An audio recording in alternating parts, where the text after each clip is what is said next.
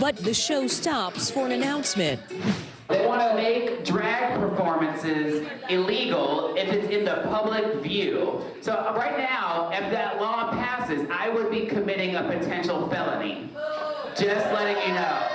Tennessee Republican State Senate Majority Leader Jack Johnson introduced Senate Bill 3. The intent of the legislation is just to simply say that you cannot have sexually explicit entertainment, adult-themed entertainment, in a public venue where kids might be present. The LGBTQ plus community have come out saying, look, it targets our community. How do you respond to that? Well, I disagree. We're protecting kids and families and parents who want to be able to take their kids to public places. We're not attacking anyone or targeting anyone.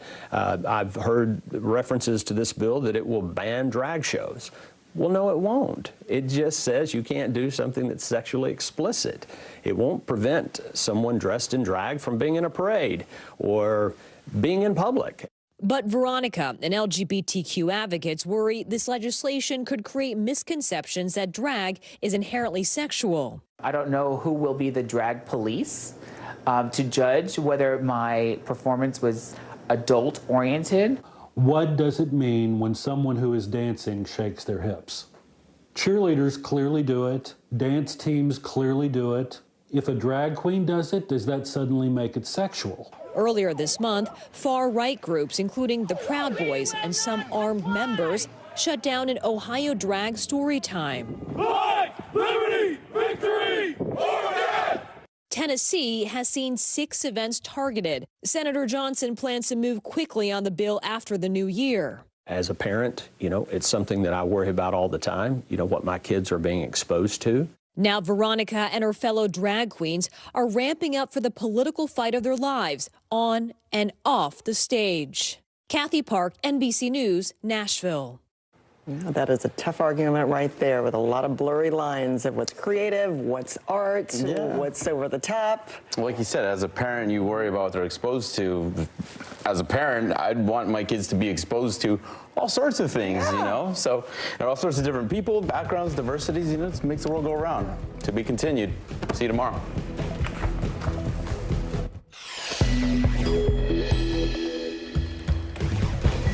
Breaking overnight, a rare mass shooting north of the border in Canada. At least 6 dead. We will have the latest coming up. Racing at the southern border, a massive surge of migrants is expected to test U.S. Border Patrol as the COVID-era Title 42 is set to expire. D-Day for the January 6th committee. Today, they vote to approve their final report with expected recommendations for the Justice Department to file criminal charges against former President Trump. But will the DOJ act? More drama for the Twitter sphere as Elon Musk asks people to vote on him staying CEO. This after the company announced and then quickly retracted a ban on promoting other social media. Plus, Avatar ruled at the box office with record-breaking cash flow. And a Tom Cruise teaser has moviegoers extra excited with just 6 days to Christmas. Early Today starts right now. It's good to be with you to start off the week. I'm Francis Rivera. And I'm Philip Mena. Breaking news this morning, 6 people are dead after a rare mass shooting in Canada. The local police chief called it a horrendous scene.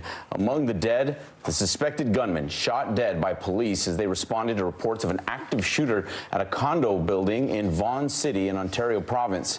Officials tell Canadian broadcaster CBC that a 7th victim is in the hospital with serious injuries but is expected to survive. Police say there is no further threat to the community, and those evacuated from the building have been allowed to return.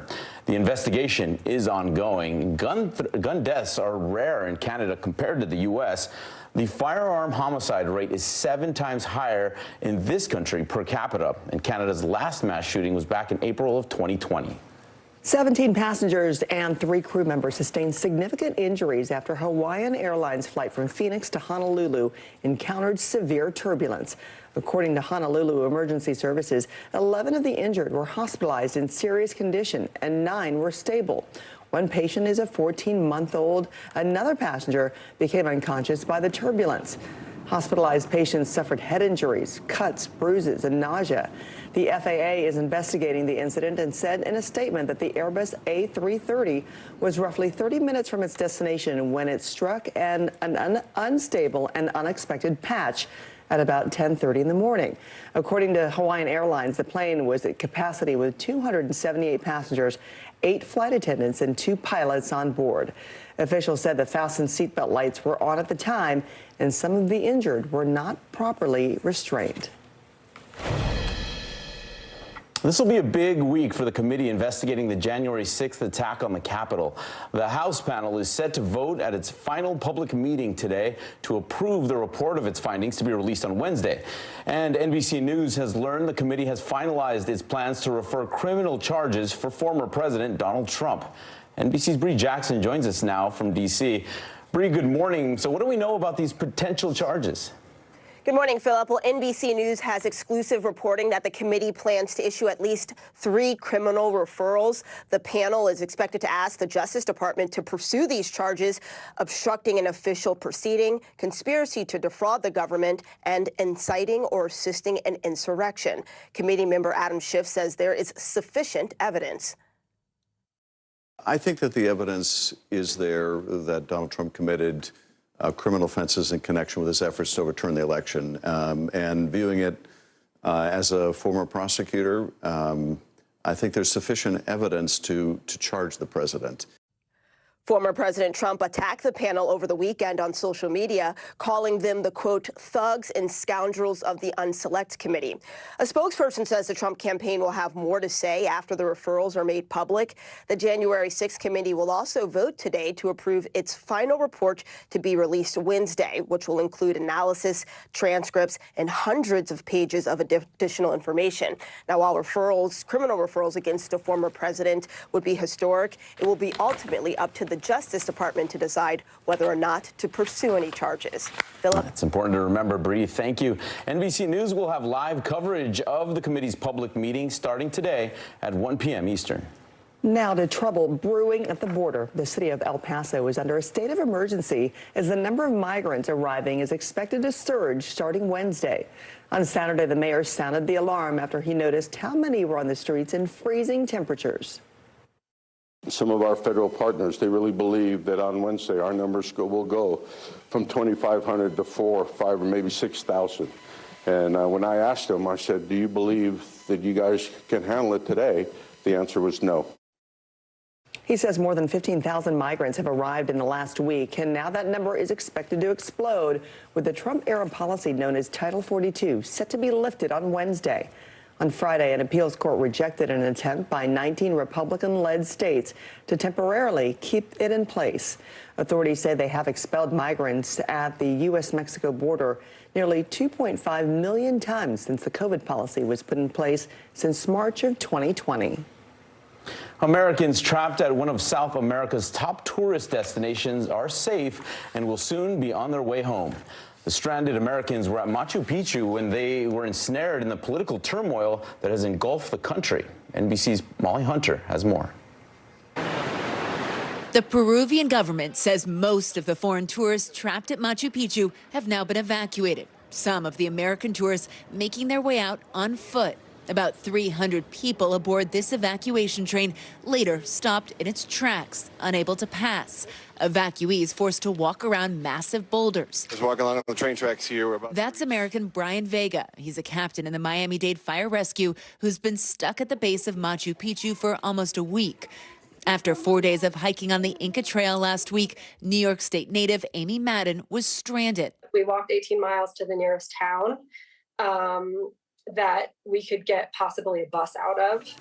So we got onto that bus and we hit a roadblock. From there, things got tense, she says. And we all got out and the mob of people started coming towards us.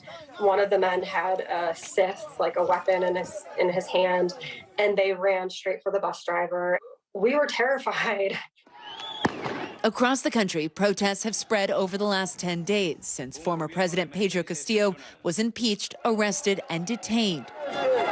His supporters took to the streets. The military and law enforcement, now under new President Dina Boluarte, cracked down. More than 20 people have been killed. Brian and Amy both now in Cusco, hoping to make their flights to Lima and on to the U.S. I've heard it's running, but I'm not sure to what capacity or to what safety level. Molly Hunter, NBC News.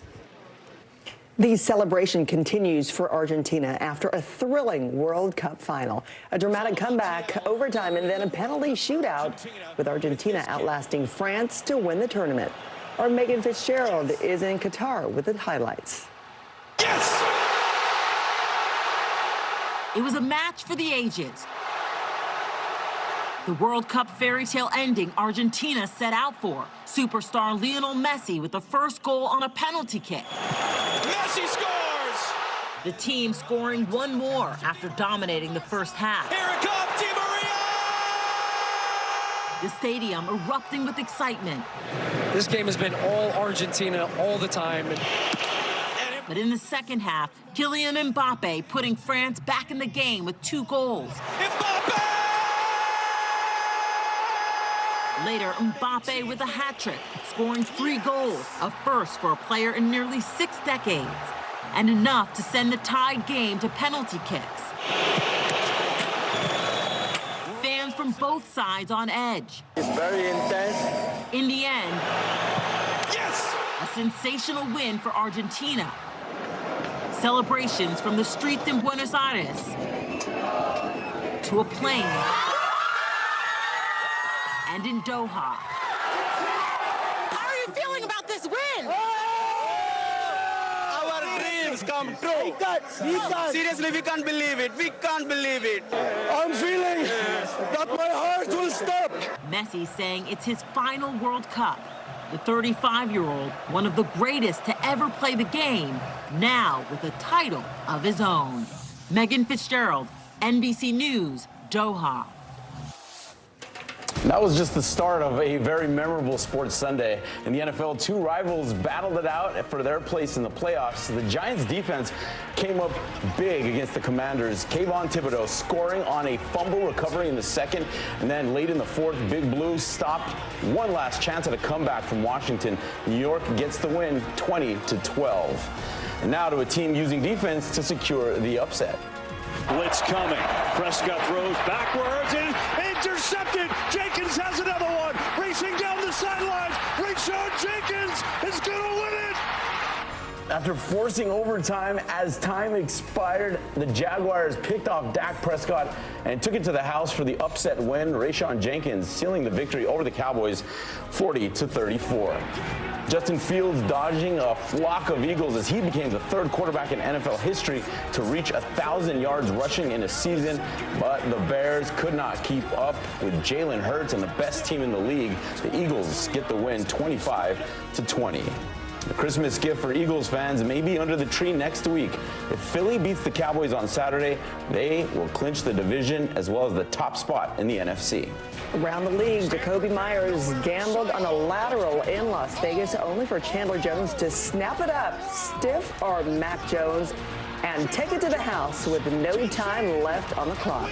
The Raiders beat the Patriots in the final moments 30-24. But that loss boots the Pats out of the AFC playoff picture for now. The Chargers hold a wild card spot after their win over the Titans. All right, let's turn now to the weather and a nasty winter storm brewing as we get closer and closer to Christmas. NBC meteorologist Angie Lassman is tracking that for us. Hey, good morning, Angie. Good morning, guys. Monday again, and things are looking a little cold here as we get into parts of the plains in the northern Rockies. You can see those wind chill advisory watches and warnings are already up for 2 million people, and these will likely stay all the way through Friday. And here's why. That Arctic chill has started to work into parts of the northern tier of the United States. Rapid City, as we get into the later parts of today, 28 degrees below normal with just a high of 8 degrees. And that is not the worst of the temperatures to come here. We'll see these numbers continue to drop and bottom out. We're talking some locations 60 below zero. These will be dangerously cold temperatures where frostbite is possible in just a few minutes, something that we will watch closely as we go through the next couple of days. And that's a look at the big weather story of the day. Here's a closer look at your day ahead. And that bitter cold settling in for places like Bismarck, 1 degree for later today. As we look down to the south, warmer temperatures into the mid-50s or so. We'll see the storms and the showers impacting folks along the Gulf Coast. And the bitter cold is here to stay for the next couple of days, guys. We'll continue to be seeing that spilling a little farther to the south. Places as far south as Miami could see temperatures into the 40s in the coming days. Wow, time to get out the big old coats and boots there as they do in Miami. If they have them. Yeah. Right, the snow was no match for a group of volunteers determined to honor fallen service members. Residents of Mandan, North Dakota braved the storm, which left snowdrifts of up to 7 feet, to attend the Wreaths Across America event. The team worked to clear the snow and then placed wreaths and flowers on the headstones of veterans. They wanted to make sure that despite the elements, veteran service and sacrifice did not go unnoticed. In a league of their own, we're back in just a minute with the staggering price the NFL pays to people who were fired. News is happening now. Look at what's making headlines around the world. We're coming on the air with breaking news. This is a significant moment. Whenever it happens, wherever you are, NBC News, streaming free now.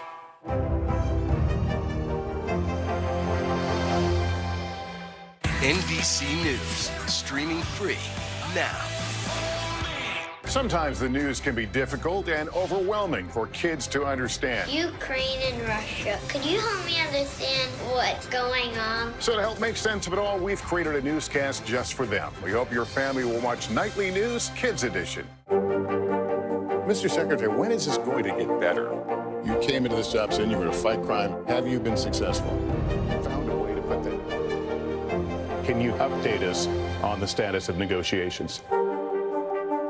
Sometimes the news can be difficult and overwhelming for kids to understand. Ukraine and Russia. Could you help me understand what's going on? So to help make sense of it all, we've created a newscast just for them. We hope your family will watch Nightly News Kids Edition. The Meet the Press Chuck Toddcast, an insider's take on politics and more with some of my favorite reporters. Get it for free wherever you get your podcasts. Watch NBC Nightly News with Lester Holt or listen wherever you get your podcasts. Hey, I'm Hallie. It's good to be with you tonight. There's another legal filing today, and I want to cut through some of the weedsy stuff. And let's just get to the point. They have started to vote on the PACT Act. If you're like, Hallie, stop speaking Washingtonese. This bill would basically give health care to veterans who have exposed to these toxic chemicals. So, Scott, I'm trying to make this as not DC as possible. The increased sort of anger that we've seen now in politics. I saw you searching for, I think, your microphone, Danny. You are I was trying to do it on the slide. Live TV, man, it's okay. For Dateline Premium, subscribe now on Apple Podcasts. In today's news by the numbers, the NFL has informed its owners they have spent $800 million in the last 5 years on firings of head coaches and front office executives. ESPN reports teams are paying multiple head coaches and their staffs years after they were let go partway through their contracts. So far this season, 2 teams have had head coaching changes, and the Titans fired their general manager with 4 years still left on his deal. The ball from Aaron Judge's record-breaking 60-second home run sold at auction over the weekend for $1.5 million. The man who caught the ball originally turned down a $3 million offer before it went on the auction block. E.T. has a new home. The original model of the extraterrestrial from the Steven Spielberg classic sold at auction for over $2.5 million this weekend. The mechanical model was a technological feat for its time. It took 12 animators to bring E.T. to life in the 1982 film. And porch pirates have snatched a record-breaking amount of booty this year. A new report from SafeWise estimates that over 260 million packages were stolen in the last year. That's up 50 million from the previous year. According to the report, nearly $20 billion are lost annually to package theft. We got must-see TV ahead. Taking the plunge, Tom Cruise sends a heartfelt message to fans while jumping out of an airplane. And Pandora's box office, the massive debut for the long-awaited sequel to Avatar. News is happening now. Look at what's making headlines around the world. We're coming on the air with breaking news. This is a significant moment. Whenever it happens, wherever you are, NBC News, streaming free now. Sometimes the news can be difficult and overwhelming for kids to understand, so we've created a newscast just for them. We hope your family will watch Nightly News Kids Edition. Stay on top of breaking news and the biggest stories of the day with NBC News Daily. Thank you so much for joining us. I'm Morgan Radford. And I'm Vicki Wynn. I'm Aaron Gilchrist. And I'm Kate Snow. Get in-depth reporting from across the country. What's your reaction to the president's comments? And around the world. Are Ukrainians continuing to make advances? And ways you can take care of your health. Who should be getting tested, and frankly, how often? And your wallet. Costs are skyrocketing. How to manage soaring prices. NBC News Daily. Weekdays from 12 to 4 p.m. Eastern on NBC News Now. Sometimes the news can be difficult and overwhelming for kids to understand. Ukraine and Russia. Could you help me understand what's going on? So to help make sense of it all, we've created a newscast just for them. We hope your family will watch Nightly News Kids Edition. Watch NBC Nightly News with Lester Holt or listen wherever you get your podcasts. Stay on top of breaking news and the biggest stories of the day with NBC News Daily. Thank you so much for joining us. I'm Morgan Radford. And I'm Vicki Wynn. I'm Aaron Gilchrist. And I'm Kate Snow. Get in-depth reporting from across the country. What's your reaction to the president's comments? And around the world. Are Ukrainians continuing to make advances? And ways you can take care of your health. Who should be getting tested, and frankly, how often? And your wallet. Costs are skyrocketing. How to manage soaring prices. NBC News Daily. Weekdays from 12 to 4 p.m. Eastern on NBC News Now. News is happening now. Look at what's making headlines around the world. Whenever it happens, wherever you are, it's here now. Hey, I'm Hallie. It's good to be with you tonight. There's another legal filing today, and I want to cut through some of the weedsy stuff. And let's just get to the point. They have started to vote on the PACT Act. If you're like Hallie, stop speaking Washingtonese. This bill would basically give health care to veterans who have exposed to these toxic chemicals. So, Scott, I'm trying to make this as not DC as possible. The increased sort of anger that we've seen now in politics. I saw you searching for, I think, your microphone, Danny. You are out. I was trying to do it on the slide. Live TV, man. It's okay. NBC News, streaming free now. For Dateline Premium, subscribe now on Apple Podcasts. NBC News, streaming free now. For Dateline Premium, subscribe now on Apple Podcasts.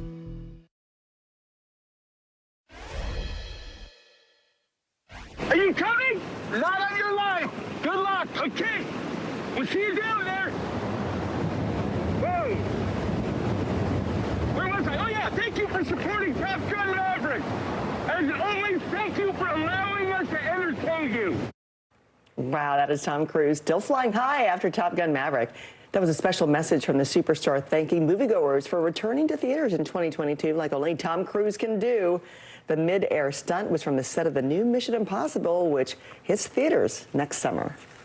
It was Santa versus the Na'vi for the box office crown this weekend, and Avatar, The Way of the Water, took the top spot over Violent Night, earning $134 million domestically and $435 million globally in its opening weekend. The sequel to the world's highest-grossing film, however, did fall shy of its $175 million debut projection. Right, these holiday blockbusters are jingling all the way to the box office. Check out the 10 highest-grossing Christmas movies. There's a Grinch stealing 2 spots in the top 5. The animated version at number 1 with $512 million, while the live-action film made $345 million. Home Alone took 2 spots at the top 5 with a combined $835 million. While Jim Carrey's A Christmas Carol rounded out the top 5. Polar Express came in at number 6. Elf was 7th. And you've got rom-coms like Love Actually and The Holiday rounding out the top 10. Talk about a bunch of classics there. All right, Saturday Night Live had their end-of-year Christmas episode, and it included an emotional farewell to a longtime cast member. You'll be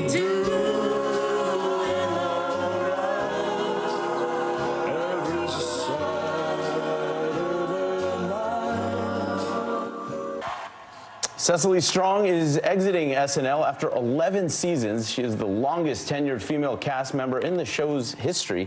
Strong said that she's lucky to have had some of the best moments of her life with those people. Yeah, not a whole lot of familiar faces there now. All right, still to come, Angie Lastman is tracking heavy rain on the move this week. And a new CEO may be in the forecast at Twitter. Users getting to decide this morning if Elon Musk should step down. News is happening now. Look at what's making headlines around the world. Whenever it happens, wherever you are, it's here now. Watch NBC Nightly News with Lester Holt or listen wherever you get your podcasts. Sometimes the news can be difficult and overwhelming for kids to understand, so we've created a newscast just for them. We hope your family will watch Nightly News Kids Edition. News is happening now. Look at what's making headlines around the world. We're coming on the air with breaking news. This is a significant moment. Whenever it happens, wherever you are, NBC News, streaming free now. Sometimes the news can be difficult and overwhelming for kids to understand, so we've created a newscast just for them. We hope your family will watch Nightly News Kids Edition.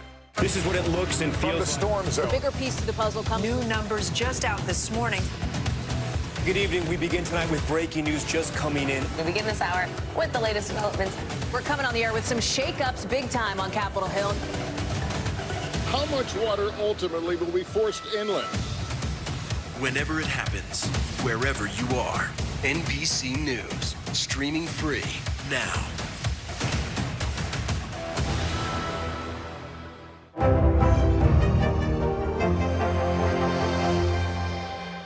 Celebrating 75 years of Meet the Press, the longest running show on television. News is happening now. Look at what's making headlines around the world. Whenever it happens, wherever you are, it's here now.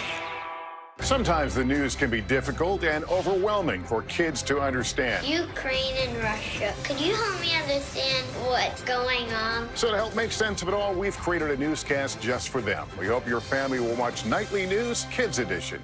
Stay on top of breaking news and the biggest stories of the day with NBC News Daily. Thank you so much for joining us. I'm Morgan Radford. And I'm Vicki Wynn. I'm Aaron Gilchrist. And I'm Kate Snow. Get in-depth reporting from across the country. What's your reaction to the president's comments? And around the world. Are Ukrainians continuing to make advances? And ways you can take care of your health. Who should be getting tested? And frankly, how often? And your wallet. Costs are skyrocketing. How to manage soaring prices. NBC News Daily. Weekdays from 12 to 4 p.m. Eastern on NBC News Now.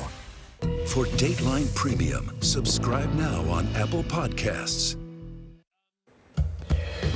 Welcome back. Parts of the Northeast still dealing with some snow showers that are left over along Lake Ontario and Lake Erie. We're going to still see the potential for another 1 to 4 inches of snow, and places like Buffalo already picked up about 15 inches over the past 2 days. Those stubborn snow showers continue from Maine as well, but eventually that'll start to move out, and we'll be looking at some nicer conditions in the Northeast, but not for long, guys. We'll still be dealing with the cold air working in and potentially some rain just in time for Christmas. Oh boy. Okay, thank you, Angie. An amazing arrest you caught on camera after a car careens off the side of a cliff.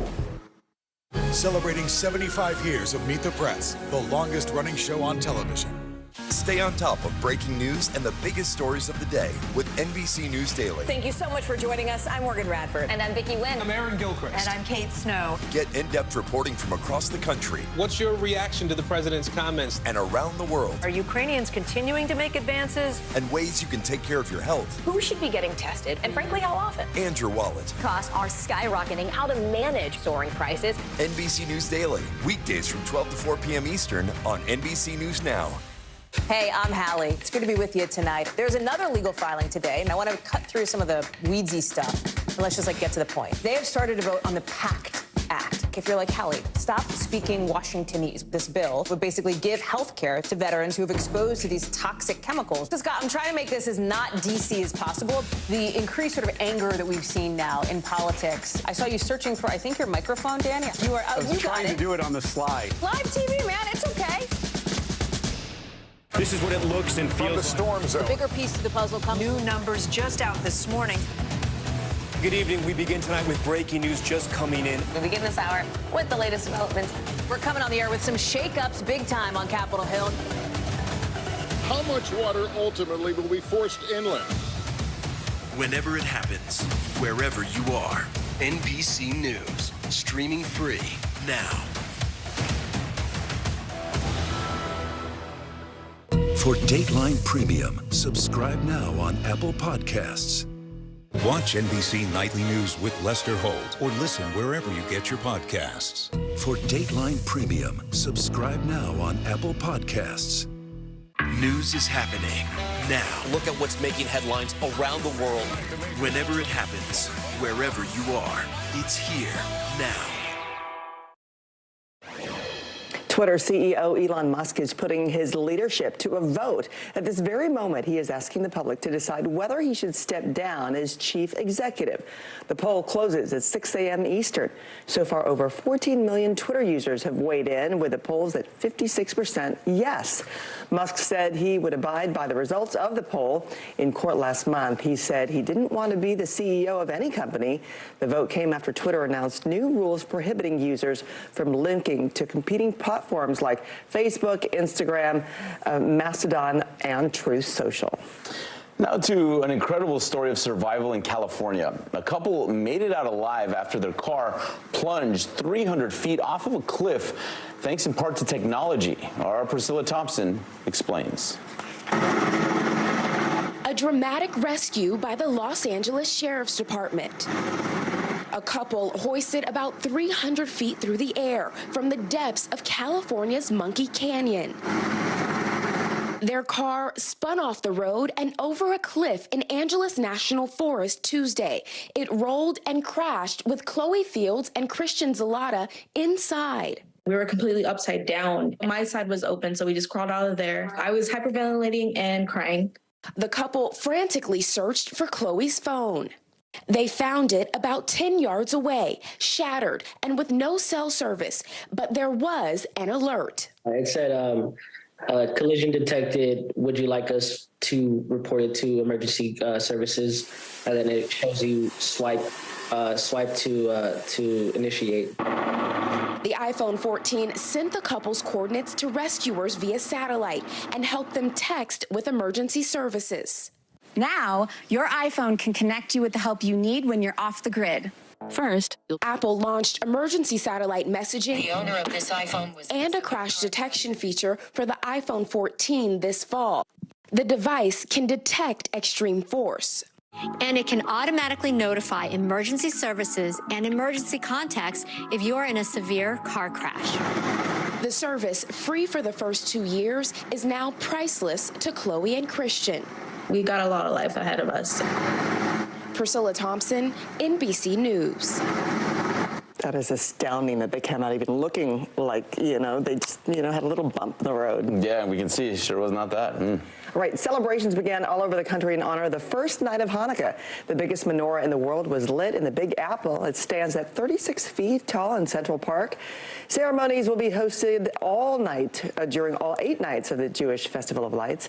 Festivities also began in Miami, home to the tallest electronic menorah in the world. Enjoy.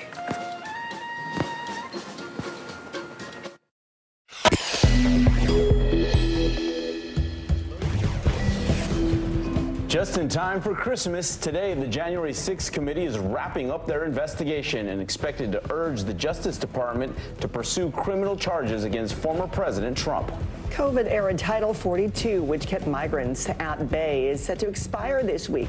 El Paso has already declared a state of emergency as a surge of people is expected to pour over the border.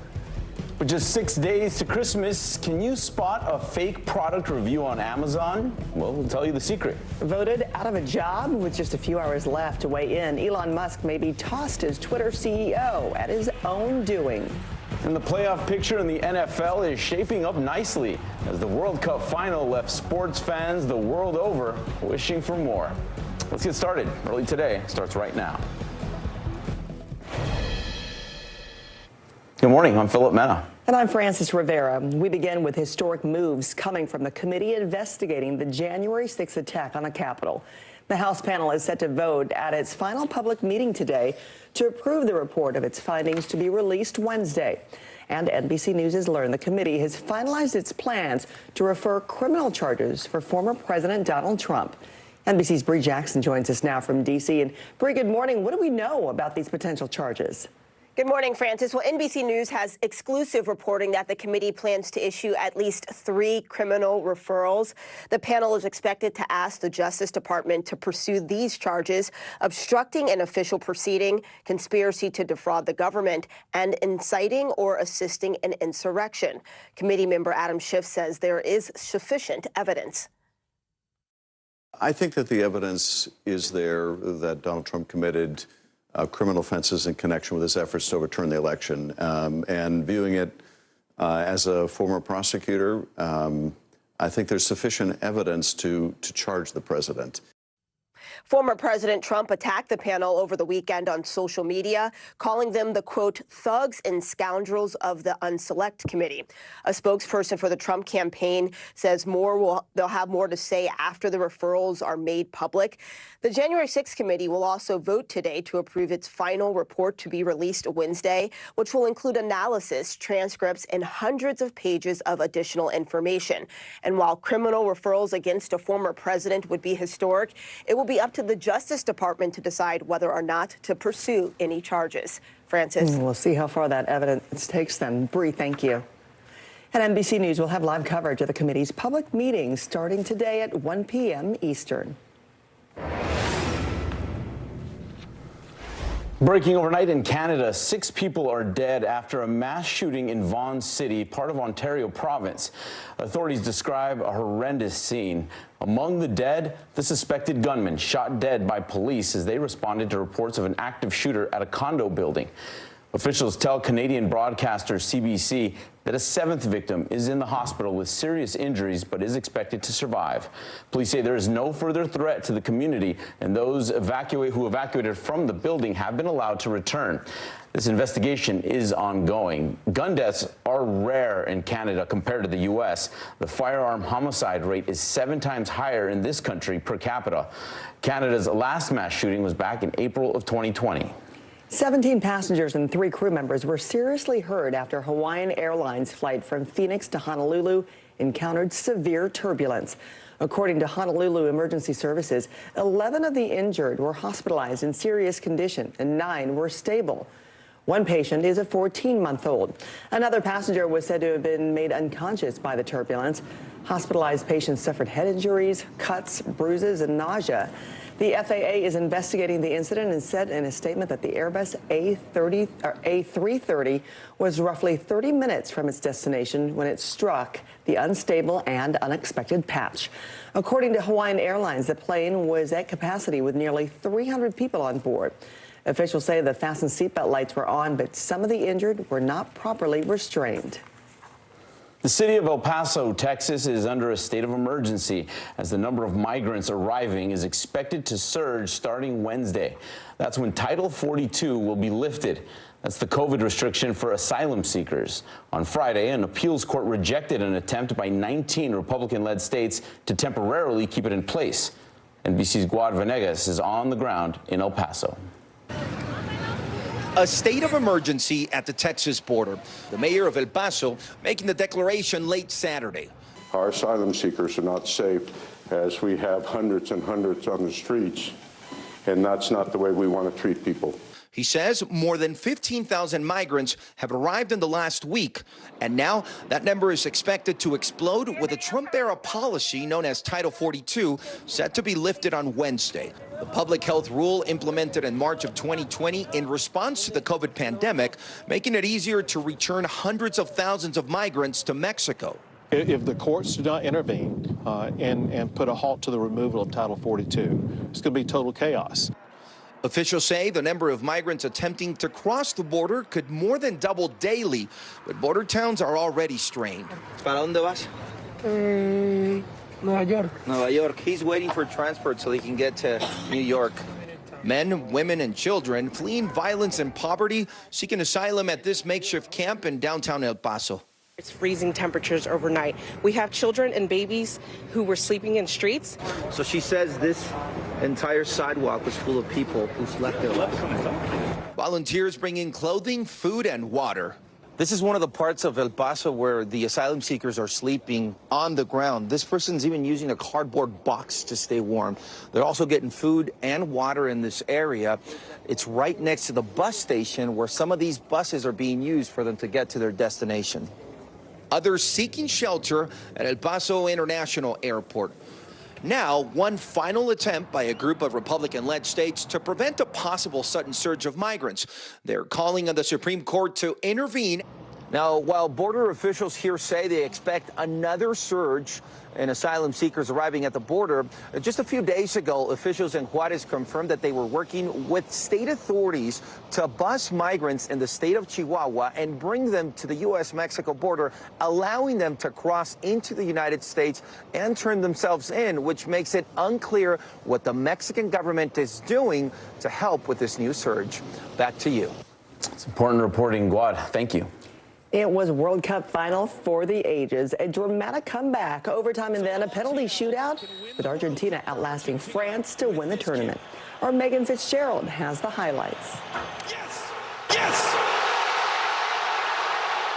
It was a match for the ages. The World Cup fairy tale ending Argentina set out for. Superstar Lionel Messi with the first goal on a penalty kick. Messi scores!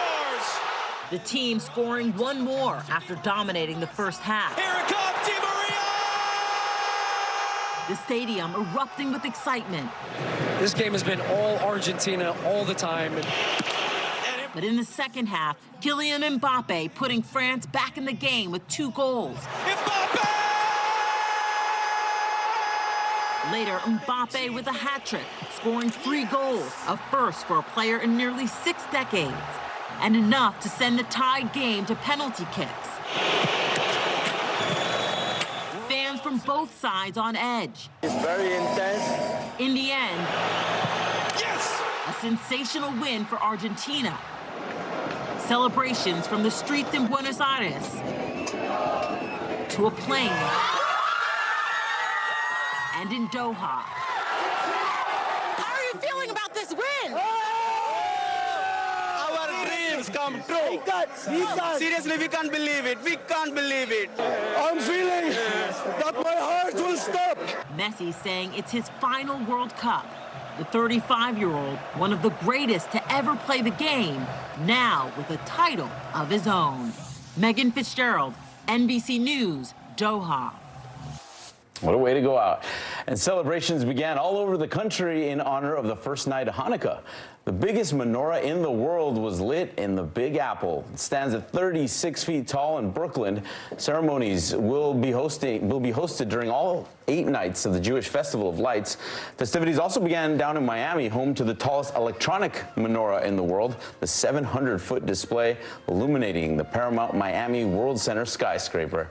And we are wishing a very happy Hanukkah to all that celebrate. It's going to feel like the holidays even down in Miami. Let's turn now to your holiday week weather with NBC meteorologist Angie Lassman. Angie, good morning. Good morning, guys. And you got that right, Francis. Cold air settling in for much of the plains, and we're going to see that cold air dip as far south as Miami, as you mentioned. So let's take a look at what we're currently dealing with. 10 below in Watertown. You see Minneapolis feeling like just 2 degrees right now, and this is not even the worst of the Arctic air that will settle in. We'll see these numbers end up below 20 degrees, below 30 degrees, maybe even close to 40 and 50 degrees below zero. So there's some really dangerous cold air settling in. That's going to be problematic for anybody that plans to be out and about here over the next couple of days.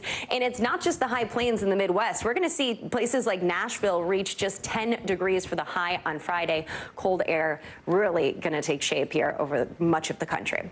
That's a look at the big weather story of the day. Here's a closer look at your day ahead.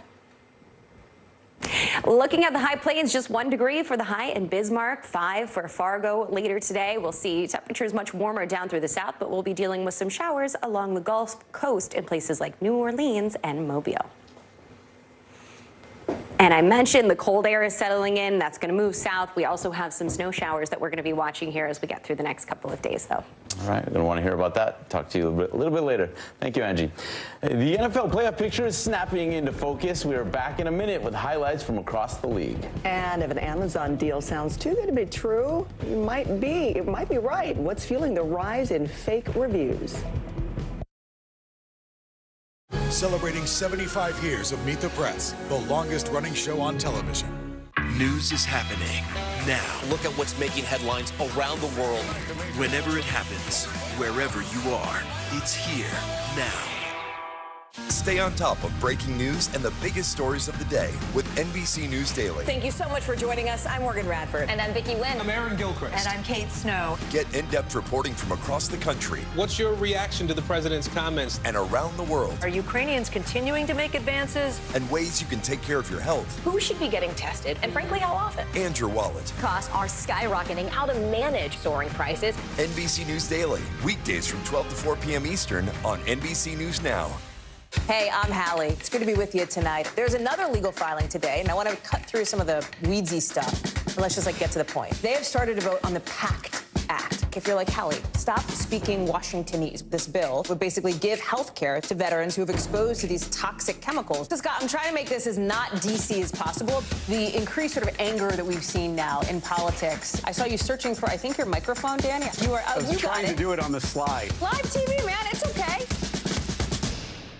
News is happening now. Look at what's making headlines around the world. Whenever it happens, wherever you are, it's here now. The Meet the Press Chuck Toddcast, an insider's take on politics and more with some of my favorite reporters. Get it for free wherever you get your podcasts. Watch NBC Nightly News with Lester Holt or listen wherever you get your podcasts. Celebrating 75 years of Meet the Press, the longest running show on television. Sometimes the news can be difficult and overwhelming for kids to understand, so we've created a newscast just for them. We hope your family will watch Nightly News Kids Edition. Watch NBC Nightly News with Lester Holt or listen wherever you get your podcasts. Blitz coming. Prescott throws backwards and intercepted. Jenkins has another one. Racing down the sidelines. Rayshon Jenkins is going to win it. A dramatic finish in Jacksonville. After forcing OT as time expired, the Jaguars picked off Dak Prescott and took it to the house for the upset win. Rayshon Jenkins seals the victory over the Cowboys 40-34. Two of the Cowboys' rivals battled for playoff position under the Sunday night lights. The Giants' defense came up big against the Commanders. Kayvon Thibodeau scored on a fumble recovery in the second, and late in the fourth, Big Blue stopped one last chance at a comeback from Washington. New York gets the win, 20-12. Justin Fields dodged a flock of Eagles as he became the third QB in NFL history to reach 1,000 rushing yards in a season. But the Bears couldn't keep up with Jalen Hurts and the best team in the league, and the Eagles get the win, 25-20. A Christmas gift for Eagles fans may be under the tree next week. If Philly can beat the Cowboys on Saturday, they would clinch the division as well as the top spot in the NFC. Around the league, Jacoby Myers gambled on a lateral in Vegas, and it did not work out well for him. Chandler Jones snapped it up, stiff-armed Mac Jones, and took it to the house with no time left on the clock. The Raiders shocked the Patriots in the final moments, 30-24. That loss boots the Pats out of the AFC playoff picture for now. The Chargers hold a wild card spot after their 3-point win over the Titans. All right, so you're buying holiday gifts online. You look at the reviews like all of us do, but Amazon is a prime target for fake reviews this holiday season.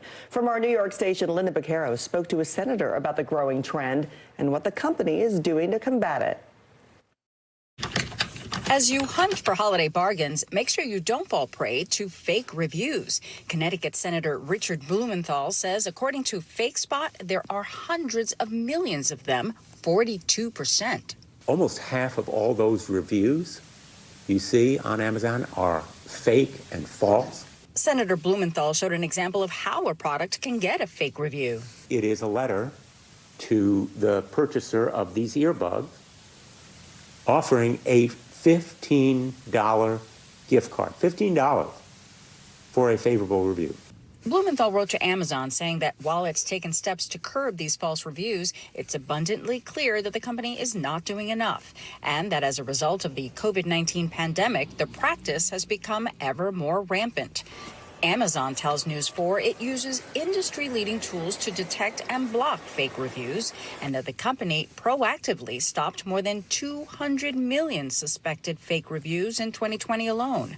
However, the nefarious business of brokering fake reviews remains an industry-wide problem. Amazon says its policy prohibits abuse among reviews, including offering things like gift cards as incentives for providing a positive review. In the meantime, here are some tips from the Federal Trade Commission for spotting fake reviews. Look for information about a product from a variety of sources. Watch for a sudden burst of reviews. That can be a telltale sign of fraud. And remember that a negative review could also be fake to harm a competitor. If you spot a fake review, Amazon says you should use the report link on a product page so they can investigate. Okay, our thanks to Linda for that report. After a quick break, it pays to get sacked. How much the NFL shells out to its former coaches and executives. Plus, is Elon Musk flying the coop? And how he's letting Twitter users decide whether he should step down as CEO. Mr. Secretary, when is this going to get better? You came into this job saying you were going to fight crime. Have you been successful? Found a way to put that. Can you update us on the status of negotiations? Hey, I'm Hallie. It's good to be with you tonight. There's another legal filing today, and I want to cut through some of the weedsy stuff. And let's just get to the point. They have started a vote on the PACT Act. If you're like Hallie, stop speaking Washingtonese. This bill would basically give health care to veterans who have exposed to these toxic chemicals. So, Scott, I'm trying to make this as not DC as possible. The increased sort of anger that we've seen now in politics. I saw you searching for, I think, your microphone, Danny. You are. I was trying to do it on the slide. Live TV, man. It's okay. Sometimes the news can be difficult and overwhelming for kids to understand, so we've created a newscast just for them. We hope your family will watch Nightly News Kids Edition. Stay on top of breaking news and the biggest stories of the day with NBC News Daily. Thank you so much for joining us. I'm Morgan Radford. And I'm Vicki Wynn. I'm Aaron Gilchrist. And I'm Kate Snow. Get in-depth reporting from across the country. What's your reaction to the president's comments? And around the world. Are Ukrainians continuing to make advances? And ways you can take care of your health. Who should be getting tested? And frankly, how often? And your wallet. Costs are skyrocketing. How to manage soaring prices. NBC News Daily. Weekdays from 12 to 4 p.m. Eastern on NBC News Now. For Dateline Premium, subscribe now on Apple Podcasts. Mr. Secretary, when is this going to get better? You came into this job saying you were going to fight crime. Have you been successful? Found a way to put that. Can you update us on the status of negotiations? Sometimes the news can be difficult and overwhelming for kids to understand, so we've created a newscast just for them. We hope your family will watch Nightly News Kids Edition. News is happening now. Look at what's making headlines around the world. We're coming on the air with breaking news. This is a significant moment. Whenever it happens, wherever you are, NBC News, streaming free now. Celebrating 75 years of Meet the Press, the longest running show on television. This is what it looks and feels. From the storm zone. The bigger piece to the puzzle comes. New numbers just out this morning. Good evening. We begin tonight with breaking news just coming in. We begin this hour with the latest developments. We're coming on the air with some shakeups big time on Capitol Hill. How much water ultimately will be forced inland? Whenever it happens, wherever you are, NBC News, streaming free now.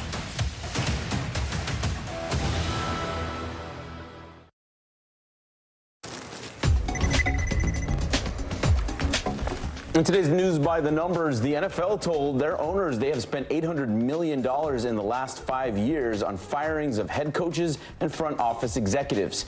So far this season, 2 teams have let go of head coaches partway through their contracts, and the Titans fired their general manager with 4 years left on his deal.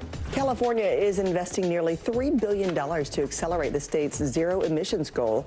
The investment will add 90,000 new EV chargers, doubling the number they already have. The goal is to have 250,000 by 2025. Twitter CEO Elon Musk is putting his leadership to a vote.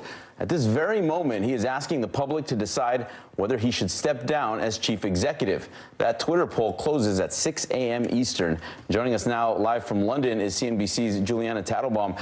Juliana, so Twitter has been in turmoil since Elon Musk took over. Do you think he will actually step down after this poll? Well, it's a good question. At the moment, the new owner of Twitter, Elon Musk, says that he will abide by the results of the poll. So we've got just about 2 hours to go, as you said. And here's where things stand. 57% of Poll respondents say yes, Elon Musk should step down as CEO. 43% say no. Now, this poll comes just a short while after Elon Musk was pictured rather controversially at the World Cup final, standing next to Jared Kushner, who, of course, is the son-in-law and ex-special advisor to former U.S. President Trump. And Elon Musk, no stranger to controversy, and that sequence is just interesting to note. Would also flag that this comes after a pretty chaotic week in terms of policy changes at Twitter, with the company banning users from promoting accounts of other social media sites, but then removing the announcement about the policy change just hours later. So definitely this is a story to keep an eye on over the next 24 hours. And we will. All right, Juliana, thank you. Coming up next, Angie's tracking some rain in the forecast. And ahead, the fight over drag shows takes center stage in Tennessee. News is happening now.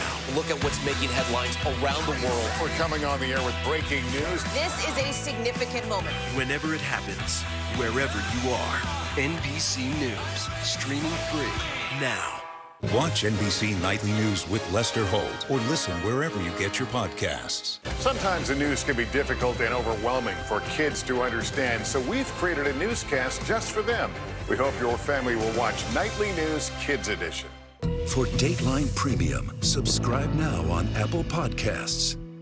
Stay on top of breaking news and the biggest stories of the day with NBC News Daily. Thank you so much for joining us. I'm Morgan Radford. And I'm Vicki Wynn. I'm Aaron Gilchrist. And I'm Kate Snow. Get in-depth reporting from across the country What's your reaction to the president's comments? and around the world, Are Ukrainians continuing to make advances? and ways you can take care of your health Who should be getting tested, and frankly, how often? and your wallet. Costs are skyrocketing. How to manage soaring prices. NBC News Daily, weekdays from 12 to 4 p.m. Eastern on NBC News Now. News is happening now. Look at what's making headlines around the world. We're coming on the air with breaking news. This is a significant moment. Whenever it happens, wherever you are, NBC News, streaming free now. Stay on top of breaking news and the biggest stories of the day with NBC News Daily. Thank you so much for joining us. I'm Morgan Radford. And I'm Vicki Wynn. I'm Aaron Gilchrist. And I'm Kate Snow. Get in-depth reporting from across the country What's your reaction to the president's comments? and around the world, Are Ukrainians continuing to make advances? and ways you can take care of your health Who should be getting tested, and frankly, how often? and your wallet. Costs are skyrocketing. How to manage soaring prices. NBC News Daily, weekdays from 12 to 4 p.m. Eastern on NBC News Now. For Dateline Premium, subscribe now on Apple Podcasts. NBC News, streaming free now. Hey, I'm Hallie. It's good to be with you tonight. There's another legal filing today, and I want to cut through some of the weedsy stuff. And let's just get to the point. They have started to vote on the PACT Act. If you're like Hallie, stop speaking Washingtonese. This bill would basically give health care to veterans who have exposed to these toxic chemicals. So, Scott, I'm trying to make this as not DC as possible. The increased sort of anger that we've seen now in politics. I saw you searching for, I think, your microphone, Danny. You are. I was trying to do it on the slide. Live TV, man. It's okay. Welcome back. It'll be a stormy start to the work week if you live along the Gulf Coast, where we're tracking some showers and some thunderstorms. Meanwhile, in the high plains, frigid temperatures settling in. We're going to see wind chills dip into the teens, 20s, and even 30s over the next couple of days. And those wintry impacts will be more widespread here as we get into the middle part of our work week. By the time Friday rolls around, we'll start to see that cold air settling in for much of the country. We'll be right back. News is happening now. Look at what's making headlines around the world. We're coming on the air with breaking news. This is a significant moment. Whenever it happens, wherever you are, NBC News, streaming free now. Sometimes the news can be difficult and overwhelming for kids to understand, so we've created a newscast just for them. We hope your family will watch Nightly News Kids Edition.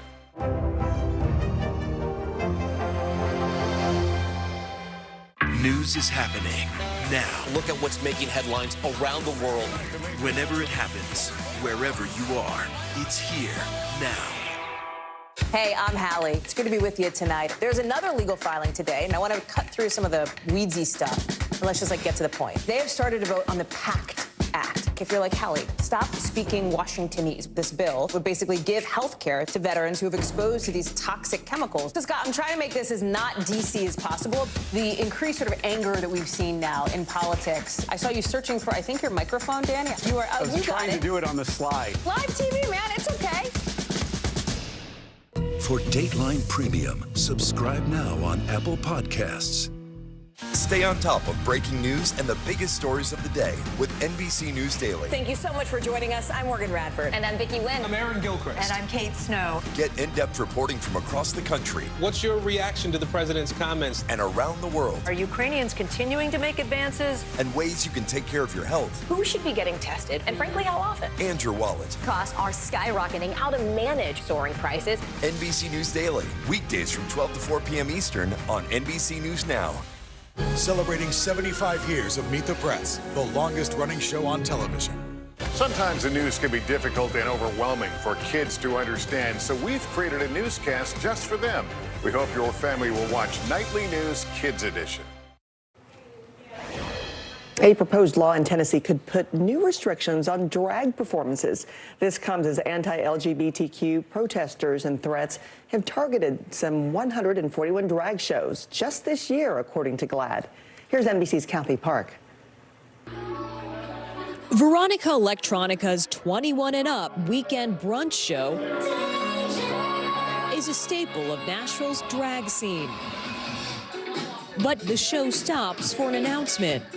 They want to make drag performances illegal if it's in the public view. So right now, if that law passes, I would be committing a potential felony. Just letting you know.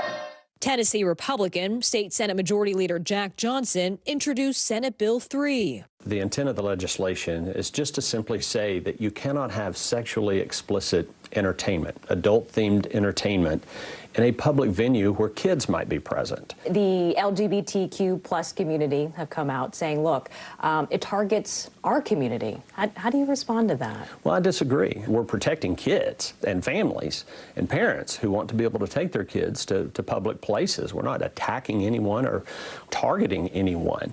I've heard references to this bill that it will ban drag shows. Well, no, it won't. It just says you can't do something that's sexually explicit. It won't prevent someone dressed in drag from being in a parade or being in public.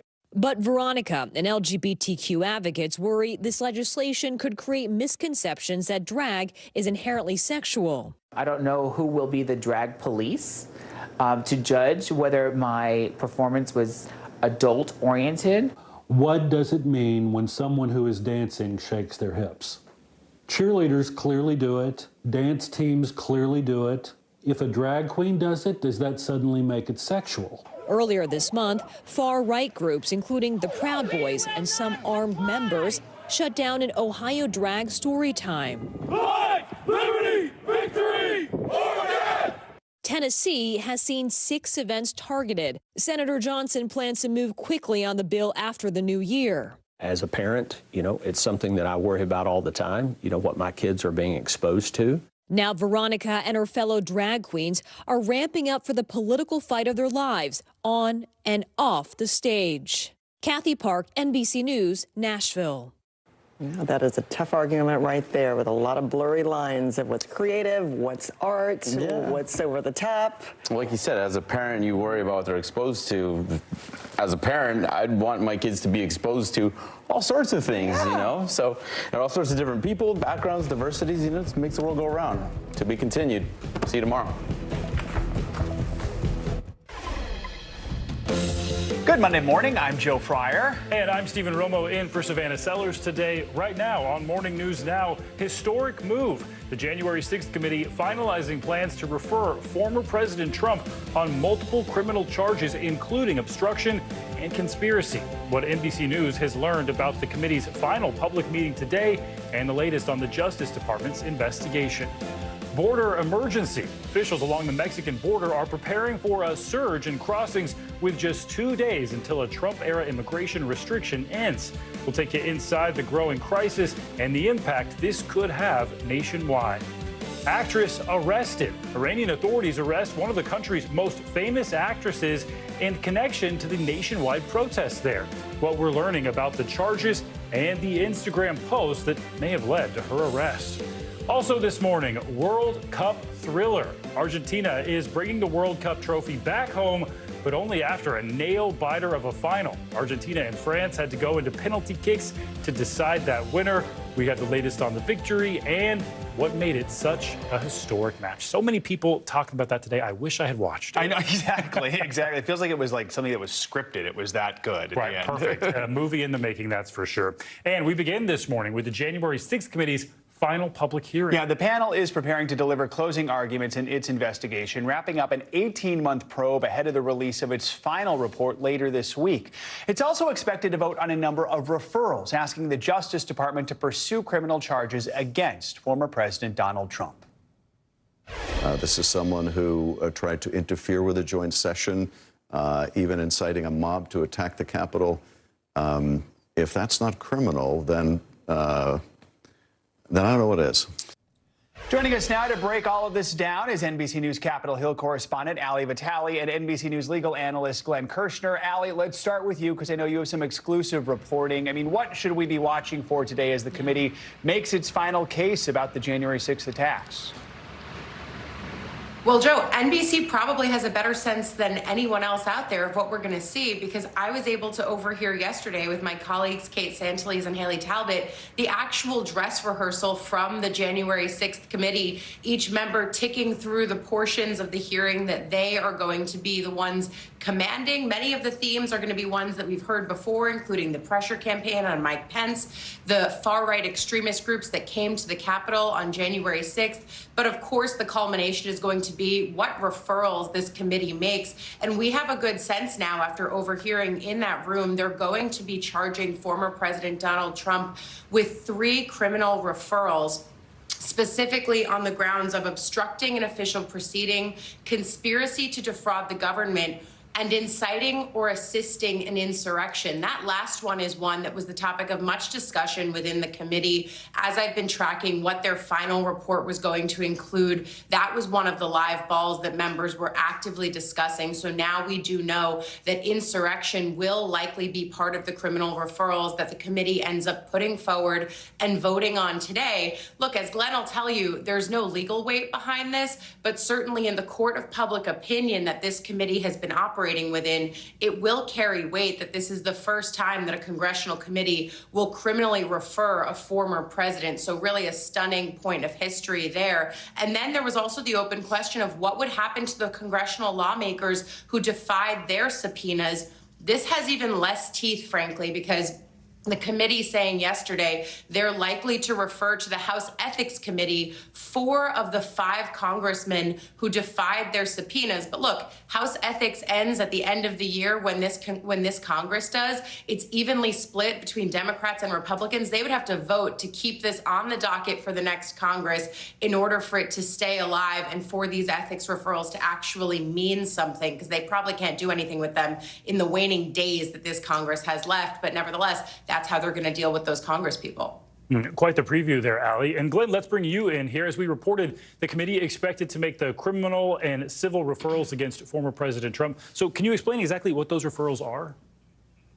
Yeah, so as Ali said, they really don't carry the force of weight. They don't have a whole lot of authority behind them. You know, I worked at the Department of Justice for decades. I can tell you how I would have received these criminal referrals.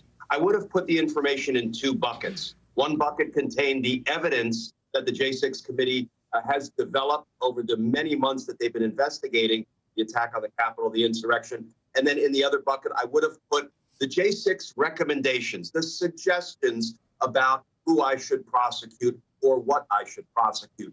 I would be keenly interested in the evidence, because as a former prosecutor, I would take evidence from any source, but I would then have to test it for completeness, for truthfulness, and for accuracy, and then build on it.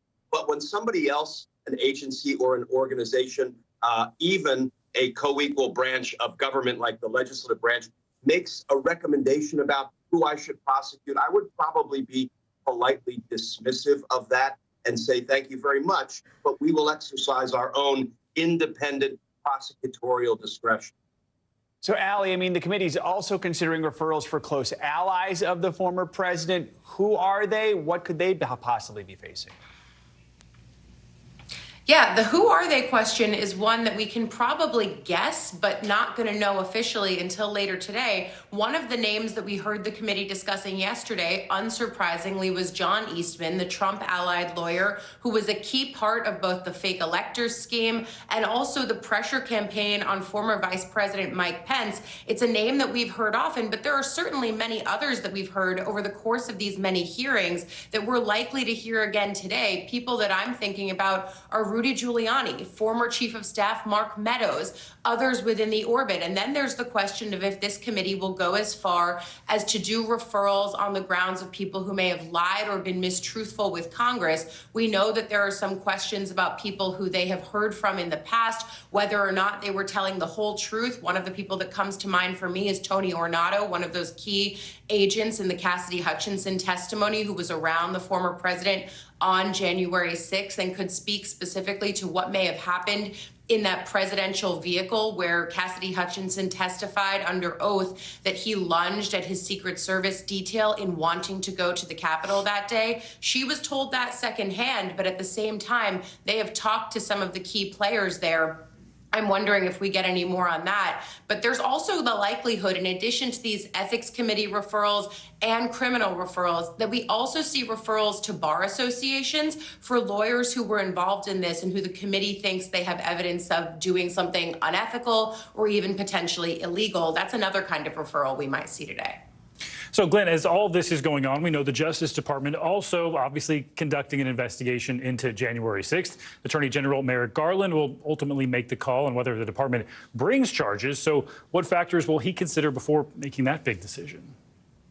You know, he's going to consider the facts and the law. Hopefully they are going to completely block out outside influence, even public opinion. And then some people have suggested if charges are brought against Donald Trump, it would perhaps incite violence in, some segments of our nation. I think Merrick Garland and Jack Smith, who is now special counsel tasked with making that weighty decision and then forwarding it to Merrick Garland for a final decision, I think they will kind of tune all of that out, and they will do what they have always done, what prosecutors at DOJ are duty-bound to do: follow the facts, apply the law to those facts, and reach a prosecutorial decision based on the evidence, not based on outside influence.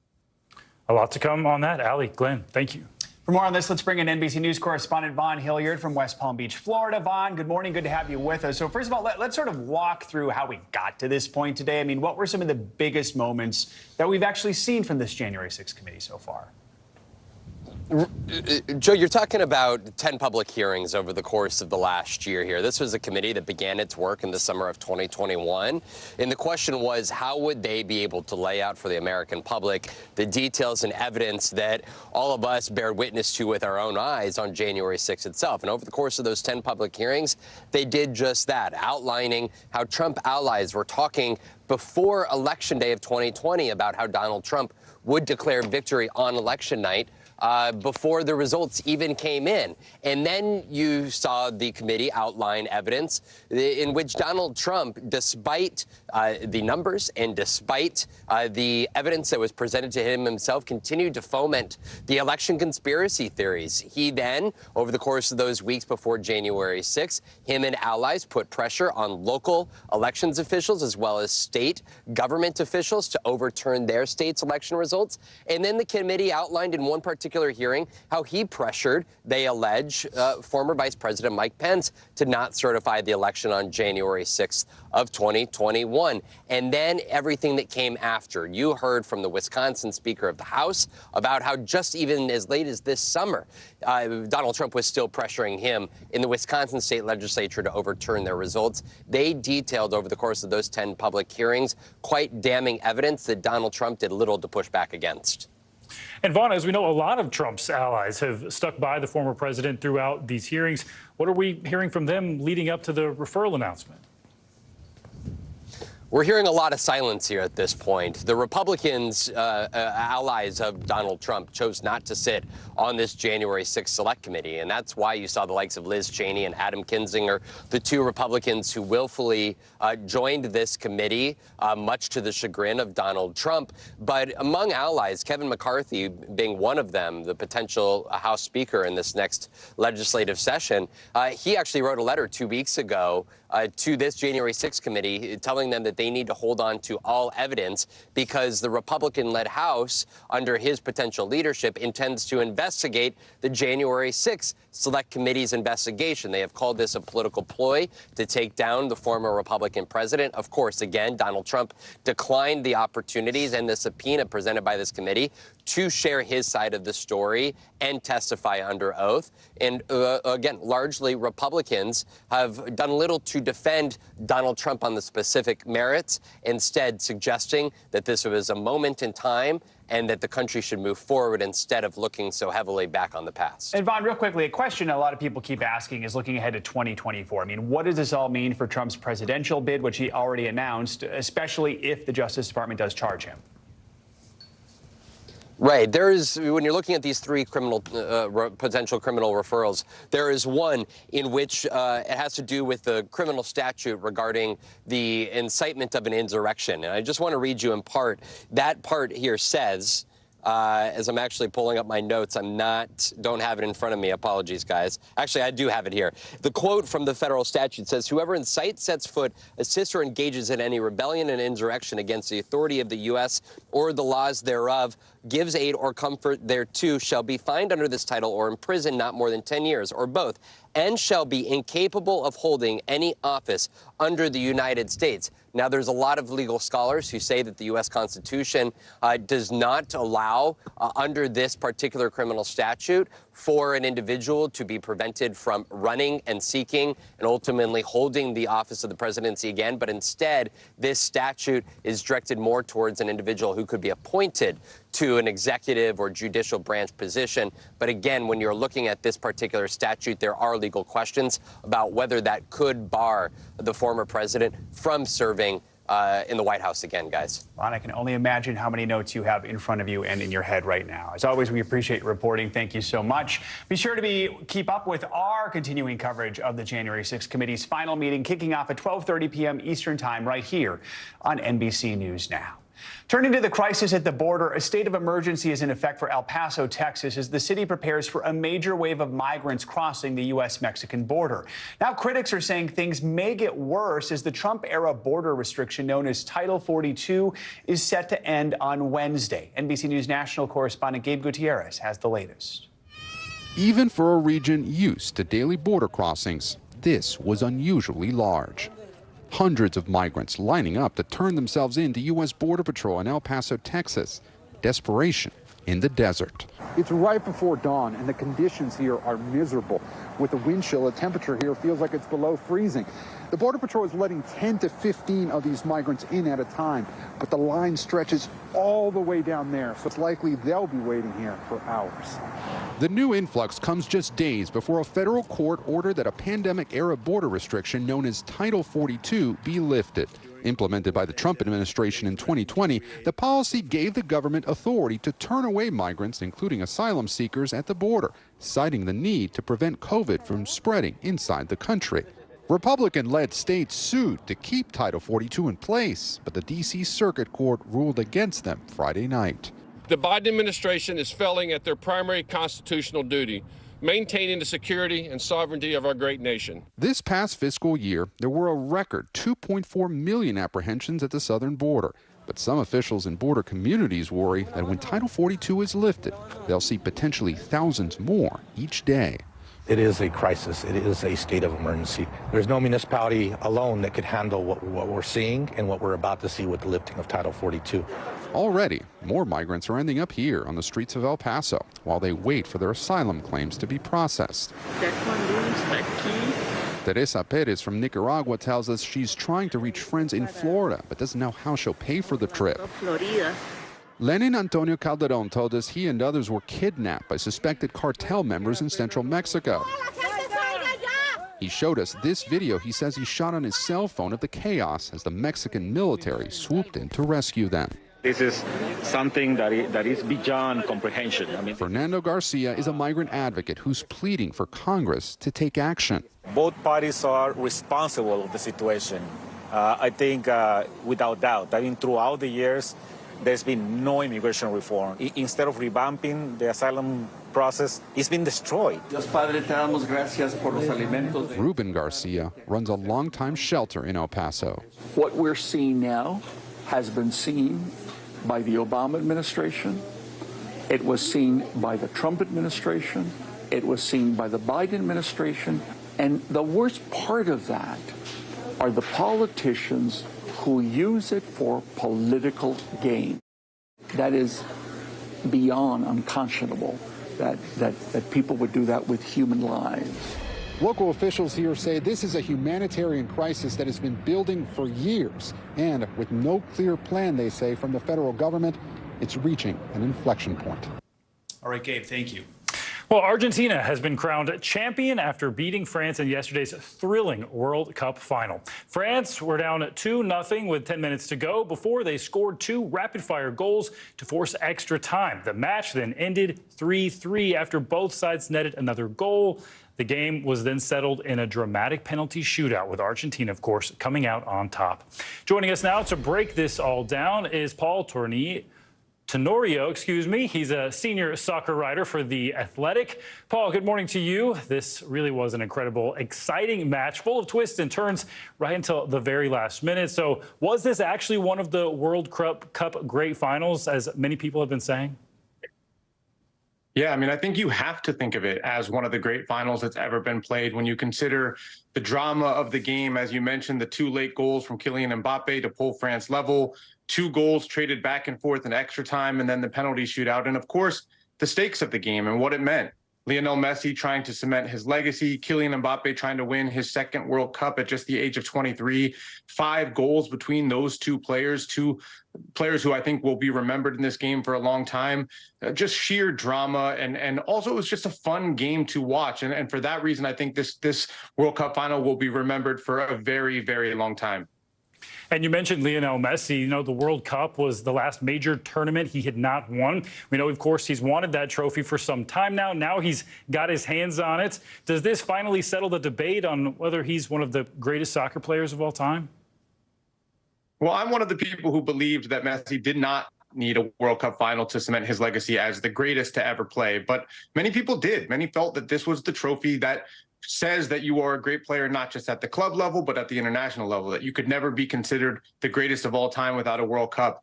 Well, now he has that World Cup, and we've seen the way that Messi has influenced this game since he broke into the senior level of football. This is the first player who scored a goal in a World Cup as a teenager, in his 20s and in his 30s. This World Cup, he became the first player ever to score at the group stage, the round of 16, the quarterfinals, the semifinals, and the final. We know what he's done with Barcelona in his club career. And I think when you saw last night what this meant to Lionel Messi as well, to get this title, he understood that this is what people were asking of him, that this is the last thing he needed to deliver for his country. And I think after last night's performance, the way he influenced the game, the goals that he scored in big moments for Argentina throughout this tournament, I don't think you can make an argument now that there's any other player that is greater than Lionel Messi, that's done more than what he's done at both the club and the international level. And I thought the final, the way it went, was the perfect way to cement that legacy. The fact that he scored that goal in extra time, that he converted his penalty, it was a performance for the ages, for sure.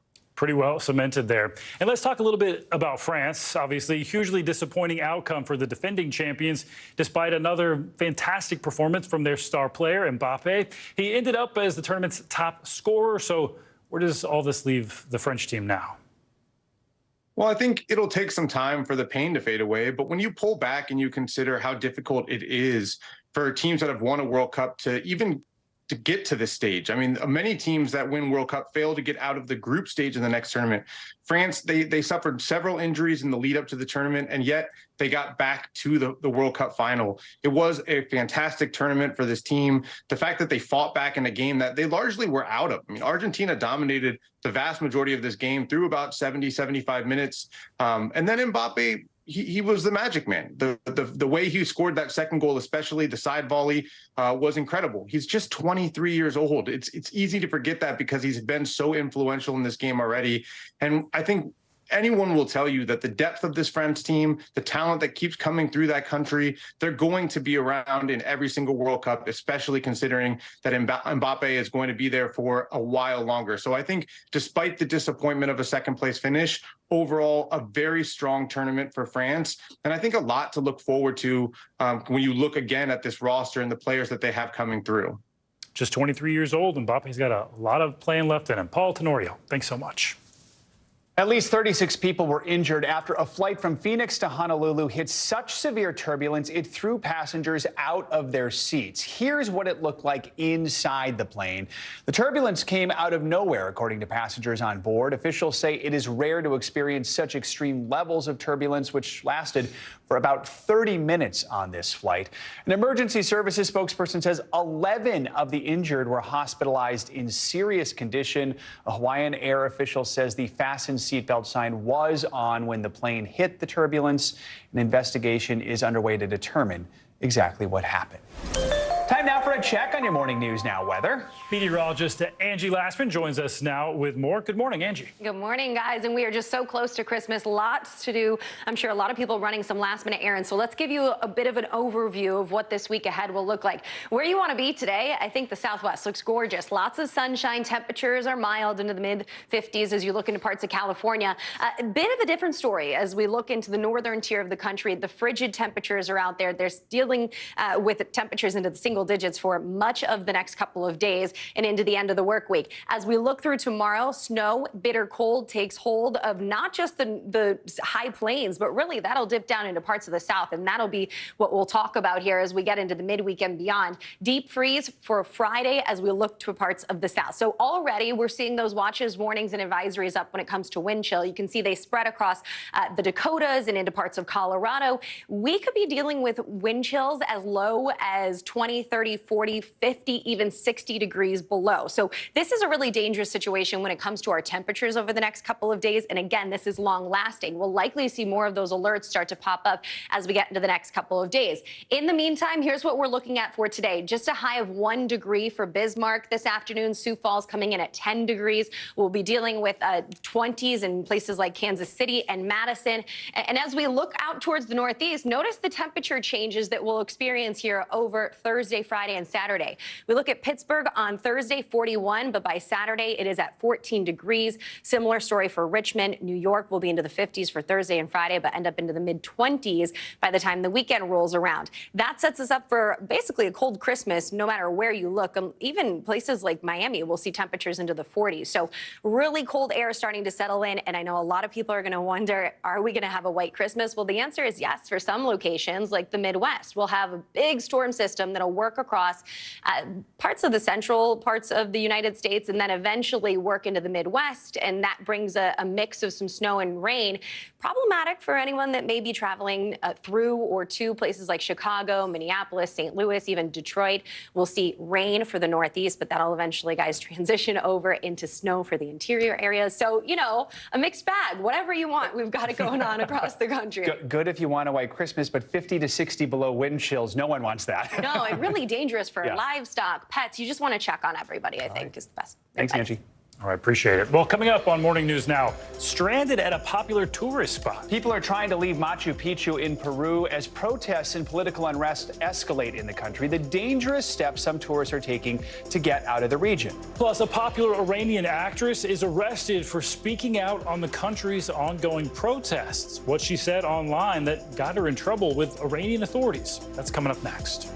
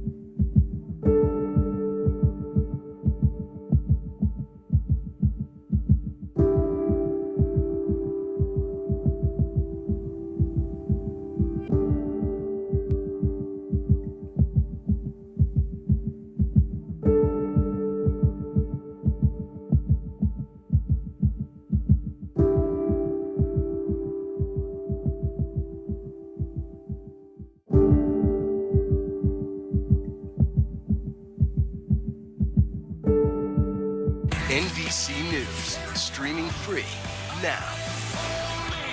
Celebrating 75 years of Meet the Press, the longest-running show on television. News is happening now. Look at what's making headlines around the world. We're coming on the air with breaking news. This is a significant moment. Whenever it happens, wherever you are, NBC News, streaming free now. Watch NBC Nightly News with Lester Holt or listen wherever you get your podcasts. Welcome back. This morning, hundreds of tourists are finally making their way home from Peru after protests there left them stranded for days. NBC News foreign correspondent Molly Hunter brings us the latest. The Peruvian government says most of the foreign tourists trapped at Machu Picchu have now been evacuated. Some of the American tourists making their way out on foot. About 300 people aboard this evacuation train later stopped in its tracks, unable to pass. Evacuees forced to walk around massive boulders. Just walking along the train tracks here. That's American Brian Vega. He's a captain in the Miami-Dade Fire Rescue who's been stuck at the base of Machu Picchu for almost a week. After 4 days of hiking on the Inca Trail last week, New York State native Amy Madden was stranded. We walked 18 miles to the nearest town that we could get possibly a bus out of. So we got onto that bus and we hit a roadblock. From there, things got tense, she says. And we all got out and the mob of people started coming towards us. One of the men had a scythe, like a weapon in his hand, and they ran straight for the bus driver. We were terrified. Across the country, protests have spread over the last 10 days since former President Pedro Castillo was impeached, arrested, and detained. His supporters took to the streets. The military and law enforcement, now under new President Dina Boluarte, cracked down. More than 20 people have been killed. Brian and Amy both now in Cusco, hoping to make their flights to Lima and on to the U.S. sometime tomorrow. I've heard it's running, but I'm not sure to what capacity or to what safety level. Molly Hunter, NBC News. Now to Iran, where authorities have detained one of the country's most famous actresses after she expressed solidarity with the anti-government protests. That's according to Iranian state media. NBC News Tehran bureau chief and correspondent Ali Arouzi joins us with more on this. So Ali, tell us a little more about who this actress is and why she's been arrested. What charges is she facing? Good morning, Judge. Well, she's one of the most prominent actresses in Iran, Farhana Ali Dosti. She was in an Oscar award-winning film, The Salesman. She's very, very well known in Iran. She has something like 8 million followers on Instagram. And since these protests broke out, which have largely been led by women, she has been a very vocal supporter of the protesters, posting anti-regime statements on her Instagram account. Now, last week, she appeared on her Instagram account without a hijab, holding a sign saying life, women, freedom, in support of one of the protesters that had been arrested and then executed. She was subsequently arrested, and the charges against her are for spreading false propaganda without any documentation to back it up. So she's been taken into prison, and she's in a long list of other prominent Iranians, academics, sports figures, other actors, philosophers, who've also all been rounded up and sent to prison in this massive sweep that's been going on for 3 months now. Yeah, Ali, the fact that it's not just her, but so many other well-known people, I mean, what is the reaction to all of this? Where do things stand with the protests right now? Well, things are still terrible in Iran. It is a dystopia in Iran right now. Nothing has resolved itself. The protests have slightly subsided, but these executions have made everybody extremely angry and somewhat fearful. But this enormous government crackdown over 3 months that they've killed almost 500 people, arrested over 18,000 people, has done little more than to fight them into a stalemate with their own people, and everybody is anticipating more and even larger protests as the anger keeps building up in Iran and the economy continues to crash. And Ali, over the weekend, the governor of Iran's central bank, acknowledged these protests have contributed to a fall in the country's currency. So, walk us through a little more what he said, and do we know if these economic woes could actually put some more pressure on the regime? Definitely. He essentially blamed the protesters for the country's economic downturn, saying that they'd basically brought the country to a standstill. But you have to bear in mind, it is the government that has shut down the internet in Iran. Nobody can use the internet anymore. So a lot of people in Iran do their business online, on Instagram, Telegram. They're all hemorrhaging money. So there's no money coming into the country from online businesses. Iran has been isolated with sanctions because of their brutal crackdown. So it's difficult for them to generate any revenue inside the country. And the worse the economy becomes, the more pressure it's going to put on the government, because people will have less to lose and come out onto the streets. All right, Ali, thanks so much for your reporting as always. Well, coming up this morning on Morning News Now, the death of dancer and longtime Ellen DJ Twitch took the entertainment world by surprise. His death is now sparking a conversation about mental health and suicide, especially among men of color, the difficulties they face and the resources available for them. That is next.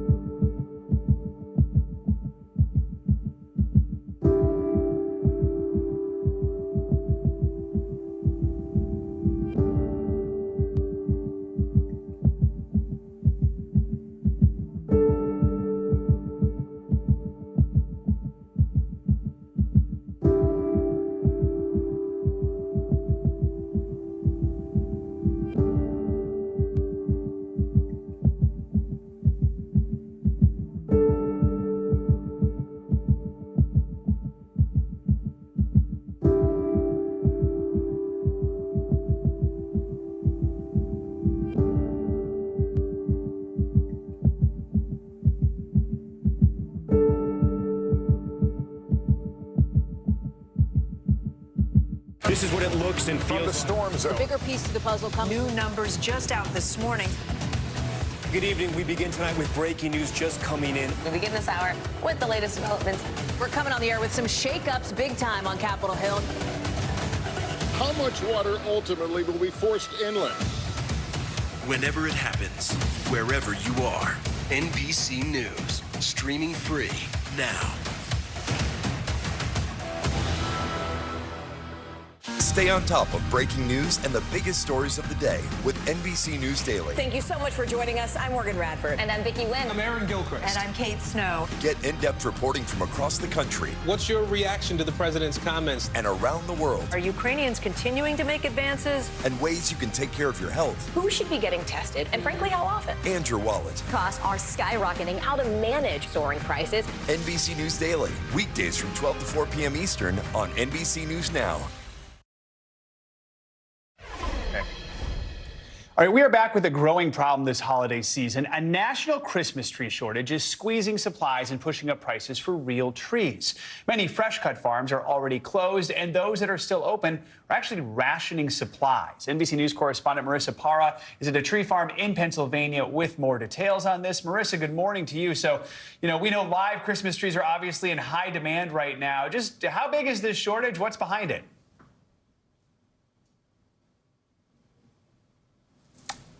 And apologies, I don't think we have Marissa right now. We're going to toss to a break, and we'll be back shortly after this.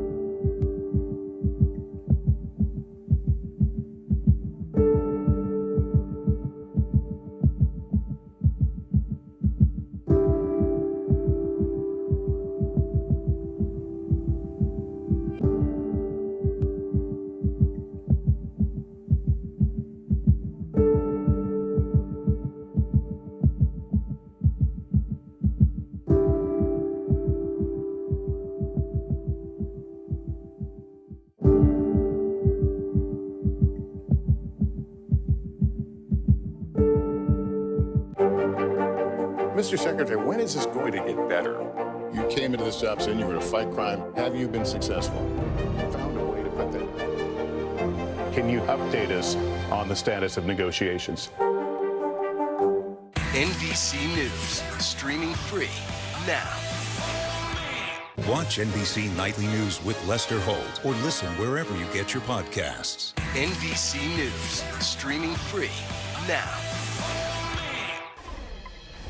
We're back this morning with a discussion about mental health sparked by the death of a popular TV personality. Stephen Boss, also known as Twitch, was a dancer and DJ who became an executive producer on The Ellen Show. Last week, he died by suicide. Twitch's death is now highlighting the hidden struggles of men when it comes to mental health. The American Foundation for Suicide Prevention says men die by suicide almost 4 times more than women. And according to data originally reported by the University of Connecticut, suicide rates in the U.S. are on the rise, specifically among Black and Hispanic communities. Joining us now is mental health advocate, therapist, and author Jay Barnett. Jay, thanks so much for joining us. So one of the more common messages that we've been seeing online is just about how happy Boss seemed. Fans on social media posting about that and wondering, how can a person who looks so happy be struggling so much? Can you talk to us about some of the misconceptions people have about mental health?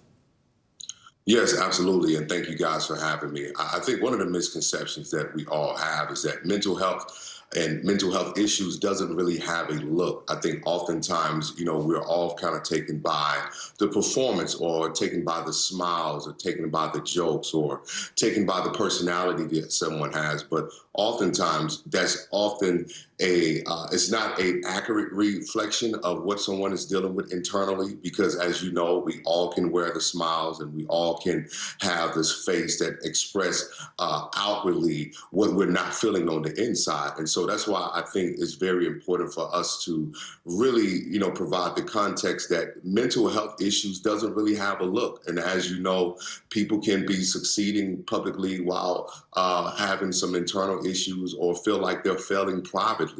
And so unfortunately, with situations such as Twitch case, it kind of takes us by surprise because we look at the performance side. And I think it's important for us to really begin to take a look, not just in how people are leading their lives publicly, but also to think about how people's lives look behind the scenes. Jay, and we want to acknowledge the sweatshirt you're wearing right there that says "You are enough." That is such a great message. I mean, we mentioned some of the stats at the beginning of this segment. Why is it you think men struggle to seek help for their mental health challenges? And what are the additional obstacles, especially for men of color? Well, I think the obstacles for men of color, man, is just how we've been socialized. We've been sort of given this image that we're big, we're strong, and all of those different things. And I think when you have men that are carrying these messages and they're carrying these different thought process, there's a fear that if I share that I'm having a difficult time, and if I share that things are not well, how would I be viewed? Will they still see me as a man? Is my masculinity going to be in question? Is my sexuality is going to be in question? So there's so many different things that I think that stands in the way from men being open, and particularly men of color. And I think as we begin to have these conversations, and as my sweatshirt says, begin to remind men that they are enough, and that part of their masculinity is not in them doing, but in them being. I think that's another message that we have to really help men to receive, is that you don't have to do anything. You just need to be.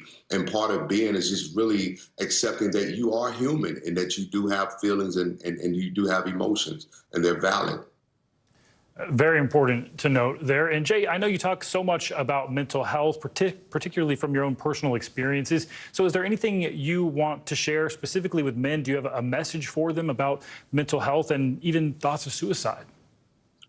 Yes, and as I have shared across the country, man, and through my books and with the tour that I'm work on, Just Heal Bro, is I want to help men to really identify that they are not a machine.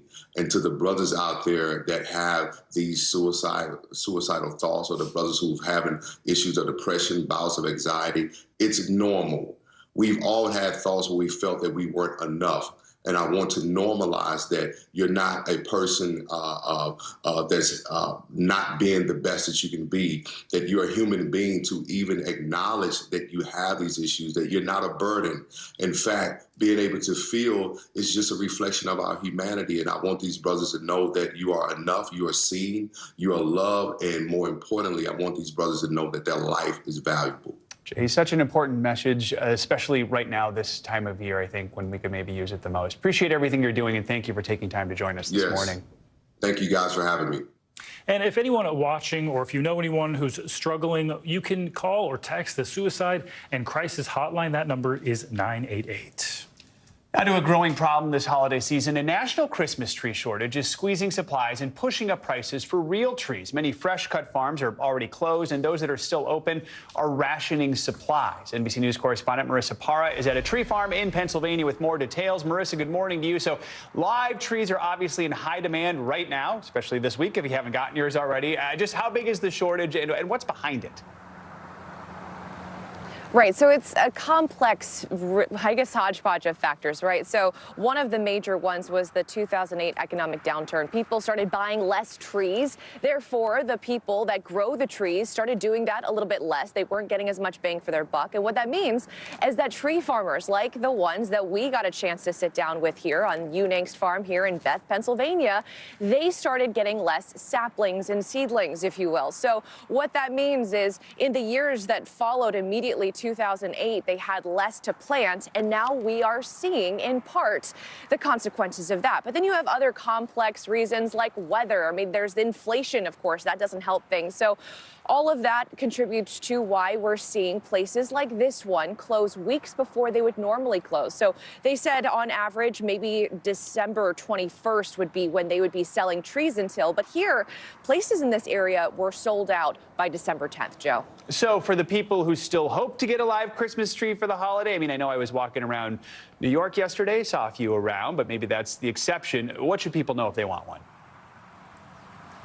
Well, a couple of things that probably might be important to remember here. There is a difference between wholesale lots. There's a difference between the trees that you might see at a parking lot in the city, in New York, for instance, and then choose and cut farms like this one. So that's where they're feeling the impact the most. So don't be surprised. You might still see live trees at a parking lot near you, but there is still a tree shortage. It's just a little different with the wholesale lots. So this is something that is being felt nationally, though. It just depends on where you are in terms of how bad it's being felt. Due to factors like drought and other weather issues, it is being felt particularly hard in places like here in the Northeast, in Pennsylvania specifically. And let's look ahead. Do we have a tree forecast for next year?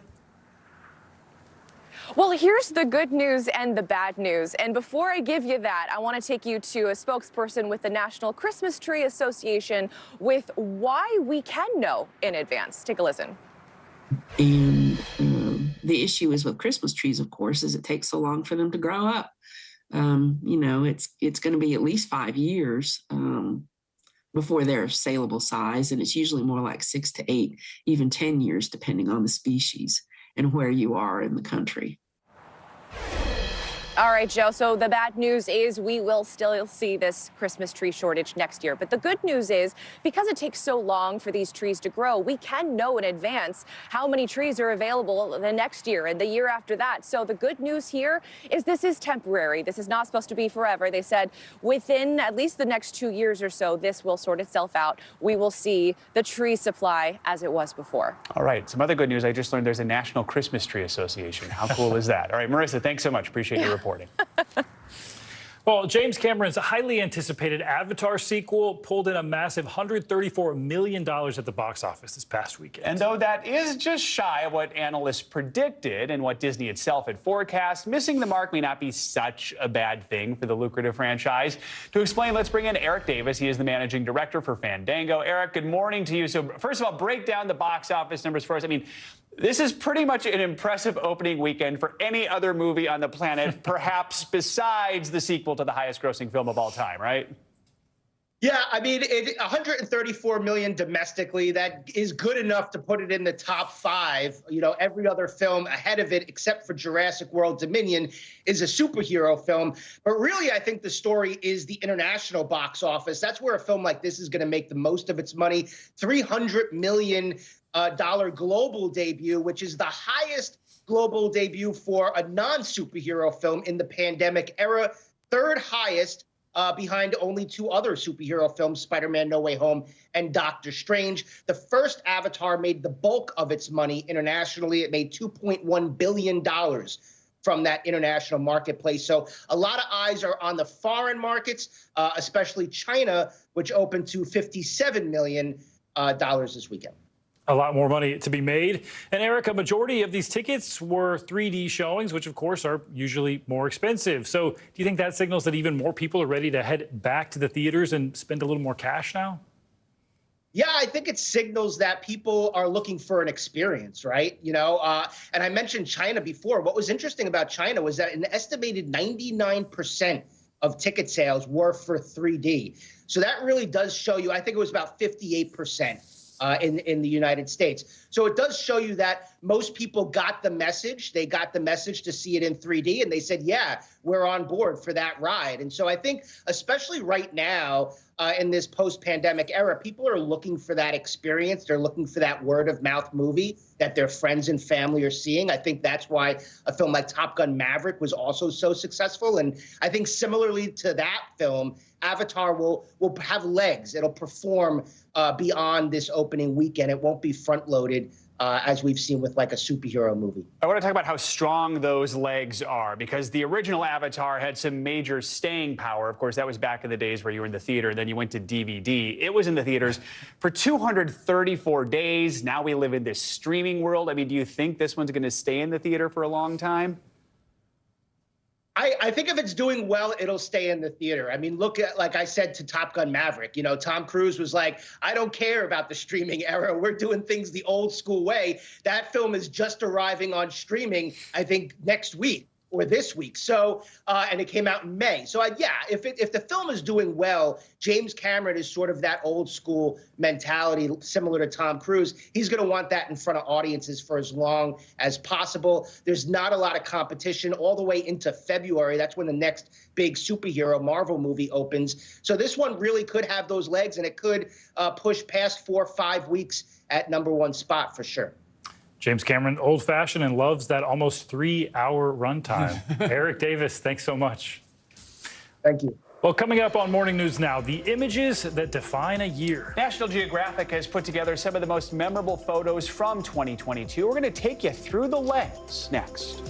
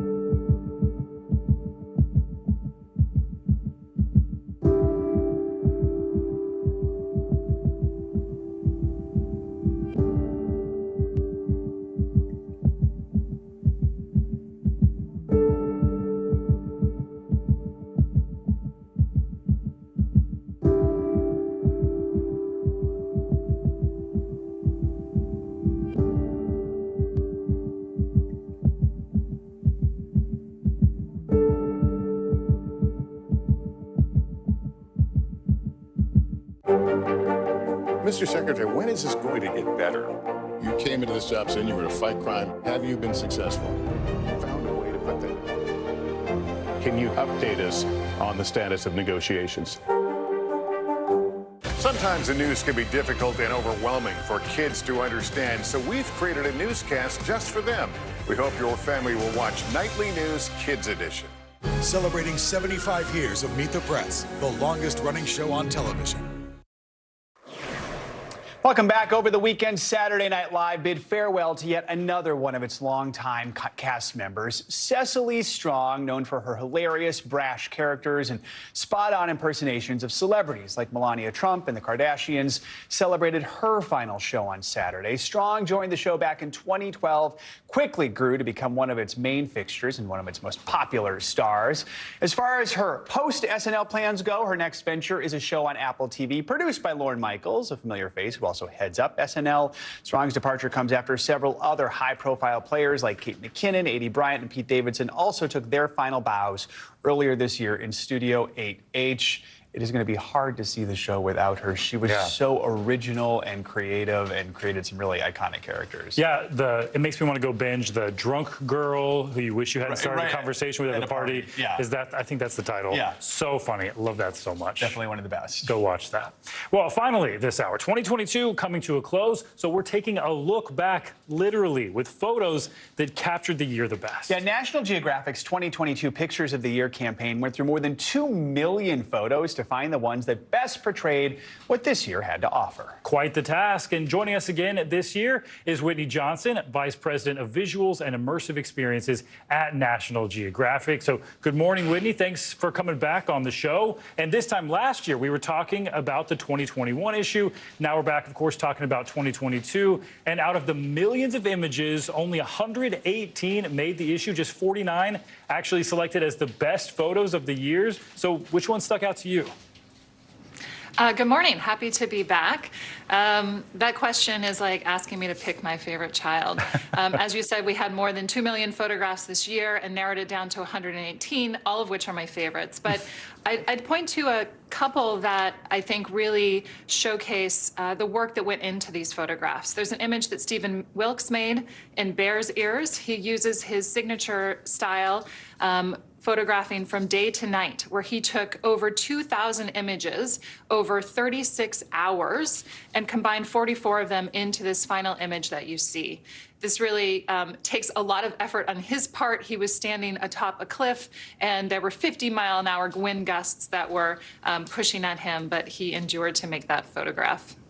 That is stunning. 50 mile an hour, but well worth sticking it out there. This year's issue, it also included a photo by photographer Evan Green. He was part of the first all-black team to summit Mount Everest back in May. It's a story we covered here on News Now. I mean, there were so many incredible moments to highlight this year. How was it your team was narrowed down to these final photos? Yeah, I think this year more than ever, we really leaned into the storytelling that is unique to National Geographic. So exploration, discovery, science, natural history, you'll see a lot of all of those subjects covered in the issue this year. This picture, as the team is summiting Everest, also really shows what it takes to get these images. I mean, the photographer had to keep his camera equipment inside his jacket, inside his sleeping bag, so that it would actually function at altitude and would not underperform. So, Whitney, we know Nat Geo photographers go to some great lengths to capture these beautiful images. And we heard about a mischievous hyena that actually stole something, a tripod from one of your photographers. Can you tell us about that? Yes, that's right. Jen Guyton has been out on assignment for much of the last year photographing hyenas, which can be elusive creatures to photograph. We actually worked with our photo engineering team to create a special camera, which is remote controlled and allows her to get up close to these creatures and photographing them in the early morning hours and late at night. And yes, they are quite mischievous. One of them did steal her tripod, which, you know, makes for a great story in the end. Hopefully you're able to get the tripod back. I mean, looking back at this year, every year has its own quirks. Is there any sort of theme that stuck out when you looked at a bunch of photos all at once and said, boy, this is what defines 2022? I mean, I think for us, I would just say it's really leaning into those issues that are so close to the stories that National Geographic tells. Exploration, discovery, even Carsten Peters' image at La Palma, photographing what was his 10th volcano that he's photographed for National Geographic. So that pretty much wraps up the year for us.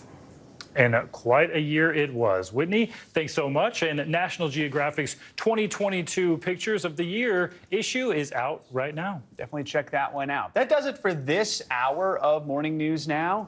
But your news continues right now.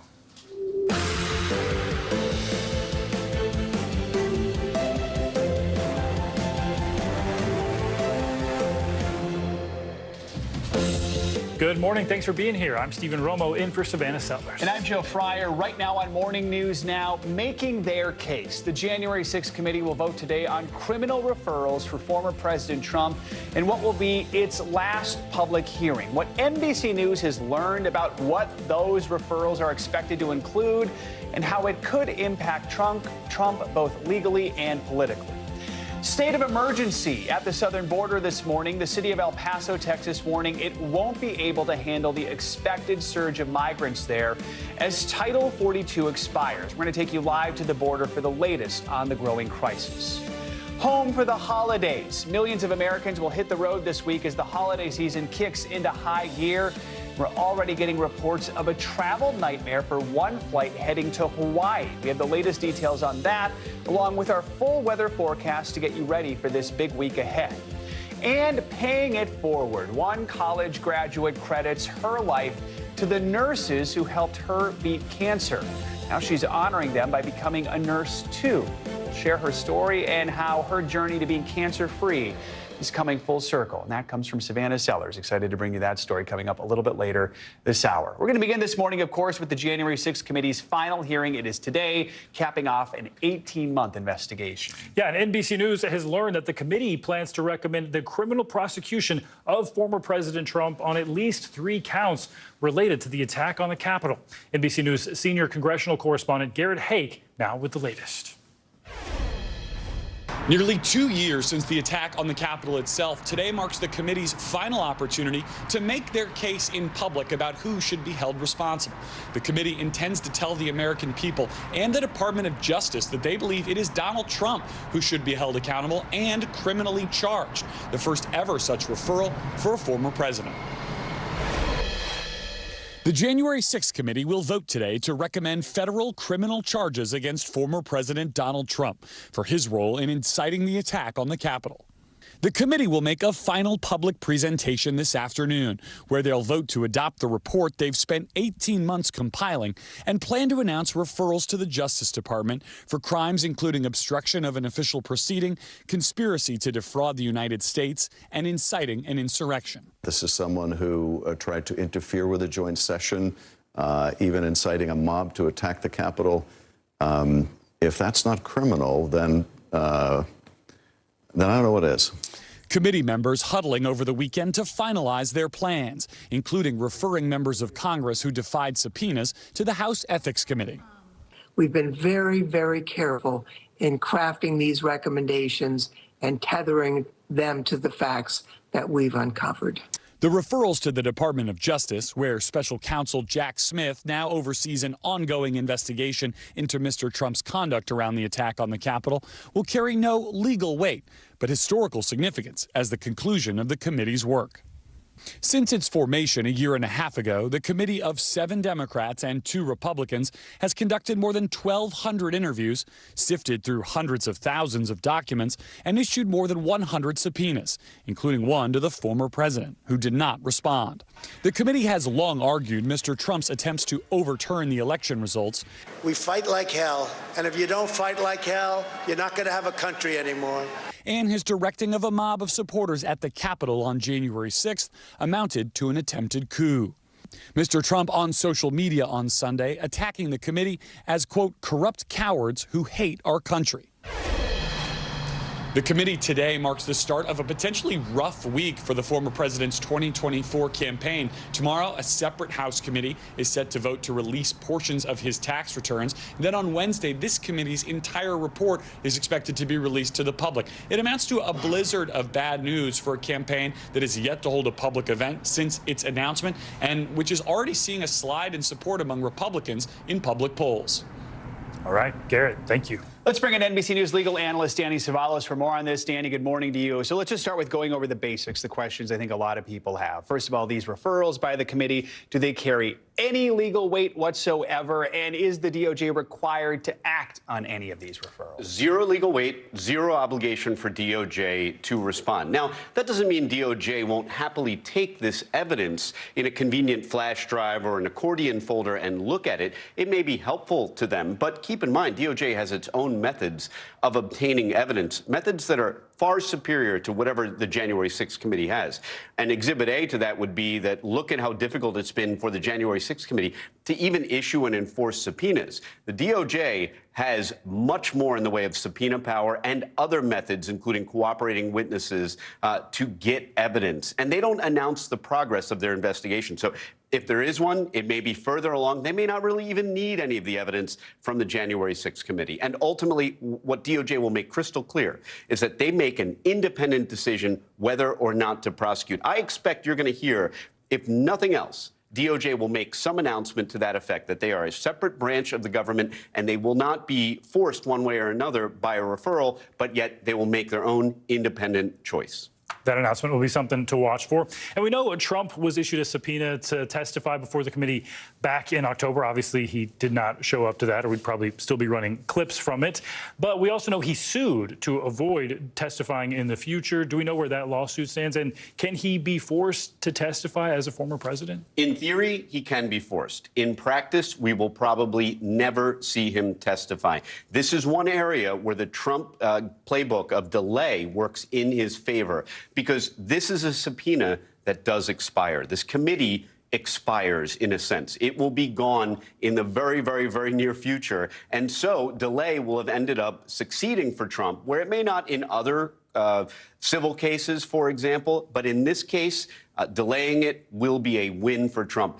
There is no chance you will ever see him testify or give evidence for the January 6th committee. I think everybody already knows that. So the status of the lawsuit matters not as much as the fact that all of these subpoenas have an expiration date, and it is essentially now. So if the DOJ did move forward with any sort of charges here, and of course we don't know if that's going to happen, I mean, how likely do you think it is that they're going to use public hearings, public testimony, things that were gathered from the January 6th committee in order to try and prove their case? I mean, do we think that there could be very well parallel cases going on here, or could the DOJ come out with its own stuff and say, no, this is why we did or didn't do what we did? If there is a trial, DOJ will certainly use demonstrative evidence in the form of exhibits, but they would likely not use exactly what the committee uses, if for no other reason than to come up with their own evidence and at least achieve the mission of appearing independent. I know I've said that word about 4 times already, but DOJ needs to be extra careful. And that's why, frankly, I think this criminal referral from a politics standpoint is a bit of a stumble for the January 6th committee, because it's a no-win situation. If DOJ accepts that referral and prosecutes, then this will look like a political prosecution. If DOJ declines to prosecute, that is a statement, so to speak, that January 6th committee was wrong about the criminality of their referral. So I think all in all, this may have been a political mistake. All right, we'll see. Danny Savalos, appreciate your expertise. Thank you. And be sure to keep it here with continuing coverage of the January 6th committee's final meeting kicking off at 12:30 p.m. Eastern time right here on NBC News Now. Well, border cities in Texas are bracing for a surge of migrants entering the U.S. as the pandemic-era Title 42 policy reaches its expiration date. A state of emergency has already been declared in El Paso, where officials are still dealing with the recent caravan that brought hundreds of asylum seekers. Texas Governor Greg Abbott warns total chaos may follow the removal of Title 42. NBC News correspondent Guad Venegas joins us now from Mexico with the latest on this. Guad, good morning. Hi, good morning. It is freezing in Ciudad Juarez here across the border from El Paso. Now, this latest surge at the border began last week when more than 1,000 migrants arrived right here at once. They lined up for days. They were being processed over the last few days, with more arriving by border officers entering El Paso, where they're seeking asylum. We know that city officials on the American side, local officials in El Paso, have said they are overwhelmed and they just can't handle the load anymore. This morning, major concerns over the new surge of illegal crossings at the U.S.-Mexico border just days before the lifting of Title 42. If the courts do not intervene and put a halt to the removal of Title 42, it's going to be total chaos. The COVID-era public health policy, known as Title 42, allows the federal government to quickly expel migrants and deny asylum at the ports of entry, now set to expire Wednesday. On Friday, a federal court blocking an effort by GOP officials in 19 states to keep the policy in place. Republicans expected to bring the case to the Supreme Court. In El Paso, Texas, shelters are overwhelmed, leaving migrants sleeping in the streets. We see a lot of families out here. We see that the temperature's cold, and I guess it gets to a point where they could become desperate. So they spent the night here. He says it was really cold last night, and they're getting free food, waters. Overnight, the city's international airport serving as a campsite for many. Mayor Oscar Leeser declaring a state of emergency over the weekend. We know that the influx on Wednesday will be incredible. It will be huge. Senator Joe Manchin urging President Biden to extend Title 42 by executive order unless Congress is able to pass emergency legislation. We need an extension until we can get a viable answer for this. Right now, this is unattainable. This is wrong. Now, it is 30 degrees here, and with the wind chill, it feels even colder. Local police officers here in Juarez told me that a lot of the migrants that were sleeping here these last few days waiting to cross had to seek shelter in some of the homes nearby and some of the shelters where they're allowing them to go inside. Now, as the sun begins to rise, we are seeing some migrants arriving here, lining up to cross into the U.S. and seek asylum. And now what is unknown is with the expected end of Title 42 here at the border, how many more thousands of migrants are making their way to the U.S.-Mexico border to eventually end up in places like these and seek asylum. Stephen? A lot of variables at play. Guadavenegas and Ciudad Juarez. Thanks so much. Now to Hawaii, where this morning dozens of people are recovering from injuries after severe turbulence on a flight from Phoenix to Honolulu. Now an investigation is underway into what led up to the terrifying 30-minute disturbance. NBC News correspondent Maggie Vespa is in Chicago with more. Maggie, good morning. Please step forward if you have your voice. Hey, Joe, good morning. Yeah, as you said, very scary moments for everyone on board that Hawaiian Airlines flight yesterday. 36 people injured, 11 of them seriously. This as you can see, a holiday travel stretch, a potentially record-setting one gets underway amid the backdrop of potentially more severe winter weather.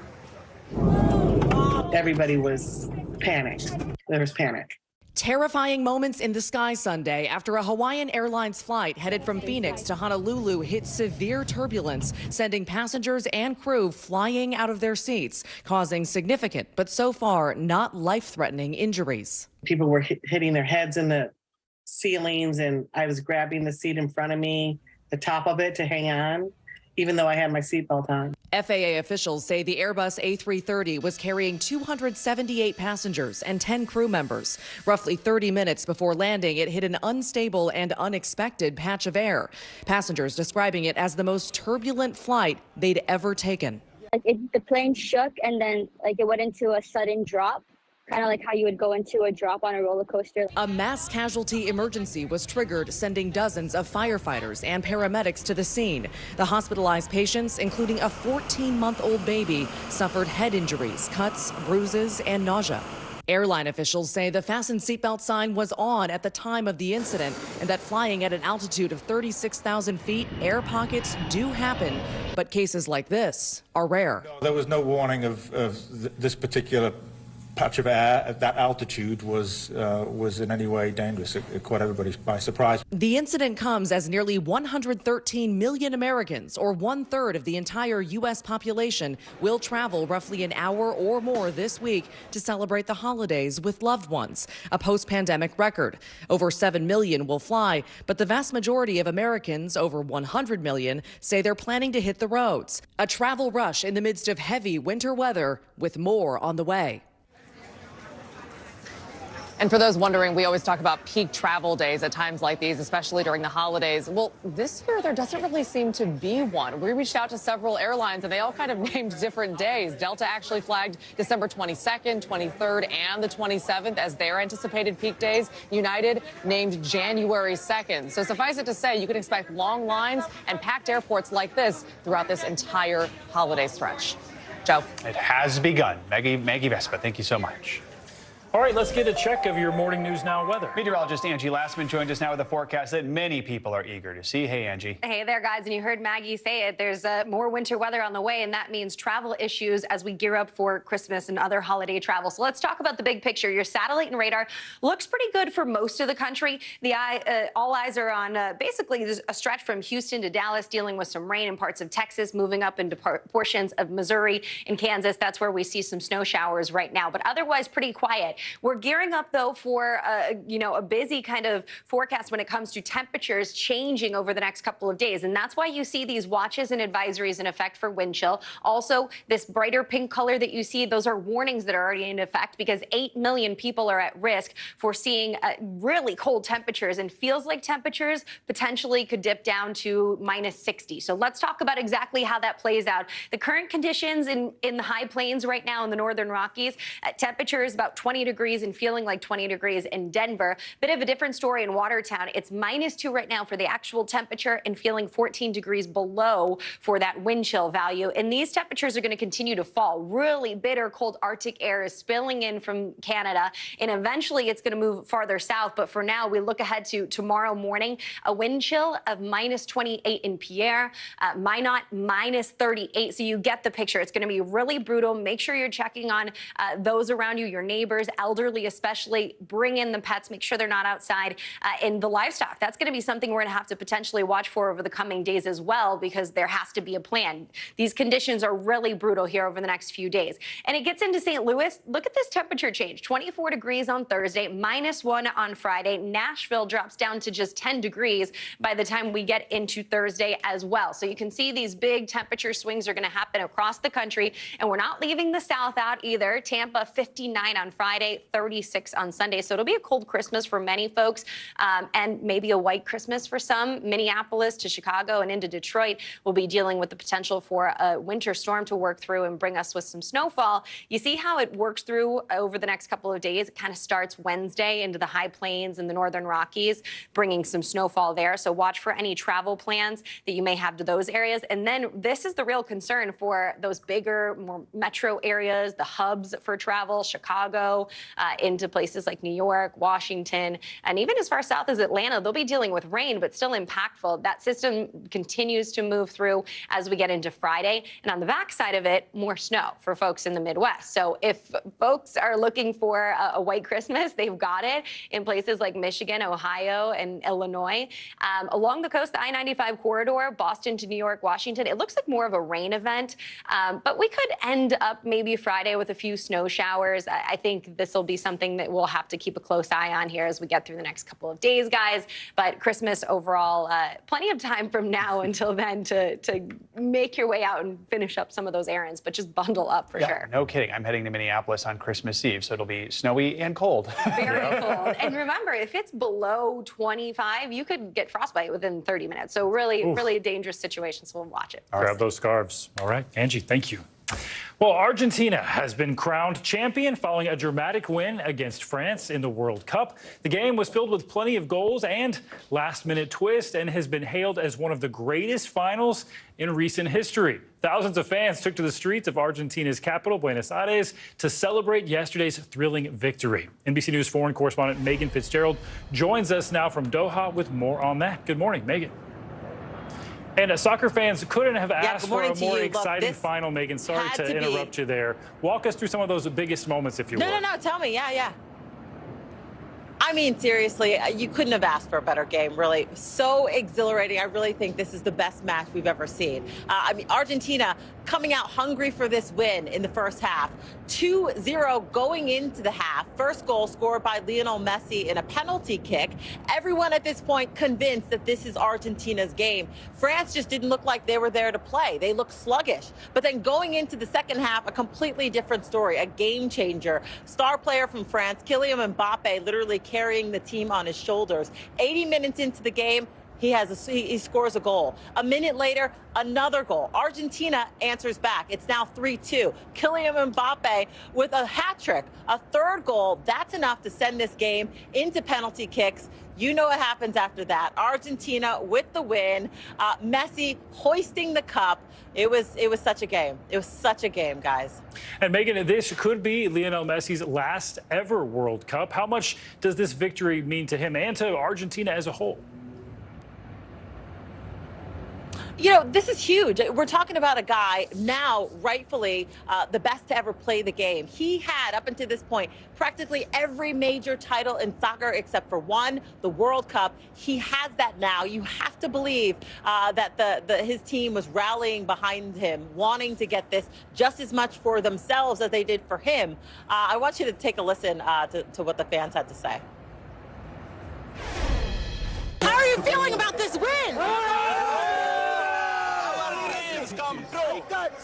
Seriously, we can't believe it. We can't believe it. I cannot express how happy I am. I cried, happy tears, sad tears, and then happy tears again. This was a roller coaster of a game. How do you describe this game? I really cannot describe it. It was just out of this world. I didn't expect it to go this way. I mean, this city was painted blue and white for Argentina. There was a victory parade leaving the stadium last night ahead of the team's flight back to Argentina. You can only imagine the millions of people and the excitement they're about to walk into when they touch down in Argentina. So many tears, happy and sad. So, Megan, of course, the World Cup now over for another 4 years. What's this tournament going to be remembered for? You know, it's a good question. I mean, you guys and I have been covering this and talking about the controversy after controversy, the upsets after upset. But, you know, overall, this has been a very successful tournament. It really has gone off for the most part without a hitch. But, of course, this is a tournament that was shrouded in this controversy, from the LGBTQ rights, the fact that you can't be openly gay here, to the human rights, questions swirling about how many people died while building the infrastructure for this game, the tournament. I mean, you know, there were 8 stadiums that had to be built, roads and bridges, hotels, airports, metro systems, you name it. But we had an opportunity to sit down with the United States ambassador to the UN and asked her, why is it that the U.S. keeps relationships with countries like Qatar? I want you to listen to a little bit of our conversation. We hope that we can influence those countries to make changes, to accept people who are different, to look at new ways of doing business in their country. You're seeing that impact here in Qatar. We certainly are seeing that impact here in Qatar. More needs to be done.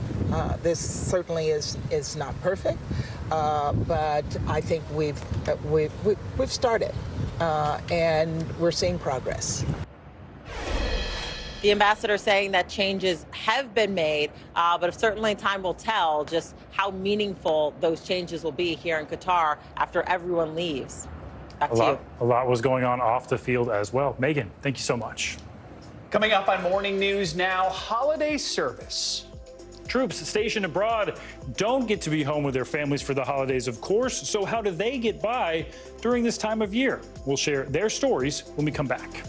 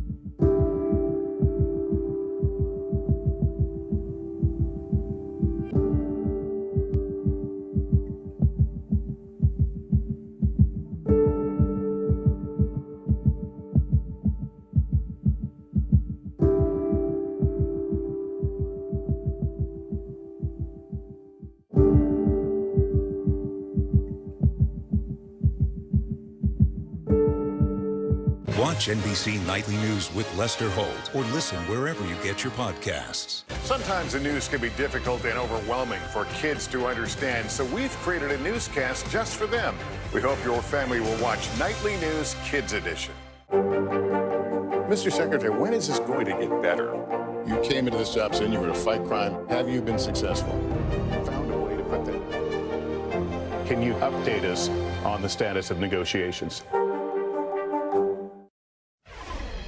Welcome back. Iranian state media says authorities have detained one of the country's most famous actresses after she expressed solidarity with the anti-government protests. NBC News chief international correspondent Keir Simmons joins us now with the latest on this. Keir, good morning. Hey, Joe, good morning to you. Taraneh Al-Adousti is 38, and you're right. She is a huge deal in Iran and around the world. The fact that she's now another woman who's been arrested demonstrates how much pressure Iran's hardline leaders are truly under. She's the star of the Oscar-winning foreign film, The Salesman, about a woman attacked in her home. In May, Taraneh Al-Adousti, one of Iran's most famous actresses, attended the Cannes Film Festival. This morning, she is thought to be in an Iranian prison for supporting protests sweeping the country. Those protests, led by women for months, have led to nearly 500 deaths and over 18,000 jailed. Al-Adousti posted a picture of herself without a hijab, holding the slogan, "Woman, Life, Freedom." And this month, as Iran began executing people from the demonstrations, 23-year-old Mohsen Shakari, the first to be hanged, she wrote on Instagram, "Every international organization who is watching this bloodshed and not taking action is a disgrace to humanity." Iranian state media said she was arrested a week later on charges of spreading falsehoods about the protests. The protests erupted in September after the death of 22-year-old Mahsa Amini. She had been arrested over an alleged violation of Iran's strict dress code. Now the protests have turned into a massive uprising against Iran's Islamic leadership, despite a crackdown that has been brutal. And this morning, one of the country's most celebrated actresses detained as Iran's women refuse to give up. And Joe, just listening to you talk about the World Cup a little earlier, let's give you an update on that star Iranian soccer player facing a possible death sentence, Amir Nasser Azadini. There's been another charge now, being a member of an armed group that killed security forces. I got to tell you, Joe, these executions, these hangings are being carried out in public. That is why, or one of the reasons why, people are using the word barbarity and why so many are so inspired by these protesters who are only more determined. Joe? All right, Keir, thank you for that reporting. Appreciate it. Well, staying overseas now, where we find the brave men and women who serve in the U.S. Armed Forces far from home this holiday season. NBC News foreign correspondent Molly Hunter climbed aboard the USS George H.W. Bush to see how our Navy service members are holding up. We are aboard USS George H.W. Bush. I'm going to show you the coolest thing right now. Coming into land right now, an F-18.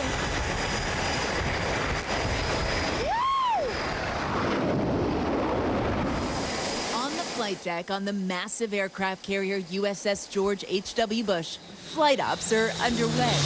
The hotshot fighter pilots, naval aviators today flying F-18s. Combat ready always.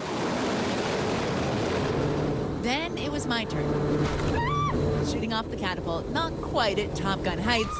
We're in a cargo plane, but still feeling the need for speed. As part of the core mission of deterrence, the Sidewinders of Strike Fighter Squadron 86 participated in NATO exercise Neptune Strike back in October. But below deck, everyone's getting in the holiday spirit. What happens here? So I see a Christmas tree. I hear lots of food happens. We have the whole month dedicated to Christmas movies. October was spooky season. Now we have Christmas season. Okay, what are the Christmas movies on top? Like The Holiday, Love Actually. Die Hard. Oh, okay. Cool. Obviously. Oh, okay. Top Gun, great Christmas movie. Yeah. Command Master Chief Stephanie Canteen from the Bronx, mother of 4, has been in the Navy 27 years, spending many holidays on board. It's going to be hard, but while we're here, make the best of this time right here, because we're family as well. Yeah. What happens here on Christmas? I love it here on Christmas because this time they put on a big feast, a big meal. Everybody comes together. In the mess hall, Danielle Conklin and her friends are all on their first deployment. How does your family feel about you being out here?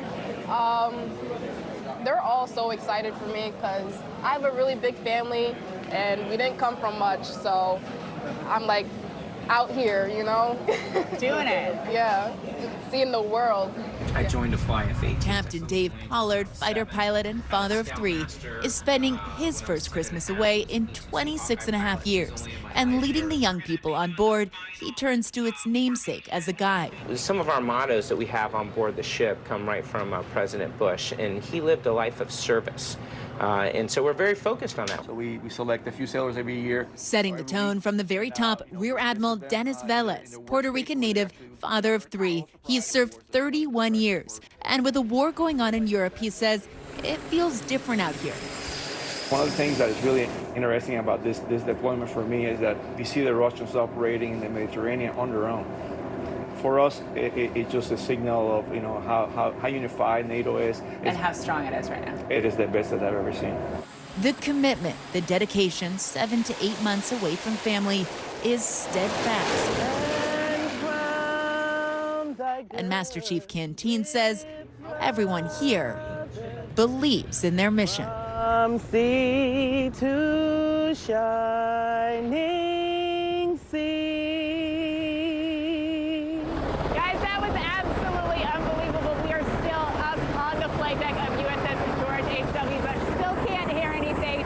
That was a really special couple of days talking to the crew, not only about their mission here on the Mediterranean, but also about the sacrifice as we head in to a holiday season. And many of the servicemen and women here on their first deployments, spending their first Christmases and New Years away from their families. I'll send it back to you.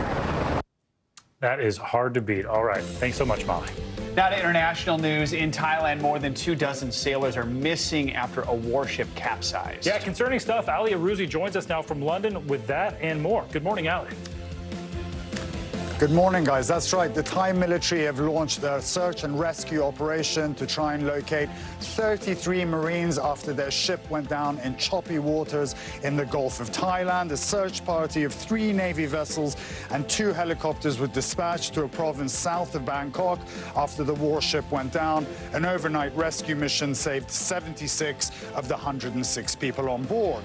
China reported its first COVID-related deaths in weeks today amid rising cases that are spreading through cities after the government relaxed strict antivirus controls. The 2 deaths today were the first to be reported by the National Health Commission since December 3rd, days before Beijing announced that it was lifting curbs, which had largely kept the virus in check for 3 years, but triggered widespread protests last month. Health experts say China may pay a high price for taking tough measures to shield a population that now lacks natural immunity to COVID-19.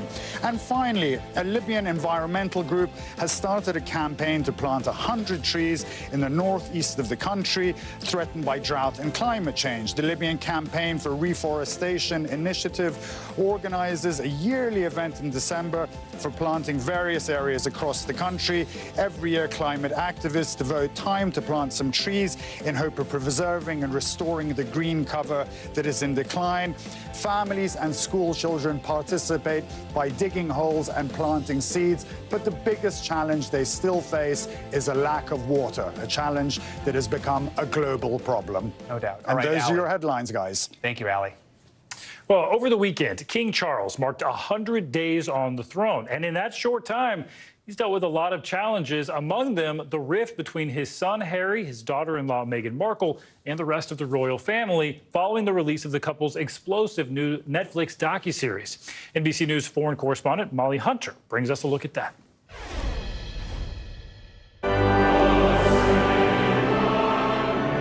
It has been a difficult job from the start, mourning his mother and trying to stitch his family back together.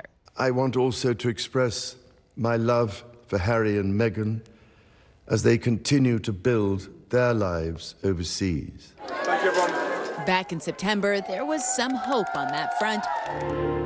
But Netflix has cast a shadow. It's like living through a soap opera. Accusations this week flying from King Charles's youngest son. It was terrifying to have my brother scream and shout at me, and my father say things that just simply weren't true, and my grandmother, quietly sit there and sort of take it all in. And as if that wasn't enough, The Crown Season 5 deals directly with the breakdown of his marriage to Princess Diana. Well, there were three of us in this marriage, so it was a bit crowded. And Queen Elizabeth's longtime lady-in-waiting, William's godmother, was forced to apologize for racially insensitive comments to a nonprofit leader. But despite it all, the royal family has one message. It's business as usual, a united front. Even though Charles may, over the years in the past, have had some struggles with popularity, I think the public have really warmed to him.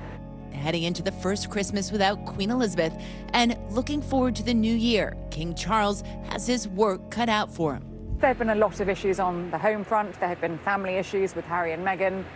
But I think all the polls here show that Charles's popularity has actually been boosted in his new role as king. And I think he'll be pretty pleased and Buckingham Palace will be pretty pleased with how it's gone. And look at those dance moves. Well, our thanks to Molly Hunter for that report. By the way, King Charles' favorability rating last month actually rose to 54%, but he's expected to lean more on two of the most popular members of the royal family, the Prince and Princess of Wales. Along with his dance moves. That's right. That'll help on those. Well, coming up, a Manhattan makeover for one of the Big Apple's most iconic landmarks. Yeah, when we come back, we're going to take you inside the decades-long process of remodeling Grand Central Station. You're watching Morning News Now.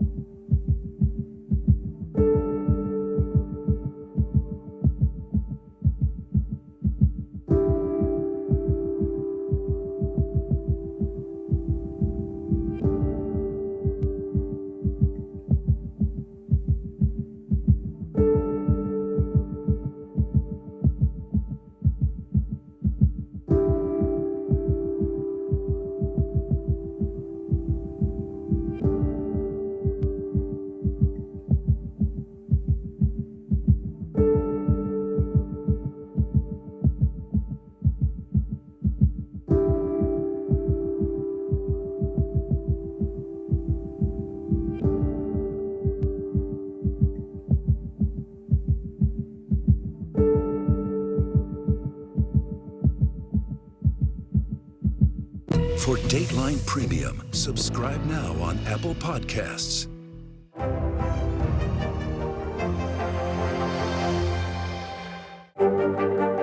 Mr. Secretary, when is this going to get better? You came into this job saying you were going to fight crime. Have you been successful? Found a way to put that. Can you update us on the status of negotiations? NBC News, streaming free now. We're back this morning with the latest on the hunt for answers surrounding the murders of 4 college students in Idaho last month. As time passes, the victims' families are still left wondering why there are so few clues. NBC News correspondent Steve Patterson joins us now for more on that. Good morning, Steve. And, Stephen, we spoke with the lawyer for one of the victims' families, and they are far from satisfied with the job that authorities are doing on this case. The family of Kaylee Gonzalez met with lead investigators about 1 week ago to voice their concerns. Now their attorney is calling for a possible change in leadership. Take a look. As the hunt for a killer stretches into its 6th week, frustration with the effort is only mounting for at least one of the victims' families. I'm not sure they're capable of handling a quadruple murder. A lawyer for the family of Kaylee Gonzalez, one of the 4 students killed in this home near the University of Idaho campus, questioning how police have managed the investigation. If they are in over their heads, then acknowledge that and turn the investigation over to someone who's more versed in handling these types of matters. And saying that while the family supports law enforcement, the Moscow police have done a poor job of communicating with the grieving Gonzalez family. A spokesperson for the Moscow Police Department says they are dedicated to supporting and communicating with the families of the victims. With the holidays approaching, police insisting they won't stop searching for clues in the murder of Kaylee Gonzalez, Maddie Mogan, Ethan Chapin, and Xana Kernodle. We will continue to keep up this pace. Kaylee Gonzalez's mother, Christy, speaking to Today last week, urging investigators not to give up. Don't let these kids just be an unsolved murder. You can't hardly breathe. Knowing that this person is out there. One lead investigators are pursuing a white Hyundai Elantra like this one that they say was in the immediate area of the home around the time of the murders. Campus is largely emptied for winter break, but some who remain are haunted by the murders. Corinne Mordhorst lived across the street from the victims and remembers the day everything changed. Once that happened, it just kind of became a ghost town. Everybody's also like really frustrated and mad that there's no leads. The family's lawyer with a message for the stricken city of Moscow. We would just say keep at it. You know, the community, I believe, will be the ones that solve this case. So the school is on winter break, but police say the investigative pace will not slow down. Meanwhile, the campus says when students come back to school, they will increase security as well. Guys, back to you. All right, Steve, thanks. One iconic New York tourist destination is undergoing some renovations. Grand Central Terminal is best known for its early 1900s design elements, making it a popular choice as the backdrop for dozens of Hollywood movies. Well, now a massive new underground station is set to open in just a few weeks, and it's a project many New Yorkers were not even aware of. NBC News correspondent Tom Costello has the behind-the-scenes look at the new Grand Central Terminal here in New York. Tom, good morning. Hey, Joe, good morning. You know, most New Yorkers may not even be aware of it because it's happening out of sight, out of mind. Down there, 100 feet underground. This is a massive project that will finally open for the traveling public in just a few weeks. And you don't have to be a New Yorker to think this is super cool. It is among the world's most visited tourist sites, 750,000 visitors a day. Opened in 1913, that four-faced opal clock makes Grand Central instantly recognizable. Now, this iconic 20th century American landmark is jumping into the 21st century. Certainly the temple of mass transit in the United States, and we built a whole new railroad terminal right underneath. For 15 years, crews have been dynamiting and boring right under the existing Grand Central. With a staggering price tag of $11 billion, it's the biggest expansion since 1910. In New York, transit is like air and water. It's the only way we can survive. MTA Chairman and CEO Janno Lieber gave us an exclusive behind-the-scenes tour. Marble walls, mosaic artwork, more retail space, and New York-themed quotes from the likes of Jerry Seinfeld, Jay-Z, and Alicia Keys. We're going even deeper and deeper underground. Oh, yeah. This is all about getting into the bedrock. Remember, we did 8 miles of tunnel boring just to create this. To understand why this is a big deal for New Yorkers, look at the map. Until now, commuters on the railroad from Long Island have had to travel all the way to Penn Station on the west side of Manhattan, then backtrack to work on the east side. Now they'll be getting off at Grand Central Madison on the east side, cutting travel times by up to 40 minutes and doubling capacity on the Long Island Railroad. What a difference 100 years makes. The new Grand Central Madison, 8 blocks long, 13 miles of new tunnels, 40 miles of new track, and the biggest mass transit project in America. CEO Lieber took us 150 feet below ground to see the dynamite fractures in the bedrock from the early 1900s. That is what Grand Central and Manhattan were built on. We're constantly building on what we inherited from our forebears, constantly using it, because it was great construction. These people really knew what they're doing. And here you are 110 years later. And we're going to use it all. We were on one of the first test train rides through the tunnels with a new control center monitoring every train in the system. It's work 24/7, every second of the day, because the dispatchers that are here are monitoring those train movements. Construction workers worked round the clock even as COVID devastated the city. Now the last-minute fixes. New York Governor Kathy Hochul. We were hit so hard during the pandemic, but to be able to have this new terminal open, the first major terminal like this in 67 years, this says that New York is exceptional. Not just a facelift, a new Grand Central for the next 100 years and beyond. All right, now you probably know, if you've gone through New York, that Penn Station right now is a mess. And the reason is they're handling 3 times the passenger volume that they were expected to. Penn Station on the west side of Manhattan. Well, now the new Grand Central will take the pressure off Penn Station. And so Penn Station, which is already undergoing an overhaul and an upgrade, will start to go into a major overhaul and upgrade mode as well. Can I give you one really cool, quick factoid, you guys? You know those big boring machines that are 150 feet underground digging out the tunnels? They can't back them out and bring them up here. They're too heavy, right? So they have to leave them embedded in the bedrock so that maybe in 100 years, many more generations in the future, they will be able to use those boring machines for the next tunnels in 100 years, should they so choose. Put them to use again. All right, Tom Costello, thank you so much. Well, coming up, it's no secret that NFL athletes are probably some of the largest human beings you'll ever see. But have you ever wondered how teams are able to fuel up their players each week? We're going to bring you an inside look when we come back.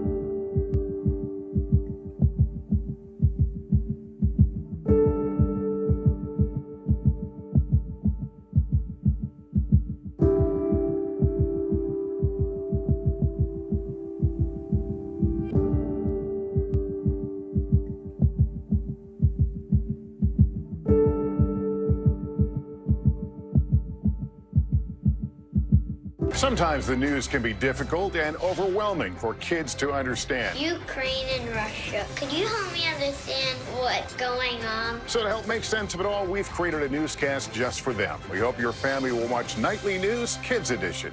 Celebrating 75 years of Meet the Press, the longest-running show on television. Sometimes the news can be difficult and overwhelming for kids to understand, so we've created a newscast just for them. We hope your family will watch Nightly News Kids Edition.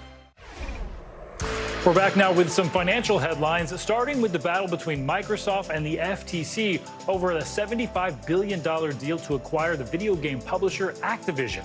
CNBC's Savannah Hanau joins us with that and other news this morning. Good morning, Savannah. Stephen, good morning to you. So Microsoft plans to challenge the Federal Trade Commission's lawsuit to block its $75 billion deal to buy Activision Blizzard. The Wall Street Journal reports Microsoft will argue it's an underdog in developing video games. The FTC alleges the deal is anti-competitive because it would give Microsoft the ability to control how consumers access Activision games beyond the Xbox.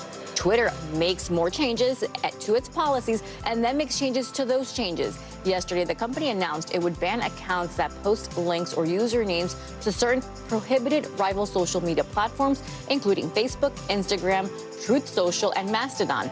The ban would apply to accounts created solely for the purpose of promoting those sites, although cross-promoted posts would still be allowed. Just hours later, in response to the backlash, Elon Musk tweeted the policy would be adjusted to fall under the no spam rule. And Apple has reportedly dropped out of the bidding for the NFL Sunday ticket. Puck News says Apple backed out because it doesn't see the logic in the deal and not because it can't afford the NFL's rumored $3.5 billion asking price. Talks between Apple and the NFL have dragged on for months. Amazon and YouTube are now seen as the front runners. It's a full-time job keeping up with those Twitter changes, Silvana. It really is. It really is. Thanks for bringing up all those headlines for us. You got it. Well, now to our special series, Inside the Game. What does it take to feed the players of the New York Giants and keep them at peak performance? NBC News correspondent Harry Smith takes a behind-the-scenes look at how the team fuels its dozens of players and staff before a big game. New York Giants football practice is all about finding the advantage, the split second, the right move, the repetition that can make the difference between success and failure. Everything matters in pro football, including what you eat. My rookie year, I remember going out to practice. I had to ask some older guys, hey, what are you eating before practice? Because I don't feel the best right now. Like, I feel slow. I don't have much energy. Julian Love is a team captain and leads the Giants in tackles. Flips it to Tunyon, and Tunyon yanked down by Julian Love. So then that's when they put me on game 2, what a true pro is supposed to eat. The Giants kitchen opens at 5 a.m. every day. It's like the diner of your dreams, except that most everything they prepare has real nutritional value. Very rarely is nutrition going to be the #1 reason why you win, but it can become the reason why you lose. Steve Smith is the Giants Director of Sports and Performance Nutrition. Does every player have his own food game plan? That's the ideal goal, but the good part is that the best friend that I could possibly ever have is our kitchen staff, because they're basically creating the physical representation of what I'm recommending. Men who have played in the NFL describe the physical toll of a typical game as akin to being in a car wreck, maybe more than one. Giants offensive lineman Nick Gates knows all about it. He showed us scars of what many believed would have been a career-ending injury. It was a Thursday night game, September 16th, and about 11 or 12 plays in, somebody fell on me and snapped my leg in half, broke my tibia and fibia. After the injury, Gates lost 30 to 40 pounds. He needed a lot of calories to get him back to his ideal weight of 312. Eating the right things and eating healthy and not just junk food and crappy food to, put the weight back on. I needed good weight, not bad weight. The head coach in the kitchen is Angelo Basilone, the Giants' executive chef. He leads a squad of 9. Talk about a cool job. They're long days, but, they're fun days. We go through a lot of food. A lot of food is a bit of an understatement. 200 pounds of fish, 300 pounds of meat, and 500 pounds of chicken a week. And you're not Chick-fil-A. We're not Chick-fil-A. Is there a meal that you've made that you think makes the difference between winning and losing? As long as they come in here and they're eating and they're happy, that's the most important thing. I was once paid a compliment by one of the players that we made oxtails the one day, and he ate them, and he's like, this reminds me of my grandmother's. So if you can make that connection, something from home, then I won. Chef should have been flagged, though, for allowing your reporter into the game. What are we making today? So today, what we do on travel days often is something quick that they can grab. So we're gonna do a bowl. We're doing a chimichurri shrimp bowl. Beautiful. No, it's not beautiful. It's a freaking mess.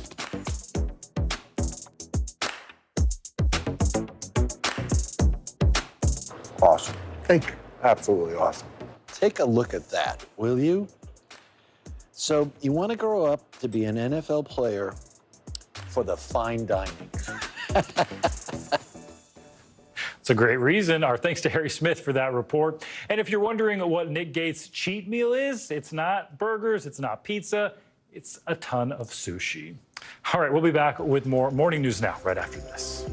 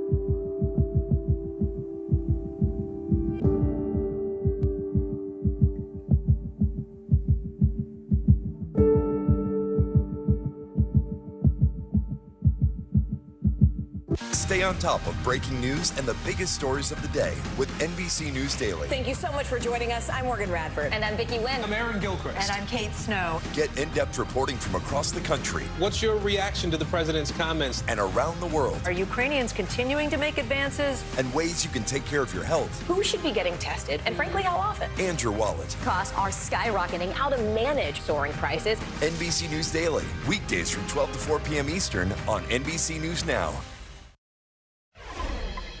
Welcome back, and now to an inspiring story about a real-life hero who's turned her own health battle into a lifelong mission to help others. Our own Savannah Sellers brings us this heartwarming story. Molly Sue Pratt, cum laude. For 24-year-old nursing student Molly Pratt, college graduation was a moment that seemed nearly impossible just 4 years ago. I couldn't even get out of bed without having help because I was just too weak to even move. At just 16 years old, Molly was diagnosed with Hodgkin's lymphoma, a cancer of the immune system that started a years-long battle. Prior to hearing that diagnosis, what had you been thinking about? Hanging out with my friends, ACTs, maybe what college I'll be going to, thinking ahead, what my life was going to look like. It completely changed with the cancer diagnosis. I was really scared I was going to die. Molly underwent 6 outpatient chemotherapy treatments and 5 months later entered remission. Every time you go through that scanner, it is like you pray that it's not there. But in 2016, it was. Not 1, but 2 recurrences sent Molly to the hospital. Her next round of treatments were more aggressive. Molly received a stem cell transplant, and courses of chemotherapy left her weak. I was in a wheelchair for quite a few months. I had to use a cane, I've used a walker. At Beaumont Royal Oak Hospital outside of Detroit, Molly found a silver lining, comfort in the care of the pediatric and adolescent nursing staff. They would always bring the fun to me, so we would have game nights and stuff, and it just took me out of the headspace that I was in the hospital and more like just spending time with my friends and family. The nurses didn't just become Molly's family, they became her inspiration. At what point did you start thinking about becoming a nurse yourself? I was like, oh, what they do is really great. I want to be able to impact others the way they have impacted me. Once I got into treatment, I started thinking about being a nurse. Karen MacDonald, one of Molly's nurses, saw her potential right away.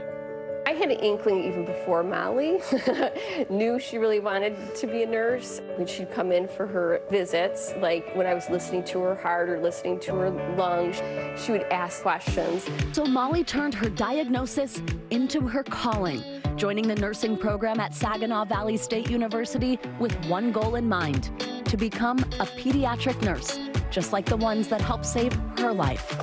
Having cancer, I feel like it was one of the best things that ever happened to me because it showed me my true path in being a pediatric nurse. I'm so happy you're a nurse. Now, Molly is cancer-free, and her journey is coming full circle. Next month, she'll begin working in the very same pediatric unit at the hospital where she received treatment, working alongside some of the women who carried her through her darkest days.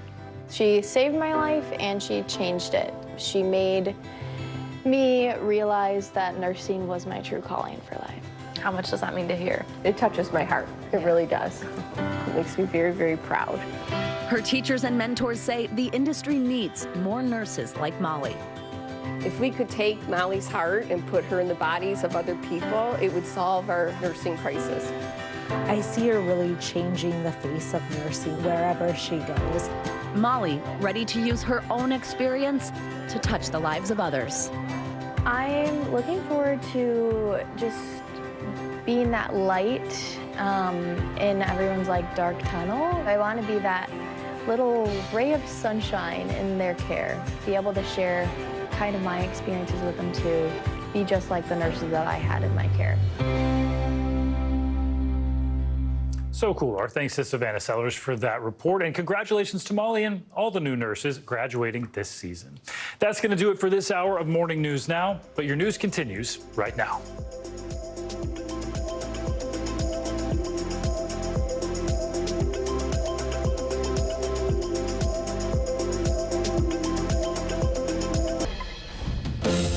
Good Monday morning. I'm Joe Fryer. And I'm Stephen Romo in for Savannah Sellers today. Right now on Morning News Now, historic move. The January 6th committee finalizing plans to refer former President Trump on multiple criminal charges, including obstruction and conspiracy. What NBC News has learned about the committee's final public meeting today and the latest on the Justice Department's investigation. Border emergency. Officials along the Mexican border are preparing for a surge in crossings with just 2 days until a Trump-era immigration restriction ends. We'll take you inside the growing crisis and the impact this could have nationwide. Actress arrested. Iranian authorities arrest one of the country's most famous actresses in connection to the nationwide protests there. What we're learning about the charges and the Instagram post that may have led to her arrest. Also this morning, World Cup thriller. Argentina is bringing the World Cup trophy back home, but only after a nail-biter of a final. Argentina and France had to go into penalty kicks to decide that winner. We have the latest on the victory and what made it such a historic match. So many people talking about that today. I wish I had watched it. I know, exactly. Exactly. It feels like it was like something that was scripted. It was that good at the end. Perfect. A movie in the making, that's for sure. And we begin this morning with the January 6th committee's final public hearing. Yeah, the panel is preparing to deliver closing arguments in its investigation, wrapping up an 18-month probe ahead of the release of its final report later this week. It's also expected to vote on a number of referrals, asking the Justice Department to pursue criminal charges against former President Donald Trump. This is someone who tried to interfere with a joint session, even inciting a mob to attack the Capitol. If that's not criminal, then I don't know what is.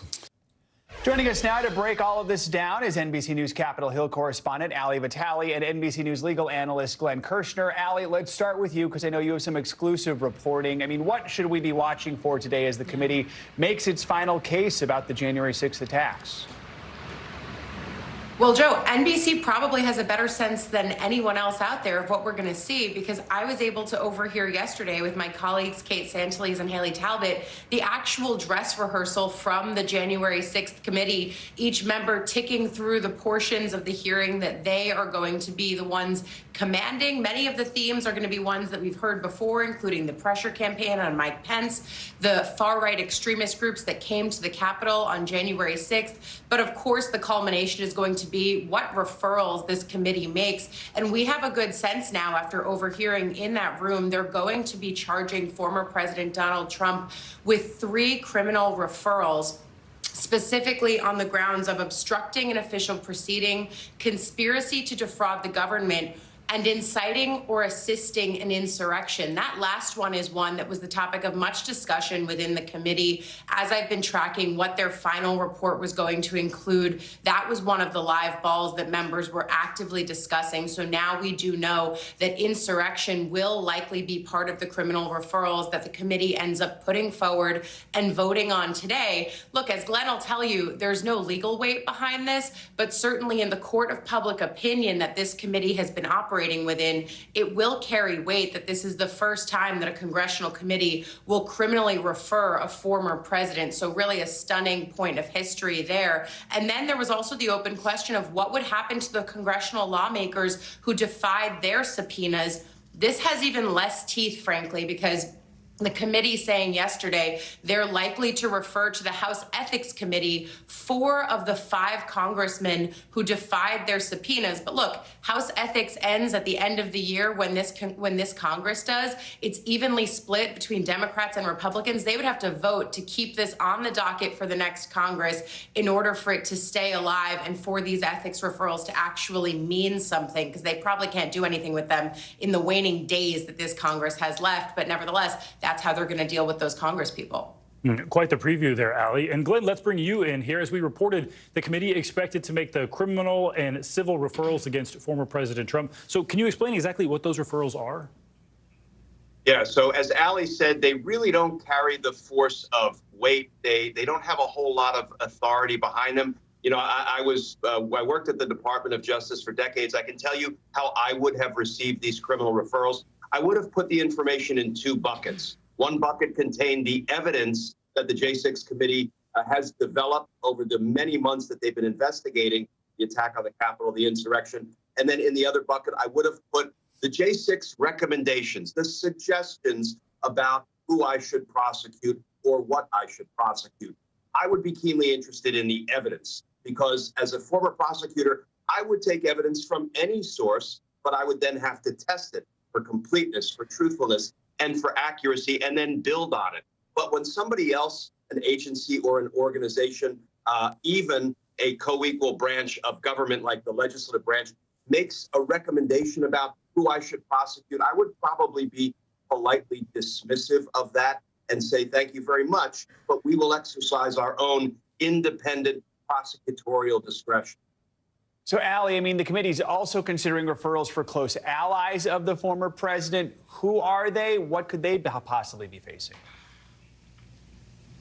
Yeah, the who are they question is one that we can probably guess, but not going to know officially until later today. One of the names that we heard the committee discussing yesterday, unsurprisingly, was John Eastman, the Trump allied lawyer, who was a key part of both the fake electors scheme and also the pressure campaign on former Vice President Mike Pence. It's a name that we've heard often, but there are certainly many others that we've heard over the course of these many hearings that we're likely to hear again today. People that I'm thinking about are Rudy Giuliani, former Chief of Staff Mark Meadows, others within the orbit. And then there's the question of if this committee will go as far as to do referrals on the grounds of people who may have lied or been mistruthful with Congress. We know that there are some questions about people who they have heard from in the past, whether or not they were telling the whole truth. One of the people that comes to mind for me is Tony Ornato, one of those key agents in the Cassidy Hutchinson testimony who was around the former president on January 6th and could speak specifically to what may have happened in that presidential vehicle where Cassidy Hutchinson testified under oath that he lunged at his Secret Service detail in wanting to go to the Capitol that day. She was told that secondhand, but at the same time, they have talked to some of the key players there. I'm wondering if we get any more on that. But there's also the likelihood, in addition to these ethics committee referrals and criminal referrals, that we also see referrals to bar associations for lawyers who were involved in this and who the committee thinks they have evidence of doing something unethical or even potentially illegal. That's another kind of referral we might see today. So, Glenn, as all this is going on, we know the Justice Department also obviously conducting an investigation into January 6th. Attorney General Merrick Garland will ultimately make the call on whether the department brings charges. So what factors will he consider before making that big decision? You know, he's going to consider the facts and the law. Hopefully they are going to completely block out outside influence, even public opinion. And then some people have suggested if charges are brought against Donald Trump, it would perhaps incite violence in, some segments of our nation. I think Merrick Garland and Jack Smith, who is now special counsel tasked with making that weighty decision and then forwarding it to Merrick Garland for a final decision, I think they will kind of tune all of that out, and they will do what they have always done, what prosecutors at DOJ are duty-bound to do: follow the facts, apply the law to those facts, and reach a prosecutorial decision based on the evidence, not based on outside influence. A lot to come on that. Allie, Glenn, thank you. For more on this, let's bring in NBC News correspondent Vaughn Hilliard from West Palm Beach, Florida. Vaughn, good morning. Good to have you with us. So first of all, let's sort of walk through how we got to this point today. I mean, what were some of the biggest moments that we've actually seen from this January 6th committee so far? Joe, you're talking about 10 public hearings over the course of the last year here. This was a committee that began its work in the summer of 2021. And the question was, how would they be able to lay out for the American public the details and evidence that all of us bear witness to with our own eyes on January 6th itself? And over the course of those 10 public hearings, they did just that, outlining how Trump allies were talking before Election Day of 2020 about how Donald Trump would declare victory on election night before the results even came in. And then you saw the committee outline evidence in which Donald Trump, despite the numbers and despite the evidence that was presented to him himself, continued to foment the election conspiracy theories. He then, over the course of those weeks before January 6th, him and allies put pressure on local elections officials as well as state government officials to overturn their state's election results. And then the committee outlined in one particular particular hearing how he pressured, they allege, former Vice President Mike Pence to not certify the election on January 6th of 2021. And then everything that came after. You heard from the Wisconsin Speaker of the House about how just even as late as this summer, Donald Trump was still pressuring him in the Wisconsin state legislature to overturn their results. They detailed over the course of those 10 public hearings quite damning evidence that Donald Trump did little to push back against. And Vaughn, as we know, a lot of Trump's allies have stuck by the former president throughout these hearings. What are we hearing from them leading up to the referral announcement? We're hearing a lot of silence here at this point. The Republicans, allies of Donald Trump, chose not to sit on this January 6th Select Committee, and that's why you saw the likes of Liz Cheney and Adam Kinzinger, the two Republicans who willfully joined this committee, much to the chagrin of Donald Trump. But among allies, Kevin McCarthy being one of them, the potential House Speaker in this next legislative session, he actually wrote a letter 2 weeks ago to this January 6th committee telling them that they need to hold on to all evidence because the Republican-led House, under his potential leadership, intends to investigate the January 6th Select Committee's investigation. They have called this a political ploy to take down the former Republican president. Of course, again, Donald Trump declined the opportunities and the subpoena presented by this committee to share his side of the story and testify under oath. And again, largely Republicans have done little to defend Donald Trump on the specific merits, instead suggesting that this was a moment in time and that the country should move forward instead of looking so heavily back on the past. And Vaughn, real quickly, a question a lot of people keep asking is looking ahead to 2024. I mean, what does this all mean for Trump's presidential bid, which he already announced, especially if the Justice Department does charge him? Right. There is, when you're looking at these three potential criminal referrals, there is one in which it has to do with the criminal statute regarding the incitement of an insurrection. And I just want to read you in part. That part here says, as I'm actually pulling up my notes, don't have it in front of me. Apologies, guys. Actually, I do have it here. The quote from the federal statute says, whoever incites, sets foot, assists, or engages in any rebellion and insurrection against the authority of the U.S. or the laws thereof, gives aid or comfort thereto, shall be fined under this title or imprisoned not more than 10 years, or both, and shall be incapable of holding any office under the United States. Now, there's a lot of legal scholars who say that the U.S. Constitution does not allow, under this particular criminal statute, for an individual to be prevented from running and seeking and ultimately holding the office of the presidency again. But instead, this statute is directed more towards an individual who could be appointed to an executive or judicial branch position. But again, when you're looking at this particular statute, there are legal questions about whether that could bar the former president from serving in the White House again, guys. Ron, I can only imagine how many notes you have in front of you and in your head right now. As always, we appreciate your reporting. Thank you so much. Be sure to keep up with our continuing coverage of the January 6th Committee's final meeting, kicking off at 12:30 p.m. Eastern Time right here on NBC News Now. Turning to the crisis at the border, a state of emergency is in effect for El Paso, Texas, as the city prepares for a major wave of migrants crossing the U.S.-Mexican border.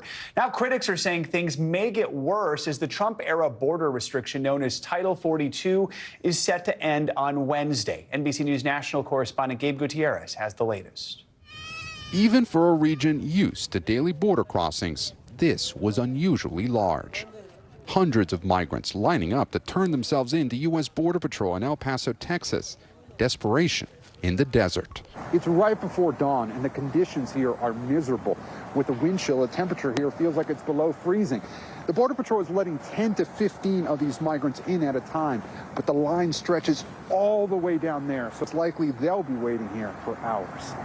The new influx comes just days before a federal court ordered that a pandemic-era border restriction known as Title 42 be lifted.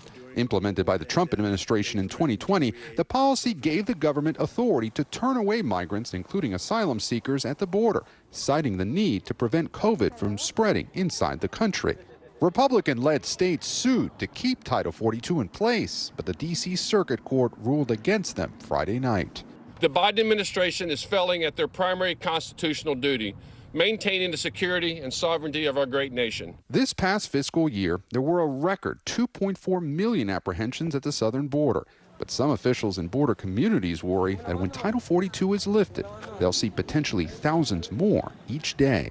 It is a crisis. It is a state of emergency. There's no municipality alone that could handle what we're seeing and what we're about to see with the lifting of Title 42. Already, more migrants are ending up here on the streets of El Paso while they wait for their asylum claims to be processed. Teresa Perez from Nicaragua tells us she's trying to reach friends in Florida, but doesn't know how she'll pay for the trip. Lenin Antonio Calderon told us he and others were kidnapped by suspected cartel members in central Mexico. He showed us this video he says he shot on his cell phone of the chaos as the Mexican military swooped in to rescue them. This is something that is beyond comprehension. Fernando Garcia is a migrant advocate who's pleading for Congress to take action. Both parties are responsible of the situation. I think, without doubt, throughout the years, there's been no immigration reform. Instead of revamping the asylum process, it's been destroyed. Ruben Garcia runs a longtime shelter in El Paso. What we're seeing now has been seen by the Obama administration. It was seen by the Trump administration. It was seen by the Biden administration. And the worst part of that are the politicians who use it for political gain. That is beyond unconscionable that people would do that with human lives. Local officials here say this is a humanitarian crisis that has been building for years. And with no clear plan, they say, from the federal government, it's reaching an inflection point. All right, Gabe, thank you. Well, Argentina has been crowned champion after beating France in yesterday's thrilling World Cup final. France were down 2-0 with 10 minutes to go before they scored 2 rapid-fire goals to force extra time. The match then ended 3-3 after both sides netted another goal. The game was then settled in a dramatic penalty shootout, with Argentina, of course, coming out on top. Joining us now to break this all down is Paul Tenorio, he's a senior soccer writer for The Athletic. Paul, good morning to you. This really was an incredible, exciting match, full of twists and turns right until the very last minute. So was this actually one of the World Cup great finals, as many people have been saying? Yeah, I mean, I think you have to think of it as one of the great finals that's ever been played when you consider the drama of the game. As you mentioned, the 2 late goals from Kylian Mbappe to pull France level, 2 goals traded back and forth in extra time, and then the penalty shootout. And of course, the stakes of the game and what it meant. Lionel Messi trying to cement his legacy, Kylian Mbappe trying to win his 2nd World Cup at just the age of 23. 5 goals between those 2 players, 2 players who I think will be remembered in this game for a long time. Just sheer drama, and also it was just a fun game to watch. And for that reason, I think this World Cup final will be remembered for a very, very long time. And you mentioned Lionel Messi. You know, the World Cup was the last major tournament he had not won. We know, of course, he's wanted that trophy for some time now. Now he's got his hands on it. Does this finally settle the debate on whether he's one of the greatest soccer players of all time? Well, I'm one of the people who believed that Messi did not need a World Cup final to cement his legacy as the greatest to ever play. But many people did. Many felt that this was the trophy that says that you are a great player, not just at the club level, but at the international level, that you could never be considered the greatest of all time without a World Cup. Well, now he has that World Cup, and we've seen the way that Messi has influenced this game since he broke into the senior level of football. I mean, this is the first player who scored a goal in a World Cup as a teenager, in his 20s and in his 30s. This World Cup, he became the first player ever to score at the group stage, the round of 16, the quarterfinals, the semifinals, and the final. We know what he's done with Barcelona in his club career. And I think when you saw last night what this meant to Lionel Messi as well, to get this title, he understood that this is what people were asking of him, that this is the last thing he needed to deliver for his country.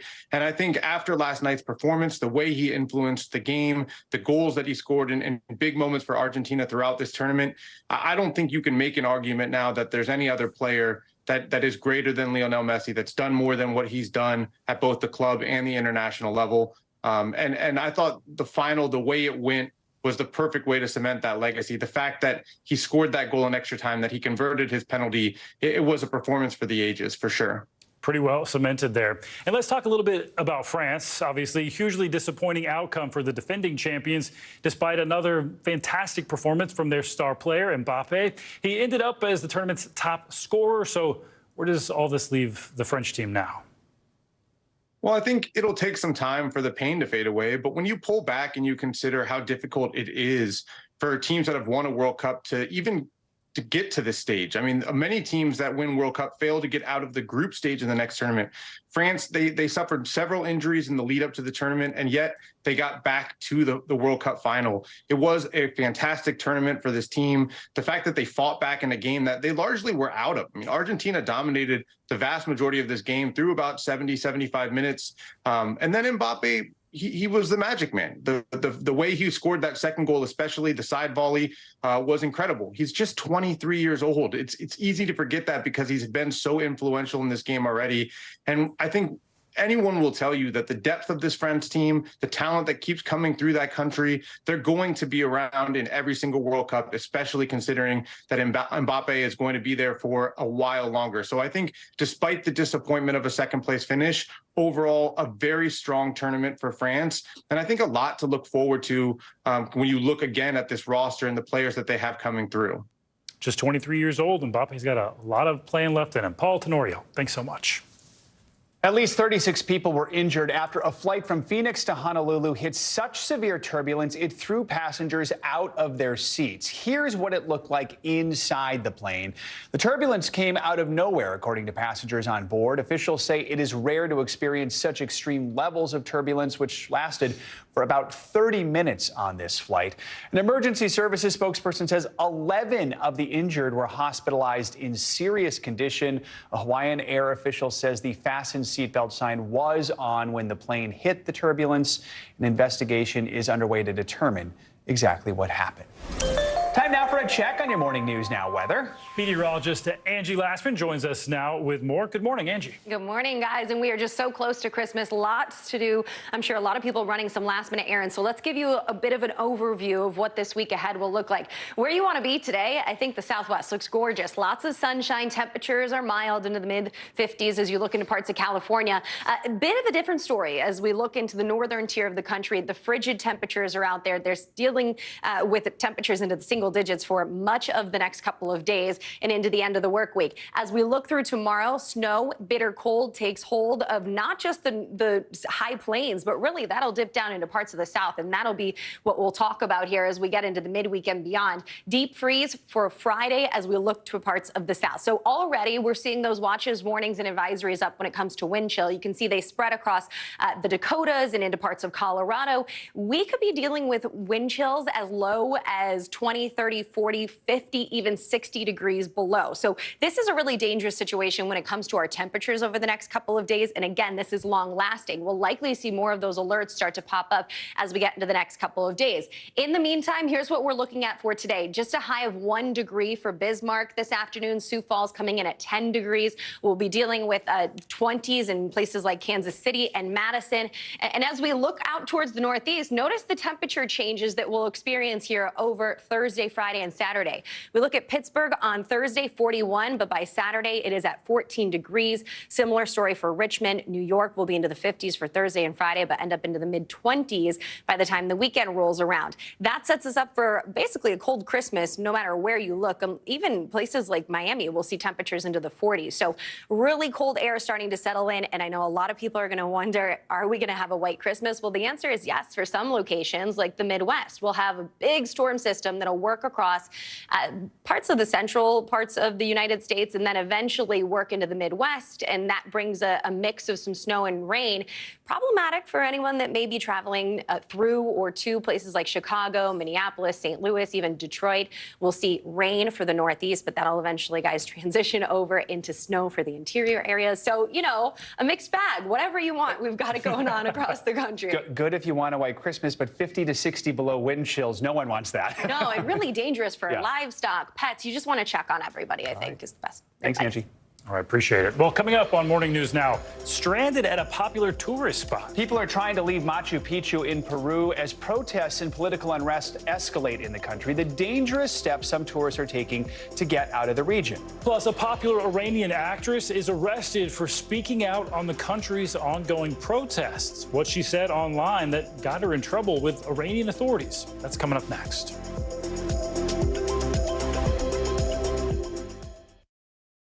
Celebrating 75 years of Meet the Press, the longest-running show on television.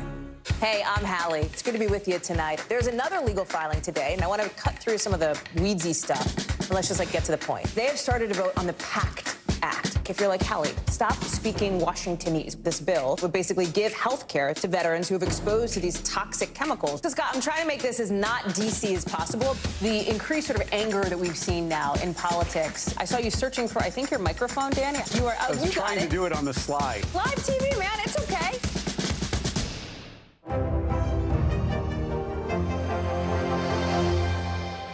This is what it looks and feels. From the storm zone. The bigger piece of the puzzle comes. New numbers just out this morning. Good evening. We begin tonight with breaking news just coming in. We begin this hour with the latest developments. We're coming on the air with some shakeups big time on Capitol Hill. How much water ultimately will be forced inland? Whenever it happens, wherever you are, NBC News, streaming free now. Sometimes the news can be difficult and overwhelming for kids to understand. Ukraine and Russia. Could you help me understand what's going on? So to help make sense of it all, we've created a newscast just for them. We hope your family will watch Nightly News Kids Edition. News is happening now. Look at what's making headlines around the world. Whenever it happens, wherever you are, it's here now. Hey, I'm Hallie. It's good to be with you tonight. There's another legal filing today, and I want to cut through some of the weedsy stuff. And let's just get to the point. They have started to vote on the PACT Act. If you're like, Hallie, stop speaking Washingtonese. This bill would basically give health care to veterans who have exposed to these toxic chemicals. So, Scott, I'm trying to make this as not DC as possible. The increased sort of anger that we've seen now in politics. I saw you searching for, I think, your microphone, Dan. You are. I was trying to do it on the slide. Live TV, man. It's okay. Mr. Secretary, when is this going to get better? You came into this job saying you were to fight crime. Have you been successful? Found a way to put that. Can you update us on the status of negotiations?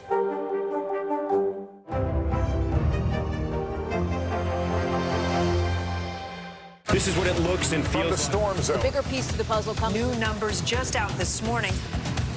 Good evening. We begin tonight with breaking news just coming in. We begin this hour with the latest developments. We're coming on the air with some shakeups big time on Capitol Hill. How much water ultimately will be forced inland? Whenever it happens, wherever you are, NBC News, streaming free now. Celebrating 75 years of Meet the Press, the longest-running show on television. Welcome back. This morning, hundreds of tourists are finally making their way home from Peru after protests there left them stranded for days. NBC News foreign correspondent Molly Hunter brings us the latest. The Peruvian government says most of the foreign tourists trapped at Machu Picchu have now been evacuated. Some of the American tourists making their way out on foot. About 300 people aboard this evacuation train later stopped in its tracks, unable to pass. Evacuees forced to walk around massive boulders. Just walking along the train tracks here. That's American Brian Vega. He's a captain in the Miami-Dade Fire Rescue who's been stuck at the base of Machu Picchu for almost a week. After 4 days of hiking on the Inca Trail last week, New York State native Amy Madden was stranded. We walked 18 miles to the nearest town that we could get possibly a bus out of. So we got onto that bus and we hit a roadblock. From there, things got tense, she says. And we all got out and the mob of people started coming towards us. One of the men had a scythe, like a weapon in his hand, and they ran straight for the bus driver. We were terrified. Across the country, protests have spread over the last 10 days since former President Pedro Castillo was impeached, arrested, and detained. his supporters took to the streets. The military and law enforcement, now under new President Dina Boluart, cracked down. More than 20 people have been killed. Brian and Amy both now in Cusco, hoping to make their flights to Lima and on to the U.S. sometime tomorrow. I've heard it's running, but I'm not sure to what capacity or to what safety level. Molly Hunter, NBC News. Now to Iran, where authorities have detained one of the country's most famous actresses after she expressed solidarity with the anti-government protests. That's according to Iranian state media. NBC News Tehran bureau chief and correspondent Ali Arouzi joins us with more on this. So, Ali, tell us a little more about who this actress is and why she's been arrested. What charges is she facing? Good morning, Judge. Well, she's one of the most prominent actresses in Iran, Farhana Ali Dousti. She was in an Oscar award-winning film, The Salesman. She's very, very well known in Iran. She has something like 8 million followers on Instagram. And since these protests broke out, which have largely been led by women, she has been a very vocal supporter of the protesters, posting anti-regime statements on her Instagram account. Now, last week, she appeared on her Instagram account without a hijab, holding a sign saying "Life, Women, Freedom," in support of one of the protesters that had been arrested and then executed. She was subsequently arrested, and the charges against her are for spreading false propaganda without any documentation to back it up. So she's been taken into prison, and she's in a long list of other prominent Iranians, academics, sports figures, other actors, philosophers, who've also all been rounded up and sent to prison in this massive sweep that's been going on for 3 months now. Yeah, Ali, the fact that it's not just her, but so many other well-known people, I mean, what is the reaction to all of this? Where do things stand with the protests right now? Well, things are still terrible in Iran. It is a dystopia in Iran right now. Nothing has resolved itself. The protests have slightly subsided, but these executions have made everybody extremely angry and somewhat fearful. But this enormous government crackdown over 3 months that they've killed almost 500 people, arrested over 18,000 people, has done little more than to fight them into a stalemate with their own people, and everybody is anticipating more and even larger protests as the anger keeps building up in Iran and the economy continues to crash. And Ali, over the weekend, the governor of Iran's central bank, acknowledged these protests have contributed to a fall in the country's currency. So, walk us through a little more what he said, and do we know if these economic woes could actually put some more pressure on the regime? Definitely. He essentially blamed the protesters for the country's economic downturn, saying that they'd basically brought the country to a standstill. But you have to bear in mind, it is the government that has shut down the internet in Iran. Nobody can use the internet anymore. So a lot of people in Iran do their business online, on Instagram, Telegram. They're all hemorrhaging money. So there's no money coming into the country from online businesses. Iran has been isolated with sanctions because of their brutal crackdown. So it's difficult for them to generate any revenue inside the country. And the worse the economy becomes, the more pressure it's going to put on the government, because people will have less to lose and come out onto the streets. All right, Ali, thanks so much for your reporting as always. Well, coming up this morning on Morning News Now, the death of dancer and longtime Ellen DJ Twitch took the entertainment world by surprise. His death is now sparking a conversation about mental health and suicide, especially among men of color, the difficulties they face and the resources available for them. That is next.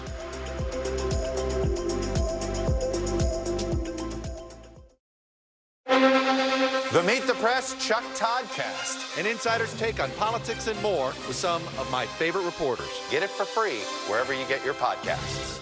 Watch NBC Nightly News with Lester Holt or listen wherever you get your podcasts. For Dateline Premium, subscribe now on Apple Podcasts. Sometimes the news can be difficult and overwhelming for kids to understand, so we've created a newscast just for them. We hope your family will watch Nightly News Kids Edition. Stay on top of breaking news and the biggest stories of the day with NBC News Daily. Thank you so much for joining us. I'm Morgan Radford. And I'm Vicki Wynn. I'm Aaron Gilchrist. And I'm Kate Snow. Get in-depth reporting from across the country. What's your reaction to the president's comments? And around the world. Are Ukrainians continuing to make advances? And ways you can take care of your health. Who should be getting tested, and frankly, how often? And your wallet. Costs are skyrocketing. How to manage soaring prices. NBC News Daily. Weekdays from 12 to 4 p.m. Eastern on NBC News Now. Celebrating 75 years of Meet the Press, the longest running show on television. This is what it looks and feels From the storm zone. The bigger piece to the puzzle comes. New numbers just out this morning. Good evening. We begin tonight with breaking news just coming in. We begin this hour with the latest developments. We're coming on the air with some shakeups big time on Capitol Hill. How much water ultimately will be forced inland?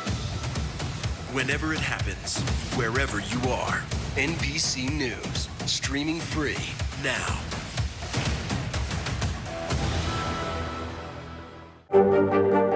Mr. Secretary, when is this going to get better?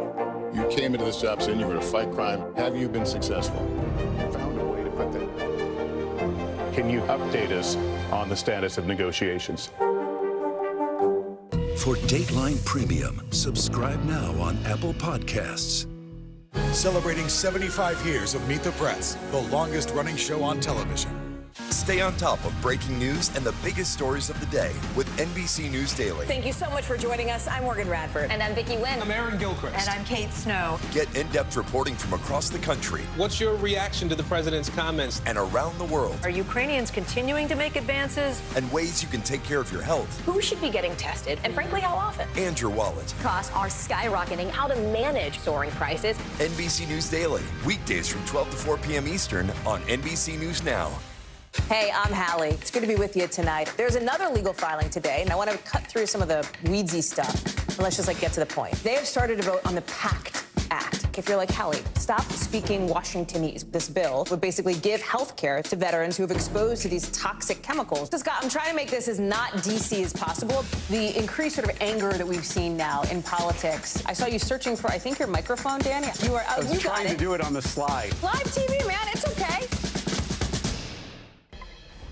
We're back this morning with a discussion about mental health sparked by the death of a popular TV personality. Stephen Boss, also known as Twitch, was a dancer and DJ who became an executive producer on The Ellen Show. Last week, he died by suicide. Twitch's death is now highlighting the hidden struggles of men when it comes to mental health. The American Foundation for Suicide Prevention says men die by suicide almost 4 times more than women. And according to data originally reported by the University of Connecticut, suicide rates in the U.S. are on the rise, specifically among Black and Hispanic communities. Joining us now is mental health advocate, therapist, and author Jay Barnett. Jay, thanks so much for joining us. So one of the more common messages that we've been seeing online is just about how happy Boss seemed. Fans on social media posting about that and wondering, how can a person who looks so happy be struggling so much? Can you talk to us about some of the misconceptions people have about mental health? Yes, absolutely. And thank you guys for having me. I think one of the misconceptions that we all have is that mental health and mental health issues doesn't really have a look. I think oftentimes, we're all kind of taken by the performance or taken by the smiles or taken by the jokes or taken by the personality that someone has. But oftentimes that's often it's not an accurate reflection of what someone is dealing with internally, because as you know, we all can wear the smiles and we all can have this face that express outwardly what we're not feeling on the inside. And so that's why I think it's very important for us to really, provide the context that mental health issues doesn't really have a look. And as you know, people can be succeeding publicly while having some internal issues or feel like they're failing privately. And so unfortunately, with situations such as Twitch case, it kind of takes us by surprise because we look at the performance side. And I think it's important for us to really begin to take a look, not just in how people are leading their lives publicly, but also to think about how people's lives look behind the scenes. Jay, and we want to acknowledge the sweatshirt you're wearing right there that says "You are enough." That is such a great message. I mean, we mentioned some of the stats at the beginning of this segment. Why is it you think men struggle to seek help for their mental health challenges? And what are the additional obstacles, especially for men of color? Well, I think the obstacles for men of color, man, is just how we've been socialized. We've been sort of given this image that we're big, we're strong, and all of those different things. And I think when you have men that are carrying these messages and they're carrying these different thought process, there's a fear that if I share that I'm having a difficult time, and if I share that things are not well, how would I be viewed? You know, will they still see me as a man? Is my masculinity going to be in question? Is my sexuality is going to be in question? So there's so many different things that I think that stands in the way from men being open, and particularly men of color. And I think as we begin to have these conversations, and as my sweatshirt says, begin to remind men that they are enough, and that part of their masculinity is not in them doing, but in them being. I think that's another message that we have to really help men to receive, is that you don't have to do anything. You just need to be. And part of being is just really accepting that you are human, and that you do have feelings and you do have emotions, and they're valid. Very important to note there. And Jay, I know you talk so much about mental health, particularly from your own personal experiences. So is there anything you want to share specifically with men? Do you have a message for them about mental health and even thoughts of suicide? Yes, and as I have shared across the country, man, and through my books and with the tour that I'm work on, Just Heal Bro, is I want to help men to really identify that they are not a machine. And to the brothers out there that have these suicidal thoughts, or the brothers who've having issues of depression, bouts of anxiety, it's normal. We've all had thoughts where we felt that we weren't enough. And I want to normalize that you're not a person that's not being the best that you can be, that you're a human being to even acknowledge that you have these issues, that you're not a burden. In fact, being able to feel is just a reflection of our humanity. And I want these brothers to know that you are enough, you are seen, you are loved, and more importantly, I want these brothers to know that their life is valuable. Jay, such an important message, especially right now, this time of year, I think, when we could maybe use it the most. Appreciate everything you're doing, and thank you for taking time to join us this morning. Thank you guys for having me. And if anyone watching, or if you know anyone who's struggling, you can call or text the Suicide and Crisis Hotline. That number is 988.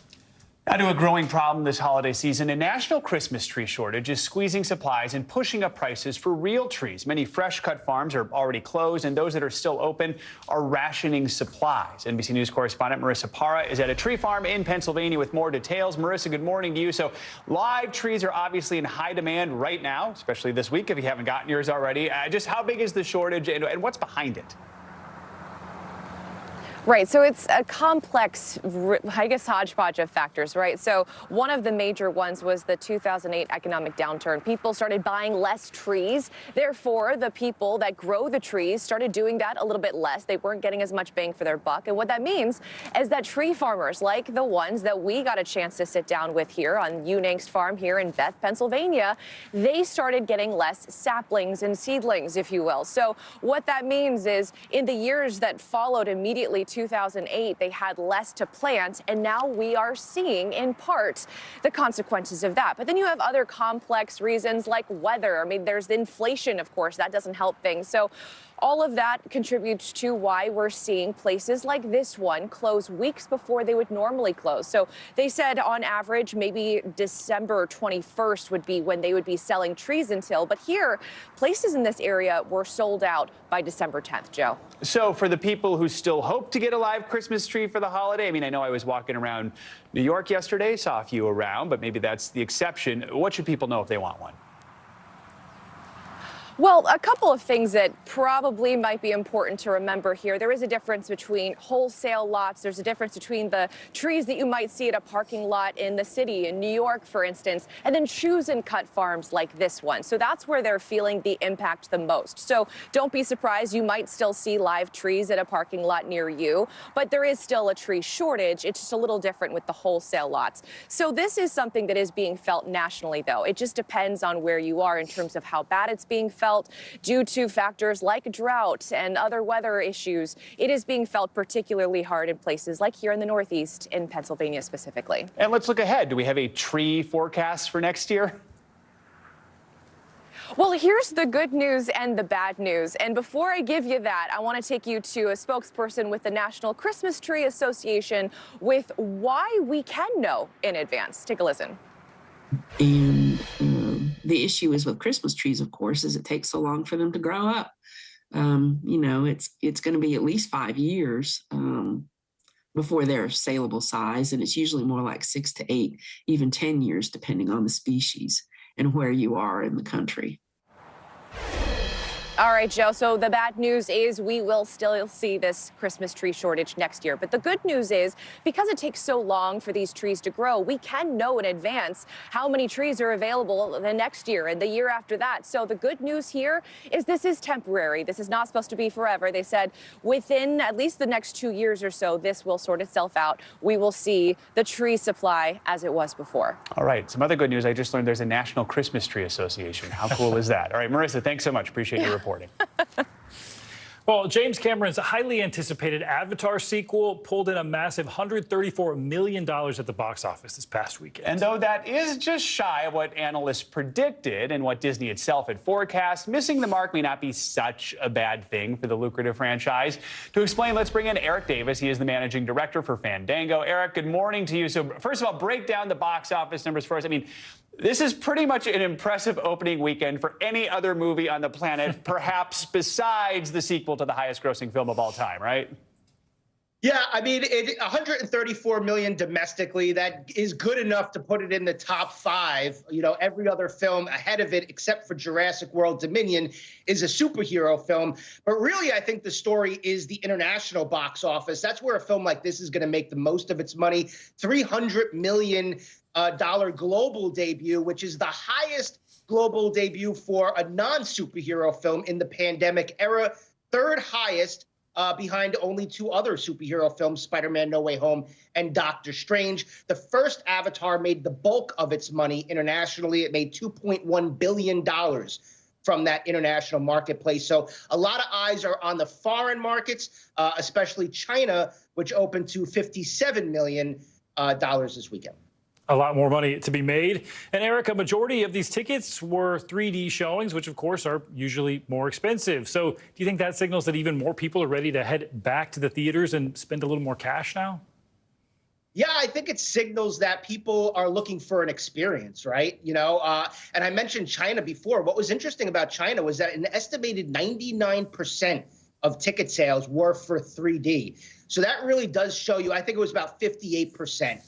In the United States. So it does show you that most people got the message. They got the message to see it in 3D, and they said, yeah, we're on board for that ride. And so I think, especially right now, in this post-pandemic era, people are looking for that experience. They're looking for that word-of-mouth movie that their friends and family are seeing. I think that's why a film like Top Gun Maverick was also so successful. And I think similarly to that film, Avatar will have legs. It'll perform beyond this opening weekend. It won't be front-loaded as we've seen with like a superhero movie. I want to talk about how strong those legs are, because the original Avatar had some major staying power. Of course, that was back in the days where you were in the theater, then you went to DVD. It was in the theaters for 234 days. Now we live in this streaming world. I mean, do you think this one's going to stay in the theater for a long time? I think if it's doing well, it'll stay in the theater. I mean, look at, like I said, to Top Gun Maverick. You know, Tom Cruise was like, I don't care about the streaming era. We're doing things the old school way. That film is just arriving on streaming, I think, next week or this week. So, and it came out in May. So, yeah, if the film is doing well, James Cameron is sort of that old school mentality, similar to Tom Cruise. He's going to want that in front of audiences for as long as possible. There's not a lot of competition all the way into February. That's when the next big superhero Marvel movie opens. So this one really could have those legs, and it could push past 4 or 5 weeks at #1 spot for sure. James Cameron, old-fashioned, and loves that almost 3-hour runtime. Eric Davis, thanks so much. Thank you. Well, coming up on Morning News Now, the images that define a year. National Geographic has put together some of the most memorable photos from 2022. We're going to take you through the lens next.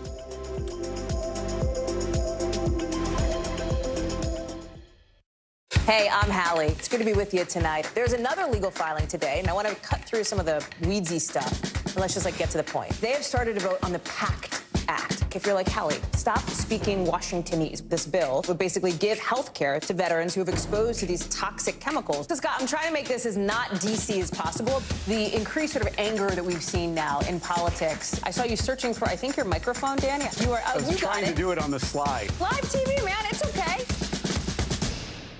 Celebrating 75 years of Meet the Press, the longest running show on television.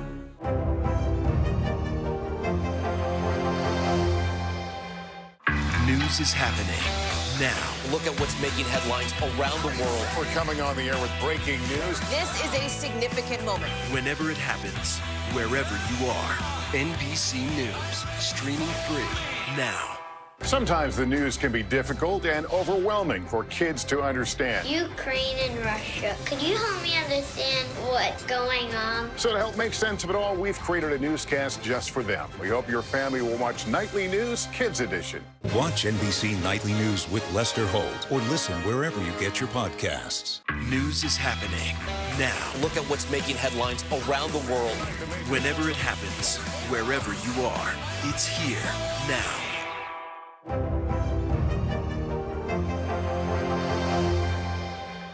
Celebrating 75 years of Meet the Press, the longest running show on television. Sometimes the news can be difficult and overwhelming for kids to understand, so we've created a newscast just for them. We hope your family will watch Nightly News Kids Edition. The Meet the Press Chuck Toddcast, an insider's take on politics and more with some of my favorite reporters. Get it for free wherever you get your podcasts. Watch NBC Nightly News with Lester Holt or listen wherever you get your podcasts. Stay on top of breaking news and the biggest stories of the day with NBC News Daily. Thank you so much for joining us. I'm Morgan Radford. And I'm Vicki Wynn. I'm Aaron Gilchrist. And I'm Kate Snow. Get in-depth reporting from across the country. What's your reaction to the president's comments? And around the world. Are Ukrainians continuing to make advances? And ways you can take care of your health. Who should be getting tested? And frankly, how often? And your wallet. Costs are skyrocketing. How to manage soaring prices. NBC News Daily. Weekdays from 12 to 4 p.m. Eastern on NBC News Now. Stay on top of breaking news and the biggest stories of the day with NBC News Daily. Thank you so much for joining us. I'm Morgan Radford. And I'm Vicki Wynn. I'm Aaron Gilchrist. And I'm Kate Snow. Get in-depth reporting from across the country. What's your reaction to the president's comments? And around the world. Are Ukrainians continuing to make advances? And ways you can take care of your health. Who should be getting tested? And frankly, how often? And your wallet. Costs are skyrocketing. How to manage soaring prices. NBC News Daily. Weekdays from 12 to 4 p.m. Eastern on NBC News Now. Welcome back. Over the weekend, Saturday Night Live bid farewell to yet another one of its longtime cast members. Cecily Strong, known for her hilarious, brash characters and spot-on impersonations of celebrities like Melania Trump and the Kardashians, celebrated her final show on Saturday. Strong joined the show back in 2012, quickly grew to become one of its main fixtures and one of its most popular stars. As far as her post-SNL plans go, her next venture is a show on Apple TV produced by Lorne Michaels, a familiar face who also heads up SNL. Strong's departure comes after several other high-profile players like Kate McKinnon, Aidy Bryant, and Pete Davidson also took their final bows earlier this year in Studio 8H. It is going to be hard to see the show without her. She was so original and creative and created some really iconic characters. Yeah, it makes me want to go binge the drunk girl who you wish you hadn't started a conversation with at a party. Yeah. I think that's the title. Yeah. So funny. I love that so much. Definitely one of the best. Go watch that. Well, finally, this hour, 2022 coming to a close. So we're taking a look back, literally, with photos that captured the year the best. Yeah, National Geographic's 2022 Pictures of the Year campaign went through more than 2 million photos to find the ones that best portrayed what this year had to offer. Quite the task. And joining us again this year is Whitney Johnson, Vice President of Visuals and Immersive Experiences at National Geographic. So good morning, Whitney. Thanks for coming back on the show. And this time last year, we were talking about the 2021 issue. Now we're back, of course, talking about 2022. And out of the millions of images, only 118 made the issue. Just 49 actually selected as the best photos of the years. So which one stuck out to you? Good morning. Happy to be back. That question is like asking me to pick my favorite child. As you said, we had more than 2 million photographs this year and narrowed it down to 118, all of which are my favorites. But I'd point to a couple that I think really showcase the work that went into these photographs. There's an image that Stephen Wilkes made in Bear's Ears. He uses his signature style photographing from day to night, where he took over 2,000 images over 36 hours and combined 44 of them into this final image that you see. This really takes a lot of effort on his part. He was standing atop a cliff, and there were 50-mile-an-hour wind gusts that were pushing at him, but he endured to make that photograph. That is stunning. 50 mile an hour, but well worth sticking it out there. This year's issue, it also included a photo by photographer Evan Green. He was part of the first all-black team to summit Mount Everest back in May. It's a story we covered here on News Now. I mean, there were so many incredible moments to highlight this year. How was it your team was narrowed down to these final photos? Yeah, I think this year more than ever, we really leaned into the storytelling that is unique to National Geographic. So exploration, discovery, science, natural history, you'll see a lot of all of those subjects covered in the issue this year. This picture, as the team is summiting Everest, also really shows what it takes to get these images. I mean, the photographer had to keep his camera equipment inside his jacket, inside his sleeping bag, so that it would actually function at altitude and would not underperform. So, Whitney, we know Nat Geo photographers go to some great lengths to capture these beautiful images. And we heard about a mischievous hyena that actually stole something, a tripod, from one of your photographers. Can you tell us about that? Yes, that's right. Jen Guyton has been out on assignment for much of the last year photographing hyenas, which can be elusive creatures to photograph. We actually worked with our photo engineering team to create a special camera which is remote controlled and allows her to get up close to these creatures and photographing them in the early morning hours and late at night. And yes, they are quite mischievous. One of them did steal her tripod, which, you know, makes for a great story in the end. Hopefully you're able to get the tripod back. I mean, looking back at this year, every year has its own quirks. Is there any sort of theme that stuck out when you looked at a bunch of photos all at once and said, boy, this is what defines 2022? I mean, I think for us, I would just say it's really leaning into those issues that are so close to the stories that National Geographic tells. Exploration, discovery, even Carsten Peters' image at La Palma, photographing what was his 10th volcano that he's photographed for National Geographic. So that pretty much wraps up the year for us. And quite a year it was. Whitney, thanks so much. And National Geographic's 2022 Pictures of the Year issue is out right now. Definitely check that one out. That does it for this hour of Morning News Now. But your news continues right now.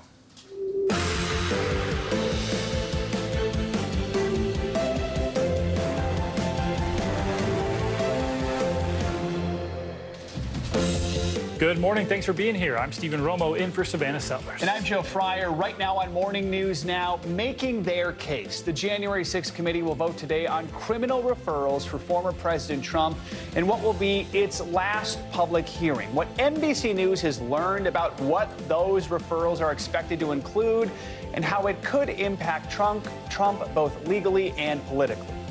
State of emergency at the southern border this morning. The city of El Paso, Texas, warning it won't be able to handle the expected surge of migrants there as Title 42 expires. We're going to take you live to the border for the latest on the growing crisis. Home for the holidays. Millions of Americans will hit the road this week as the holiday season kicks into high gear. We're already getting reports of a travel nightmare for one flight heading to Hawaii. We have the latest details on that, along with our full weather forecast to get you ready for this big week ahead. And paying it forward. One college graduate credits her life to the nurses who helped her beat cancer.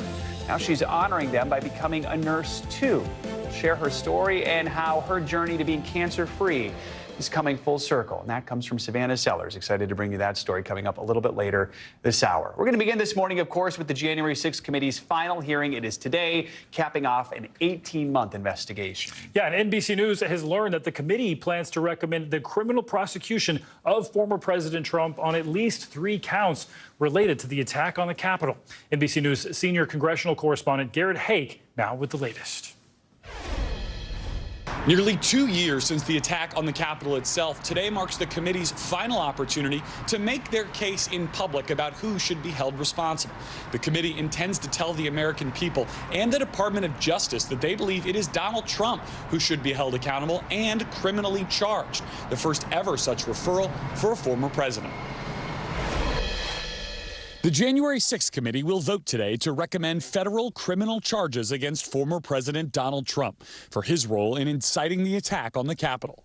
The committee will make a final public presentation this afternoon, where they'll vote to adopt the report they've spent 18 months compiling and plan to announce referrals to the Justice Department for crimes including obstruction of an official proceeding, conspiracy to defraud the United States, and inciting an insurrection. This is someone who tried to interfere with a joint session, even inciting a mob to attack the Capitol.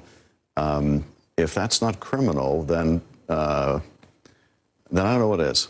Committee members huddling over the weekend to finalize their plans, including referring members of Congress who defied subpoenas to the House Ethics Committee. We've been very, very careful in crafting these recommendations and tethering them to the facts that we've uncovered. The referrals to the Department of Justice, where Special Counsel Jack Smith now oversees an ongoing investigation into Mr. Trump's conduct around the attack on the Capitol, will carry no legal weight, but historical significance as the conclusion of the committee's work. Since its formation a year and a half ago, the committee of 7 Democrats and 2 Republicans has conducted more than 1,200 interviews, sifted through hundreds of thousands of documents, and issued more than 100 subpoenas, including one to the former president, who did not respond. The committee has long argued Mr. Trump's attempts to overturn the election results. We fight like hell, and if you don't fight like hell, you're not going to have a country anymore. And his directing of a mob of supporters at the Capitol on January 6th amounted to an attempted coup. Mr. Trump on social media on Sunday attacking the committee as, quote, corrupt cowards who hate our country. The committee today marks the start of a potentially rough week for the former president's 2024 campaign. Tomorrow, a separate House committee is set to vote to release portions of his tax returns. Then on Wednesday, this committee's entire report is expected to be released to the public. It amounts to a blizzard of bad news for a campaign that is yet to hold a public event since its announcement, and which is already seeing a slide in support among Republicans in public polls. All right, Garrett, thank you. Let's bring in NBC News legal analyst Danny Savalas for more on this. Danny, good morning to you. So let's just start with going over the basics, the questions I think a lot of people have. First of all, these referrals by the committee, do they carry any legal weight whatsoever? And is the DOJ required to act on any of these referrals? Zero legal weight, zero obligation for DOJ to respond. Now, that doesn't mean DOJ won't happily take this evidence in a convenient flash drive or an accordion folder and look at it. It may be helpful to them, but keep in mind, DOJ has its own methods of obtaining evidence, methods that are far superior to whatever the January 6th committee has. And Exhibit A to that would be that look at how difficult it's been for the January 6th committee to even issue and enforce subpoenas. The DOJ has much more in the way of subpoena power and other methods, including cooperating witnesses, to get evidence. And they don't announce the progress of their investigation. So if there is one, it may be further along. They may not really even need any of the evidence from the January 6th committee. And ultimately, what DOJ will make crystal clear is that they make an independent decision whether or not to prosecute. I expect you're going to hear, if nothing else, DOJ will make some announcement to that effect, that they are a separate branch of the government and they will not be forced one way or another by a referral, but yet they will make their own independent choice. That announcement will be something to watch for. And we know Trump was issued a subpoena to testify before the committee back in October. Obviously, he did not show up to that, or we'd probably still be running clips from it. But we also know he sued to avoid testifying in the future. Do we know where that lawsuit stands? And can he be forced to testify as a former president? In theory, he can be forced. In practice, we will probably never see him testify. This is one area where the Trump playbook of delay works in his favor, because this is a subpoena that does expire. This committee expires, in a sense. It will be gone in the very, very, very near future. And so delay will have ended up succeeding for Trump, where it may not in other civil cases, for example. But in this case, delaying it will be a win for Trump. There is no chance you will ever see him testify or give evidence for the January 6th committee. I think everybody already knows that. So the status of the lawsuit matters not as much as the fact that all of these subpoenas have an expiration date, and it is essentially now. So if the DOJ did move forward with any sort of charges here, and of course we don't know if that's going to happen, I mean, how likely do you think it is that they're going to use public hearings, public testimony, things that were gathered from the January 6th committee in order to try and prove their case? I mean, do we think that there could be very well parallel cases going on here, or could the DOJ come out with its own stuff and say, no, this is why we did or didn't do what we did? If there is a trial, DOJ will certainly use demonstrative evidence in the form of exhibits, but they would likely not use exactly what the committee uses, if for no other reason than to come up with their own evidence and at least achieve the mission of appearing independent. I know I've said that word about 4 times already, but DOJ needs to be extra careful. And that's why, frankly, I think this criminal referral from a politics standpoint is a bit of a stumble for the January 6th committee, because it's a no-win situation. If DOJ accepts that referral and prosecutes, then this will look like a political prosecution. If DOJ declines to prosecute, that is a statement, so to speak, that January 6th committee was wrong about the criminality of their referral. So I think all in all, this may have been a political mistake. All right, we'll see. Danny Savalos, appreciate your expertise. Thank you. And be sure to keep it here with continuing coverage of the January 6th committee's final meeting kicking off at 12:30 p.m. Eastern time right here on NBC News Now. Well, border cities in Texas are bracing for a surge of migrants entering the U.S. as the pandemic-era Title 42 policy reaches its expiration date. A state of emergency has already been declared in El Paso, where officials are still dealing with the recent caravan that brought hundreds of asylum seekers. Texas Governor Greg Abbott warns total chaos may follow the removal of Title 42. NBC News correspondent Guad Venegas joins us now from Mexico with the latest on this. Guad, good morning. Hi, good morning. It is freezing in Ciudad Juarez here across the border from El Paso. Now, this latest surge to the border began last week when more than 1,000 migrants arrived right here at once. They lined up for days. They were being processed over the last few days, with more arriving by border officers entering El Paso, where they're seeking asylum. We know that city officials on the American side, local officials in El Paso, have said they are overwhelmed and they just can't handle the load anymore. This morning, major concerns over the new surge of illegal crossings at the U.S.-Mexico border just days before the lifting of Title 42. If the courts do not intervene and put a halt to the removal of Title 42, it's going to be total chaos.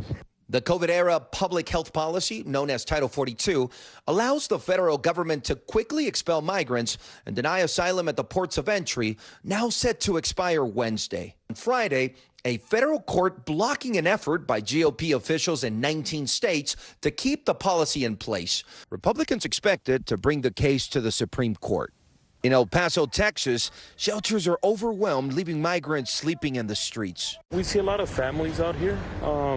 We see that the temperature's cold, and I guess it gets to a point where they could become desperate. So they spent the night here. He says it was really cold last night, and they're getting free food, waters. Overnight, the city's international airport serving as a campsite for many.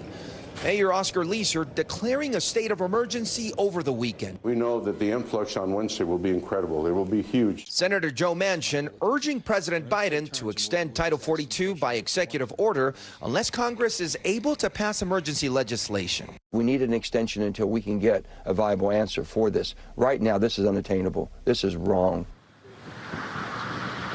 Now, it is 30 degrees here, and with the wind chill, it feels even colder. Local police officers here in Juarez told me that a lot of the migrants that were sleeping here these last few days waiting to cross had to seek shelter in some of the homes nearby and some of the shelters where they're allowing them to go inside. Now, as the sun begins to rise, we are seeing some migrants arriving here, lining up to cross into the U.S. and seek asylum. And now what is unknown is, with the expected end of Title 42 here at the border, how many more thousands of migrants are making their way to the U.S.-Mexico border to eventually end up in places like these and seek asylum. Stephen? A lot of variables at play. Guad Venegas and Ciudad Juarez. Thanks so much.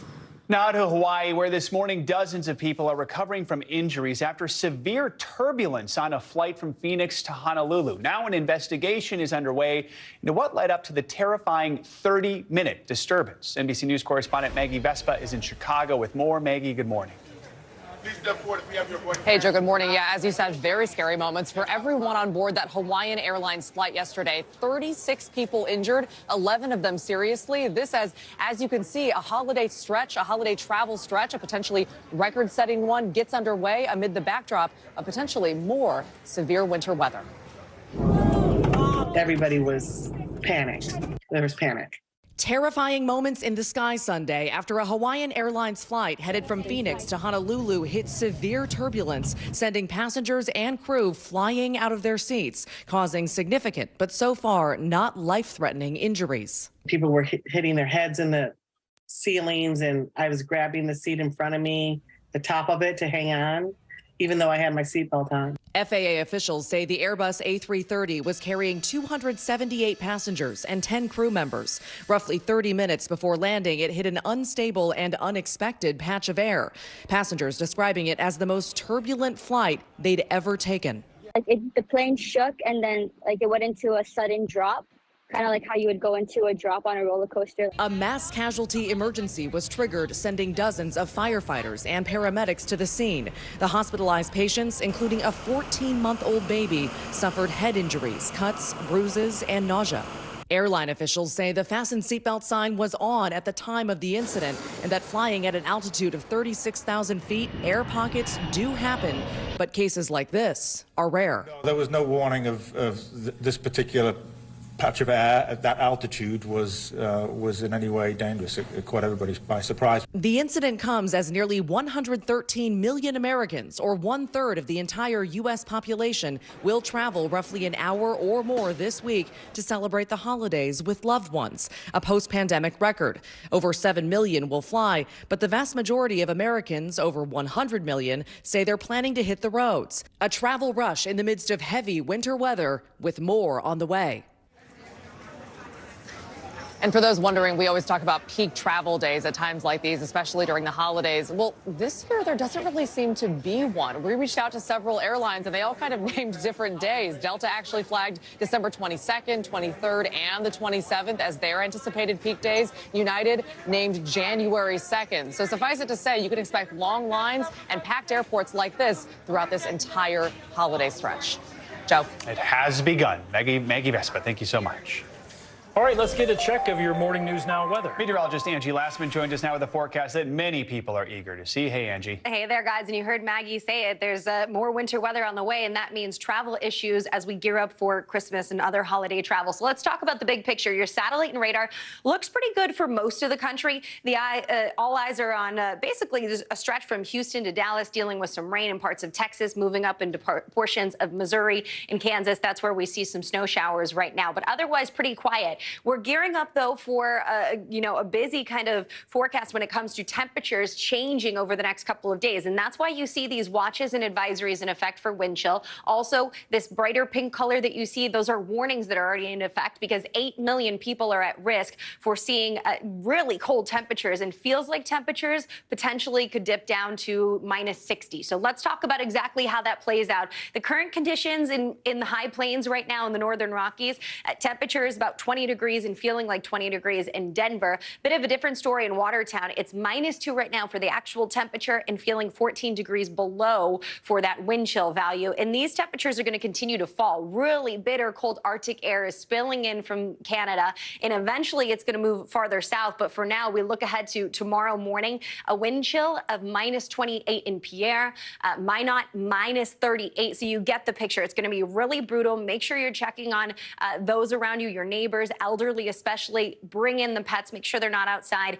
And the livestock, that's going to be something we're going to have to potentially watch for over the coming days as well, because there has to be a plan. These conditions are really brutal here over the next few days. And it gets into St. Louis. Look at this temperature change. 24 degrees on Thursday, -1 on Friday. Nashville drops down to just 10 degrees by the time we get into Thursday as well. So you can see these big temperature swings are going to happen across the country. And we're not leaving the South out either. Tampa, 59 on Friday. Friday, 36 on Sunday. So it'll be a cold Christmas for many folks, and maybe a white Christmas for some. Minneapolis to Chicago and into Detroit will be dealing with the potential for a winter storm to work through and bring us with some snowfall. You see how it works through over the next couple of days. It kind of starts Wednesday into the high plains and the northern Rockies, bringing some snowfall there. So watch for any travel plans that you may have to those areas. And then this is the real concern for those bigger, more metro areas, the hubs for travel, Chicago, into places like New York, Washington, and even as far south as Atlanta. They'll be dealing with rain, but still impactful. That system continues to move through as we get into Friday. And on the backside of it, more snow for folks in the Midwest. So if folks are looking for a white Christmas, they've got it in places like Michigan, Ohio, and Illinois. Along the coast, the I-95 corridor, Boston to New York, Washington, it looks like more of a rain event. But we could end up maybe Friday with a few snow showers. I think this will be something that we'll have to keep a close eye on here as we get through the next couple of days, guys. But Christmas overall, plenty of time from now until then to make your way out and finish up some of those errands, but just bundle up for sure. No kidding. I'm heading to Minneapolis on Christmas Eve, so it'll be snowy and cold. Very cold. And remember, if it's below 25, you could get frostbite within 30 minutes. So really, really a dangerous situation, so we'll watch it. Grab those scarves. All right, Angie, thank you. Well, Argentina has been crowned champion following a dramatic win against France in the World Cup. The game was filled with plenty of goals and last-minute twists and has been hailed as one of the greatest finals in recent history. Thousands of fans took to the streets of Argentina's capital, Buenos Aires, to celebrate yesterday's thrilling victory. NBC News foreign correspondent Megan Fitzgerald joins us now from Doha with more on that. Good morning, Megan. And soccer fans couldn't have asked for a more exciting final, Megan. Sorry to interrupt you there. Walk us through some of those biggest moments, if you will. No, tell me. Yeah. I mean, seriously, you couldn't have asked for a better game, really. So exhilarating. I really think this is the best match we've ever seen. I mean, Argentina coming out hungry for this win in the first half. 2-0 going into the half. First goal scored by Lionel Messi in a penalty kick. Everyone at this point convinced that this is Argentina's game. France just didn't look like they were there to play. They looked sluggish. But then going into the second half, a completely different story, a game changer. Star player from France, Kylian Mbappe, literally carrying the team on his shoulders. 80 minutes into the game, he scores a goal. A minute later, another goal. Argentina answers back. It's now 3-2. Kylian Mbappe with a hat trick, a third goal. That's enough to send this game into penalty kicks. You know what happens after that. Argentina with the win. Messi hoisting the cup. It was such a game. It was such a game, guys.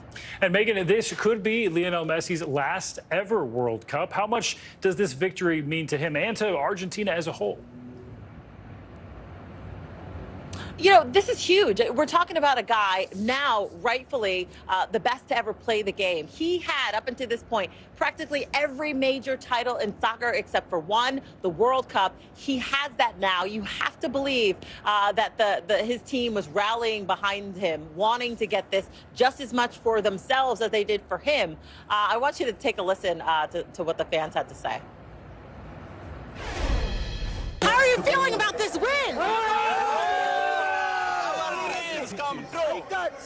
Seriously, we can't believe it. We can't believe it. I cannot express how happy I am. I cried happy tears, sad tears, and then happy tears again. This was a roller coaster of a game. How do you describe this game? I really cannot describe it. It was just out of this world. I didn't expect it to go this way.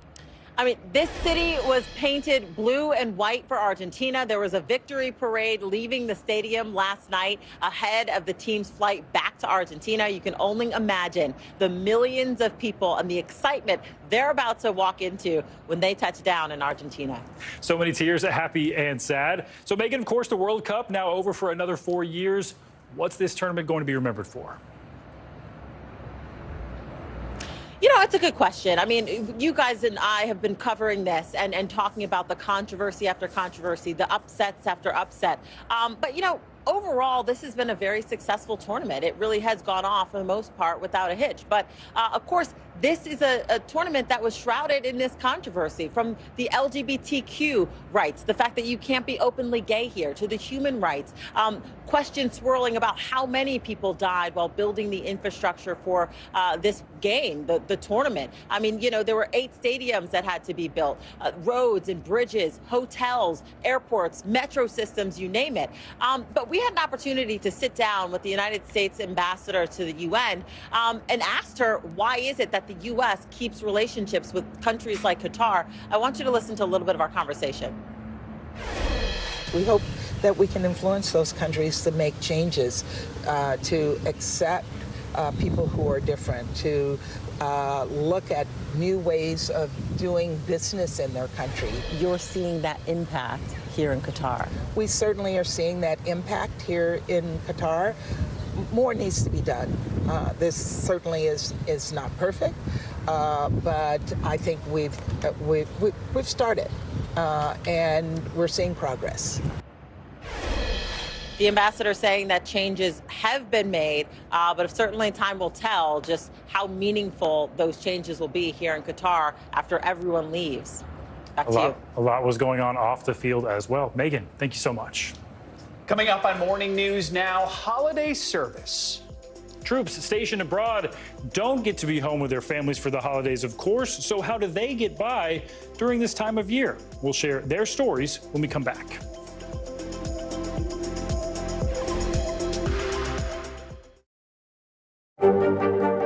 Mr. Secretary, when is this going to get better? You came into this job saying you were to fight crime. Have you been successful? Found a way to put that. Can you update us on the status of negotiations? NBC News, streaming free now. Hey, I'm Hallie. It's good to be with you tonight. There's another legal filing today, and I want to cut through some of the weedsy stuff. And let's just get to the point. They have started to vote on the PACT Act. If you're like, Hallie, stop speaking Washingtonese. This bill would basically give health care to veterans who have exposed to these toxic chemicals. So, Scott, I'm trying to make this as not DC as possible. The increased sort of anger that we've seen now in politics. I saw you searching for, I think, your microphone, Danny. You are. I was trying to do it on the slide. Live TV, man. It's okay. Celebrating 75 years of Meet the Press, the longest running show on television. Stay on top of breaking news and the biggest stories of the day with NBC News Daily. Thank you so much for joining us. I'm Morgan Radford. And I'm Vicki Wynn. I'm Aaron Gilchrist. And I'm Kate Snow. Get in-depth reporting from across the country. What's your reaction to the president's comments? And around the world. Are Ukrainians continuing to make advances? And ways you can take care of your health. Who should be getting tested? And frankly, how often? And your wallet. Costs are skyrocketing. How to manage soaring prices. NBC News Daily. Weekdays from 12 to 4 p.m. Eastern on NBC News Now. Watch NBC Nightly News with Lester Holt or listen wherever you get your podcasts. News is happening now. Look at what's making headlines around the world. We're coming on the air with breaking news. This is a significant moment. Whenever it happens, wherever you are, NBC News, streaming free now. Stay on top of breaking news and the biggest stories of the day with NBC News Daily. Thank you so much for joining us. I'm Morgan Radford. And I'm Vicki Wynn. I'm Aaron Gilchrist. And I'm Kate Snow. Get in-depth reporting from across the country. What's your reaction to the president's comments? And around the world. Are Ukrainians continuing to make advances? And ways you can take care of your health. Who should be getting tested? And frankly, how often? And your wallet. Costs are skyrocketing. How to manage soaring prices. NBC News Daily. Weekdays from 12 to 4 p.m. Eastern on NBC News Now. For Dateline Premium, subscribe now on Apple Podcasts. News is happening now. Look at what's making headlines around the world. Whenever it happens, wherever you are, it's here now. Stay on top of breaking news and the biggest stories of the day with NBC News Daily. Thank you so much for joining us. I'm Morgan Radford. And I'm Vicki Wynn. I'm Aaron Gilchrist. And I'm Kate Snow. Get in-depth reporting from across the country. What's your reaction to the president's comments? And around the world. Are Ukrainians continuing to make advances? And ways you can take care of your health. Who should be getting tested? And frankly, how often? And your wallet. Costs are skyrocketing. How to manage soaring prices. NBC News Daily. Weekdays from 12 to 4 p.m. Eastern on NBC News Now. Welcome back. Iranian state media says authorities have detained one of the country's most famous actresses after she expressed solidarity with the anti-government protests. NBC News chief international correspondent Keir Simmons joins us now with the latest on this. Keir, good morning. Hey, Joe, good morning to you. Taraneh Al-Adousty is 38, and you're right. She is a huge deal in Iran and around the world. The fact that she's now another woman who's been arrested demonstrates how much pressure Iran's hardline leaders are truly under. She's the star of the Oscar-winning foreign film, The Salesman, about a woman attacked in her home. In May, Taraneh Al-Adousty, one of Iran's most famous actresses, attended the Cannes Film Festival. This morning, she is thought to be in an Iranian prison for supporting protests sweeping the country. Those protests, led by women for months, have led to nearly 500 deaths and over 18,000 jailed. Al-Adousty posted a picture of herself without a hijab, holding the slogan, "Woman, Life, Freedom." And this month, as Iran began executing people from the demonstrations, 23-year-old Mohsen Shakari, the first to be hanged, she wrote on Instagram, "Every international organization who is watching this bloodshed and not taking action is a disgrace to humanity."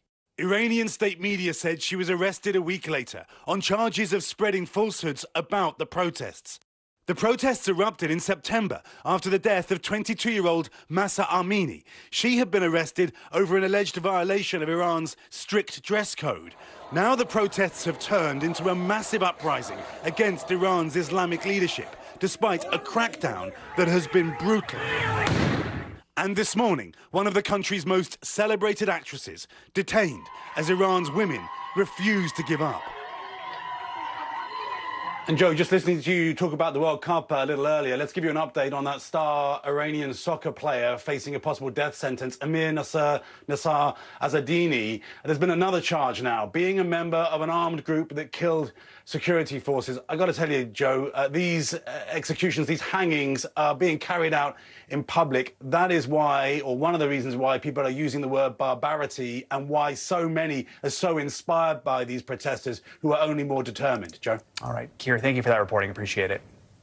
Well, staying overseas now, where we find the brave men and women who serve in the U.S. Armed Forces far from home this holiday season. NBC News foreign correspondent Molly Hunter climbed aboard the USS George H.W. Bush to see how our Navy service members are holding up. We are aboard USS George H.W. Bush. I'm going to show you the coolest thing right now. Coming into land right now, an F-18.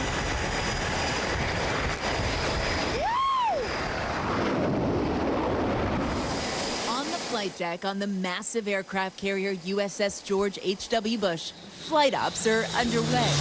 The hotshot fighter pilots, naval aviators today flying F-18s. Combat ready always. Then it was my turn. Shooting off the catapult, not quite at Top Gun heights. We're in a cargo plane, but still feeling the need for speed. As part of the core mission of deterrence, the Sidewinders of Strike Fighter Squadron 86 participated in NATO exercise Neptune Strike back in October. But below deck, everyone's getting in the holiday spirit. What happens here? So I see a Christmas tree. I hear lots of food happens. We have the whole month dedicated to Christmas movies. October is spooky season. Now we have Christmas season. Okay, what are the Christmas movies on top? Like The Holiday, Love Actually. Die Hard. Oh, okay. Cool, obviously. Oh, okay. Top Gun, great Christmas movie. Yeah.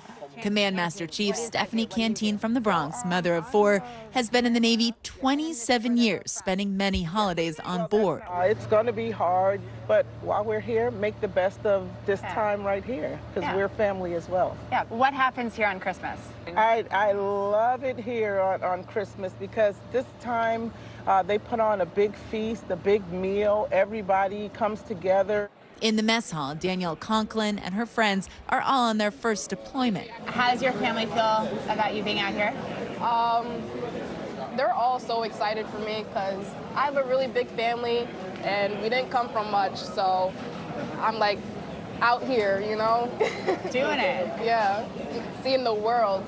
I joined to fly F-18. Captain Dave Pollard, fighter pilot and father of 3, is spending his first Christmas away in 26.5 years. And leading the young people on board, he turns to its namesake as a guide. Some of our mottos that we have on board the ship come right from President Bush, and he lived a life of service.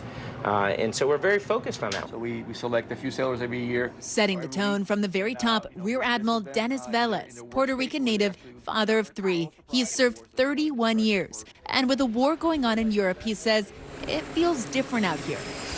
One of the things that is really interesting about this deployment for me is that we see the Russians operating in the Mediterranean on their own.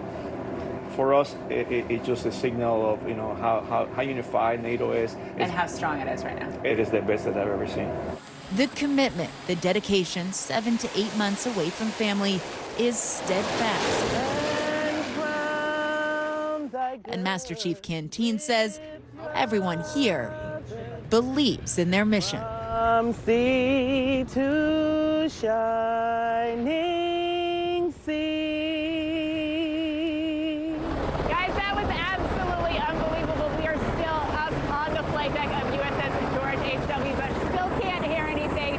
That was a really special couple of days talking to the crew, not only about their mission here on the Mediterranean, but also about the sacrifice as we head in to a holiday season. And many of the servicemen and women here on their first deployments, spending their first Christmases and New Years away from their families. I'll send it back to you. That is hard to beat. All right. Thanks so much, Molly. Now to international news. In Thailand, more than 24 sailors are missing after a warship capsized. Yeah, concerning stuff. Ali Arouzi joins us now from London with that and more. Good morning, Ali. Good morning, guys. That's right. The Thai military have launched their search and rescue operation to try and locate 33 Marines after their ship went down in choppy waters in the Gulf of Thailand. A search party of 3 Navy vessels and 2 helicopters were dispatched to a province south of Bangkok after the warship went down. An overnight rescue mission saved 76 of the 106 people on board. China reported its first COVID-related deaths in weeks today amid rising cases that are spreading through cities after the government relaxed strict antivirus controls. The 2 deaths today were the first to be reported by the National Health Commission since December 3rd, days before Beijing announced that it was lifting curbs, which had largely kept the virus in check for 3 years, but triggered widespread protests last month. Health experts say China may pay a high price for taking tough measures to shield a population that now lacks natural immunity to COVID-19. And finally, a Libyan environmental group has started a campaign to plant 100 trees in the northeast of the country threatened by drought and climate change. The Libyan Campaign for Reforestation Initiative organizes a yearly event in December for planting various areas across the country. Every year, climate activists devote time to plant some trees in hope of preserving and restoring the green cover that is in decline. Families and school children participate by digging holes and planting seeds, but the biggest challenge they still face is a lack of water, a challenge that has become a global problem. No doubt. And those are your headlines, guys. Thank you, Ali. Well, over the weekend, King Charles marked 100 days on the throne. And in that short time, he's dealt with a lot of challenges, among them the rift between his son Harry, his daughter-in-law Meghan Markle, and the rest of the royal family following the release of the couple's explosive new Netflix docuseries. NBC News foreign correspondent Molly Hunter brings us a look at that.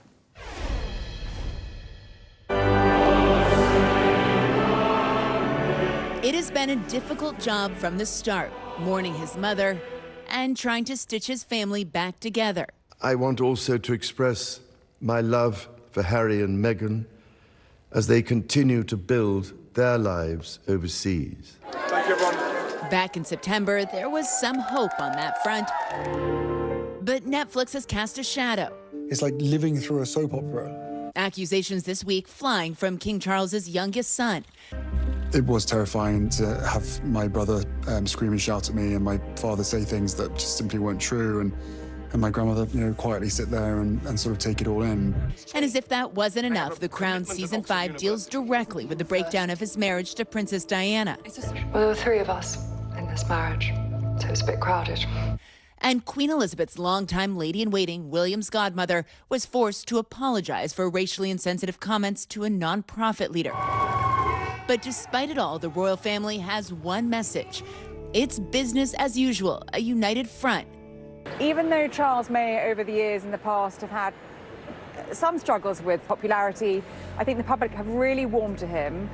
heading into the first Christmas without Queen Elizabeth and looking forward to the new year, King Charles has his work cut out for him. There have been a lot of issues on the home front. There have been family issues with Harry and Meghan. But I think all the polls here show that Charles's popularity has actually been boosted in his new role as king. And I think he'll be pretty pleased and Buckingham Palace will be pretty pleased with how it's gone.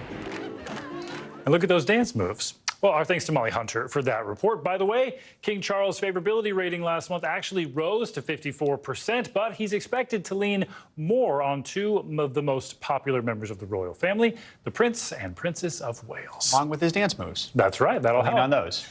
Well, coming up, a Manhattan makeover for one of the Big Apple's most iconic landmarks. Yeah, when we come back, we're going to take you inside the decades-long process of remodeling Grand Central Station. You're watching Morning News Now.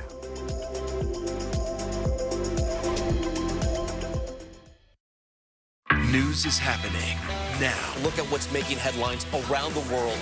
Whenever it happens, wherever you are, it's here now. Celebrating 75 years of Meet the Press, the longest running show on television. Hey, I'm Hallie. It's good to be with you tonight. There's another legal filing today, and I want to cut through some of the weedsy stuff. And let's just get to the point. They have started to vote on the PACT Act. If you're like Hallie, stop speaking Washingtonese. This bill would basically give health care to veterans who have exposed to these toxic chemicals. So, Scott, I'm trying to make this as not DC as possible. The increased sort of anger that we've seen now in politics. I saw you searching for, I think, your microphone, Danny. You are. I was trying to do it on the slide. Live TV, man. It's okay. Sometimes the news can be difficult and overwhelming for kids to understand, so we've created a newscast just for them. We hope your family will watch Nightly News Kids Edition. News is happening now. Look at what's making headlines around the world. Whenever it happens, wherever you are, it's here now. The Meet the Press Chuck Toddcast, an insider's take on politics and more with some of my favorite reporters. Get it for free wherever you get your podcasts. For Dateline Premium, subscribe now on Apple Podcasts. Sometimes the news can be difficult and overwhelming for kids to understand. Ukraine and Russia. Could you help me understand what's going on? So to help make sense of it all, we've created a newscast just for them. We hope your family will watch Nightly News Kids Edition. The Meet the Press Chuck Toddcast, an insider's take on politics and more with some of my favorite reporters. Get it for free wherever you get your podcasts. Sometimes the news can be difficult and overwhelming for kids to understand. Ukraine and Russia. Could you help me understand what's going on? So to help make sense of it all, we've created a newscast just for them. We hope your family will watch Nightly News Kids Edition. Stay on top of breaking news and the biggest stories of the day with NBC News Daily. Thank you so much for joining us. I'm Morgan Radford. And I'm Vicki Lynn. I'm Aaron Gilchrist. And I'm Kate Snow. Get in-depth reporting from across the country. What's your reaction to the president's comments? And around the world. Are Ukrainians continuing to make advances? And ways you can take care of your health. Who should be getting tested? And frankly, how often? And your wallet. Costs are skyrocketing. How to manage soaring prices. NBC News Daily. Weekdays from 12 to 4 p.m. Eastern on NBC News Now. Hey, I'm Hallie. It's good to be with you tonight. There's another legal filing today, and I want to cut through some of the weedsy stuff. And let's just get to the point. They have started to vote on the PACT Act. If you're like Hallie, stop speaking Washingtonese. This bill would basically give health care to veterans who have exposed to these toxic chemicals. So, Scott, I'm trying to make this as not DC as possible. The increased sort of anger that we've seen now in politics. I saw you searching for, I think, your microphone, Danny. You are. I was trying to do it on the slide. Live TV, man. It's okay. We're back this morning with the latest on the hunt for answers surrounding the murders of 4 college students in Idaho last month. As time passes, the victims' families are still left wondering why there are so few clues. NBC News correspondent Steve Patterson joins us now for more on that. Good morning, Steve. And, Stephen, we spoke with the lawyer for one of the victims' families, and they are far from satisfied with the job that authorities are doing on this case. The family of Kaylee Gonzalez met with lead investigators about 1 week ago to voice their concerns. Now their attorney is calling for a possible change in leadership. Take a look. As the hunt for a killer stretches into its 6th week, frustration with the effort is only mounting for at least one of the victims' families. I'm not sure they're capable of handling a quadruple murder. A lawyer for the family of Kaylee Gonzalez, one of the 4 students killed in this home near the University of Idaho campus, questioning how police have managed the investigation. If they are in over their heads, then acknowledge that and turn the investigation over to someone who's more versed in handling these types of matters. And saying that while the family supports law enforcement, the Moscow police have done a poor job of communicating with the grieving Gonzalez family. A spokesperson for the Moscow Police Department says they are dedicated to supporting and communicating with the families of the victims. With the holidays approaching, police insisting they won't stop searching for clues in the murder of Kaylee Gonzalez, Maddie Mogan, Ethan Chapin, and Xana Kernodle.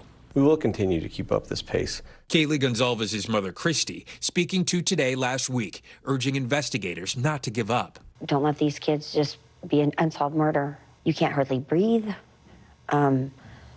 Knowing that this person is out there.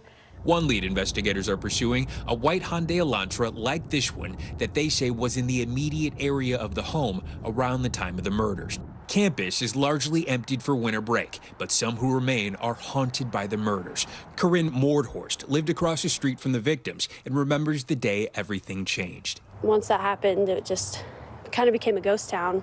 Everybody's also like really frustrated and mad that there's no leads. The family's lawyer with a message for the stricken city of Moscow. We would just say, keep at it. You know, the community, I believe, will be the ones that solve this case. So the school is on winter break, but police say the investigative pace will not slow down. Meanwhile, the campus says when students come back to school, they will increase security as well. Guys, back to you. All right, Steve, thanks. One iconic New York tourist destination is undergoing some renovations. Grand Central Terminal is best known for its early 1900s design elements, making it a popular choice as the backdrop for dozens of Hollywood movies. Well, now a massive new underground station is set to open in just a few weeks, and it's a project many New Yorkers were not even aware of. NBC News correspondent Tom Costello has the behind-the-scenes look at the new Grand Central Terminal here in New York. Tom, good morning. Hey, Joe, good morning. You know, most New Yorkers may not even be aware of it because it's happening out of sight, out of mind. Down there, 100 feet underground. This is a massive project that will finally open for the traveling public in just a few weeks. And you don't have to be a New Yorker to think this is super cool. It is among the world's most visited tourist sites, 750,000 visitors a day. Opened in 1913, that four-faced opal clock makes Grand Central instantly recognizable. Now, this iconic 20th century American landmark is jumping into the 21st century. Certainly the temple of mass transit in the United States, and we built a whole new railroad terminal right underneath. For 15 years, crews have been dynamiting and boring right under the existing Grand Central. With a staggering price tag of $11 billion, it's the biggest expansion since 1910. In New York, transit is like air and water. It's the only way we can survive. MTA Chairman and CEO Janno Lieber gave us an exclusive behind-the-scenes tour. Marble walls, mosaic artwork, more retail space, and New York-themed quotes from the likes of Jerry Seinfeld, Jay-Z, and Alicia Keys. We're going even deeper and deeper underground. Oh, yeah. This is all about getting into the bedrock. Remember, we did 8 miles of tunnel boring just to create this. To understand why this is a big deal for New Yorkers, look at the map. Until now, commuters on the railroad from Long Island have had to travel all the way to Penn Station on the west side of Manhattan, then backtrack to work on the east side. Now they'll be getting off at Grand Central Madison on the east side, cutting travel times by up to 40 minutes and doubling capacity on the Long Island Railroad. What a difference 100 years makes. The new Grand Central Madison, 8 blocks long, 13 miles of new tunnels, 40 miles of new track, and the biggest mass transit project in America. CEO Lieber took us 150 feet below ground to see the dynamite fractures in the bedrock from the early 1900s. That is what Grand Central and Manhattan were built on. We're constantly building on what we inherited from our forebears, constantly using it, because it was great construction. These people really knew what they're doing. And here you are 110 years later. And we're going to use it all. We were on one of the first test train rides through the tunnels with a new control center monitoring every train in the system. It's work 24/7 every second of the day because the dispatchers that are here are monitoring those train movements. Construction workers worked round the clock even as COVID devastated the city. Now the last-minute fixes. New York Governor Kathy Hochul. We are hit so hard during the pandemic, but to be able to have this new terminal open, the first major terminal like this in 67 years, this says that New York is exceptional. Not just a facelift, a new Grand Central for the next 100 years and beyond. All right, now you probably know if you've gone through New York that Penn Station right now is a mess. And the reason is they're handling 3 times the passenger volume that they were expected to. Penn Station on the west side of Manhattan. Well, now the new Grand Central will take the pressure off Penn Station. And so Penn Station, which is already undergoing an overhaul and an upgrade, will start to go into a major overhaul and upgrade mode as well. Can I give you one really cool, quick factoid, you guys? You know those big boring machines that are 150 feet underground digging out the tunnels? They can't back them out and bring them up here. They're too heavy, right? So they have to leave them embedded in the bedrock so that maybe in 100 years, many more generations in the future, they will be able to use those boring machines for the next tunnels in 100 years, should they so choose. Put them to use again. All right, Tom Costello, thank you so much. Well, coming up, it's no secret that NFL athletes are probably some of the largest human beings you'll ever see. But have you ever wondered how teams are able to fuel up their players each week? We're going to bring you an inside look when we come back.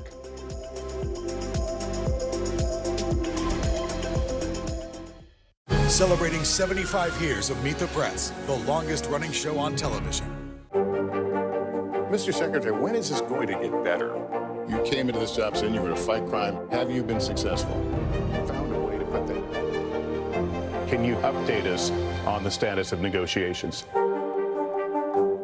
News is happening now. Look at what's making headlines around the world. Whenever it happens, wherever you are, it's here now.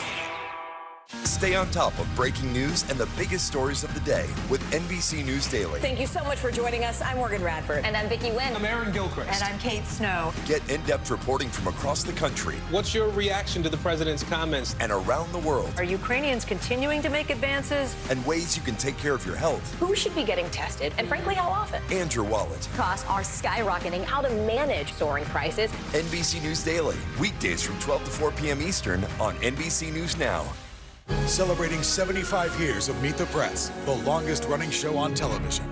Stay on top of breaking news and the biggest stories of the day with NBC News Daily. Thank you so much for joining us. I'm Morgan Radford. And I'm Vicki Wynn. I'm Aaron Gilchrist. And I'm Kate Snow. Get in-depth reporting from across the country. What's your reaction to the president's comments? And around the world. Are Ukrainians continuing to make advances? And ways you can take care of your health. Who should be getting tested, and frankly, how often? And your wallet. Costs are skyrocketing. How to manage soaring prices. NBC News Daily. Weekdays from 12 to 4 p.m. Eastern on NBC News Now. Hey, I'm Hallie. It's good to be with you tonight. There's another legal filing today, and I want to cut through some of the weedsy stuff.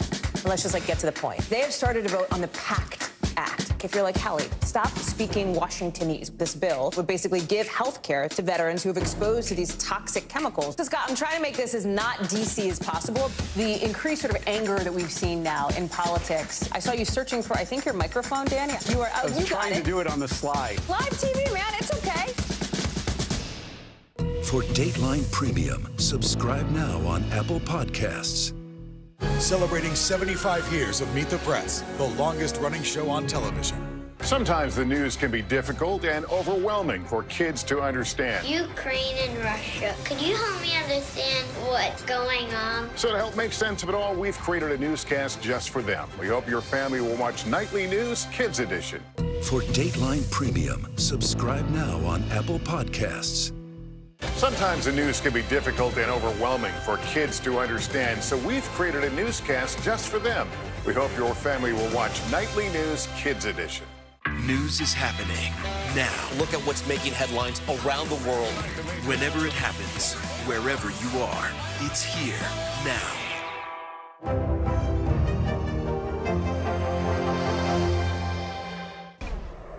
We're back now with some financial headlines, starting with the battle between Microsoft and the FTC over a $75 billion deal to acquire the video game publisher Activision. CNBC's Savannah Hanau joins us with that and other news this morning. Good morning, Savannah. Stephen, good morning to you. So Microsoft plans to challenge the Federal Trade Commission's lawsuit to block its $75 billion deal to buy Activision Blizzard. The Wall Street Journal reports Microsoft will argue it's an underdog in developing video games. The FTC alleges the deal is anti-competitive because it would give Microsoft the ability to control how consumers access Activision games beyond the Xbox.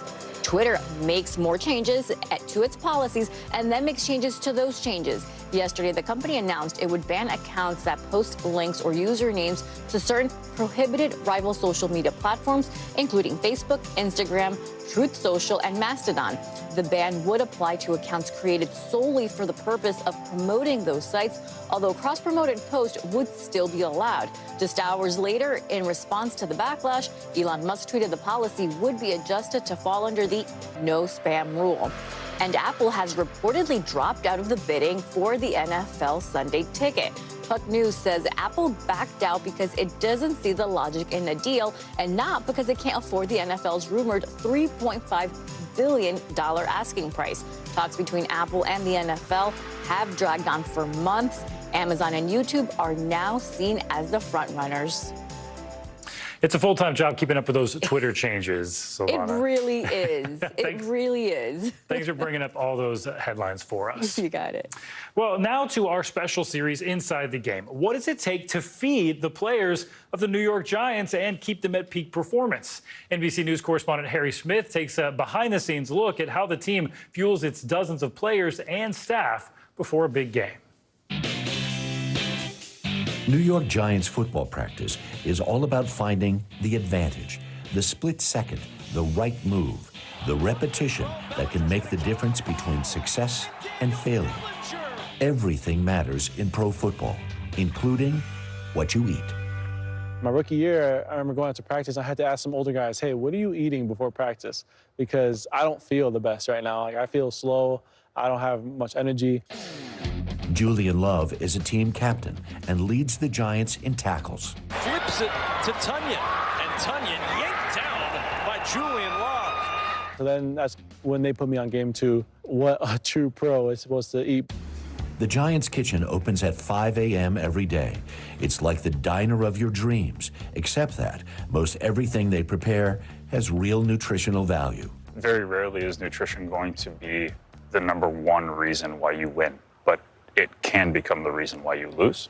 Steve Smith is the Giants Director of Sports and Performance Nutrition. Does every player have his own food game plan?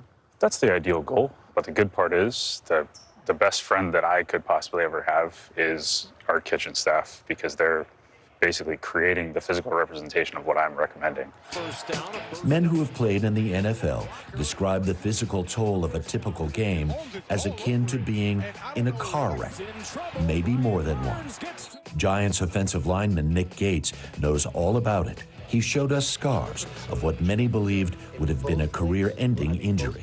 It was a Thursday night game, September 16th, and about 11 or 12 plays in, somebody fell on me and snapped my leg in half, broke my tibia and fibula. After the injury, Gates lost 30 to 40 pounds.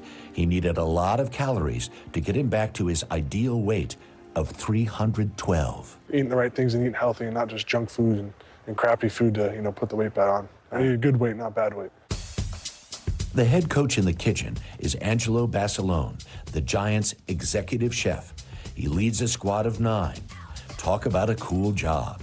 They're long days, but, they're fun days. We go through a lot of food. A lot of food is a bit of an understatement. 200 pounds of fish, 300 pounds of meat, and 500 pounds of chicken a week. And you're not Chick-fil-A. We're not Chick-fil-A. Is there a meal that you've made that you think makes the difference between winning and losing? As long as they come in here and they're eating and they're happy, that's the most important thing. I was once paid a compliment by one of the players that we made oxtails the one day, and he ate them, and he's like, this reminds me of my grandmother's. So if you can make that connection, something from home, then I won. Chef should have been flagged, though, for allowing your reporter into the game. What are we making today? So today, what we do on travel days often is something quick that they can grab. So we're gonna do a bowl. We're doing a chimichurri shrimp bowl. Beautiful. No, it's not beautiful. It's a freaking mess.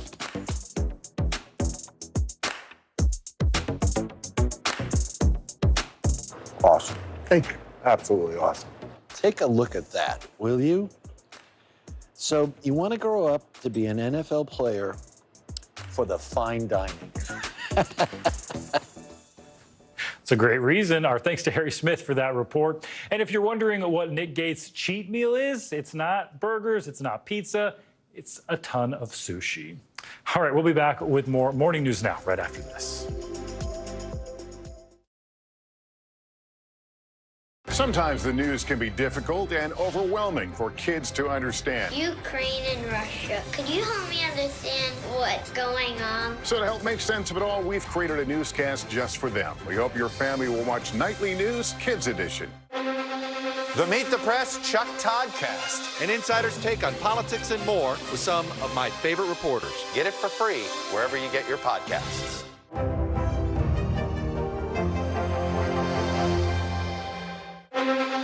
The Meet the Press Chuck Toddcast, an insider's take on politics and more with some of my favorite reporters. Get it for free wherever you get your podcasts.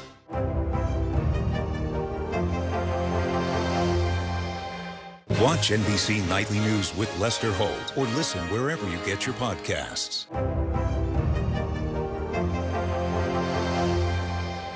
Sometimes the news can be difficult and overwhelming for kids to understand. Ukraine and Russia. Could you help me understand what's going on? So to help make sense of it all, we've created a newscast just for them. We hope your family will watch Nightly News Kids Edition. This is what it looks and feels from the storm zone. The bigger piece to the puzzle comes. New numbers just out this morning.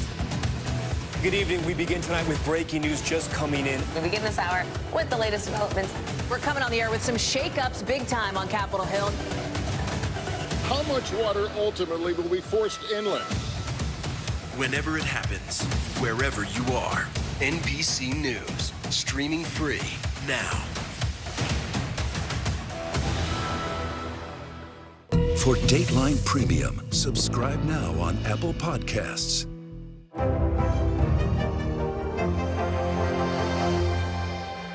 NBC News, streaming free now.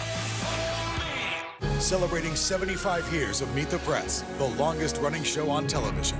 Mr. Secretary, when is this going to get better? You came into this job saying you were going to fight crime. Have you been successful? Found a way to put that. Can you update us on the status of negotiations? Welcome back, and now to an inspiring story about a real-life hero who's turned her own health battle into a lifelong mission to help others. Our own Savannah Sellers brings us this heartwarming story. Molly Sue Pratt, cum laude. For 24-year-old nursing student Molly Pratt, college graduation was a moment that seemed nearly impossible just 4 years ago. I couldn't even get out of bed without having help because I was just too weak to even move. At just 16 years old, Molly was diagnosed with Hodgkin's lymphoma, a cancer of the immune system that started a years-long battle. Prior to hearing that diagnosis, what had you been thinking about? Hanging out with my friends, ACTs, maybe what college I'll be going to, thinking ahead, what my life was going to look like. It completely changed with the cancer diagnosis. I was really scared I was going to die. Molly underwent 6 outpatient chemotherapy treatments and 5 months later entered remission. Every time you go through that scanner, it is like you pray that it's not there. But in 2016, it was. Not 1, but 2 recurrences sent Molly to the hospital. Her next round of treatments were more aggressive. Molly received a stem cell transplant, and courses of chemotherapy left her weak.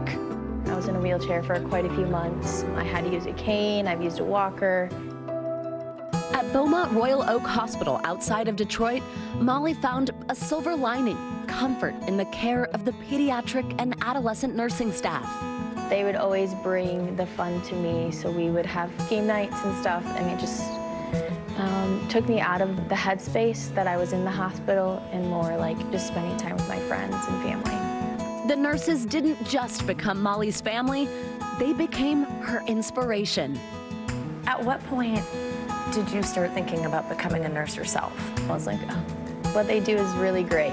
I want to be able to impact others the way they have impacted me. Once I got into treatment, I started thinking about being a nurse. Karen MacDonald, one of Molly's nurses, saw her potential right away.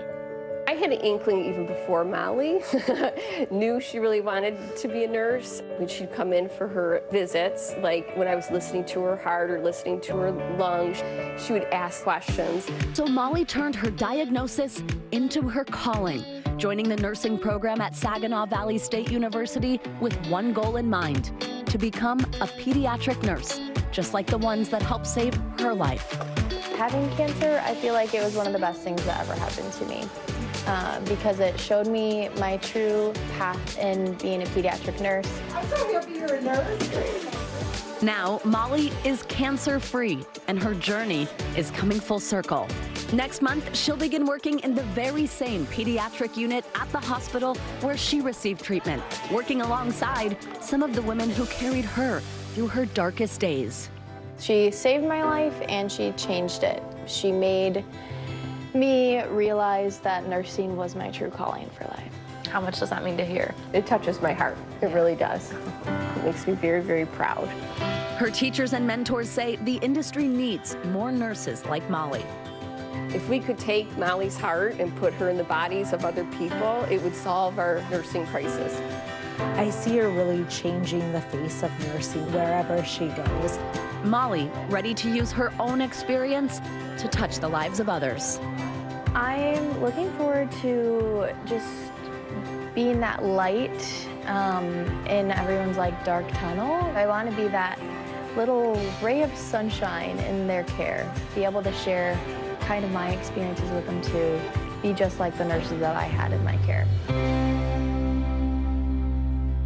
So cool. Our thanks to Savannah Sellers for that report, and congratulations to Molly and all the new nurses graduating this season.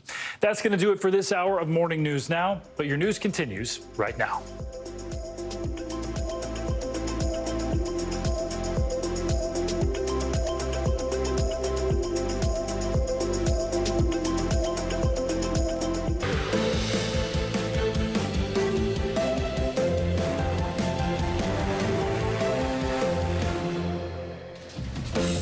Good morning. Thanks for being here. I'm Stephen Romo in for Savannah Sellers. And I'm Joe Fryer. Right now on Morning News Now, making their case. The January 6th committee will vote today on criminal referrals for former President Trump and what will be its last public hearing. What NBC News has learned about what those referrals are expected to include and how it could impact Trump both legally and politically. State of emergency at the southern border this morning. The city of El Paso, Texas, warning it won't be able to handle the expected surge of migrants there as Title 42 expires. We're going to take you live to the border for the latest on the growing crisis. Home for the holidays. Millions of Americans will hit the road this week as the holiday season kicks into high gear. We're already getting reports of a travel nightmare for one flight heading to Hawaii. We have the latest details on that, along with our full weather forecast to get you ready for this big week ahead. And paying it forward. One college graduate credits her life to the nurses who helped her beat cancer.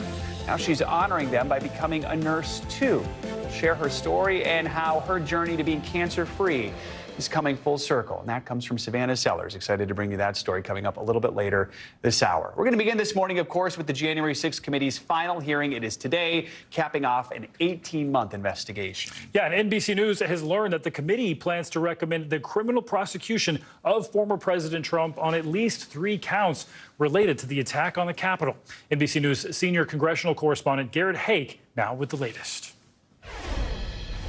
Nearly 2 years since the attack on the Capitol itself, today marks the committee's final opportunity to make their case in public about who should be held responsible.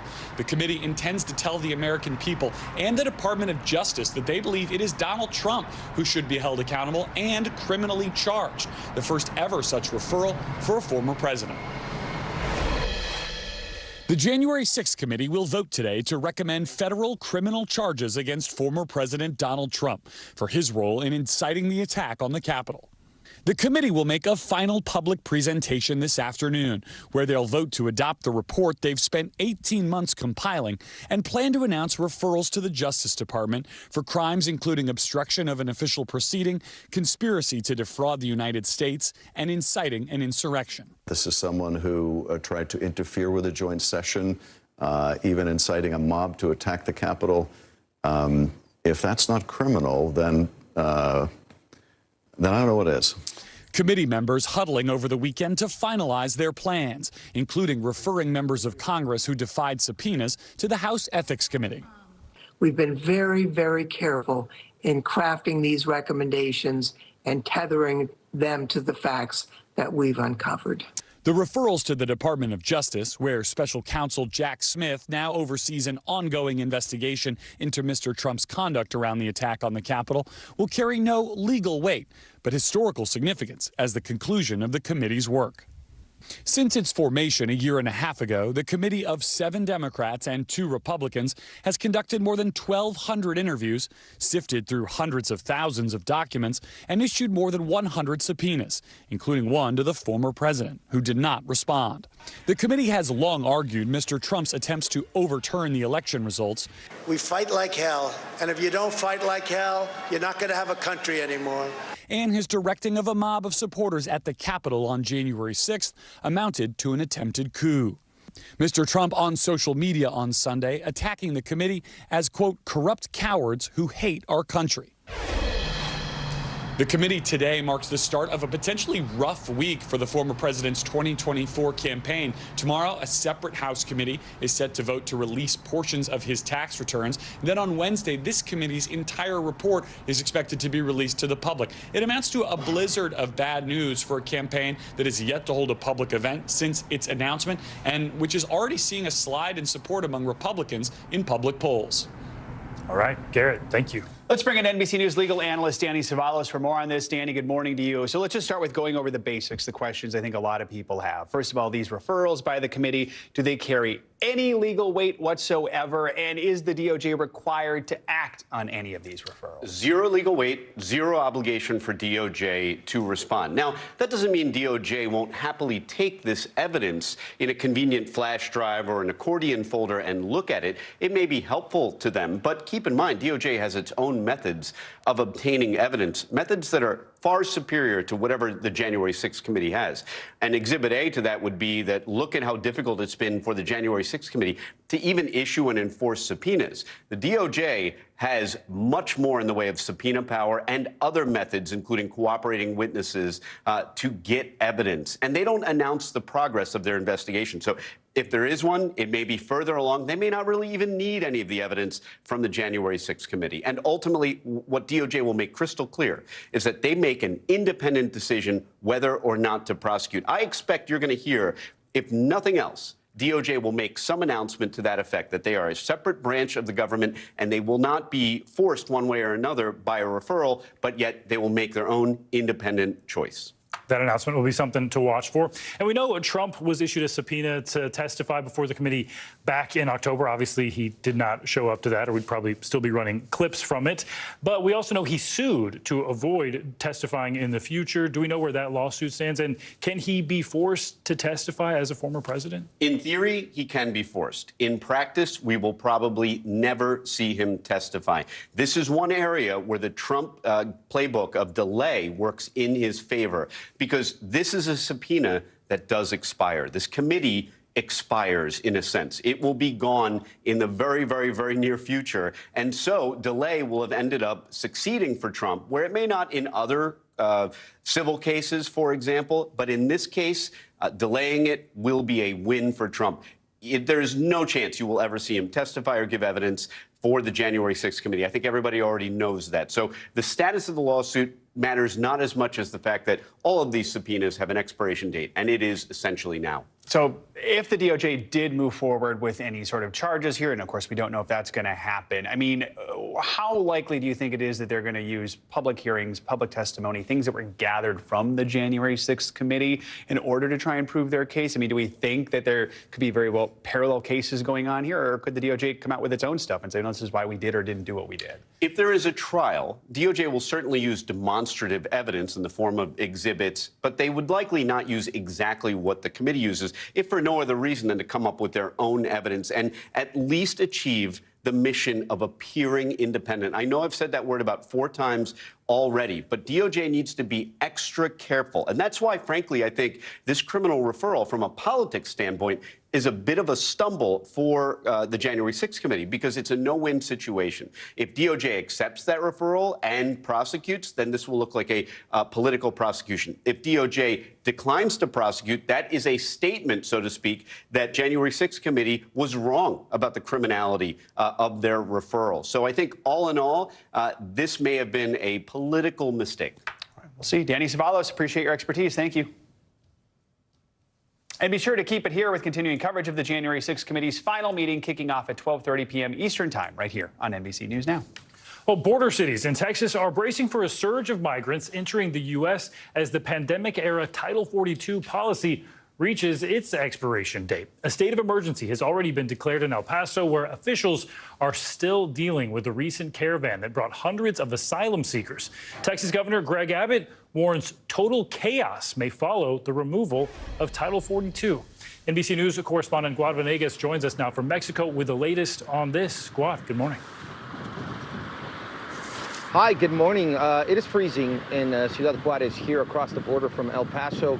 Now, this latest surge to the border began last week when more than 1,000 migrants arrived right here at once. They lined up for days. They were being processed over the last few days, with more arriving by border officers entering El Paso, where they're seeking asylum. We know that city officials on the American side, local officials in El Paso, have said they are overwhelmed and they just can't handle the load anymore. This morning, major concerns over the new surge of illegal crossings at the U.S.-Mexico border just days before the lifting of Title 42. If the courts do not intervene and put a halt to the removal of Title 42, it's going to be total chaos.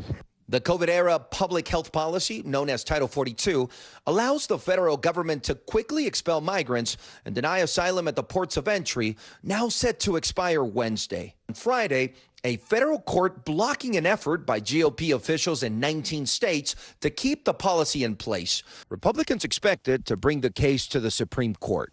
In El Paso, Texas, shelters are overwhelmed, leaving migrants sleeping in the streets. We see a lot of families out here. We see that the temperature's cold, and I guess it gets to a point where they could become desperate. So they spent the night here. He says it was really cold last night, and they're getting free food, waters. Overnight, the city's international airport serving as a campsite for many. Mayor Oscar Leeser declaring a state of emergency over the weekend. We know that the influx on Wednesday will be incredible. It will be huge. Senator Joe Manchin urging President Biden to extend Title 42 by executive order unless Congress is able to pass emergency legislation. We need an extension until we can get a viable answer for this. Right now, this is unattainable. This is wrong.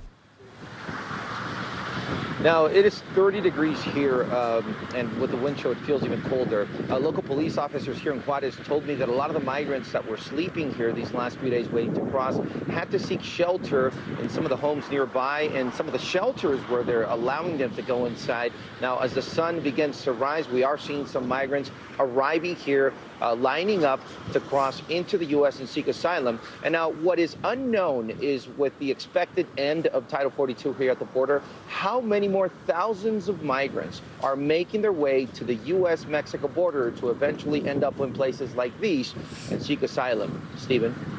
A lot of variables at play. Guad Venegas and Ciudad Juarez. Thanks so much. Now to Hawaii, where this morning dozens of people are recovering from injuries after severe turbulence on a flight from Phoenix to Honolulu. Now an investigation is underway into what led up to the terrifying 30-minute disturbance. NBC News correspondent Maggie Vespa is in Chicago with more. Maggie, good morning. Please step forward if you have your boarding. Hey, Joe, good morning. Yeah, as you said, very scary moments for everyone on board that Hawaiian Airlines flight yesterday. 36 people injured, 11 of them seriously. This as you can see, a holiday travel stretch, a potentially record-setting one gets underway amid the backdrop of potentially more severe winter weather. Everybody was panicked. There was panic. Terrifying moments in the sky Sunday after a Hawaiian Airlines flight headed from Phoenix to Honolulu hit severe turbulence, sending passengers and crew flying out of their seats, causing significant, but so far not life-threatening injuries. People were hitting their heads in the ceilings, and I was grabbing the seat in front of me, the top of it, to hang on, even though I had my seatbelt on. FAA officials say the Airbus A330 was carrying 278 passengers and 10 crew members. Roughly 30 minutes before landing, it hit an unstable and unexpected patch of air. Passengers describing it as the most turbulent flight they'd ever taken. The plane shook, and then it went into a sudden drop.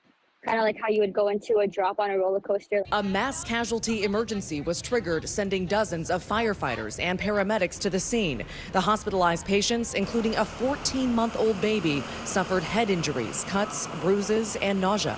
Airline officials say the fasten seatbelt sign was on at the time of the incident, and that flying at an altitude of 36,000 feet, air pockets do happen, but cases like this are rare. No, there was no warning of this particular patch of air at that altitude was in any way dangerous. It caught everybody by surprise. The incident comes as nearly 113 million Americans, or 1/3 of the entire U.S. population, will travel roughly an hour or more this week to celebrate the holidays with loved ones, a post-pandemic record.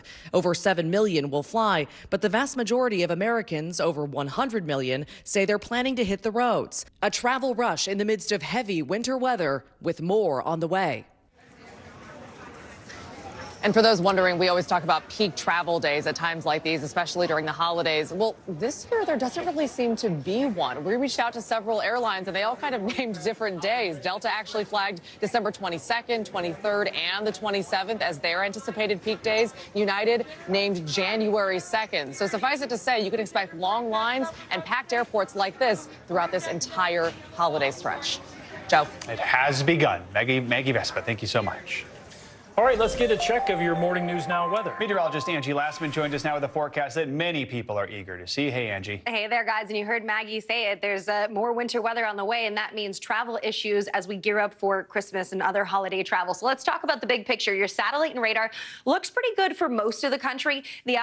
All eyes are on basically a stretch from Houston to Dallas, dealing with some rain in parts of Texas, moving up into portions of Missouri and Kansas. That's where we see some snow showers right now, but otherwise pretty quiet. We're gearing up, though, for a busy kind of forecast when it comes to temperatures changing over the next couple of days. And that's why you see these watches and advisories in effect for wind chill. Also, this brighter pink color that you see, those are warnings that are already in effect because 8 million people are at risk for seeing really cold temperatures, and feels like temperatures potentially could dip down to -60. So let's talk about exactly how that plays out. The current conditions in the high plains right now in the northern Rockies, temperature is about 20 degrees and feeling like 20 degrees in Denver. Bit of a different story in Watertown. It's -2 right now for the actual temperature and feeling 14 degrees below for that wind chill value. And these temperatures are going to continue to fall. Really bitter, cold Arctic air is spilling in from Canada, and eventually it's going to move farther south. But for now, we look ahead to tomorrow morning, a wind chill of -28 in Pierre, Minot -38. So you get the picture. It's going to be really brutal. Make sure you're checking on those around you, your neighbors, elderly especially. Bring in the pets, make sure they're not outside. And the livestock, that's going to be something we're going to have to potentially watch for over the coming days as well, because there has to be a plan.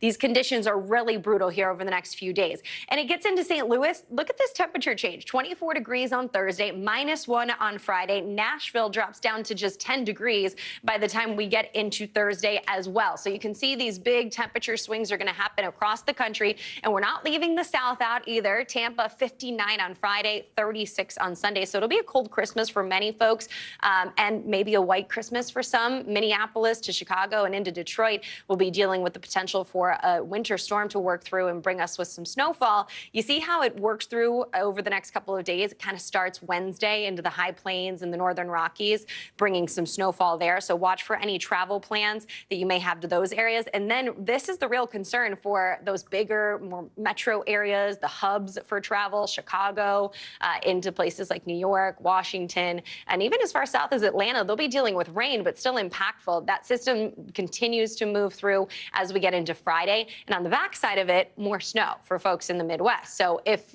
folks are looking for a white Christmas, they've got it in places like Michigan, Ohio, and Illinois. Along the coast, the I-95 corridor, Boston to New York, Washington, it looks like more of a rain event, but we could end up maybe Friday with a few snow showers. I think this will be something that we'll have to keep a close eye on here as we get through the next couple of days, guys. But Christmas overall, plenty of time from now until then to make your way out and finish up some of those errands, but just bundle up for sure. No kidding. I'm heading to Minneapolis on Christmas Eve, so it'll be snowy and cold. Very cold. And remember, if it's below 25, you could get frostbite within 30 minutes. So really, really dangerous situation. So we'll watch it. Grab those scarves. All right, Angie, thank you. Well, Argentina has been crowned champion following a dramatic win against France in the World Cup. The game was filled with plenty of goals and last-minute twists and has been hailed as one of the greatest finals in recent history. Thousands of fans took to the streets of Argentina's capital, Buenos Aires, to celebrate yesterday's thrilling victory. NBC News foreign correspondent Megan Fitzgerald joins us now from Doha with more on that. Good morning, Megan. And soccer fans couldn't have asked for a more exciting final, Megan. Sorry to interrupt you there. Walk us through some of those biggest moments, if you will. No, tell me. Yeah. I mean, seriously, you couldn't have asked for a better game, really. So exhilarating. I really think this is the best match we've ever seen. I mean, Argentina coming out hungry for this win in the first half. 2-0 going into the half. First goal scored by Lionel Messi in a penalty kick. Everyone at this point convinced that this is Argentina's game. France just didn't look like they were there to play. They looked sluggish. But then going into the second half, a completely different story, a game changer. Star player from France, Kylian Mbappe, literally carrying the team on his shoulders. 80 minutes into the game, he scores a goal. A minute later, another goal. Argentina answers back. It's now 3-2. Kylian Mbappe with a hat trick, a third goal. That's enough to send this game into penalty kicks. You know what happens after that. Argentina with the win. Messi hoisting the cup. It was such a game. It was such a game, guys. And Megan, this could be Lionel Messi's last ever World Cup. How much does this victory mean to him and to Argentina as a whole?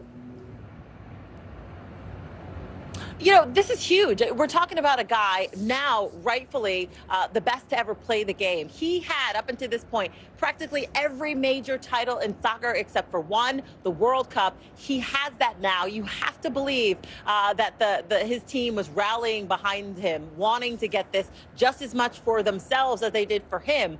I want you to take a listen to what the fans had to say. How are you feeling about this win? Come true. Seriously, we can't believe it. We can't believe it. I cannot express how happy I am. I cried, happy tears, sad tears, and then happy tears again. This was a roller coaster of a game. How do you describe this game? I really cannot describe it. It was just out of this world. I didn't expect it to go this way. I mean, this city was painted blue and white for Argentina. There was a victory parade leaving the stadium last night ahead of the team's flight back to Argentina. You can only imagine the millions of people and the excitement they're about to walk into when they touch down in Argentina. So many tears, happy and sad. So, Megan, of course, the World Cup now over for another 4 years. What's this tournament going to be remembered for?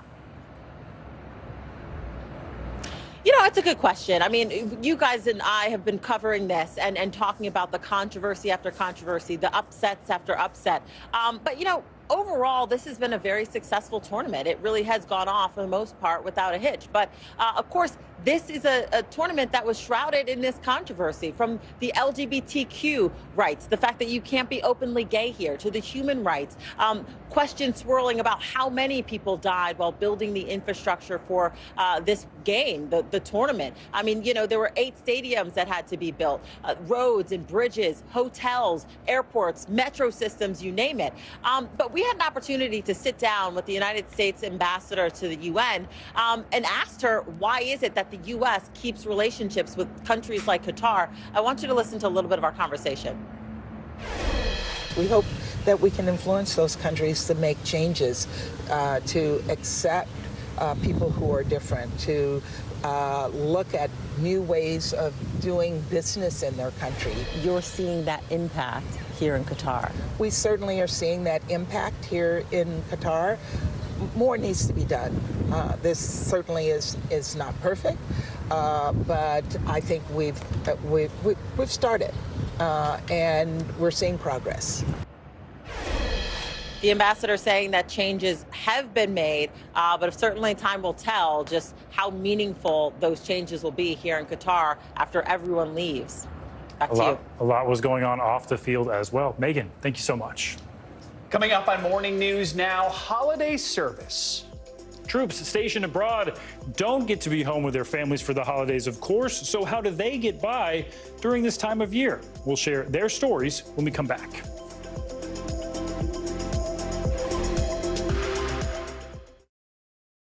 News is happening now. Look at what's making headlines around the world. We're coming on the air with breaking news. This is a significant moment. Whenever it happens, wherever you are. NBC News, streaming free now. Watch NBC Nightly News with Lester Holt or listen wherever you get your podcasts. Sometimes the news can be difficult and overwhelming for kids to understand. Ukraine and Russia. Could you help me understand what's going on? So to help make sense of it all, we've created a newscast just for them. We hope your family will watch Nightly News Kids Edition. News is happening now. Look at what's making headlines around the world. We're coming on the air with breaking news. This is a significant moment. Whenever it happens, wherever you are. NBC News, streaming free now. News is happening now. Look at what's making headlines around the world. We're coming on the air with breaking news. This is a significant moment. Whenever it happens, wherever you are. NBC News, streaming free now. The Meet the Press Chuck Toddcast. An insider's take on politics and more with some of my favorite reporters. Get it for free wherever you get your podcasts. News is happening now. Look at what's making headlines around the world. We're coming on the air with breaking news. This is a significant moment. Whenever it happens, wherever you are. NBC News, streaming free now. Celebrating 75 years of Meet the Press, the longest-running show on television. News is happening now. Look at what's making headlines around the world. Whenever it happens, wherever you are. It's here now.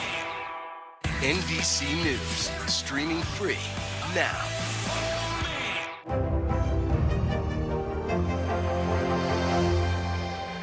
Watch NBC Nightly News with Lester Holt or listen wherever you get your podcasts. Welcome back. Iranian state media says authorities have detained one of the country's most famous actresses after she expressed solidarity with the anti-government protests. NBC News chief international correspondent Keir Simmons joins us now with the latest on this. Keir, good morning. Hey, Joe, good morning to you. Taraneh Al-Adousti is 38, and you're right. She is a huge deal in Iran and around the world. The fact that she's now another woman who's been arrested demonstrates how much pressure Iran's hardline leaders are truly under. She's the star of the Oscar-winning foreign film, The Salesman, about a woman attacked in her home. In May, Taraneh Al-Adousti, one of Iran's most famous actresses, attended the Cannes Film Festival. This morning, she is thought to be in an Iranian prison for supporting protests sweeping the country. Those protests, led by women for months, have led to nearly 500 deaths and over 18,000 jailed. Al-Adousti posted a picture of herself without a hijab, holding the slogan, "Woman, Life, Freedom." And this month, as Iran began executing people from the demonstrations, 23-year-old Mohsen Shakari, the first to be hanged, she wrote on Instagram, "Every international organization who is watching this bloodshed and not taking action is a disgrace to humanity." Iranian state media said she was arrested a week later on charges of spreading falsehoods about the protests. The protests erupted in September after the death of 22-year-old Mahsa Amini. She had been arrested over an alleged violation of Iran's strict dress code. Now the protests have turned into a massive uprising against Iran's Islamic leadership, despite a crackdown that has been brutal. And this morning, one of the country's most celebrated actresses detained as Iran's women refuse to give up. And Joe, just listening to you talk about the World Cup a little earlier, let's give you an update on that star Iranian soccer player facing a possible death sentence, Amir Nasser Azadini. There's been another charge now, being a member of an armed group that killed security forces. I got to tell you, Joe, these executions, these hangings are being carried out in public. That is why, or one of the reasons why, people are using the word barbarity and why so many are so inspired by these protesters who are only more determined. Joe? All right, Keir, thank you for that reporting. Appreciate it. Well, staying overseas now, where we find the brave men and women who serve in the U.S. Armed Forces far from home this holiday season. NBC News foreign correspondent Molly Hunter climbed aboard the USS George H.W. Bush to see how our Navy service members are holding up. We are aboard USS George H.W. Bush. I'm going to show you the coolest thing right now. Coming into land right now, an F-18.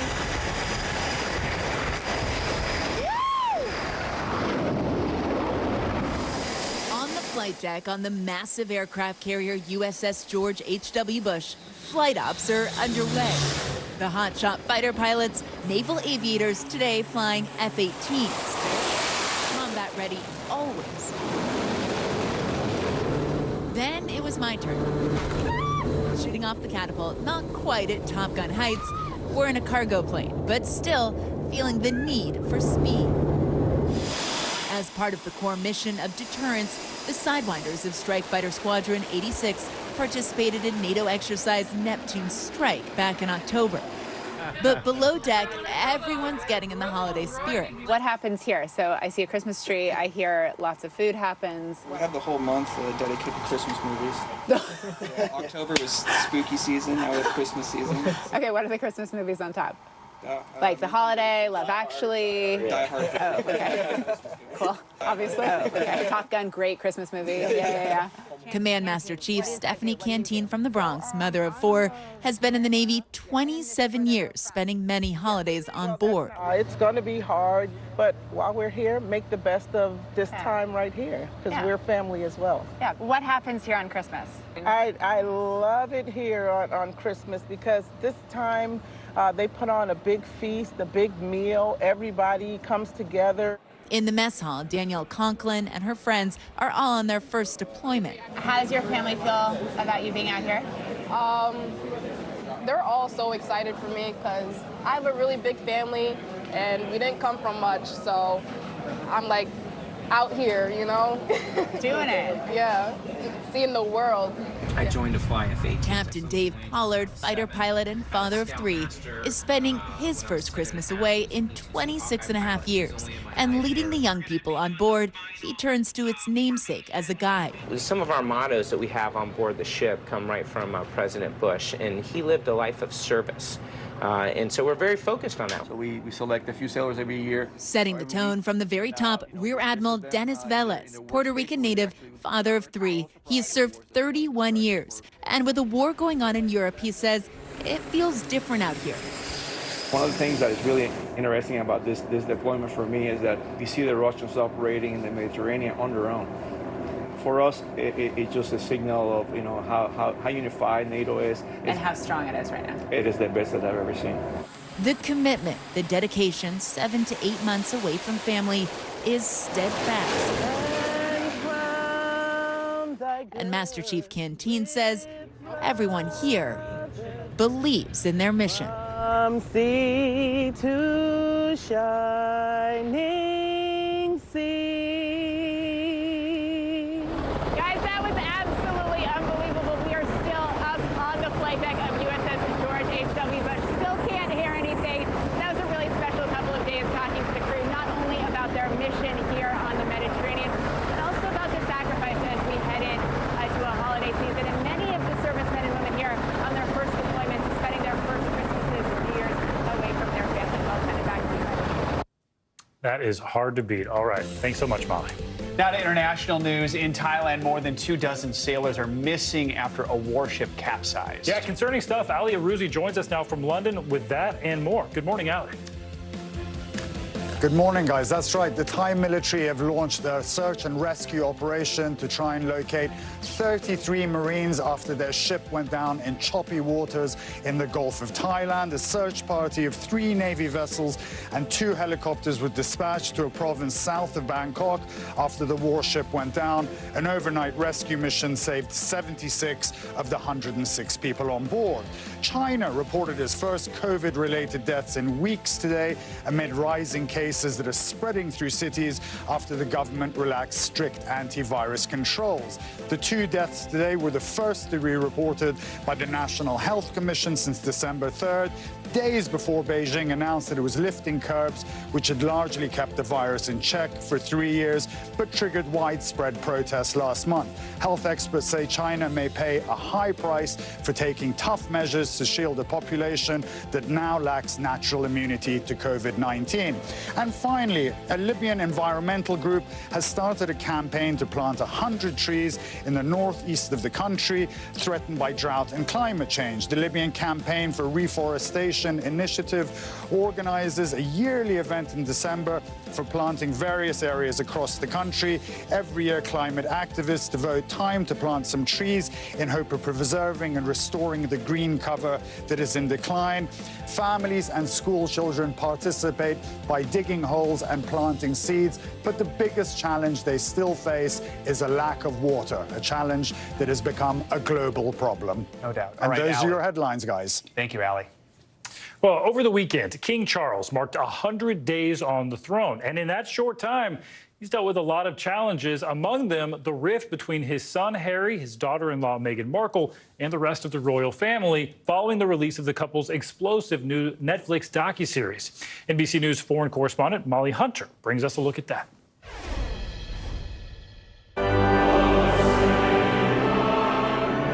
It has been a difficult job from the start, mourning his mother and trying to stitch his family back together. I want also to express my love for Harry and Meghan as they continue to build their lives overseas. Thank you, everyone. Back in September, there was some hope on that front, but Netflix has cast a shadow. It's like living through a soap opera. Accusations this week flying from King Charles's youngest son.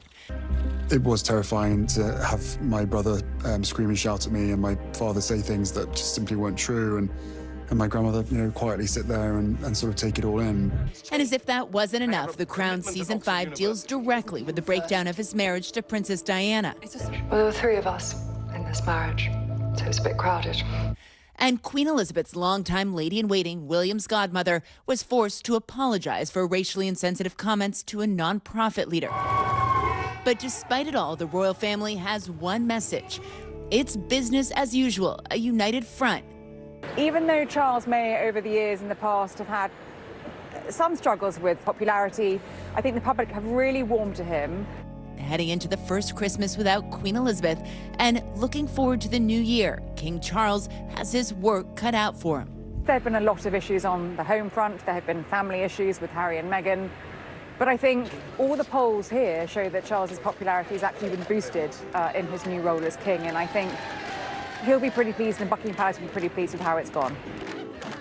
And look at those dance moves. Well, our thanks to Molly Hunter for that report. By the way, King Charles' favorability rating last month actually rose to 54%, but he's expected to lean more on 2 of the most popular members of the royal family, the Prince and Princess of Wales. Along with his dance moves. That's right. That'll help. On those.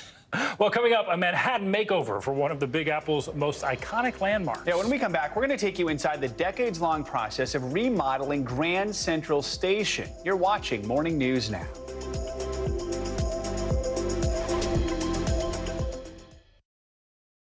News is happening now. Look at what's making headlines around the world. We're coming on the air with breaking news. This is a significant moment. Whenever it happens, wherever you are.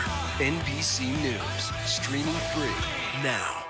Hey, I'm Hallie. It's good to be with you tonight. There's another legal filing today, and I want to cut through some of the weedsy stuff. And let's just get to the point. They have started to vote on the PACT Act. If you're like, Hallie, stop speaking Washingtonese. This bill would basically give health care to veterans who have exposed to these toxic chemicals. So, Scott, I'm trying to make this as not DC as possible. The increased sort of anger that we've seen now in politics. I saw you searching for, I think, your microphone, Danny. You are. I was trying to do it on the slide. Live TV, man. It's okay. This is what it looks and feels. From the storm zone. The bigger piece of the puzzle comes. New numbers just out this morning. Good evening. We begin tonight with breaking news just coming in. We begin this hour with the latest developments. We're coming on the air with some shakeups big time on Capitol Hill. How much water ultimately will be forced inland? Whenever it happens, wherever you are. NBC News, streaming free now.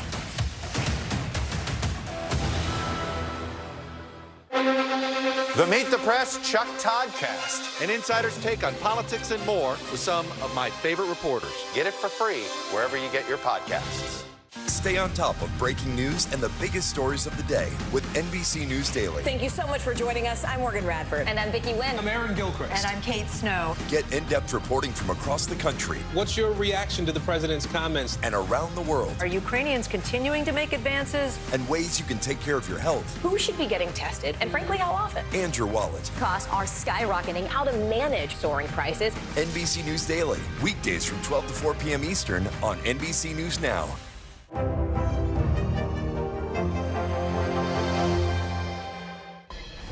We're back this morning with the latest on the hunt for answers surrounding the murders of 4 college students in Idaho last month. As time passes, the victims' families are still left wondering why there are so few clues. NBC News correspondent Steve Patterson joins us now for more on that. Good morning, Steve. And, Stephen, we spoke with the lawyer for one of the victims' families, and they are far from satisfied with the job that authorities are doing on this case. The family of Kaylee Gonzalez met with lead investigators about 1 week ago to voice their concerns. Now their attorney is calling for a possible change in leadership. Take a look. As the hunt for a killer stretches into its 6th week, frustration with the effort is only mounting for at least one of the victims' families. I'm not sure they're capable of handling a quadruple murder. A lawyer for the family of Kaylee Gonzalez, one of the 4 students killed in this home near the University of Idaho campus, questioning how police have managed the investigation. If they are in over their heads, then acknowledge that and turn the investigation over to someone who's more versed in handling these types of matters. And saying that while the family supports law enforcement, the Moscow police have done a poor job of communicating with the grieving Gonzalez family. A spokesperson for the Moscow Police Department says they are dedicated to supporting and communicating with the families of the victims. With the holidays approaching, police insisting they won't stop searching for clues in the murder of Kaylee Gonzalez, Maddie Mogan, Ethan Chapin, and Xana Kernodle. We will continue to keep up this pace. Kaylee Gonzalez's mother, Christy, speaking to Today last week, urging investigators not to give up. Don't let these kids just be an unsolved murder. You can't hardly breathe. Knowing that this person is out there. One lead investigators are pursuing a white Hyundai Elantra like this one that they say was in the immediate area of the home around the time of the murders. Campus is largely emptied for winter break, but some who remain are haunted by the murders. Corinne Mordhorst lived across the street from the victims and remembers the day everything changed. Once that happened, it just kind of became a ghost town. Everybody's also really frustrated and mad that there's no leads. The family's lawyer with a message for the stricken city of Moscow. We would just say keep at it. You know, the community, I believe, will be the ones that solve this case. So the school is on winter break, but police say the investigative pace will not slow down. Meanwhile, the campus says when students come back to school, they will increase security as well. Guys, back to you. All right, Steve, thanks. One iconic New York tourist destination is undergoing some renovations. Grand Central Terminal is best known for its early 1900s design elements, making it a popular choice as the backdrop for dozens of Hollywood movies. Well, now a massive new underground station is set to open in just a few weeks, and it's a project many New Yorkers were not even aware of. NBC News correspondent Tom Costello has the behind-the-scenes look at the new Grand Central Terminal here in New York. Tom, good morning. Hey, Joe, good morning. You know, most New Yorkers may not even be aware of it because it's happening out of sight, out of mind. Down there, 100 feet underground. This is a massive project that will finally open for the traveling public in just a few weeks. And you don't have to be a New Yorker to think this is super cool. It is among the world's most visited tourist sites, 750,000 visitors a day. Opened in 1913, that four-faced opal clock makes Grand Central instantly recognizable. Now, this iconic 20th century American landmark is jumping into the 21st century. Certainly the temple of mass transit in the United States, and we built a whole new railroad terminal right underneath. For 15 years, crews have been dynamiting and boring right under the existing Grand Central.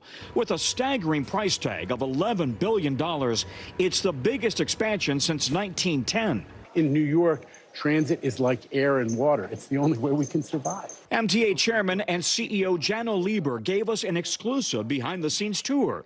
Marble walls, mosaic artwork, more retail space, and New York-themed quotes from the likes of Jerry Seinfeld, Jay-Z, and Alicia Keys. We're going even deeper and deeper underground. Oh, yeah. This is all about getting into the bedrock. Remember, we did 8 miles of tunnel boring just to create this. To understand why this is a big deal for New Yorkers, look at the map. Until now, commuters on the railroad from Long Island have had to travel all the way to Penn Station on the west side of Manhattan, then backtrack to work on the east side. Now they'll be getting off at Grand Central Madison on the east side, cutting travel times by up to 40 minutes and doubling capacity on the Long Island Railroad. What a difference 100 years makes. The new Grand Central Madison, 8 blocks long, 13 miles of new tunnels, 40 miles of new track, and the biggest mass transit project in America. CEO Lieber took us 150 feet below ground to see the dynamite fractures in the bedrock from the early 1900s. That is what Grand Central and Manhattan were built on. We're constantly building on what we inherited from our forebears, constantly using it, because it was great construction. These people really knew what they're doing. And here you are 110 years later. And we're going to use it all. We were on one of the first test train rides through the tunnels with a new control center monitoring every train in the system. It's worked 24/7 every second of the day because the dispatchers that are here are monitoring those train movements. Construction workers worked round the clock even as COVID devastated the city. Now the last-minute fixes. New York Governor Kathy Hochul. We were hit so hard during the pandemic, but to be able to have this new terminal open, the first major terminal like this in 67 years, this says that New York is exceptional. Not just a facelift, a new Grand Central for the next 100 years and beyond. All right, now you probably know if you've gone through New York that Penn Station right now is a mess. And the reason is they're handling 3 times the passenger volume that they were expected to. Penn Station on the west side of Manhattan. Well, now the new Grand Central will take the pressure off Penn Station. And so Penn Station, which is already undergoing an overhaul and an upgrade, will start to go into a major overhaul and upgrade mode as well. Can I give you one really cool, quick factoid, you guys? You know those big boring machines that are 150 feet underground digging out the tunnels? They can't back them out and bring them up here. They're too heavy, right? So they have to leave them embedded in the bedrock so that maybe in 100 years, many more generations in the future, they will be able to use those boring machines for the next tunnels in 100 years, should they so choose. Put them to use again. All right, Tom Costello, thank you so much. Well, coming up, it's no secret that NFL athletes are probably some of the largest human beings you'll ever see. But have you ever wondered how teams are able to fuel up their players each week? We're going to bring you an inside look when we come back.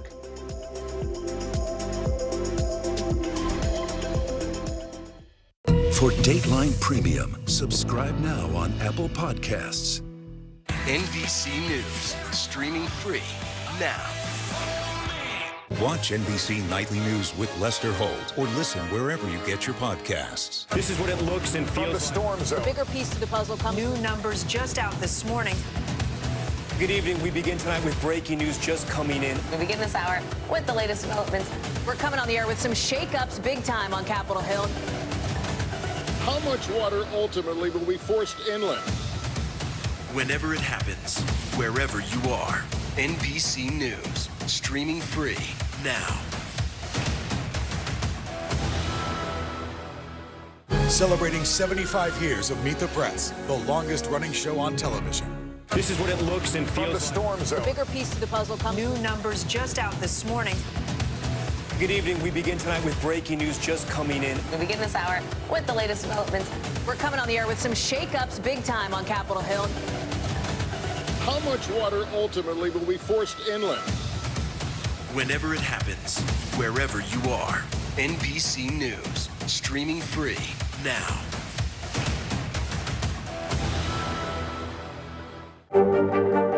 Mr. Secretary, when is this going to get better? You came into this job saying you were going to fight crime. Have you been successful? Found a way to put that. Can you update us on the status of negotiations? Celebrating 75 years of Meet the Press, the longest running show on television. Sometimes the news can be difficult and overwhelming for kids to understand. Ukraine and Russia. Could you help me understand what's going on? So to help make sense of it all, we've created a newscast just for them. We hope your family will watch Nightly News Kids Edition. Watch NBC Nightly News with Lester Holt or listen wherever you get your podcasts. We're back now with some financial headlines, starting with the battle between Microsoft and the FTC over a $75 billion deal to acquire the video game publisher Activision. CNBC's Savannah Hanau joins us with that and other news this morning. Good morning, Savannah. Stephen, good morning to you. So Microsoft plans to challenge the Federal Trade Commission's lawsuit to block its $75 billion deal to buy Activision Blizzard. The Wall Street Journal reports Microsoft will argue it's an underdog in developing video games. The FTC alleges the deal is anti-competitive because it would give Microsoft the ability to control how consumers access Activision games beyond the Xbox. Twitter makes more changes to its policies and then makes changes to those changes. Yesterday, the company announced it would ban accounts that post links or usernames to certain prohibited rival social media platforms, including Facebook, Instagram, Truth Social, and Mastodon. The ban would apply to accounts created solely for the purpose of promoting those sites, although cross-promoted posts would still be allowed. Just hours later, in response to the backlash, Elon Musk tweeted the policy would be adjusted to fall under the no spam rule. And Apple has reportedly dropped out of the bidding for the NFL Sunday ticket. Puck News says Apple backed out because it doesn't see the logic in a deal and not because it can't afford the NFL's rumored $3.5 billion asking price. Talks between Apple and the NFL have dragged on for months. Amazon and YouTube are now seen as the front runners. It's a full-time job keeping up with those Twitter changes, Silvana. It really is. It really is. Thanks for bringing up all those headlines for us. You got it. Well, now to our special series, Inside the Game. What does it take to feed the players of the New York Giants and keep them at peak performance? NBC News correspondent Harry Smith takes a behind-the-scenes look at how the team fuels its dozens of players and staff before a big game. New York Giants football practice is all about finding the advantage, the split second, the right move, the repetition that can make the difference between success and failure. Everything matters in pro football, including what you eat. My rookie year, I remember going out to practice. I had to ask some older guys, hey, what are you eating before practice? Because I don't feel the best right now. Like, I feel slow. I don't have much energy. Julian Love is a team captain and leads the Giants in tackles. Flips it to Tunyon, and Tunyon yanked down by Julian Love. So then that's when they put me on game 2, what a true pro is supposed to eat. The Giants kitchen opens at 5 a.m. every day. It's like the diner of your dreams, except that most everything they prepare has real nutritional value. Very rarely is nutrition going to be the #1 reason why you win, but it can become the reason why you lose. Steve Smith is the Giants Director of Sports and Performance Nutrition. Does every player have his own food game plan? That's the ideal goal. But the good part is that the best friend that I could possibly ever have is our kitchen staff, because they're basically creating the physical representation of what I'm recommending. Men who have played in the NFL describe the physical toll of a typical game as akin to being in a car wreck, maybe more than one. Giants offensive lineman Nick Gates knows all about it. He showed us scars of what many believed would have been a career-ending injury. It was a Thursday night game, September 16th, and about 11 or 12 plays in, somebody fell on me and snapped my leg in half, broke my tibia and fibula. After the injury, Gates lost 30 to 40 pounds. He needed a lot of calories to get him back to his ideal weight of 312. Eating the right things and eating healthy and not just junk food and crappy food to, put the weight back on. I need a good weight, not bad weight. The head coach in the kitchen is Angelo Basilone, the Giants' executive chef. He leads a squad of 9. Talk about a cool job. They're long days, but, they're fun days. We go through a lot of food. A lot of food is a bit of an understatement. 200 pounds of fish, 300 pounds of meat, and 500 pounds of chicken a week. And you're not Chick-fil-A. We're not Chick-fil-A. Is there a meal that you've made that you think makes the difference between winning and losing? As long as they come in here and they're eating and they're happy, that's the most important thing. I was once paid a compliment by one of the players that we made oxtails the one day, and he ate them, and he's like, "This reminds me of my grandmother's." So if you can make that connection, something from home, then I won. Chef should have been flagged, though, for allowing your reporter into the game. What are we making today? So today, what we do on travel days often is something quick that they can grab. So we're gonna do a bowl. We're doing a chimichurri shrimp bowl. Beautiful. No, it's not beautiful. It's a freaking mess.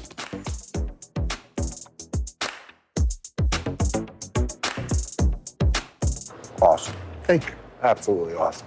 Take a look at that, will you? So you want to grow up to be an NFL player for the fine dining. It's a great reason. Our thanks to Harry Smith for that report. And if you're wondering what Nick Gates' cheat meal is, it's not burgers, it's not pizza, it's a ton of sushi. All right, we'll be back with more Morning News Now right after this. Hey, I'm Hallie. It's good to be with you tonight. There's another legal filing today, and I want to cut through some of the weedsy stuff. And let's just get to the point. They have started to vote on the PACT Act. If you're like, Hallie, stop speaking Washingtonese. This bill would basically give health care to veterans who have exposed to these toxic chemicals. So, Scott, I'm trying to make this as not DC as possible. The increased sort of anger that we've seen now in politics. I saw you searching for, I think, your microphone, Danny. You are. I was trying to do it on the slide. Live TV, man. It's okay. Celebrating 75 years of Meet the Press, the longest running show on television. NBC News, streaming free now. Watch NBC Nightly News with Lester Holt or listen wherever you get your podcasts. NBC News, streaming free now. Stay on top of breaking news and the biggest stories of the day with NBC News Daily. Thank you so much for joining us. I'm Morgan Radford. And I'm Vicki Wynn. I'm Aaron Gilchrist. And I'm Kate Snow. Get in-depth reporting from across the country. What's your reaction to the president's comments? And around the world. Are Ukrainians continuing to make advances? And ways you can take care of your health. Who should be getting tested, and frankly, how often? And your wallet. Costs are skyrocketing. How to manage soaring prices. NBC News Daily, weekdays from 12 to 4 p.m. Eastern on NBC News Now.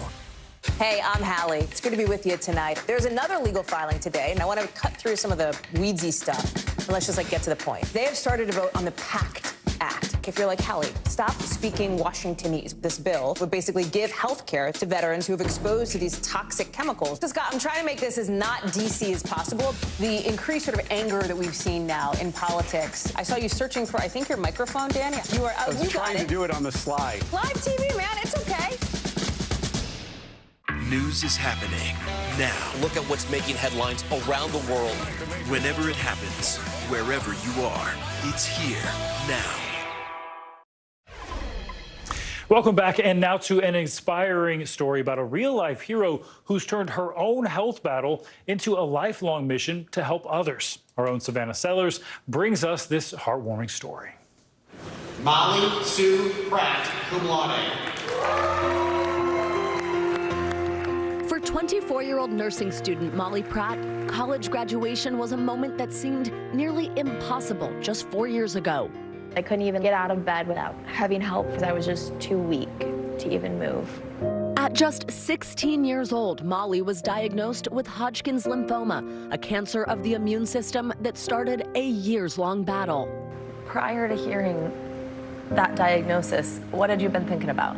Hanging out with my friends, ACTs, maybe what college I'll be going to, thinking ahead, what my life was going to look like. It completely changed with the cancer diagnosis. I was really scared I was going to die. Molly underwent 6 outpatient chemotherapy treatments and 5 months later entered remission. Every time you go through that scanner, it is like you pray that it's not there. But in 2016, it was. Not 1, but 2 recurrences sent Molly to the hospital. Her next round of treatments were more aggressive. Molly received a stem cell transplant, and courses of chemotherapy left her weak. I was in a wheelchair for quite a few months. I had to use a cane, I've used a walker. At Beaumont Royal Oak Hospital outside of Detroit, Molly found a silver lining, comfort in the care of the pediatric and adolescent nursing staff. They would always bring the fun to me, so we would have game nights and stuff, and it just took me out of the headspace that I was in the hospital and more like just spending time with my friends and family. The nurses didn't just become Molly's family, they became her inspiration. At what point did you start thinking about becoming a nurse yourself? I was like, oh, what they do is really great. I want to be able to impact others the way they have impacted me. Once I got into treatment, I started thinking about being a nurse.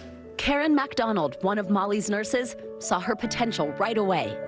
I had an inkling even before Molly, knew she really wanted to be a nurse. When she'd come in for her visits, like when I was listening to her heart or listening to her lungs, she would ask questions. So Molly turned her diagnosis into her calling, joining the nursing program at Saginaw Valley State University with one goal in mind, to become a pediatric nurse, just like the ones that helped save her life. Having cancer, I feel like it was one of the best things that ever happened to me. Because it showed me my true path in being a pediatric nurse. I'm so happy you're a nurse. Now, Molly is cancer-free, and her journey is coming full circle. Next month, she'll begin working in the very same pediatric unit at the hospital where she received treatment, working alongside some of the women who carried her through her darkest days. She saved my life, and she changed it. She made me realize that nursing was my true calling for life. How much does that mean to hear? It touches my heart. It really does. It makes me very, very proud. Her teachers and mentors say the industry needs more nurses like Molly. If we could take Molly's heart and put her in the bodies of other people, it would solve our nursing crisis. I see her really changing the face of nursing wherever she goes. Molly, ready to use her own experience to touch the lives of others. I'm looking forward to just being that light in everyone's dark tunnel. I want to be that little ray of sunshine in their care, be able to share kind of my experiences with them too, be just like the nurses that I had in my care. So cool. Our thanks to Savannah Sellers for that report, and congratulations to Molly and all the new nurses graduating this season. That's going to do it for this hour of Morning News Now, but your news continues right now.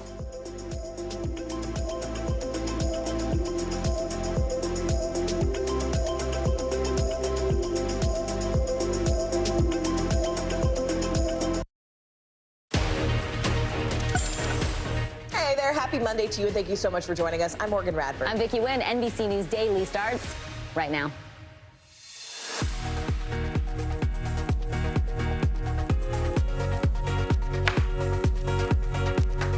Today is Monday, December 19th, holiday home stretch. It's that magical time of year, and the last place you want to be is stuck on the road or in an airport. So we have exactly what you need to know before you head out to celebrate with loved ones. Murder mystery as the semester comes to an end. Police are still investigating the murders of 4 University of Idaho students, and now the victims' families, they're speaking out. Gavel in, the House January 6th committee will hold its final hearing today, and they're expected to issue criminal referrals against former President Donald Trump. Worldwide celebration. Were you watching? Argentina taking home the top prize after a nail-biter of a World Cup final against France on Sunday. That game cemented Lionel Messi's legacy as the GOAT.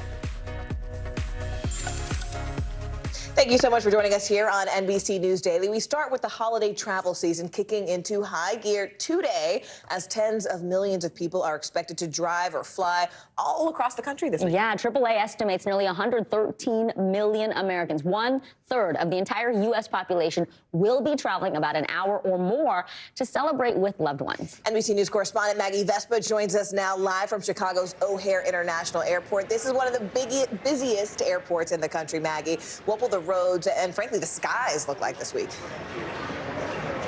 Yeah, guys, if you saw our live shots this morning, you know this place has been slammed all day. At times, actually, it was difficult to hear what was coming out from the studio. It's been crazy. And this, as you said, is just the beginning. So throughout this holiday home stretch, even into the new year, the roads and skies will both be packed. Specifically on the roads, the vast majority of those 113 million Americans will be driving. Close to like 102 million will be driving about an hour or more. About 7 million people will be flying, and the rest, guys, will be taking like buses, trains, even cruises, that kind of thing. But as you said, almost 1/3 of the country on the move. So crazy numbers this year.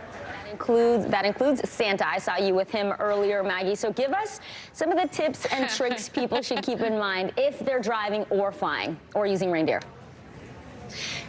Yeah, if they can't borrow Santa's sleigh, which might be tip number 1, they definitely, when they're driving, we'll start with that, want to keep in mind they should try to get on the roads early or basically at night. Like, avoid the afternoon. So AAA says before 2 p.m. or after 8 p.m. are the best times to drive. Always, as well, leave extra time and check the forecast along your route. If you're flying, you want to try to fly direct in the morning and also sign up for your airline's alert system. So if there are delays, you get notices about those early. So a lot of the old standbys, guys, hold true during the holidays. And Maggie, what are the peak travel days? What are the days we really should be on the lookout that, hey, we're going to have to be patient. Everybody's going to be traveling along with us? Totally. I mean, you guys know we always try to highlight those days, especially during notoriously busy stretches. But it's really interesting. These last couple of years have been just one giant anomaly for so many different reasons, right? And this seems to hold true. Different airlines are highlighting different days. So there's no one consensus. Like Delta said they think it's going to be December 22nd, 23rd, and the 27th will be the busiest days for them. And United said, no, we think it's going to be January 2nd. So basically, throughout this entire stretch, you want to make sure that you're prepared for packed airports and long lines. And of course, as always, cheesy phrase, but true, pack your patience. They're like every day it's going to be busy. Just be ready. All right, NBC News correspondent Maggie Vespa live at Chicago O'Hare for us. Maggie, thank you. Meanwhile, across the country, the investigation into finding the killer of 4 University of Idaho students is stretching into its 6th week without any suspects named. Well, now a lawyer for one of the victims' families is asking for the Moscow police to turn over the investigation to authorities if the department believes they're in over their heads. NBC News correspondent Steve Patterson joins us now for more. Steve, first, if you can, just sort of give us the context, bring us up to speed. What is the very latest we're hearing now from those authorities? And what else did Kaylee Gonzalez's family's lawyers say about this investigation in particular? Yeah, you know, you can imagine there's a lot of frustration. Week 6, and as we've been saying, no person of interest, no suspect, no murder weapon, no motive, not a whole lot as far as leads or new information. What we do have, again, from police is what we've been hearing now for weeks, which is that they're looking for this white Hyundai Elantra that they believe was close to the scene during the time of the murders. That is one of the best leads that they've presented. They say they've been getting thousands upon thousands of tips and emails and phone calls, so many that there's an overflow now to the FBI hotline. So they're working with a lot as far as tips, but, you know, as far as fresh leads, we just don't have a whole lot. So that has led to a lot of frustration, as you can imagine, especially with some of the parents. You mentioned the Gonzalez family. Steve Gonzalez has been the one that has been really critical of the police department. We had a statement from his attorney who said, I'm not sure they're capable of handling a quadruple murder, that they may be in over their heads. And then they want the acknowledgement that if they are not the ones to be able to handle this, that they should hand the investigation over to somebody else. Harsh criticism from the attorney. I want to say, though, that from Steve Gonzalez himself, he says he has been working with the police department. There has been a flow and there has been a communication, but he just may not be happy with the level of communication. So a little bit of conflicting messages there, harsher words from his attorney, but clearly frustration from the families in Moscow. Speaking of that, just beyond sort of the legal aspect and the attorney, I know that you also spoke with a neighbor who actually lives directly across the street from those victims. What did that neighbor tell you? Just about, you know, right now it's winter break, so there aren't a whole lot of students there after this happened. It just created this haunting atmosphere. I won't belabor it. I want you to listen to what she said. Take a listen. Once that happened, it just kind of became a ghost town. Everybody's also like really frustrated and mad that there's no leads. And that frustration and fear is just permeating through that town. Police say the sustained level of investigative power will remain even though students aren't there. And the school says that when students come back, they will increase security, increase patrols alongside police. Morgan. All right, our NBC News correspondent Steve Patterson for us there. Steve, thank you. Morgan, it seems like we talk about him every day. Elon Musk, could he be leaving his role as CEO at Twitter? Well, Musk did ask users, quote, should I step down as head of Twitter? I will abide by the results of this poll. Well, guess what? More than 17 million people responded, with over 57% saying, yeah, you should step down. NBC News technology correspondent Jake Ward joins us now. So, Jake, we have seen firings, we have seen resignations, we have seen layoffs. But what about this? Is this for real? Could Musk actually step down as CEO following the results of this poll? Well, here's the question, Vicky. I mean, that's right. Like, how seriously do we take this person? He's basically playing by his own rules. He has put up this poll, and we really, you know, it's not in any way binding, right? There's no board decision that goes into this. There's no SEC filings that go along with it. This is just Twitter, you know, Musk's world, and Twitter has to abide by it. Now, we have, of course, seen him in the past use polls like this to make decisions. You remember that he suspended a number of journalists last week who he accused of having somehow revealed his real-time location. A number of them were brought back onto the platform after a similar poll in which people said, yes, you should reinstate them. So it could very well be that he follows the same sort of logic here. But it is, again, it's Elon Musk's world, and we're just watching it. We don't know what kind of decision he might make, or whether this poll, even though it is by any political standards a landslide, whether it will in fact be in any way binding. So let's go along with this. Let's say he listens to the 57% of the people who responded and said, yes, you should, in fact, step down. Is there a short list? Are there names being bandied about in terms of who would replace Elon Musk? You know, it is not at all clear, right? We have only really seen the top leadership at Twitter shown the door. So it is not at all clear that anyone from the pre-Musk era might be there. We also, of course, do know that a number of his friends and former colleagues have clamored to be the heads of Twitter, especially when he first announced that he was acquiring it. But we simply do not know. And, of course, he himself, having first tweeted out this poll, which pointed in the direction of him stepping down, then followed it up with a tweet in which he essentially said, there is nobody else that could take on this job. And he then later, a few hours, said, you know, be careful what you wish for. So it is not at all clear that he certainly has any sort of succession program in mind here, Vicky. Let me switch gears a sec with you, Jake. More information allegedly now shows close ties between the FBI and top Twitter employees. That's coming out, released over the weekend. What's going on there? Well, we have, I would just sort of point out for context that, we in our reporting and the reporting of many national outlets has shown that there has been a long-time relationship between the intelligence community and the major social media platforms for years and years and years. I mean, basically ever since we've seen state actors try to push propaganda and misinformation on the platforms, the FBI and others have been in touch with top Twitter leadership. This comes as part of what Elon Musk is referring to as the Twitter files, but it's also important for context to understand that we don't actually have those files. He's only shared them with a couple of journalists and not with big national outlets. And so unlike the Facebook files, which were shared with a big group of journalists and then made their way also to Congress, we've only seen what little has trickled out from these journalists. That said, this does in theory seem to be some sign of ongoing, it's showing us some of the ongoing communications that go on at the top level of this, but we just don't know exactly what they are because those documents haven't been fully released, Vicki. We will be following it all. NBC News technology correspondent Jake Ward. Jake, thank you. Well, you know what time it is. It's time for our CNBC Money Minute. FTX co-founder Sam Bankman-Fried is appearing in court today and is expected to surrender himself for extradition to the United States. Now, he's been in custody in the Bahamas for a week, and he now faces criminal charges, all related to his crypto exchange company's collapse. Yeah, it's going to be the beginning of a big saga, I think. CNBC technology reporter Kate Rooney joins us now. Kate, good to have you with us. So walk us through what's supposed to happen in court today.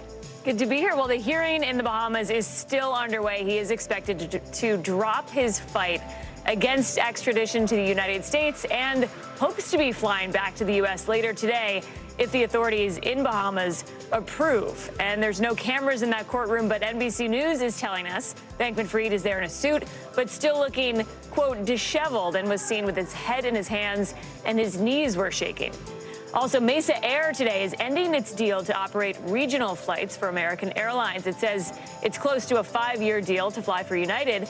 That will help cover higher wages for its pilots, and Mesa's stock is up more than 10% today.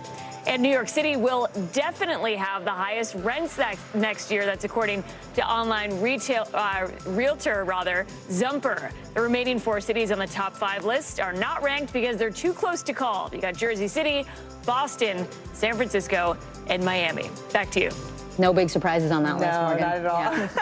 All right, CNBC's Kate Rooney. Kate, thank you.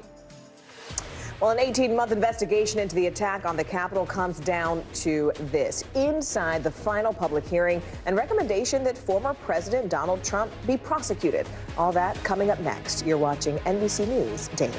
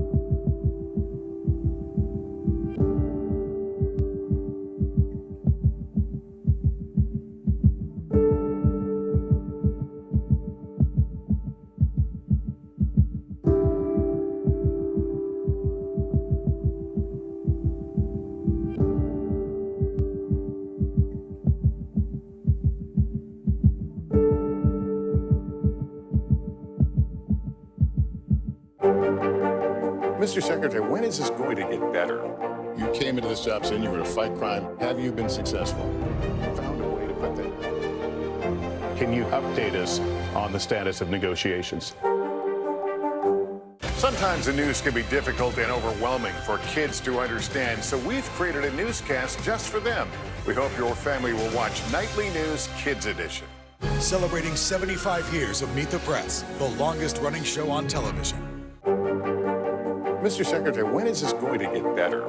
You came into this job saying you were to fight crime. Have you been successful? Found a way to put that. Can you update us on the status of negotiations?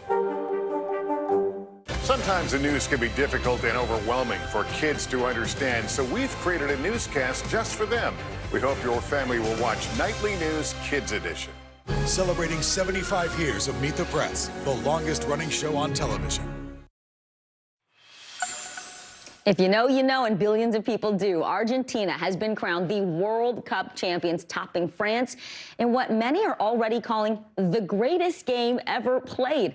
Both sides were tied 3-3 after extra time before Argentina won it on penalty kicks. NBC News foreign correspondent Megan Fitzgerald, she's been live in Doha since the beginning, so many weeks. Megan, I'm looking forward to welcoming you back. But let's talk about this last game. What a thriller from start to finish. Tell us what it was like for you being there covering it.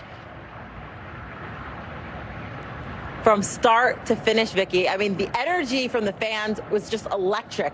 I mean, the fans really sincerely thought, everyone, the French, the Argentinian fans, that Argentina had this in the bag at the end of the first half. I mean, it was 2-0 by the end of it. Lionel Messi, of course, with that first goal on a penalty kick. France looked like they didn't show up to play in the first half. But then in the second half, a game changer. About 80 minutes into this game, Kylian Mbappe with a point.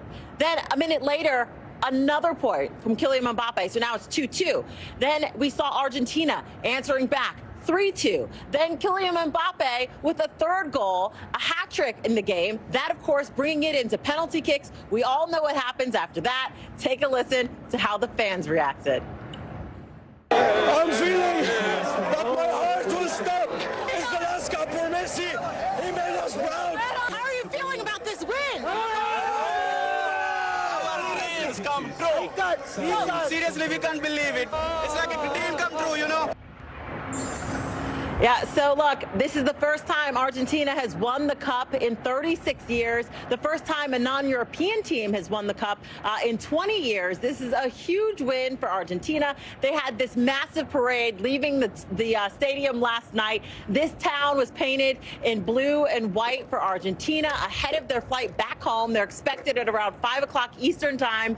And you can only imagine, what they're going to be stepping into when their plane lands in Argentina. We love to see it all, and congratulations to Argentina and the team. And you know what, France, they won 4 years ago, and they still have Mbappe, so they've got some great chances ahead. Megan Fitzgerald, we look forward to seeing you. Thank you for your great coverage over the past several weeks. All right, turning now to Washington, really turning now to Washington, where the January 6th House Committee is holding its final hearing today. NBC News has exclusively learned that the committee met on Sunday to finalize its plan to issue criminal referrals for former President Donald Trump. NBC News Capitol Hill correspondent Ali Vitale joins us now live from Washington. Ali, it's good to see you this Monday. If you can, just walk us through the possible criminal referrals. What could the next step be if, in fact, they are issued?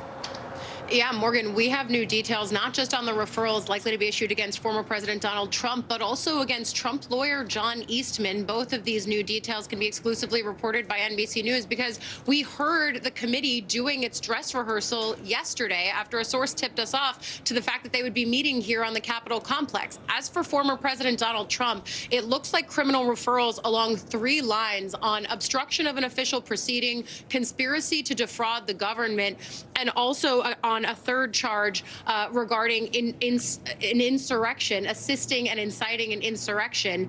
And then for John Eastman, we know that he is among those who also expect criminal referrals today. And this is something that they're going to unveil in just the next little while when this hearing gets underway. The official business meeting where they will vote to adopt their final report, that's going to come on Wednesday. But we have a lot of new insight into how they're going to handle this and what the culmination of these past 18 months of investigating is. And Ali, I mean, now that there are 5 GOP lawmakers who were subpoenaed but did not follow through with that request, how might they be held accountable at this point? Well, you're right. There were 5 Republican lawmakers subpoenaed by this committee, including the top Republican Kevin McCarthy, for conversations that he had with former President Trump as the insurrection was happening. None of those 5 Republican lawmakers complied with their subpoenas. It's one of the lingering threads that this committee has had to deal with. Now we can report exclusively that they are going to be moving forward with ethics referrals against 4 of these Republican lawmakers. That means that they're kicking this ethics referral over to the House Ethics Committee. It's evenly divided between Republicans and Democrats, and Congress only has a few days left. It may mean that those referrals are going nowhere. All right, NBC News Capitol Hill correspondent following it all since the beginning for us, Ali Vitale there in Washington. Ali, thank you. And remember, for more NBC News and NBC News Now, we'll have live coverage of the January 6th committee's final meeting that starts at 12:30 Eastern.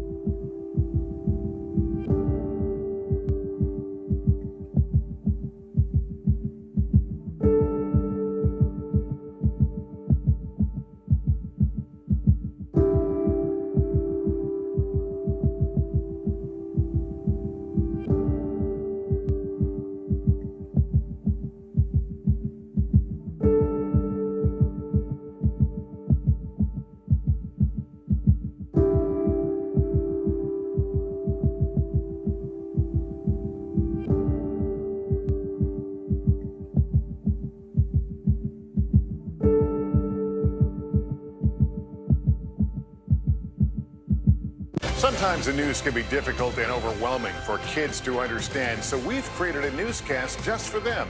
We hope your family will watch Nightly News Kids Edition.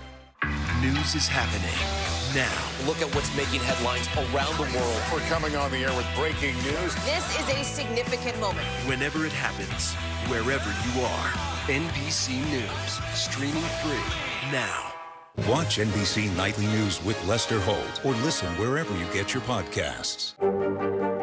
Mr. Secretary, when is this going to get better? You came into this job saying you were to fight crime. Have you been successful? Found a way to put that. Can you update us on the status of negotiations? Sometimes the news can be difficult and overwhelming for kids to understand, so we've created a newscast just for them. We hope your family will watch Nightly News Kids Edition. Celebrating 75 years of Meet the Press, the longest running show on television.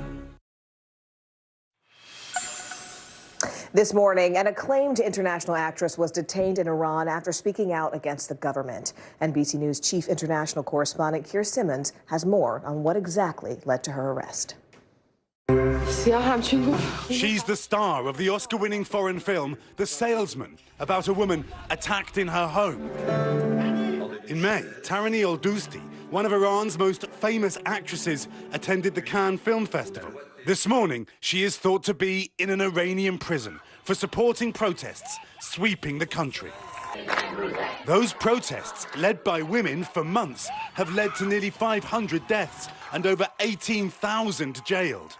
Al-Dousti posted a picture of herself without a hijab, holding the slogan, "Woman, Life, Freedom." And this month, as Iran began executing people from the demonstrations, 23-year-old Mohsen Shakari, the first to be hanged, she wrote on Instagram, "Every international organization who is watching this bloodshed and not taking action is a disgrace to humanity." Iranian state media said she was arrested a week later on charges of spreading falsehoods about the protests. The protests erupted in September after the death of 22-year-old Mahsa Amini. She had been arrested over an alleged violation of Iran's strict dress code. Now the protests have turned into a massive uprising against Iran's Islamic leadership, despite a crackdown that has been brutal. one of the country's most celebrated actresses, detained as Iran's women refuse to give up. Keir Simmons, NBC News. Well, American tourists stranded in Peru after deadly protests are finally getting out. One train evacuating 300 people was stopped on its tracks, forcing many to continue on foot. NBC News correspondent Molly Hunter spoke to some of those Americans who are still trying to get home.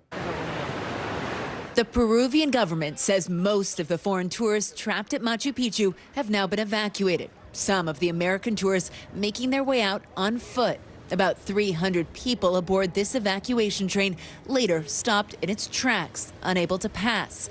Evacuees forced to walk around massive boulders. Just walking along the train tracks here. That's American Brian Vega. He's a captain in the Miami-Dade Fire Rescue who's been stuck at the base of Machu Picchu for almost a week. After 4 days of hiking on the Inca Trail last week, New York State native Amy Madden was stranded. We walked 18 miles to the nearest town that we could get possibly a bus out of. So we got onto that bus and we hit a roadblock. From there, things got tense, she says. And we all got out and the mob of people started coming towards us. One of the men had a scythe, like a weapon in his hand, and they ran straight for the bus driver. We were terrified. Across the country, protests have spread over the last 10 days since former President Pedro Castillo was impeached, arrested, and detained. His supporters took to the streets. The military and law enforcement, now under new President Dina Boluarte, cracked down. More than 20 people have been killed. Brian and Amy both now in Cuzco, hoping to make their flights to Lima and on to the U.S. I've heard it's running, but I'm not sure to what capacity or to what safety level. Molly Hunter, NBC News. Now let's go overseas to China, where the country reports its first COVID-related deaths in weeks. The 2 deaths today are the first to be reported by the National Health Commission since Beijing announced strict COVID lockdowns were lifted just earlier this month. Yeah, and a new study shows China is not prepared for what could be an unprecedented wave of infections. Researchers at the University of Washington project China could see more than 1 million COVID-related deaths next year. That is an astronomical jump from the 5,200 being reported right now. I'm Morgan Radford. I'm Vicki Nguyen. You're watching NBC News Daily. And in just minutes, NBC News and NBC News Now will have live coverage of the January 6th committee's final meeting. You can watch it all happen starting right here at 12:30 Eastern. And remember, you can also watch us for free 24/7 on our streaming network, NBC News Now, wherever you stream, including YouTube, Hulu, Roku, and Peacock.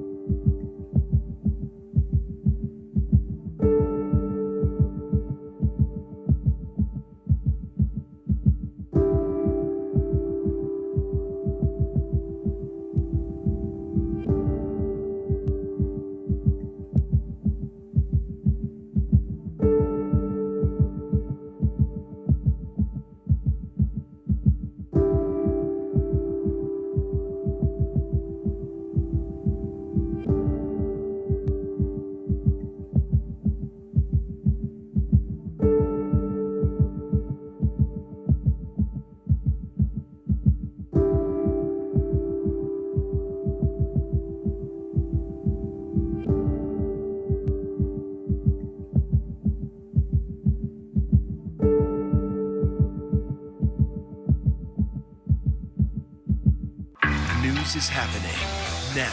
Look at what's making headlines around the world. We're coming on the air with breaking news. This is a significant moment. Whenever it happens, wherever you are, NBC News, streaming free now. Sometimes the news can be difficult and overwhelming for kids to understand. Ukraine and Russia. Could you help me understand what's going on? So to help make sense of it all, we've created a newscast just for them. We hope your family will watch Nightly News Kids Edition.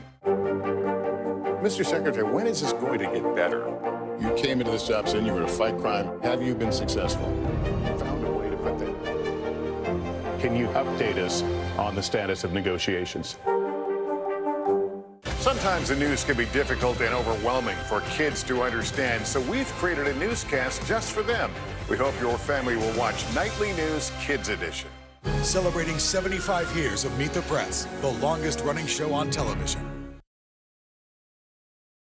The world is watching what we do here. We all have a duty to ensure that what happened on January 6th never happens again. I did not see evidence of fraud. Mike Pence is going to have to come through for us. I think he ultimately knew that his fidelity to the Constitution was his first and foremost oath. I'm the acting president taking up to the Capitol now.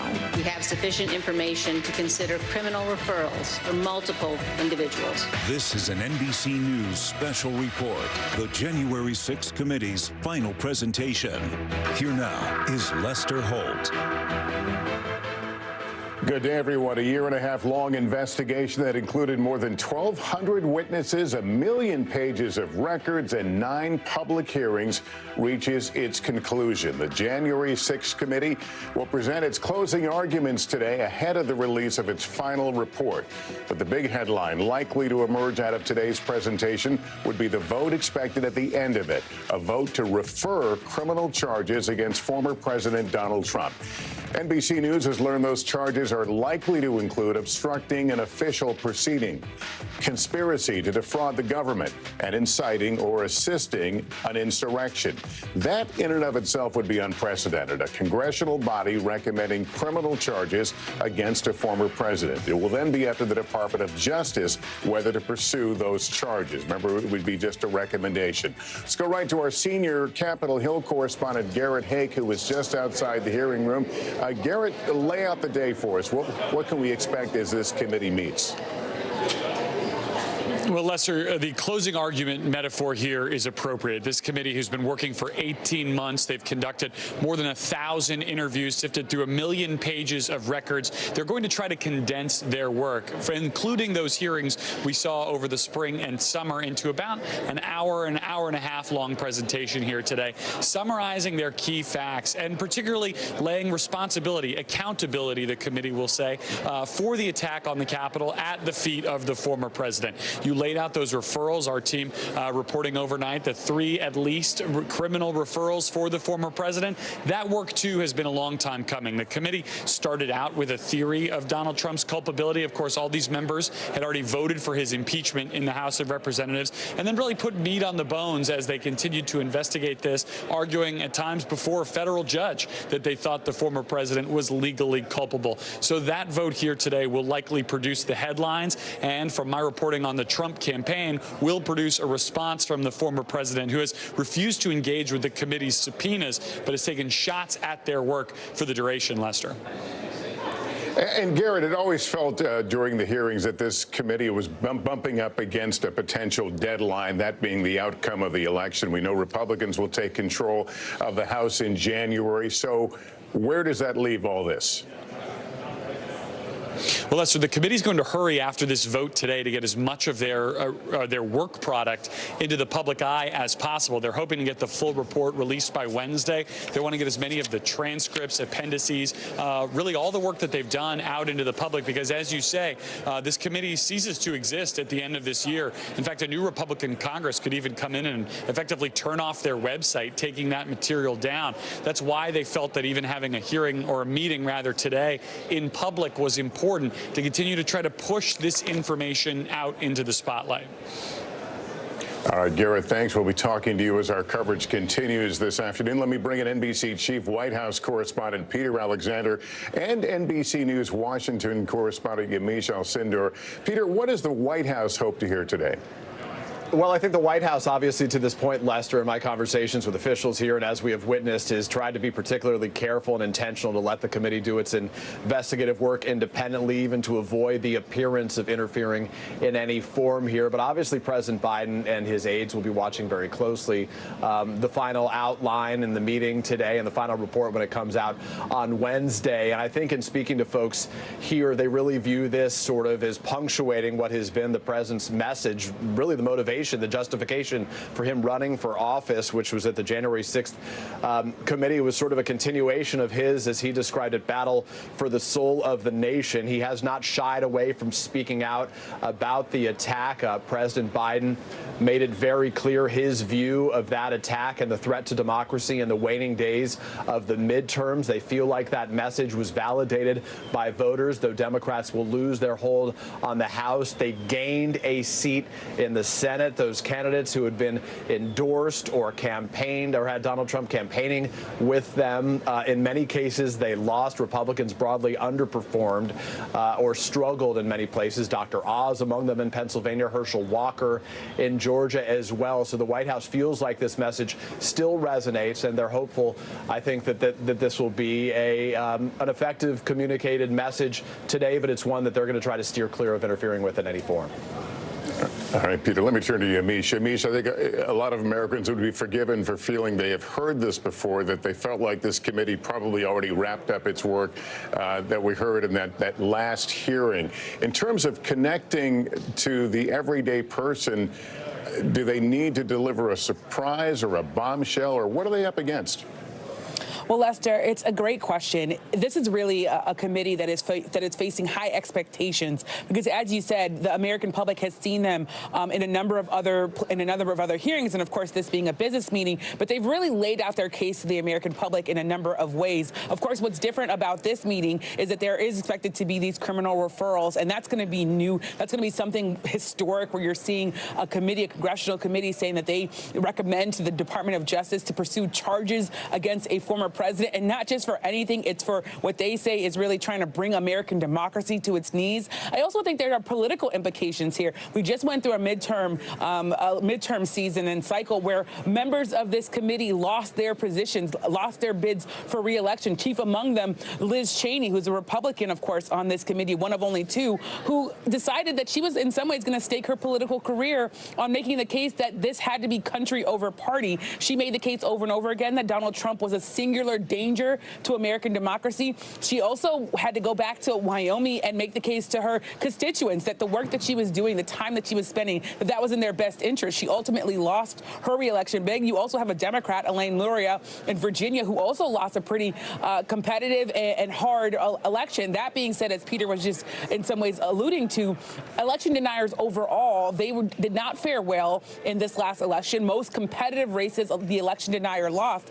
But Lester, something that's really, really important, when this committee comes to a close, because Republicans are going to be taking over control in the House, there are going to be dozens of election deniers who are going to be sitting in congressional seats. When you think about the fact that dozens and dozens of Republicans across this country, that they ran by questioning or denying outright the outcome of the 2020 election, it tells you that the issues that the committee is dealing with right now, they're going to continue into next year. So connecting with everyday people, it's going to be that the person who might be representing your district might be going up against some of the things that this committee is talking about, going up against the idea that a sitting president and a former president, that they should not call into question an election like 2020, where you didn't see broad voter fraud, where in fact you saw a number of agencies saying this was a secure election. So a lot at stake here, and a lot, I think, for the committee to put forward in front of the American people. And Yamiche, I know there was some concern that this report may not go deeply into ancillary issues about January 6th regarding security, regarding what officials knew and expected and how they prepared. Is that going to come back to haunt the committee in terms of their focus? Well, I think there's a part of this committee is how did this all happen? I think that if the Republicans were definitely, I think this was a split that you saw among Democrats and Republicans. Republicans really wanted to focus on how did the security happen? How come there wasn't more police there? How come there might have been, they say, especially Republicans were making the argument that House Speaker Nancy Pelosi might be to blame for the way that the protesters were able to access the building. But Democrats wanted to say this was not a spontaneous protest. I think that's been the chief argument of this committee. This was part of a plan, a meticulously planned effort by the former President Donald Trump to usurp democracy, to hold on to power, to have an attempted coup. So I think among committee members, their work was set out to speak to history and to say never again should a former president or a sitting president try to hold on to power when the American people have voted them out of office. So I think it's going to be something that definitely is going to have some tension between Republicans and Democrats. But I think the committee overall, and talking to my sources, they feel pretty solid about the work that they've done, even if the DOJ, which is of course a big question here, even if the DOJ doesn't follow through with their criminal referrals, because as we know, those criminal referrals, they don't have any legal standing. They're simply Congress saying, we think you should do this. Right. But these committee members wanted to make sure that they underscored what they saw as the most dangerous parts of this Capitol attack. And I want to continue with that point with our justice correspondent, Ken Delaney. And we keep hearing about these referrals that we expect will come down today, that they have no legal power. And it obviously leads to the next question. So what is the point? Yeah, I think we cannot emphasize that enough, Lester, that these are entirely symbolic, have no legal meaning, and in fact, we don't expect the Justice Department to comment on them. The special counsel, Jack Smith, when he was appointed in November, said that he would conduct these two investigations independently, but that's the point. There already are extensive ongoing criminal investigations, including into this question of whether Donald Trump violated the law in connection with the Capitol riot or in connection with these broader efforts to overturn the election, and those will continue. And I think what's interesting about the criminal referral is this use of the insurrection statute, which is not a statute that has been used in any of the Capitol riot cases, including against the Proud Boys and the Oath Keepers. They've been charged instead with seditious conspiracy. And there's some legal analysis out there that insurrection could be easier to prove in a case against former President Trump because it doesn't require that prosecutors prove that he entered into a conspiracy. But the fact that it hasn't been used suggests that prosecutors see maybe some challenges with that Civil War era statute. Also, interestingly, anyone convicted of insurrection is technically barred from holding federal office, although there are some questions about whether that could be enforced when it comes to a presidential candidate. And lastly, you know, we can expect Donald Trump to, if he ever is charged and is on trial, he's going to argue that he had no criminal intent because he was following the advice of lawyers. So that's a hurdle that the Department of Justice will have to overcome, because we know from the January 6th investigation that there were lawyers, some of whom may be charged themselves, who were arguing to Donald Trump that the election was filled with fraud and that Mike Pence, for example, could stop the count that day. So prosecutors have a much greater hurdle than the members of Congress who are writing up these criminal referrals today. And Lester, just to drill down on the question you asked Yamiche, because one of the founding principles of this committee, one of its purposes, was to get to the bottom of why this attack was able to happen, why it wasn't stopped by law enforcement, given that there was a lot of intelligence on social media suggesting that violent people were coming to the Capitol on January 6th. And we've reported, our sources have told us that some of that stuff may be left out of this report. And if so, that's going to be a huge missed opportunity for this committee, Lester. All right, Ken, we will ask you to stand by. We want to remind our viewers to stay with us. We've got more special coverage of the January 6th committee's final presentation, more NBC News Daily right after this.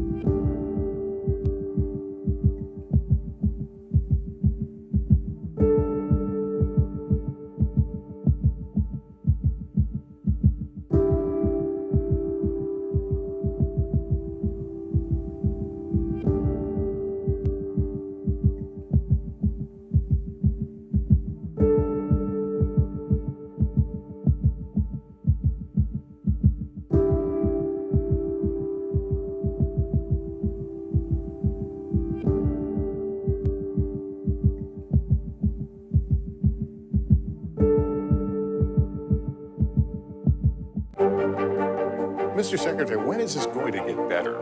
You came into this job saying you were to fight crime. Have you been successful?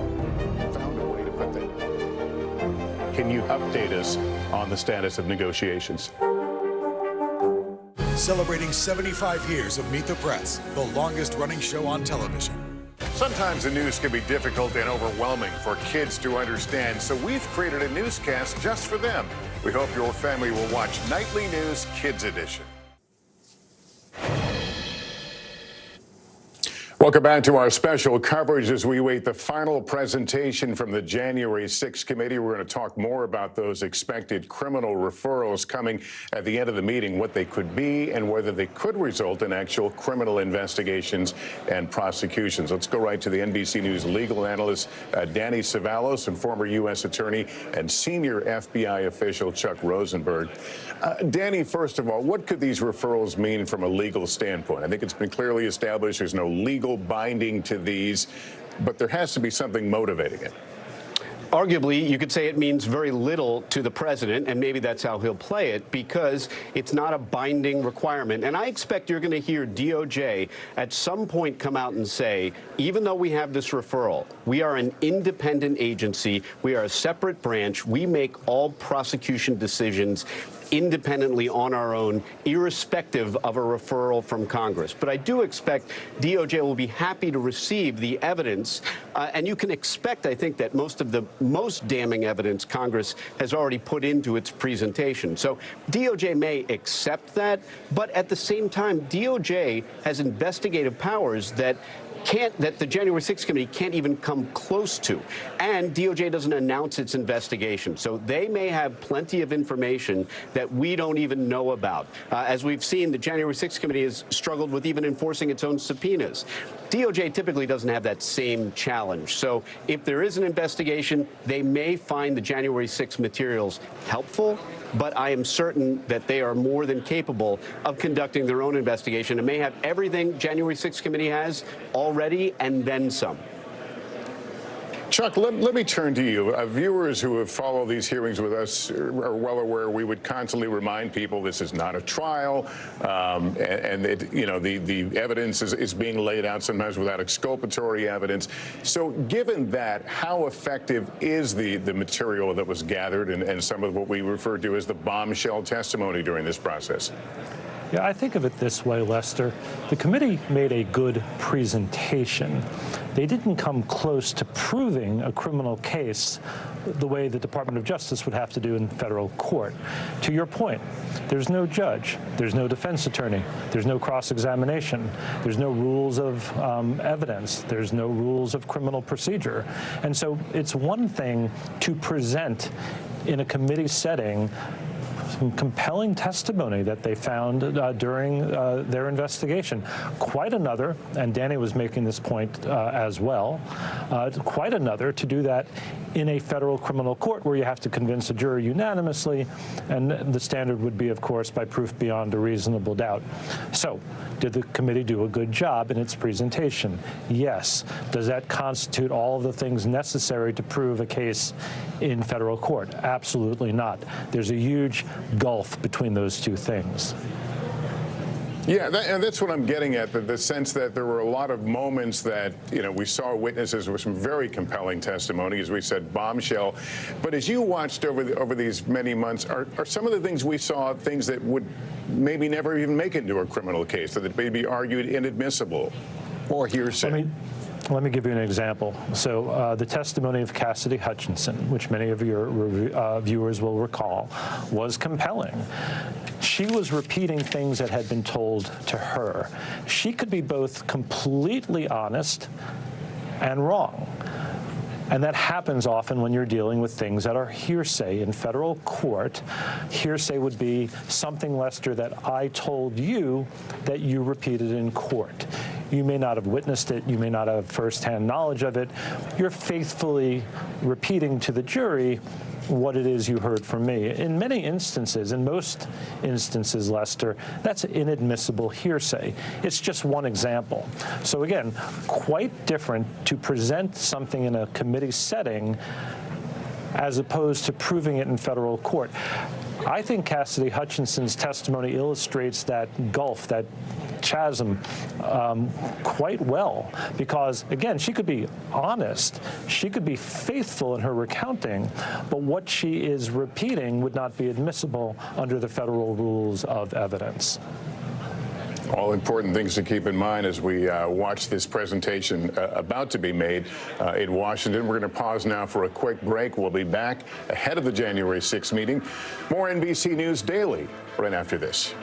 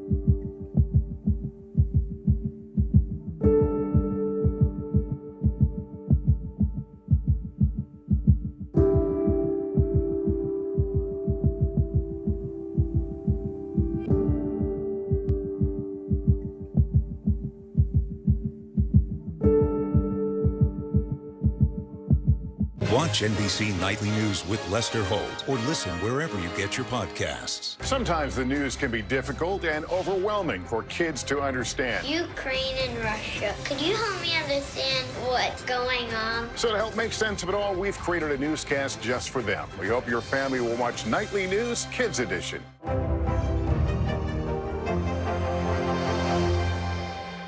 Celebrating 75 years of Meet the Press, the longest running show on television.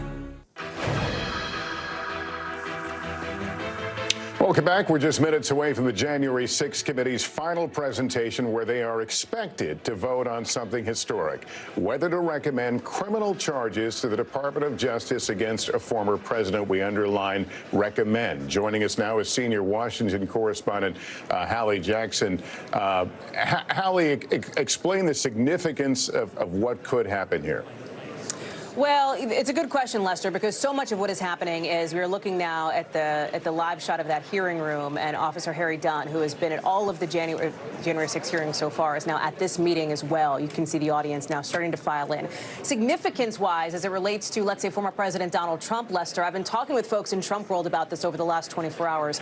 They have a sense that, in the words of one source I spoke with, the cake is pretty baked on this front. In other words, there has been so much information that has come out over the last several months from this committee that people pretty much know where they stand. Either you are interested in this and you care, or you have your mind made up. And this is something that you also see, if you are a supporter of the former president, likely as a partisan, in the words of the Trump team, a partisan situation here. There's even the sense, and listen, let's be clear, Lester, that the spin machine is whirling as we speak, right? But I've heard from some folks in the orbit who suggest that maybe a criminal referral could actually work in the former president's favor, and that they could then seize on that and and describe it as they've done before, a kangaroo court, partisan, trying to portray this as Congress and the DOJ playing politics around former President Trump. That is a kind of victimization that he has used in the past to try to rally members of his base. So when you look at kind of the political significance, Lester, I think that's it. The question is, like, what has teeth, right? Like, what could really have teeth from this hearing? As we know, these referrals are largely symbolic. That gets to the question of, and you've had these conversations here in this special coverage so far, could he be barred from holding further office if, in fact, the DOJ does pick up an indictment and he gets convicted of an insurrection of that statute? That is a ways off, Lester.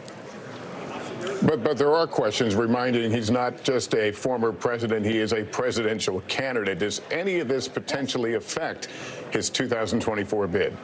It's a good question because as you look ahead, right, he has done not much on the campaign front over the last month since he's announced, other than pull out some, trading cards with his face on it that I can tell you have confused and annoyed some people even in Trump world of why he'd take that step. That said, he has he's got to fend off potentially other Republicans who also want the presidential nomination. None of them have officially announced it yet, Lester, but you have to think that those announcements are coming. They are on the way. That's where this potentially matters, right? Because the idea that Donald Trump is the victim of some kind of a partisan investigation has been around since as long as Donald Trump has been in the White House, right, over the last 5 years or so.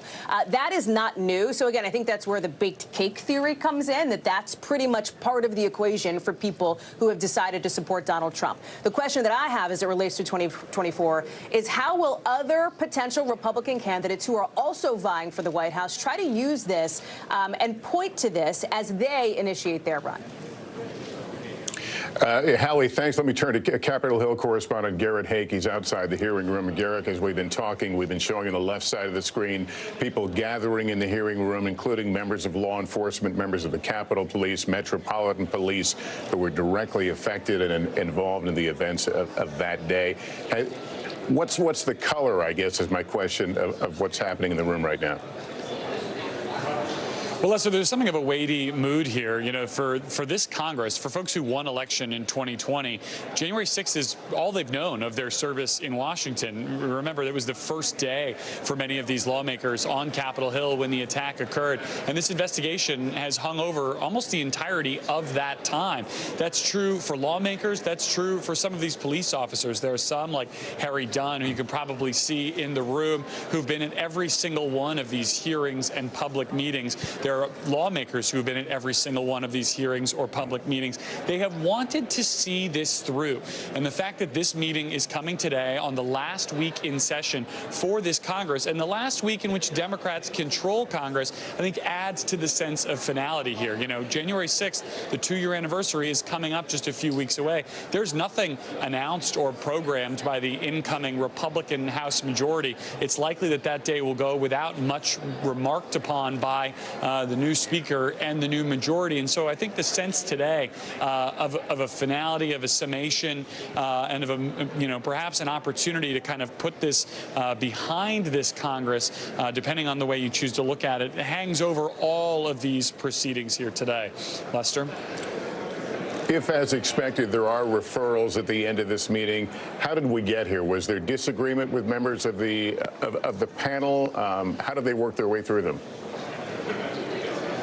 Well, I think a key moment in coming to that decision was the opinion by Judge David Carter a few months ago in their effort to get these emails from John Eastman. That was the first time in which a federal judge put pen to paper to say that he believed their preponderance of evidence indicated that Donald Trump had committed at least one, perhaps two crimes, two federal crimes. The committee really seized on that in their public comments and privately, and actually deputized a subcommittee of some of the attorneys who make up this committee to go through and see whether they could find legal justification to make these referrals. We know there's been some debate behind the scenes among committee members about how far to go, not just with Donald Trump, but whether those referrals should extend to other people who are involved in January 6th and its lead up, whether they should make broad criminal referrals. But the committee and its makeup of 7 Democrats and 2 Republicans have really valued their unanimity. They believe that that's been key to the successes that they've had in rallying people around this issue and in keeping the focus on their work. And they were not going to come forward and present anything except a united front. And so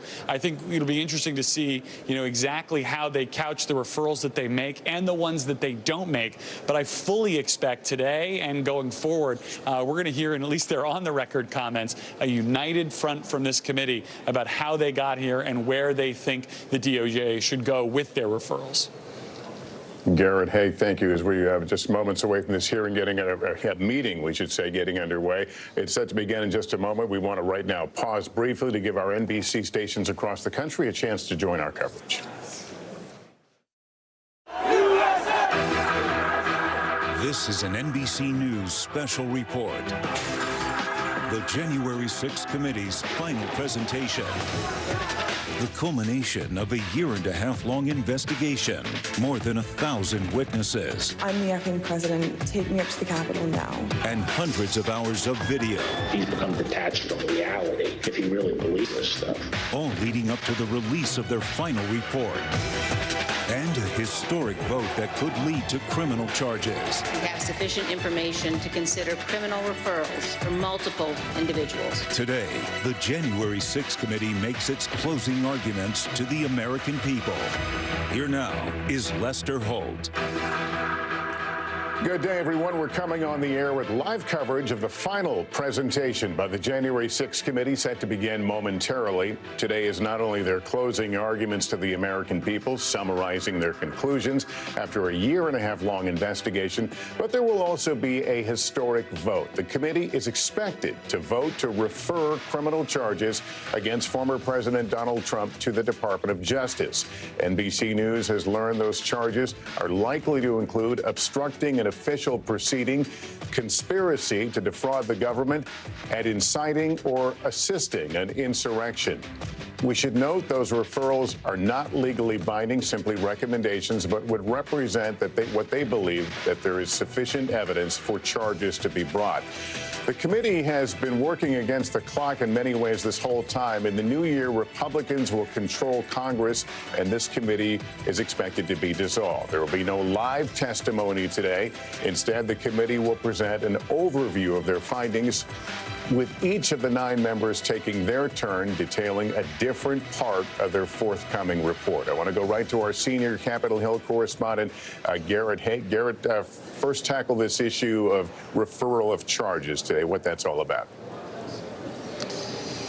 Well, Lester, these referrals are really the culmination of nearly 2 years of investigatory work, 18 months by this committee, plus a few months of just getting off the ground here. Remember, this all started with the impeachment of the former president. Then the committee formed and dug into their work in earnest over the summer previously. They had long believed that Donald Trump had committed crimes, both in the lead up to January 6th and in his conduct on that day. And over the course of the last few months, they have been discussing amongst themselves exactly where they felt they had the evidence to make these referrals to the Department of Justice. As you pointed out, they've settled on at least 3 specific charges: obstruction of an official proceeding, conspiracy to defraud the United States, and incitement of insurrection. Now, these were conversations that were going on even as late as yesterday, nailing down the specific referrals which the committee intends to make to the special counsel who's now in charge of this investigation. Of course, these referrals have no legal weight, but they will have historical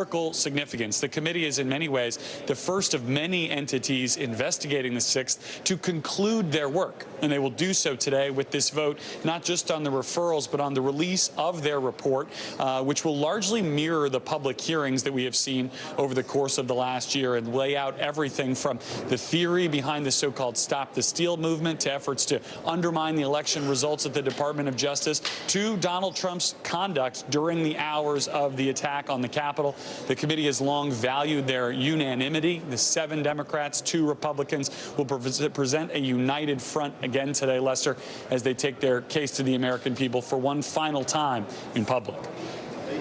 And Garrett, as we wait the committee members to emerge from behind closed doors and take their seats, let me go to our justice correspondent, Ken Delaney. And Ken, we're reminded there is more than just January 6th on the DOJ's plate. There's also the question of the Mar-a-Lago documents as they come to be known.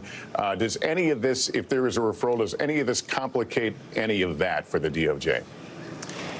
It's not entirely clear, Lester. The Mar-a-Lago case is widely seen as a much more simple case for the DOJ to chew on, to make a prosecution decision. It's pretty straightforward. We know the classified documents were found at Donald Trump's residence. There is some question about what evidence the Justice Department has on obstruction of justice. But when they get that all sorted out, it seems like the real question in that case is whether the Justice Department decides to charge a former president in a case that most experts think many other government officials, former officials, would have been charged by now. It's pretty straightforward. This January 6th investigation that the Justice Department is conducting is another kind of animal. It's a sprawling, complex investigation involving a number of players, many of the same issues that were presented by this committee in those televised hearings. And that's why these criminal referrals are really about as symbolic as you can get. You know, criminal referrals can have some meaning when the Justice Department is learning about something for the first time. That happens occasionally, where an agency will send over a referral and the Justice Department is just learning about this conduct and they start an investigation. In this case, the January 6th investigation by the Justice Department is well and truly on its way. And in fact, some of the evidence produced in some of these congressional hearings appears to have contributed to accelerating that DOJ investigation, according to our reporting, and particularly influenced how Attorney General Merrick Garland viewed the conduct of Donald Trump, particularly that very compelling testimony by Cassidy Hutchinson. But that's the evidence. The evidence is very important. The referrals, which will be essentially a legal analysis about why members of the staff and members of this committee think that Donald Trump committed these crimes, that's really not something the DOJ is going to do much with. They have their own lawyers who are chewing on all this, and they're going to make their own charging decisions as an independent branch of government, Lester. Yeah, Benny Thompson, the chairman, now leading the rest of the committee into the hearing room. The door opened and they're all filing their way to their seats. Again, we don't expect bombshells in terms of new evidence. There'll be no live witnesses here. But it will be the final breakdown, the final report, if you will, preparation by this committee into this long investigation. We should mind you, these have been hearings like none other, to the extent that they have been produced largely for television. There were prime time hearings, if you'll recall. Heavy use of graphics, things that would hold people's attention, and as we said, very different than what we have seen before with many high-profile Washington hearings on difficult and controversial subjects. So again, we would expect this presentation to end with those referrals. They could go farther than what we have been able to report, but we will see. The gavel now falling. A quorum being present, the Select Committee to investigate the January 6th attack on the United States Capitol will be in order. Without objection, the chair is authorized to declare the committee in recess at any point. Pursuant to House Deposition Authority Regulation 10, the chair announces the committee's approval to release the deposition material presented during today's meeting, and further, its approval to release deposition material that accompanies release of the Select Committee's final report. Good afternoon, and may God bless the United States of America. To cast a vote in the United States is an act of faith and hope. When we drop that ballot in the ballot box, we expect the people named on the ballot are going to uphold their end of the deal. The winner swears an oath and upholds it. Those who come up short ultimately accept the results and abide by the rule of law. That faith in our system is the foundation of American democracy. If the faith is broken, so is our democracy. Donald Trump broke that faith. He lost the 2020 election and knew it. But he chose to try to stay in office through a multi-part scheme to overturn the results and block the transfer of power. In the end, he summoned a mob to Washington, and knowingly they were armed and angry, pointed them to the Capitol and told them to fight like hell. There's no doubt about this. This afternoon, my colleagues will present our key findings, reminding you of some of the information we presented in earlier hearings and telling you how it fits in our broader conclusions. Those conclusions have helped shape the committee's final report, which we'll adopt today pursuant to House Resolution 503, which establishes the Select Committee nearly a year and a half ago.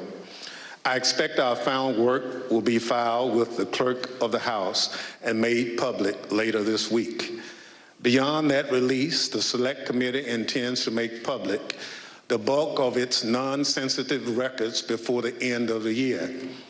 These transcripts and documents will allow the American people to see for themselves the body of evidence we've gathered and continue to explore the information that has led us to our conclusions. This committee is nearing the end of its work. But as the country, we remain in strange and uncharted waters. We've never had a president of the United States stir up a violent attempt to block the transfer of power. I believe nearly 2 years later, this is still a time of reflection and reckoning. If we are to survive as a nation of laws and democracy, this can never happen again. How do we stop it? This committee will lay out a number of recommendations in its final report. But beyond any specific details and recommendations we present, there's one factor I believe is most important in preventing another January 6th, accountability.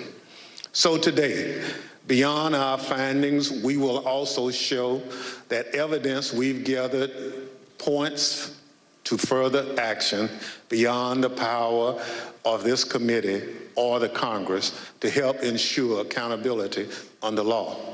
Accountability that can only be found in the criminal justice system. We have every confidence that the work of this committee will help provide a roadmap to justice, and that the agencies and institutions responsible for ensuring justice under the law will use the information we've provided to aid in their work. And for those of you who have followed this committee's work, I hope we've helped make clear that there's a broader kind of accountability. Accountability to all of you, the American people. The future of our democracy rests in your hands. It's up to the people of this country to decide who deserves the public trust, who will put fidelity to the Constitution and democracy above all else, who will abide by the rule of law, no matter the outcome. I'm grateful to the millions of you who followed this committee's work. I hope we lived up to our commitment to present the facts and let the facts speak for themselves. Let me say in closing, the women and men seated around me on this dais are public servants in the most genuine sense.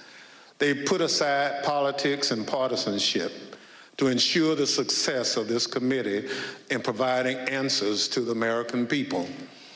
I especially want to thank and acknowledge our Vice Chair, who has become a true partner in this bipartisan effort, Ms. Cheney of Wyoming. And I also recognize her for any opening statement that she cared to offer. Thank you very much, Mr. Chairman, and thank you for your tremendous leadership of this committee. I know we all have benefited greatly from your wisdom and your wise counsel, so thank you very much. In April of 1861, when Abraham Lincoln issued the first call for volunteers for the Union Army, my great-great-grandfather, Samuel Fletcher Cheney, joined the 21st Ohio Volunteer Infantry. He fought through all 4 years of the Civil War, from Chickamauga to Stones River to Atlanta. He marched with his unit in the Grand Review of Troops up Pennsylvania Avenue in May of 1865, past a reviewing stand where President Johnson and General Grant were seated. Silas Canfield, the regimental historian of the 21st Ohio Volunteer Infantry, described the men in the unit this way. He said they had a just appreciation of the value and advantage of free government and the necessity of defending and maintaining it. And they enlisted, prepared to accept all the necessary labors, fatigues, exposures, dangers, and even death for the unity of our nation and the perpetuity of our institutions. I have found myself thinking often, especially since January 6th, of my great-great-grandfather and all those in every generation who have sacrificed so much for the unity of our nation and the perpetuity of our institutions. At the heart of our republic is the guarantee of the peaceful transfer of power. Members of Congress are reminded of this every day as we pass through the Capitol Rotunda. There, 8 magnificent paintings detail the earliest days of our republic. One, painted by John Trumbull, depicts the moment in 1793 when George Washington resigned his commission, handing control of the Continental Army back to Congress. Trumbull called this, quote, one of the highest moral lessons ever given the world. With this noble act, George Washington established the indispensable example of the peaceful transfer of power in our nation. Standing on the west front of the Capitol in 1981, President Ronald Reagan described it this way: the orderly transfer of authority as called for in the Constitution routinely takes place, as it has for almost 2 centuries, and few of us stop to think how unique we really are. In the eyes of many in the world, this every 4-year ceremony that we accept as normal is nothing less than a miracle. Every president in our history has defended this orderly transfer of authority, except one. January 6, 2021 was the first time one American president refused his constitutional duty to transfer power peacefully to the next. In our work over the last 18 months, the Select Committee has recognized our obligation to do everything we can to ensure this never happens again.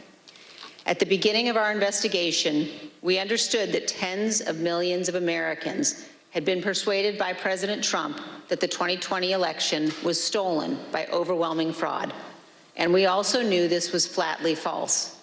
We knew that dozens of state and federal judges had addressed and resolved all manner of allegations about the election. Our legal system functioned as it should, but our president would not accept the outcome. Among the most shameful of this committee's findings was that President Trump sat in the dining room off the Oval Office watching the violent riot at the Capitol on television.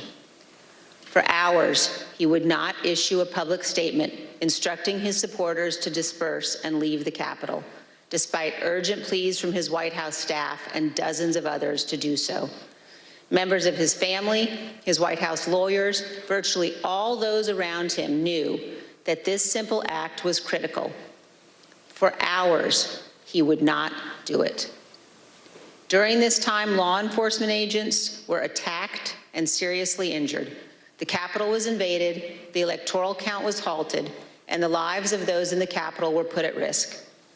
In addition to being unlawful, as described in our report, this was an utter moral failure and a clear dereliction of duty. Evidence of this can be seen in the testimony of President Trump's own White House counsel and several other White House witnesses. No man who would behave that way at that moment in time can ever serve in any position of authority in our nation again. He is unfit for any office. The committee recognizes that our work has only begun. It's only the initial step in addressing President Trump's effort to remain in office illegally. Prosecutors are considering the implications of the conduct that we describe in our report, as are citizens all across our nation. In 1761, John Adams wrote, "The very ground of our liberties is the freedom of elections." Faith in our elections and the rule of law is paramount to our republic. Election deniers, those who refuse to accept lawful election results, purposely attack the rule of law and the foundation of our country. The history of our time will show that the bravery of a handful of Americans doing their duty saved us from an even more grave constitutional crisis. Elected officials, election workers, and public servants stood against Donald Trump's corrupt pressure.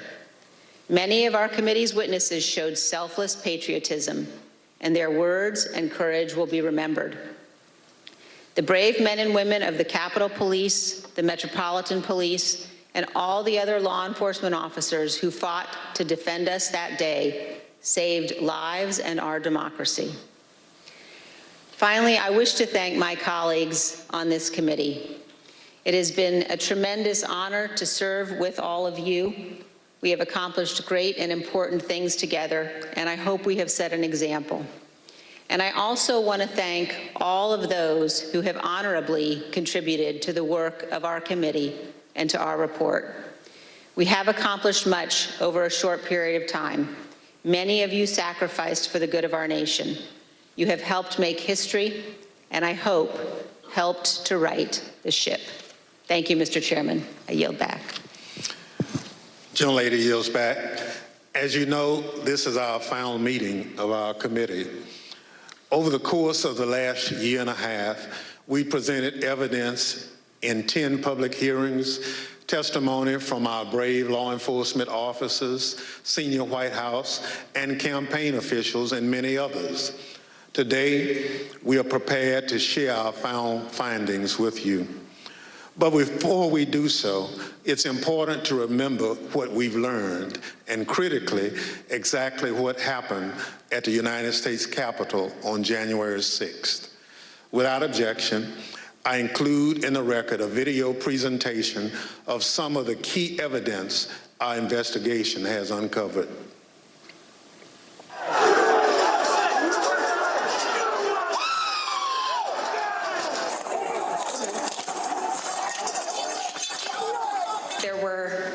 Officers on the ground, they were bleeding, they were throwing up. I mean, I saw friends with blood all over their faces. I was slipping in people's blood. As I was swarmed by a violent mob, they ripped off my badge. They grabbed and stripped me of my radio. They seized ammunition that was secured to my body. They began to beat me with their fists and with what felt like hard metal objects. The key thing to do is to claim victory. No, we won. Fuck you. Sorry, over. We won. Yeah. You're wrong. Fuck you. Maybe. Right out of the box on election night, the president claimed that there was major fraud underway. I mean, this happened, as far as I could tell, before there was actually any potential of looking at evidence. I didn't think what was happening was necessarily honest or professional at that point in time. So that led to me stepping away. Generally discussed on that topic was whether the fraud, maladministration, abuse, or irregularities, if aggregated and read most favorably to the campaign, would that be outcome determinative? And I think everyone's assessment in the room, at least amongst the staff, Mark Short, myself, and Greg Jacob, was that it was not sufficient to be outcome determinative. I told him that I did believe, yes, that once those legal processes were run, if fraud had not been established, that had affected the outcome of the election, then unfortunately I believed that what had to be done was concede the outcome. What were the chances of President Trump winning the election? After that point? Yes. None. So what are we going to do here, folks? I only need 11,000 votes. Fellas, I need 11,000 votes. Give me a break. The numbers are the numbers. The numbers don't lie. We had many allegations, and we investigated every single one of them. Did one of them make a comment that they didn't have evidence, but they had a lot of theories? That was Mr. Giuliani. And what exactly did he say, and how that come up? My recollection, he said, we've got lots of theories, we just don't have the evidence. You're asking me to do something that's never been done in history, the history of the United States. And I'm going to put my state through that without sufficient proof.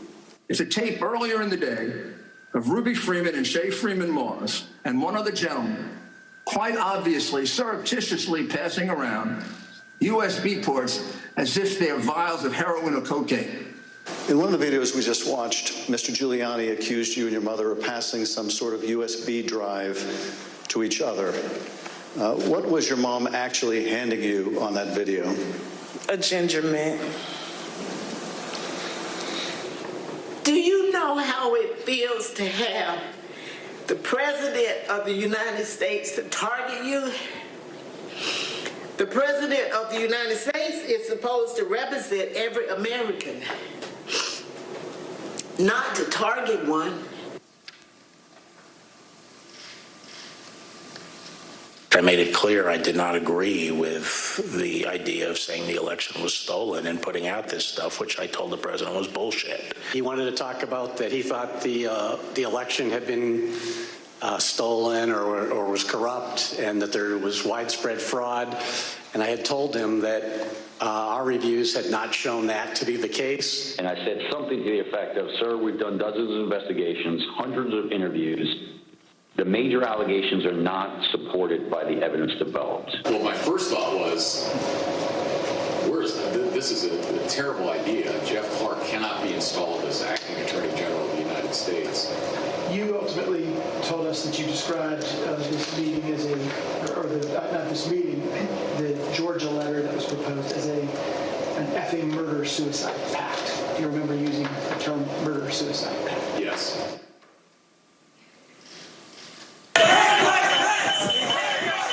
Was it your impression that the Vice President had directly conveyed his position on these issues to the President, not just to the world through a Dear Colleague letter, but directly to President Trump? Many times. My view is that the Vice President didn't have the legal authority to do anything except what he did. And I said, hold on a second, I want to understand what you're saying. You're saying that you believe the Vice President, acting as President of the Senate, can be the sole decision maker as to, under your theory, who becomes the next President of the United States? And you said yes. I said, are you out of your effing mind? The president was, all the attention was on what Mike would do or what Mike wouldn't do. There's a telephone conversation between the president and the vice president, is that correct? Yes. The conversation was pretty heated. Apologize for being impolite, but do you remember what she said her father called him? The P word. Bring out folks! Bring it out! It was clear that it was escalating and escalating quickly. So then when that tweet, the Mike Pence tweet, was sent out, I remember us saying that was the last thing that needed to be tweeted at that moment. It felt like he was pouring gasoline on the fire by tweeting that. They've gained access to the second floor, and I've got public about 5 feet from me down here below. Okay, copy. They are on the second floor, moving in now. We may want to consider getting out and leaving now. Copy. The members of the VP detail at this time were starting to fear for their own lives. There were calls to say goodbye to family members, so on and so forth. Approximately 40 feet. That's all there was. 40 feet between the vice president and the mob. Donald Trump and his allies and supporters are a clear and present danger to American democracy.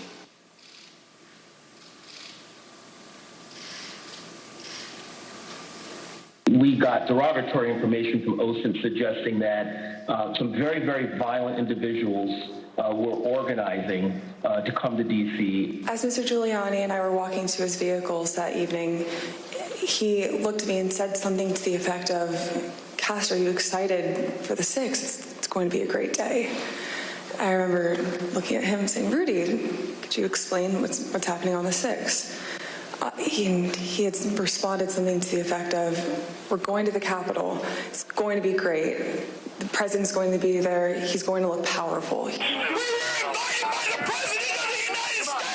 He personally asked for us to come to D.C. that day. And I thought, for everything he's done for us, if this is the only thing he's going to ask of me, I'll do it. Well, basically, the president, got everybody riled up, told everybody to head on down. So we basically were just following what he said.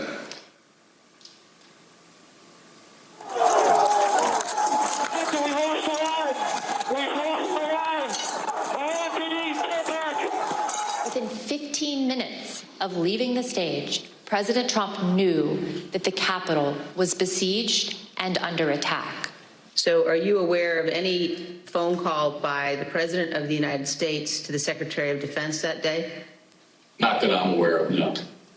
Are you aware of any phone call by the President of the United States to the Attorney General of the United States that day? No. Are you aware of any phone call by the President of the United States to the Secretary of Homeland Security that day? I'm not aware of that, no. Did you ever hear the the President ask for the National Guard? Did you ever hear the President ask for law enforcement response? No. You got an assault going on the Capitol of the United States of America. And it's nothing. No call, nothing, zero. I remember Pat saying something to the effect of, Mark, we need to do something more.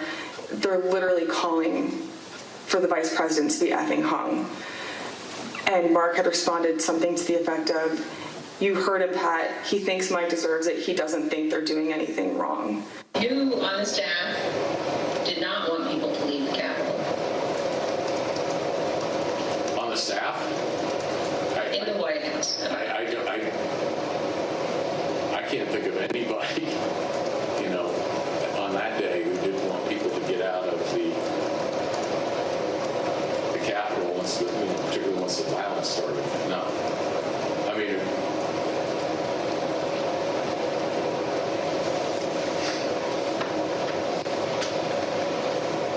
what about the president? Yeah. Well, she said the staff. So I answered. No, I said in the White House. Oh, I'm sorry. I apologize. I thought you said who else on the staff.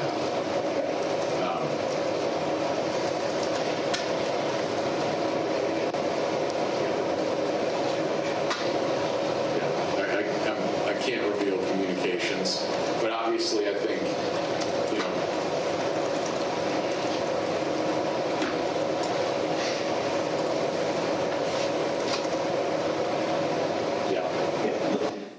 I said, good, John. Now I'm going to give you the best free legal advice you're ever getting in your life. Get a great effing criminal defense lawyer. You're going to need it. General Flynn, do you believe in the peaceful transition of power in the United States of America? Yes, sir.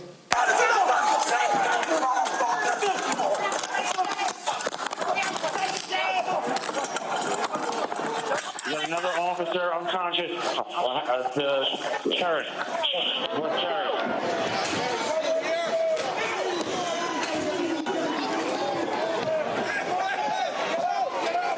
I don't want to say the election is over. I just want to say Congress has certified the results without saying the election's over, okay?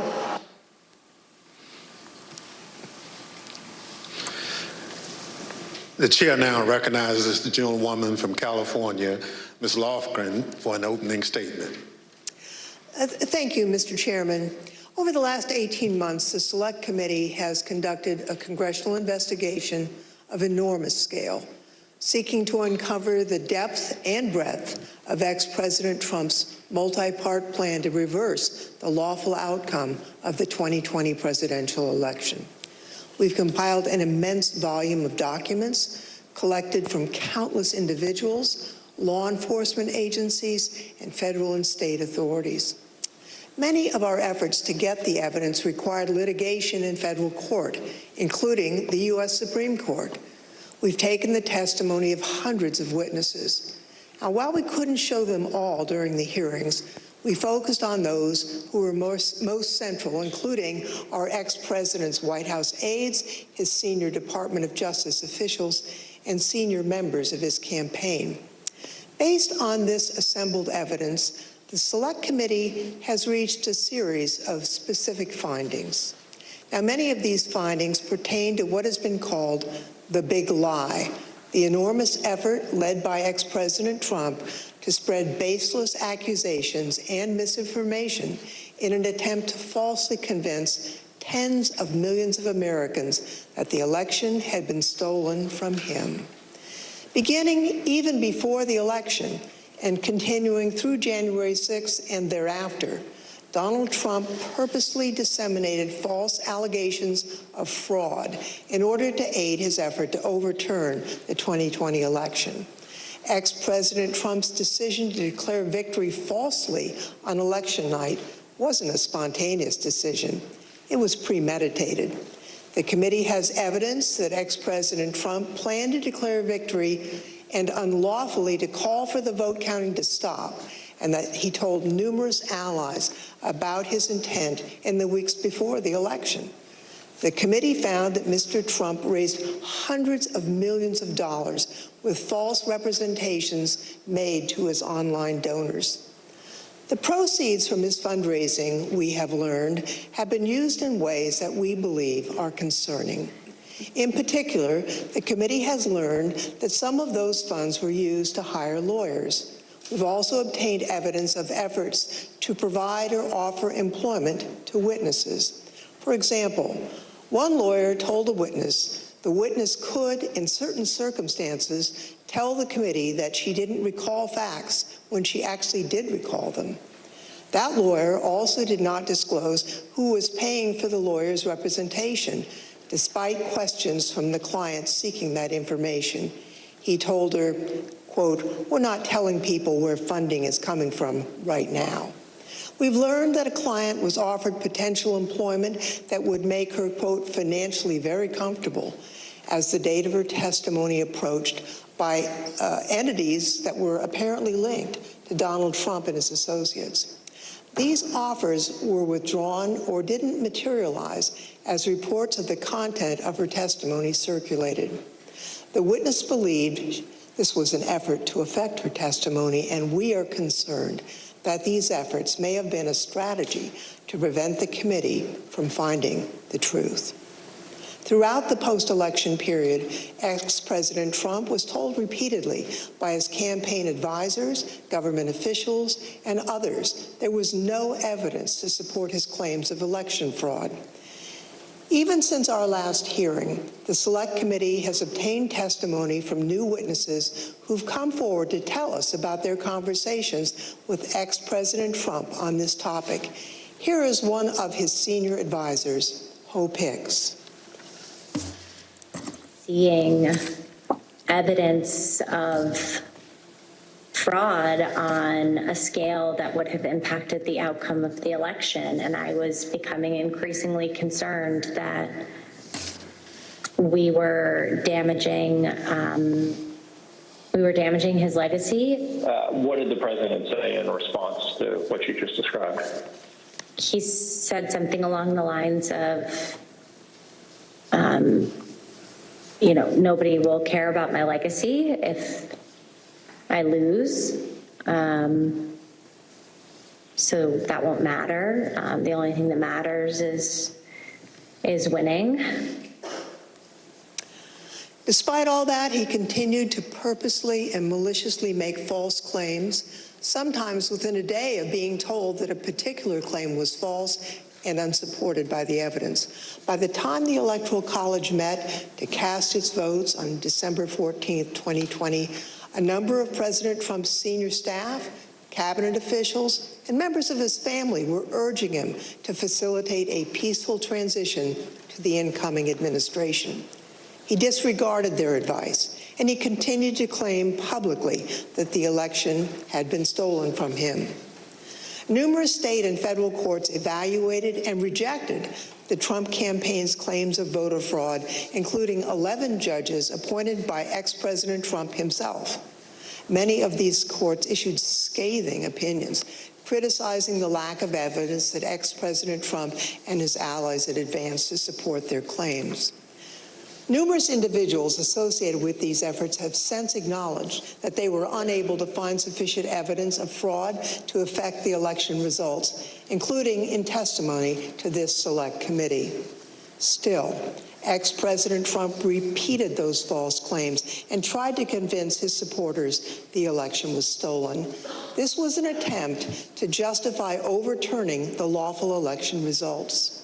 Donald Trump knowingly and corruptly repeated election fraud lies, which incited his supporters to violence on January 6th. He continues to repeat his meritless claim that the election was stolen even today and continues to erode our most cherished and shared belief in free and fair elections. Mr. Chairman, I yield back. Gentlewoman yields back. The chair recognizes the gentleman from California, Mr. Schiff, for an opening statement. Thank you, Mr. Chairman. Building on his constant repetition of the big lie, President Trump engaged in an unprecedented effort to obstruct the joint session on January 6th, the proceeding where his electoral loss would be certified by Congress. This effort began in part in the states, which hold, count, and ultimately determine the winners of presidential elections. Many state officials were targeted by President Trump and his campaign.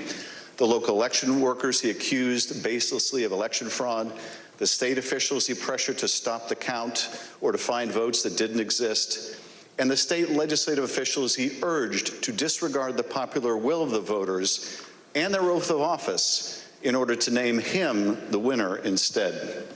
Here are the Select Committee findings about President Trump's state pressure campaign. President Trump and his enablers repeatedly pressured state officials to take action to overturn the results of the election. The most dramatic example of this campaign of coercion was the president's January 2nd, 2021 call to Georgia Secretary of State Brad Raffensperger, in which the president urged the secretary to find 11,780 votes he needed to change the outcome in that state.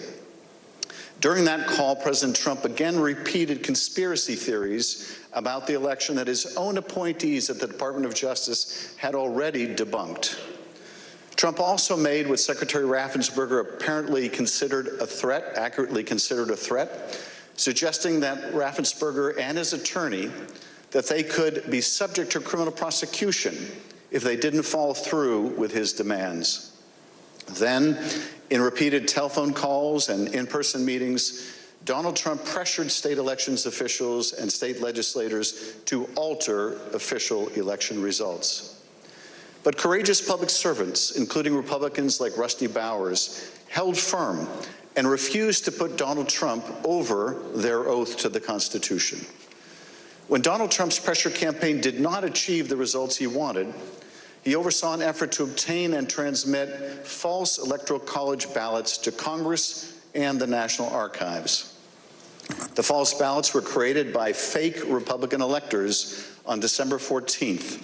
At the same time, the actual certified electors in those states were meeting to cast their votes for President Biden.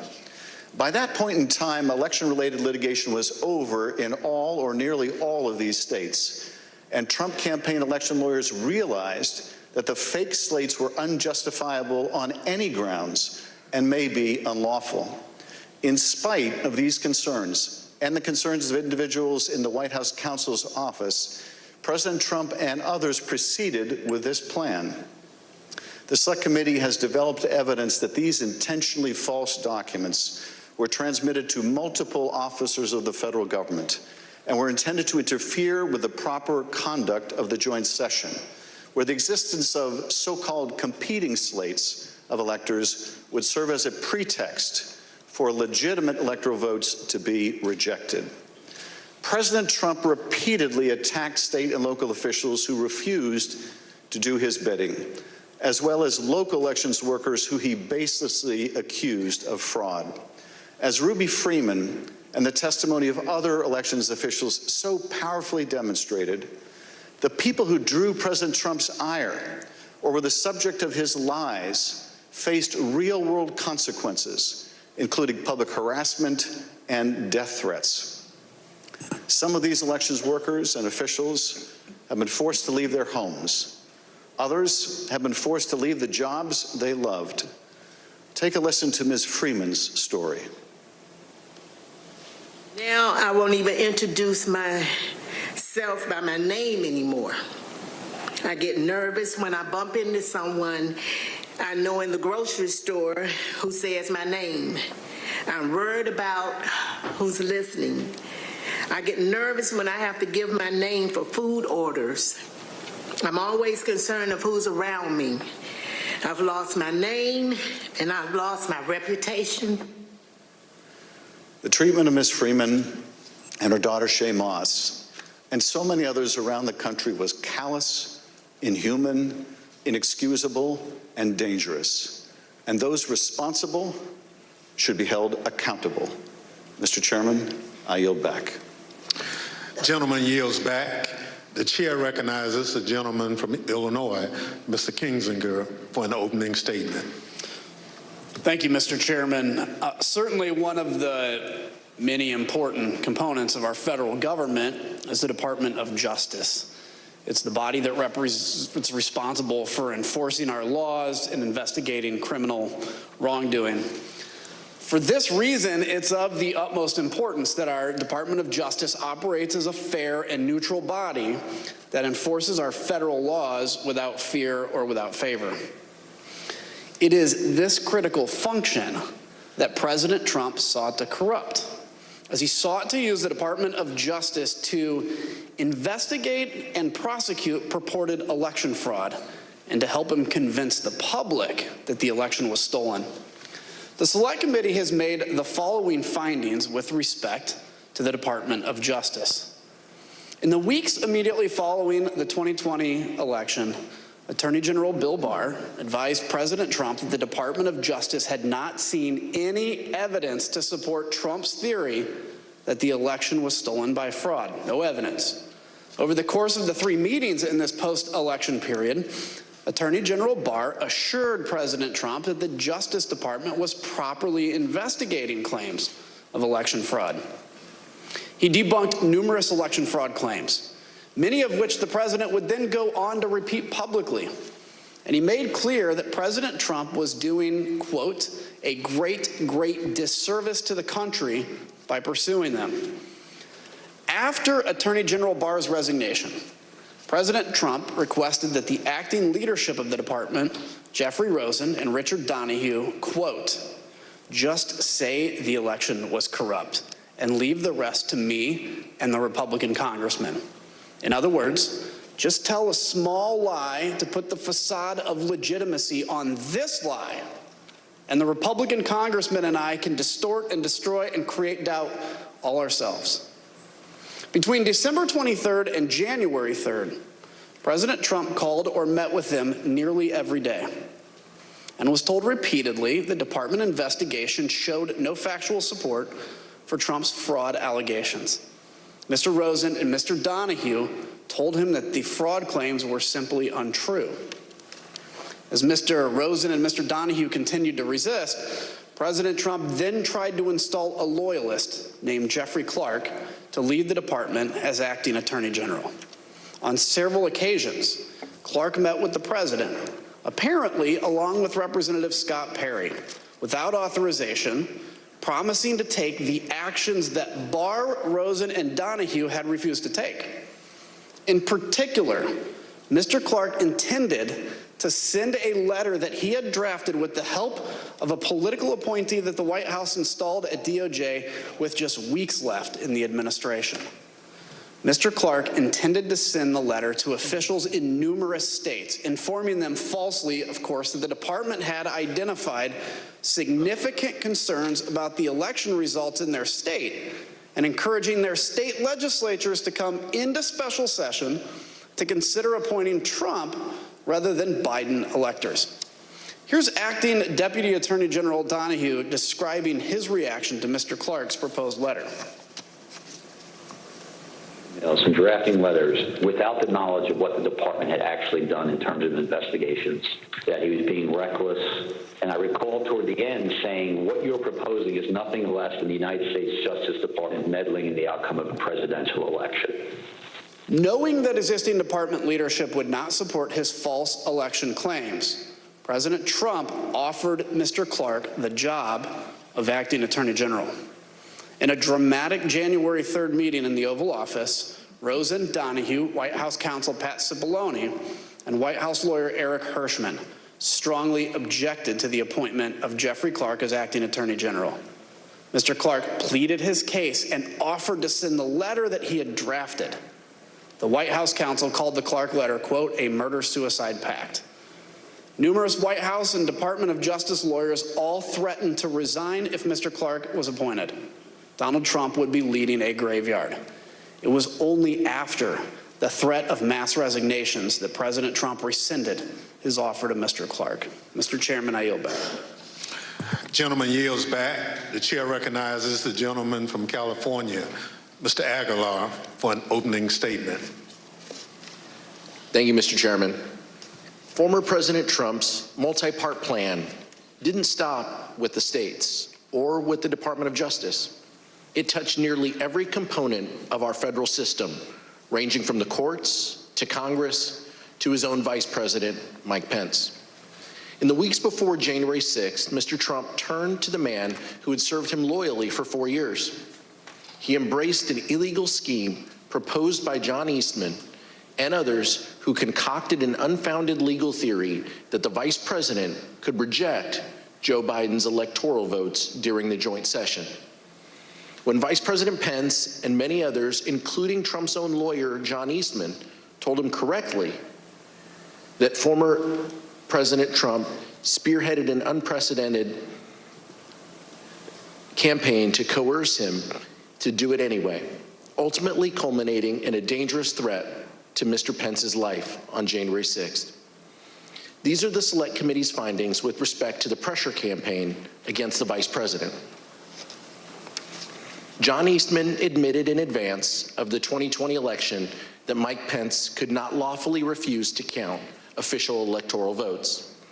But he nevertheless devised a meritless proposal that deployed a combination of bogus election fraud claims and the fake electoral ballots to say that Mike Pence, presiding over the joint session, could reject legitimate electoral votes for President-elect Biden. But still, President Trump accepted and repeated Eastman's theory and used it to pressure the vice president to take unlawful action.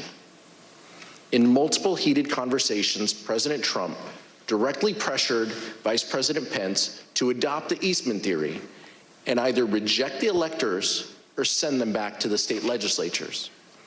The vice president consistently resisted and repeatedly told the president that he did not possess the authority to do what President Trump directed. This culminated in an angry phone call on the morning of January 6th between President Trump and Vice President Pence, during which the former president repeatedly berated Mr. Pence by cursing and leveling threats. White House staffer Nick Luna was one of the many witnesses who heard the call as it happened. Take a listen at Mr. Luna's testimony. Did you hear any part of the phone call, even if just the end that the president was speaking from? I did, yes. All right, and what did you hear? So as I was dropping off the note, my memory, I remember hearing the word wimp. Either he called him a wimp. I don't remember if he said, you are a wimp, you'll be a wimp. Wimp is the word I remember. Something to the effect, the wording's wrong. I made the wrong decision 4 or 5 years ago. In the face of the vice president's resistance, the former president and others exerted both private and public pressure to change his mind. In his speech on the Ellipse on the afternoon of January 6th, former President Trump told the crowd that Vice President Pence needed the courage to do what he has to do. Once the riot began, President Trump deliberately chose to issue a tweet attacking Mr. Pence, knowing that the crowd had already grown violent. Almost immediately thereafter, the crowd around the Capitol surged, and between 2:30 and 2:35 p.m., the Metropolitan Police line on the west front of the Capitol broke. This was the first time in MPD history that a line like this had broken. Rioters at the Capitol were heard chanting, "Hang Mike Pence," through the afternoon. As a result of this unrest, Vice President Pence was forced to flee to a secure location where he actively coordinated with law enforcement and other governmental officials to address the ongoing violence. Mr. Chairman, I yield back. Gentleman yields back. The chair recognizes the gentlewoman from Florida, Ms. Murphy, for an opening statement. Thank you, Mr. Chairman. Ultimately, President Trump did not succeed in bending state and federal officials to his will. At every turn, state officials, the Department of Justice, Mike Pence, and many others stood up for the rule of law and resisted the president's wishes. In that way, our American institutions held after the 2020 election. But that did not stop President Trump. Instead, he turned to his supporters, those who believed his lies about a stolen election. He summoned a crowd to the nation's capital on January 6, hoping that they would pressure Congress to do what he could not do on his own. The Select Committee has made the following findings on this issue. 2 years ago today, in the early morning hours of December 19th, Donald Trump sent a tweet urging his supporters to travel to Washington for a protest on January 6th. "Be there, we'll be wild," he tweeted. Between December 19th and January 6th, the president repeatedly encouraged his supporters to come to Washington. The president's December 19th tweet galvanized domestic violent extremists, including members of the Oath Keepers, the Proud Boys, and organized militia groups. These individuals began organizing to come to the Capitol in large numbers with the specific intent to use violence to disrupt the certification of the election during the joint session. Prior to January 6th, the FBI, Secret Service, U.S. Capitol Police, D.C. government and other law enforcement agencies gathered substantial evidence suggesting the risk of violence at the Capitol during the joint session. These included warnings like the following. Their plan is to literally kill people. Please take this tip seriously and investigate further. President Trump supporters have proposed a movement to occupy Capitol Hill. Alert regarding the VP being a dead man walking if he doesn't do the right thing. I saw several other alerts saying they will storm the Capitol if he doesn't do the right thing. In the days leading up to January 6th, President Trump's advisors explicitly told him that he should encourage his supporters to be peaceful that day, but he refused. One witness, Hope Hicks, provided the committee with records of her text messages on January 6th. In one exchange with another staffer, he texted her, "Hey, I know you're seeing this, but he," referring to President Trump, "really should tweet something about being nonviolent." "I'm not there," Hicks replied. "I suggested it several times Monday and Tuesday, and he refused." When Ms. Hicks came in to provide testimony to the committee, we asked her about this exchange. Her explanation is that the he in this text wasn't the president, but rather it was Eric Hirschman. Take a listen to her testimony. When you wrote, "I suggested it several times," and it presumably means that the president say something about being nonviolent. You wrote, "I suggested it several times Monday and Tuesday, and he refused." Tell us what happened. Sure. I didn't speak to the president about this directly, but I communicated people like Eric Hirschman that it was my view that it was important that the president put out some kind of message in advance of the event. And what was Mr. Hirschman's response? Mr. Hirschman said that he had made the same, recommendation directly to the president, and that he had refused.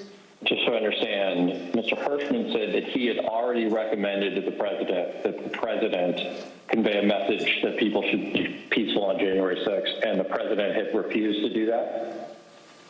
Yes. The public will be able to review this in the transcripts and see the perspective Eric Hirschman gave before we took Hope Hicks's testimony. Despite having knowledge of the threats of violence presented by the crowd gathered on January 6th, President Trump gave an incendiary speech, declaring without basis that the election had been stolen and encouraging his supporters to fight like hell. And during the speech and immediately thereafter, President Trump stated his intention to travel to the Capitol with his supporters in an effort to influence the joint session. The Select Committee has developed evidence indicating that President Trump did, in fact, intend to go to the Capitol on the afternoon of January 6th, and that he repeatedly expressed that intention during the afternoon and in the days prior. Mr. Chairman, I yield back. Gentlewoman yields back. The chair recognizes the gentlewoman from Virginia, Mrs. Luria, for an opening statement. Thank you, Mr. Chairman. All of President Trump's efforts came to a head on the afternoon of January 6th. Standing on the stage of the Ellipse, President Trump told tens of thousands of angry supporters that the election was stolen, that they had the power to change that if they marched to the Capitol, and that they wouldn't have a country anymore if the presidency was taken away from him. He told them he would be there with them. And then, as the crowd descended on the Capitol, President Trump watched it on television. Despite pleas from his senior advisors, from lawmakers on the Hill, and from his own children, President Trump would not issue a public statement instructing his supporters to disperse and leave the Capitol. Mr. Trump's failures spanned the period from 1:10 p.m., when his speech ended and he instructed his supporters to march to the Capitol, to 4:17 p.m., when he finally, begrudgingly, told his supporters to go home. For 187 minutes, he actively disregarded his constitutional obligation to take care that the laws are faithfully executed. As we've established through months of investigation, that is because the mob wanted what President Trump wanted, to impede the peaceful transition of power. These are the Select Committee's findings about President Trump's dereliction of duty. From the outset of the violence, and for several hours that followed, people at the Capitol, people inside President Trump's administration, elected officials of both parties, members of President Trump's own family, and even Fox News commentators who were sympathetic to President Trump, all tried to contact the White House to urge him to do one singular thing. The one thing that all of these people immediately understood was required: instruct his supporters to leave the Capitol. The president repeatedly refused pleas as he watched the violence at the Capitol on television. During the day, the president never spoke with National Guard, the Department of Defense, the Department of Justice, or any law enforcement agency. At no point during the day, or any other, did he issue any order to deploy any law enforcement agency to assist. Multiple witnesses, including President Trump's White House counsel, testified to these facts. Your White House employees, who had been speaking directly with President Trump, state that he didn't want anything done. The president was making phone calls that afternoon, but they weren't to law enforcement officials. Rather, President Trump continued to call his lawyer, Rudy Giuliani. Both President Trump and Mr. Giuliani spoke with congressional leaders, even after the violence had begun, to encourage them to continue delaying the session. Approximately 3 hours after being informed of the violence at the Capitol, hours during which, as our evidence has shown, Donald Trump sat in his dining room and watched the violence on television, the president released a video statement in which he again repeated that the election was stolen, told his supporters at the Capitol that he loved them, and ultimately suggested that they disperse. The statement had an immediate impact on elements of the crowd, many of whom have testified that it led them to depart the Capitol. At 6:01 p.m., President Trump sent his last tweet of the day. He did not condemn the violence. Instead, he attempted to justify it. These are the things and events that happen when a sacred landslide election victory is so unceremoniously and viciously stripped away, he wrote. Remember this day forever. There's no doubt that President Trump thought that the actions of the rioters were justified. In the days after January 6th, he spoke to several different advisors. And in those conversations, he minimized the seriousness of the attack. Here's new testimony from another one of President Senior's advisors, Kellyanne Conway. You said you talked to the president the next day. Tell us about that conversation on the 7th.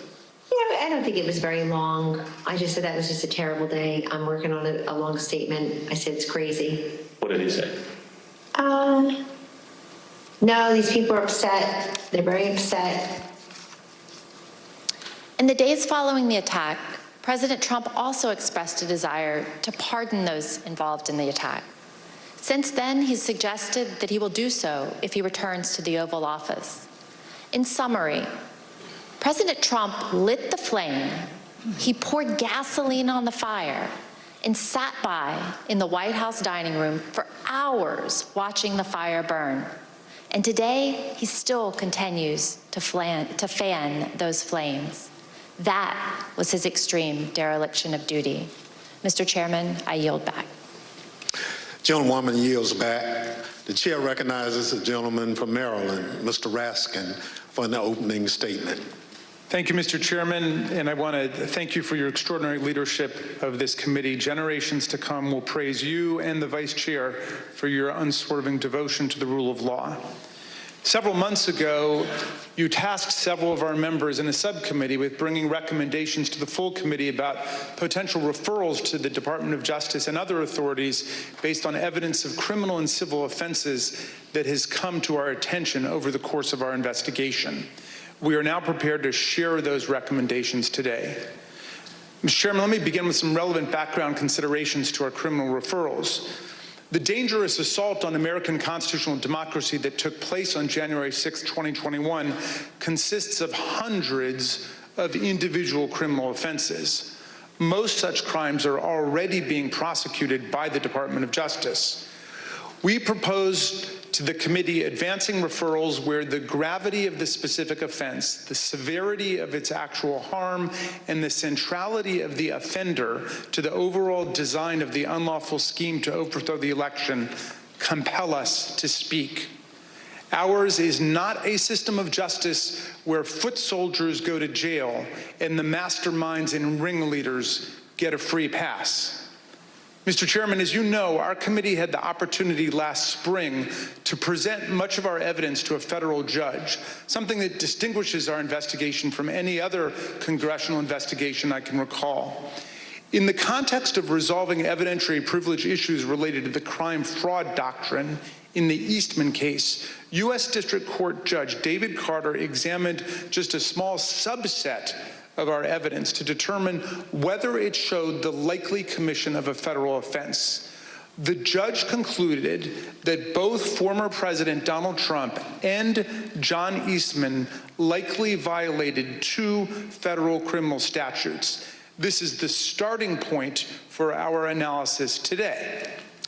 The first criminal statute we invoke for referral, therefore, is Title 18, Section 1512C, which makes it unlawful for anyone to corruptly obstruct, influence, or impede any official proceeding of the United States government.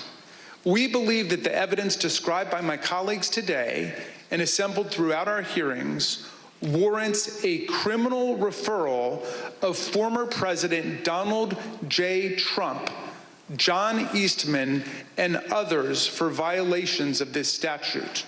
The whole purpose and obvious effect of Trump's scheme were to obstruct, influence, and impede this official proceeding, the central moment for the lawful transfer of power in the United States.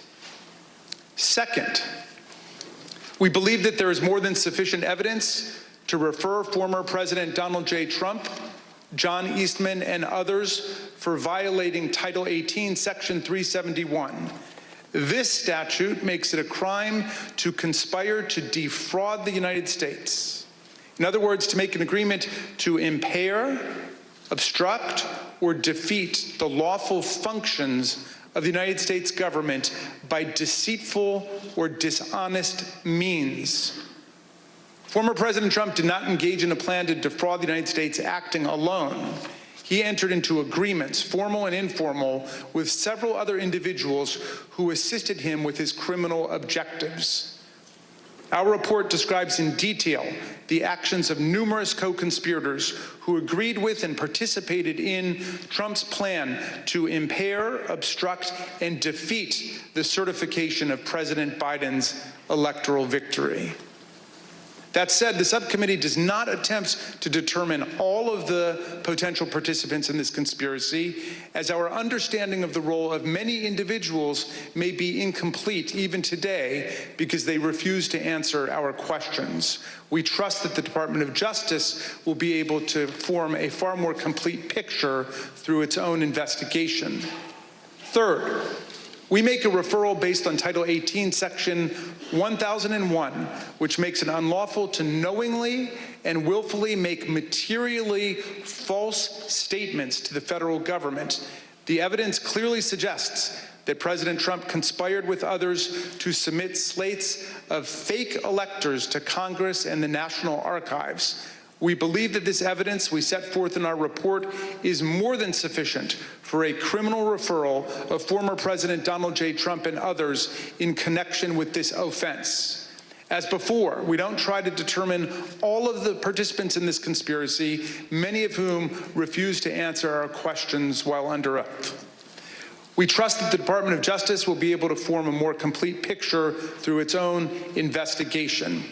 The fourth and final statute we invoke for referral is Title 18, Section 2383. The statute applies to anyone who incites, assists, or engages in insurrection against the United States of America, and anyone who gives aid or comfort to an insurrection.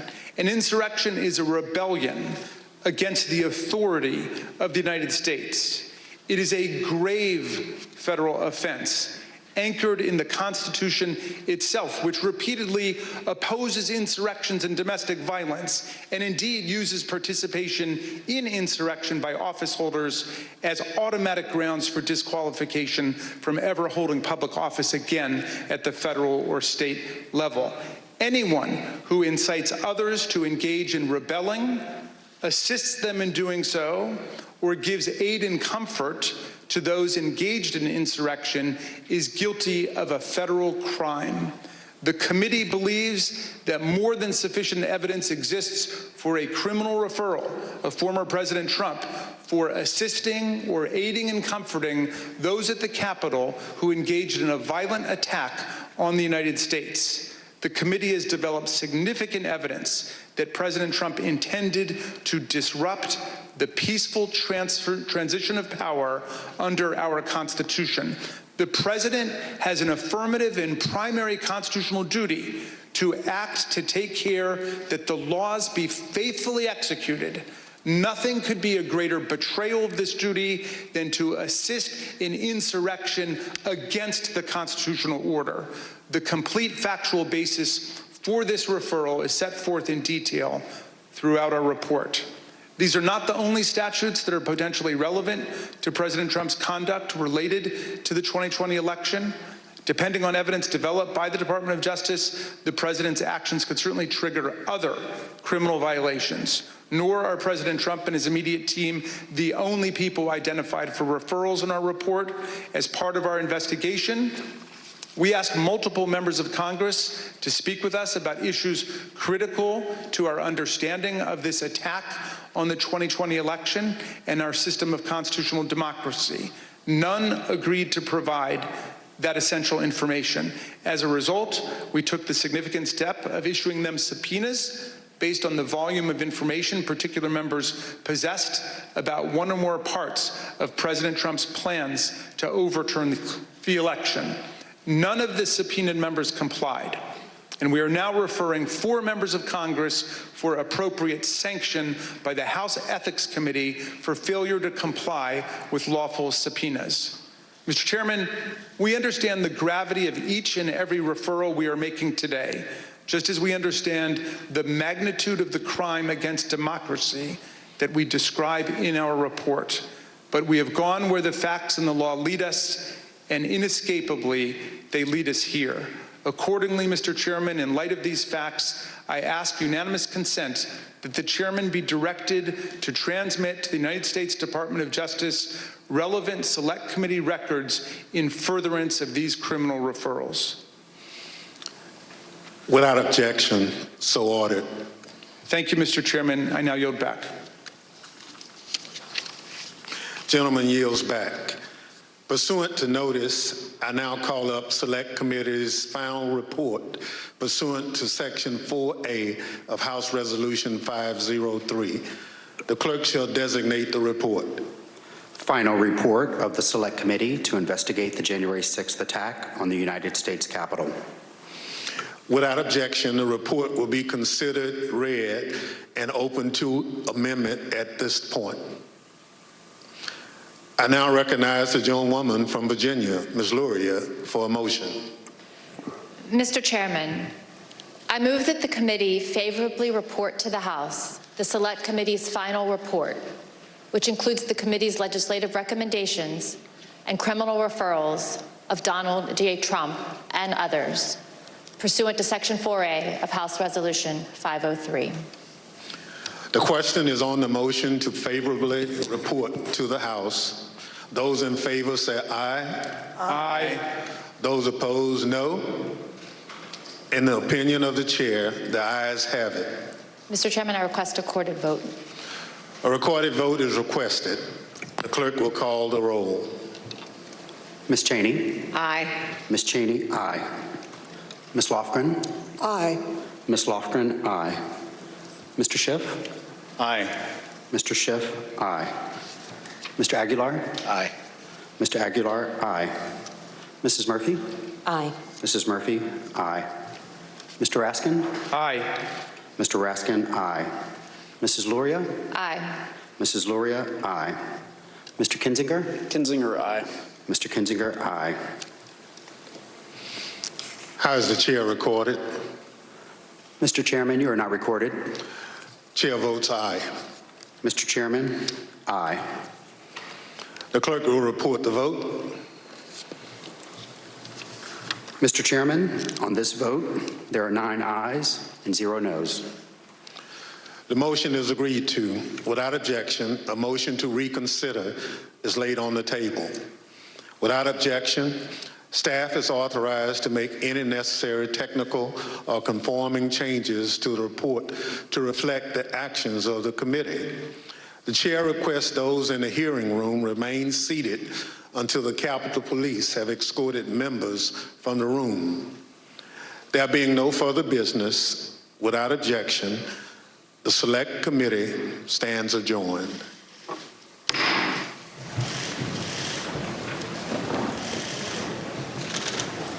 And with that, a committee that has been credited with having a flair for the theatrical has ended its final public presentation with what is essentially a cliffhanger. The committee voting unanimously to refer criminal charges to the Department of Justice against President Trump. Charges that include obstructing an official proceeding, conspiracy to defraud the government, conspiracy to make a false statement, and inciting or assisting an insurrection. But those referrals have no legal bearing. It is now up to the DOJ whether or not to pursue those charges or even acknowledge them. The committee also voted to adopt their final report, and just moments ago they made the 100-page executive summary of it public. In it, the committee states their blunt conclusion that the central cause of January 6 was one man, former President Donald Trump, who many others followed. One of the events of January 6 would have happened none, we should say, would have happened without him. Let's go straight to our senior Capitol Hill correspondent, Garrett Hake. Garrett, we saw a few new witness statements from faces we had not seen in this prior, but in general, is this what we expected today? Yeah, Lester, largely a summation of the committee's arguments up to this point. There's some new evidence, as you pointed out, the former Trump advisor, Hope Hicks, for example, appearing on video, the first time we have heard from her in the committee's proceedings. But again, the news here today is the criminal referrals and the evidence that will come along with them. The committee making their argument after long effort to put together a rationale behind this to refer the former president on multiple counts, including obstruction of an official proceeding, referring, of course, to the transfer of power, the counting of those votes on January 6th. In their report, the committee writes, President Trump acted with a corrupt purpose. Vice President Pence, Greg Jacob, and others repeatedly told the president that the vice president had no unilateral authority to prevent certification of the election. And Lester, I think that was one of the through points really for this committee. I covered both the impeachment of Donald Trump around January 6th and the committee's work. And one of the things that they did uncover that the impeachment managers never had when they made their case to the Senate was Donald Trump's state of mind and the information he was getting from his own attorneys, his campaign staffers, his inner circle, telling him that he had lost the election and that his comments were false. It's one of the things that the committee took great pains to try to establish, both for the public record and to provide the legal justifications for these referrals that they unveiled today. And Garrett, when will we see the full report? When will that become public? The committee is expecting to get the full report, or at least the bulk of it, out by Wednesday. You heard the chairman say that all non-sensitive materials, not clear what that distinction is going to mean here exactly, that they hope to have released by the end of the year. Remember, the committee wants to get all of their transcripts out, in part to show the full breadth of their investigation, in part to make them available to the Department of Justice, and in part to push back against Republican claims that they somehow cherry-picked evidence or ignored counterfactuals that would have undermined the case that they have put together about Donald Trump's culpability in the attack on the Capitol. All right, let's bring in our Justice correspondent, Ken Delaney. And so, Ken, these referrals have been made. We've repeated many times, non-binding. There's no legal weight to them. Clearly, though, the DOJ knew that this day was a possibility, that there would be referrals. Have they given any signal as to how they will receive them when they come in officially? Yes, Lester, the main signal they're giving us is that they are not going to take them into consideration. They really want to maintain their independence in this investigation. Jack Smith, the special counsel, issued a statement upon his appointment in November saying that he will investigate this case independently. And that's a really important principle for them.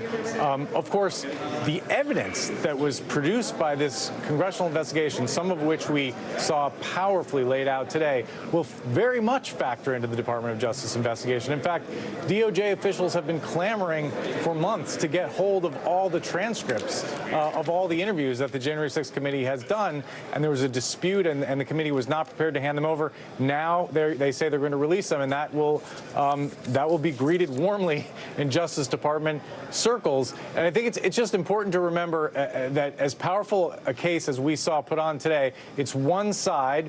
It includes hearsay evidence. It includes the kind of evidence that the Department of Justice won't be able to bring into court. On the other hand, though, the DOJ has powerful tools that are not available to the committee. For example, when you saw former White House counsel Pat Cipollone refusing to answer questions about his conversations with the president, he won't be able to do that in front of a criminal grand jury. So there's a lot of information the DOJ will be able to gather about these facts and circumstances that the committee was not able to gather. But another interesting aspect of this is in addition to the criminal referrals for Donald Trump, John Eastman, the law professor who is advising Donald Trump, also named explicitly by the committee, and we know that he's been under federal criminal investigation. All right, Ken, I'll ask you to stand by. Joining us now is former FBI General Counsel and NBC News legal analyst Andrew Weissman and NBC News legal analyst Danny Savalas. Andrew, let me begin with you. I guess my question is, does the Justice Department have more in terms of time working on this? I think there was a perception over the summer as we watched these hearings that this committee was much far advanced of the DOJ. Do we know that to be a fact? We don't know that for sure, but I think that the betting public and us insiders are that's correct. In fact, part of the reason there was such tension between members of the committee and the Department of Justice was the feeling by people on the committee as to where is DOJ? Why weren't they doing more? It's very unusual for Congress to be out ahead of the department. I do think with the appointment of Jack Smith, though, you're really seeing the department step up to the plate. And obviously, as Ken pointed out, the turning over of thousands of witness statements and transcripts and all of that evidence is going to be incredibly useful, both to the government and, frankly, also to Donald Trump to see what the evidence is and where he might be able to poke holes. So that is really going to be, from the Department of Justice's point of view and from Donald Trump's point of view, the real import here. Less the referrals and more about the actual evidence that is going to be exposed. Danny, does this panel, does this committee have more witness statements, more information than the Justice Department? That is a tough question. It would seem that they've developed a lot that we didn't even hear about. But DOJ does not give updates on their investigations. So they may have a treasure chest of evidence and information, maybe even more than the January 6th committee amassed, if such a thing is possible. But don't forget, Merrick Garland made a point, and this is someone who is not fond of taking the podium and making public statements, but Merrick Garland came out and said this is one of, and I'm paraphrasing, the most expansive investigations ever conducted. So I think you can reasonably assume that they have used their tools, which are far superior to the January 6th committee's tools. The Justice Department can use things like cooperating witnesses. They can offer deals. They can do things that the January 6th committee would only dream of in inducing people to turn over evidence. So while I think they will welcome the evidence provided by the January 6th committee, it's a pretty safe bet they've got plenty of evidence of their own. Andrew, will they, in fact, welcome this information, or does it make the Department of Justice's job just a little harder? Does it not increase the tint or the persona of politics here? I think that's a hard question, because you have to remember, from Congress's perspective, this is what they do. I myself, when I was in the department, would get referrals from Congress, whether I was on the Enron case or the special counsel investigation, where they would refer matters which they thought rose to a criminal level. So it does happen. And so what they're doing here is consistent with their practice. And I actually think for them not to do so would have had real ramifications as well. The sort of taint of politics, I think that is something that, frankly, was going to be inevitable, whether or not the January 6th committee made these referrals. You can be sure that Donald Trump is going to say the department and Jack Smith are political. So I think it's probably the better course that Congress just stuck to what their normal practice is here. And now the department will have to stick to its normal practice, which is to make an independent judgment about whether the evidence rises to the level that it's appropriate to bring a criminal case. One final thought is that the thing that will make this harder is that all of this evidence is now available to the defense. That is very unusual. It is usually only after there is a criminal charge that this much evidence would be available to the defense. So this gives an opportunity to Donald Trump and his allies to pick apart that evidence and to potentially obstruct justice. Andrew Adani, thank you. Let me bring in Yamiche Alcindor, a Washington correspondent for NBC. Yamiche, I think people will stand back now and look at what this committee did, look at these referrals, and perhaps ask themselves, what did they want to do? What did they want to accomplish? So I'll ask you that question and whether they were able to accomplish it.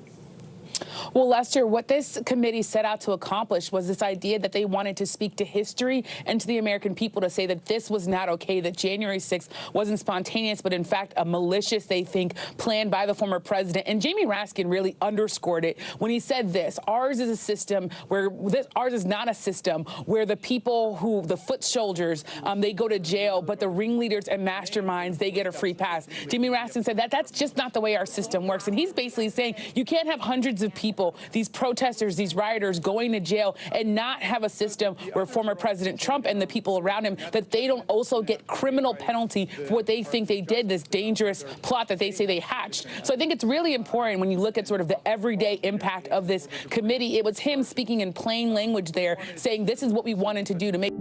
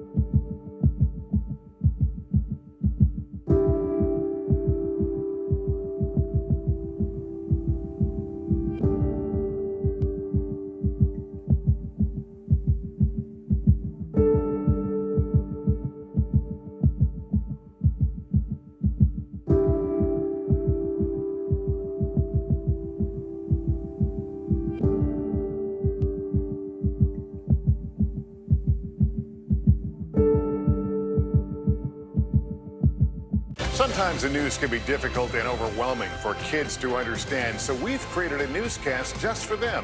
We hope your family will watch Nightly News Kids Edition.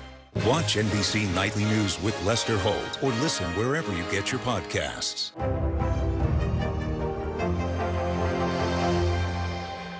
Celebrating 75 years of Meet the Press, the longest-running show on television. For Dateline Premium, subscribe now on Apple Podcasts. Hi, everyone. I'm Kate Snow. I'm Morgan Radford. Aaron Gilchrist is on assignment, and NBC News Daily starts right now.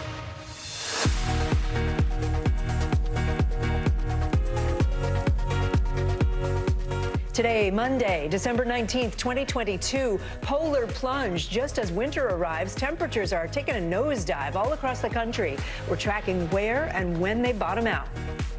And shaken in the sky, dozens of passengers aboard a Hawaiian Airlines flight hurt by extreme turbulence. Coming up, what the airline is saying about how exactly it happened. And border emergency. In one major Texas city, migrants are sleeping on the streets in bitter cold temperatures. The rush to help them as more migrants arrive by the day.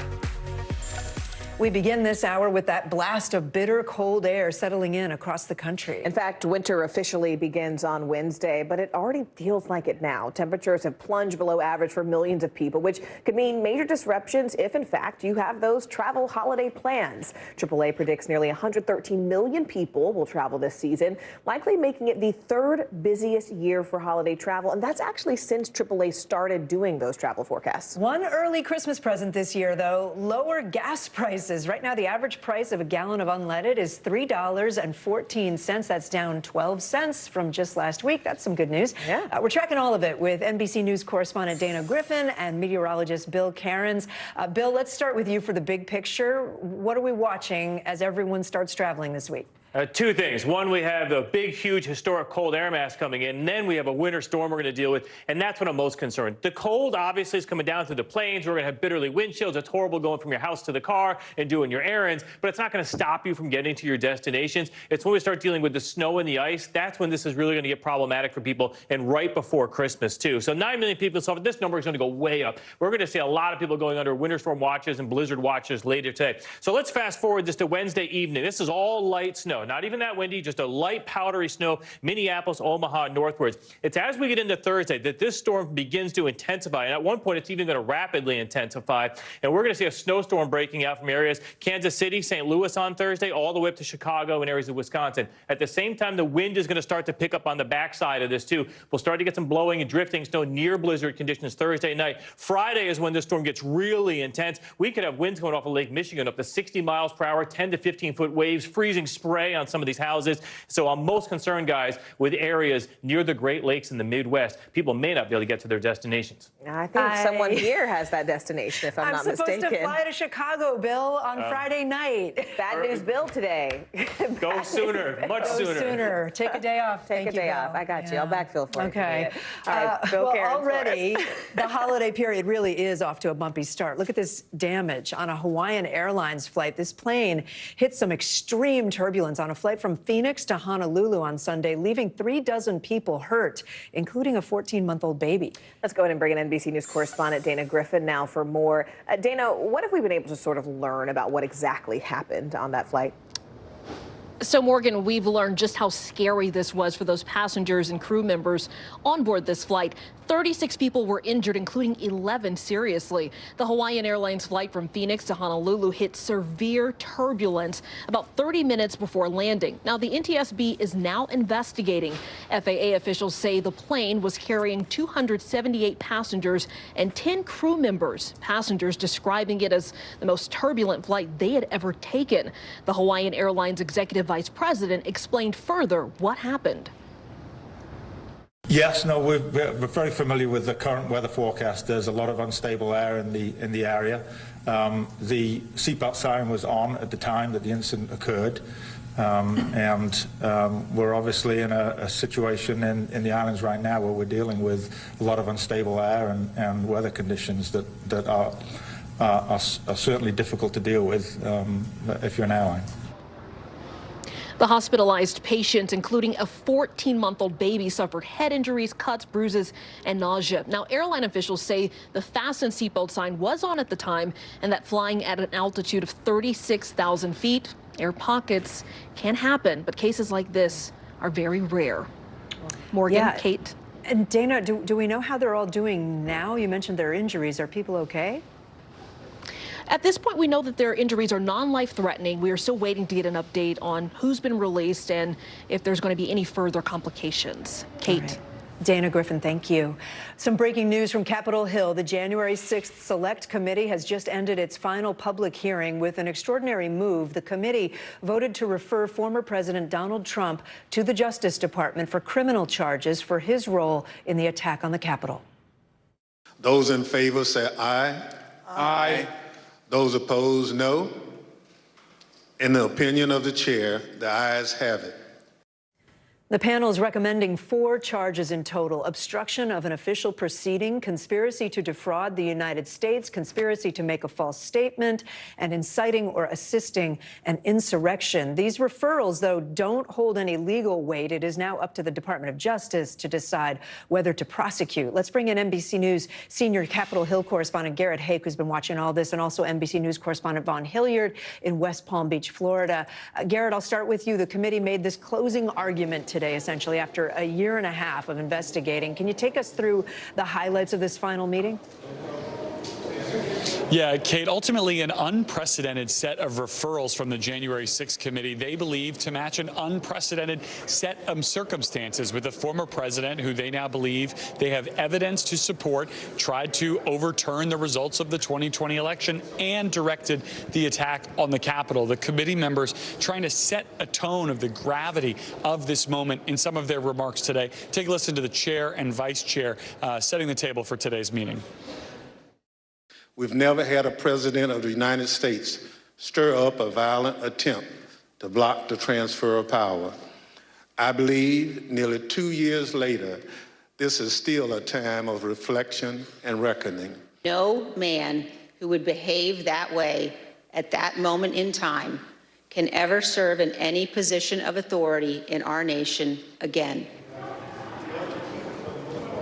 And Kate, you pointed out the referrals on multiple charges here, multiple counts of conspiracy, a count of obstruction of an official proceeding, and one of aiding or assisting in an insurrection. And to the Vice Chair Liz Cheney's point there, a conviction on an insurrection charge, something we've not seen since the Civil War, would bar Mr. Trump from seeking or holding any other federal office in the United States. It's the kind of thing that committee members believe is appropriate, but is now out of their hands. It'll be up to the DOJ and the special counsel to decide how to move forward. Okay, let me go over to Vaughn for a second. So you're down in Florida. What are you hearing from Mr. Trump and his allies about today's meeting and about these criminal referrals? Kate, we're hearing very little at this point. There was just one post from the former president on his Truth Social media account in which he discussed a Hunter Biden story being suppressed on Twitter in the lead up to the 2020 election. Really, for Donald Trump, the last 2 years have been more of a justification of his actions than denials of them. You know, the January 6th committee over their 10 public hearings laid out not only a pressure campaign by the former president against his own vice president, Mike Pence, to send the slate of electors back to the states. He also has not denied that there was a pressure campaign by him and his political allies on local elections officials and state officials to overturn the election results in key places like Georgia and Arizona. For the former president, this potential DOJ investigation and what could amount to indictments, if the January 6th Select Committee on Capitol Hill gets its way, will be running in parallel with his own presidential bid as he mounts this 2024 campaign. Right now, he is the only Republican running to take on Joe Biden in 2024. This is going to be a difficult year as the DOJ looks to potentially prosecute the former president. Vaughn Hilliard, Garrett Hake, thanks to you both. Meanwhile, a chaotic day in a Bahamas courtroom as former FTX CEO and founder Sam Bankman-Fried faced a judge. Now, he ran the failed cryptocurrency exchange and was sent back to prison a short time ago, and he'd been expected to waive his right to an extradition. CNBC's Mackenzie Sigalos joins us now. Mackenzie, it's good to see you this Monday. First, if you can just sort of set the scene, walk us through exactly what happened behind those closed doors. I mean, his lawyer seemed pretty surprised by today's hearing. Yeah, it was a day of total confusion in open court, Morgan. You had Bankman-Fried's Bahamian defense attorney saying that he was shocked that Bankman-Fried was in court at all, adding that his client wanted to see the indictment against him before agreeing to be extradited. This was a total 180 from what we were expecting to see today. Even the Bahamian prosecutor said that he understood SBF was there specifically to waive extradition.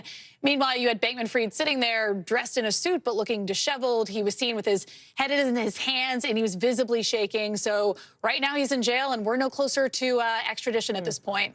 Speaking of that, though, Mackenzie, I mean, if Bankman-Fried does, in fact, waive his extradition, do we know how quickly he would actually be back in the U.S.? I mean, what would likely happen then once he gets here on American soil?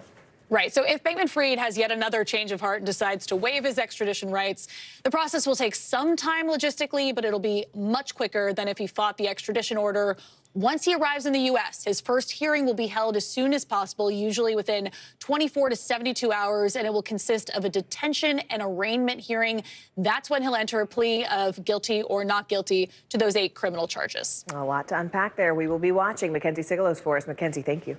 Thanks, Morgan. Twitter users say they want a change at the top. That's right. Elon Musk posted a poll asking if users wanted him to step down as CEO, and the majority of people responding, well, they said yes. NBC's Gabe Gutierrez joins us now. Gabe, I do want to start with that Twitter poll. It seems like Musk has been using polls for a lot of things recently, especially when it came to the suspension of those journalists. And a lot of people responded to this poll. More than 57% said Musk should step down.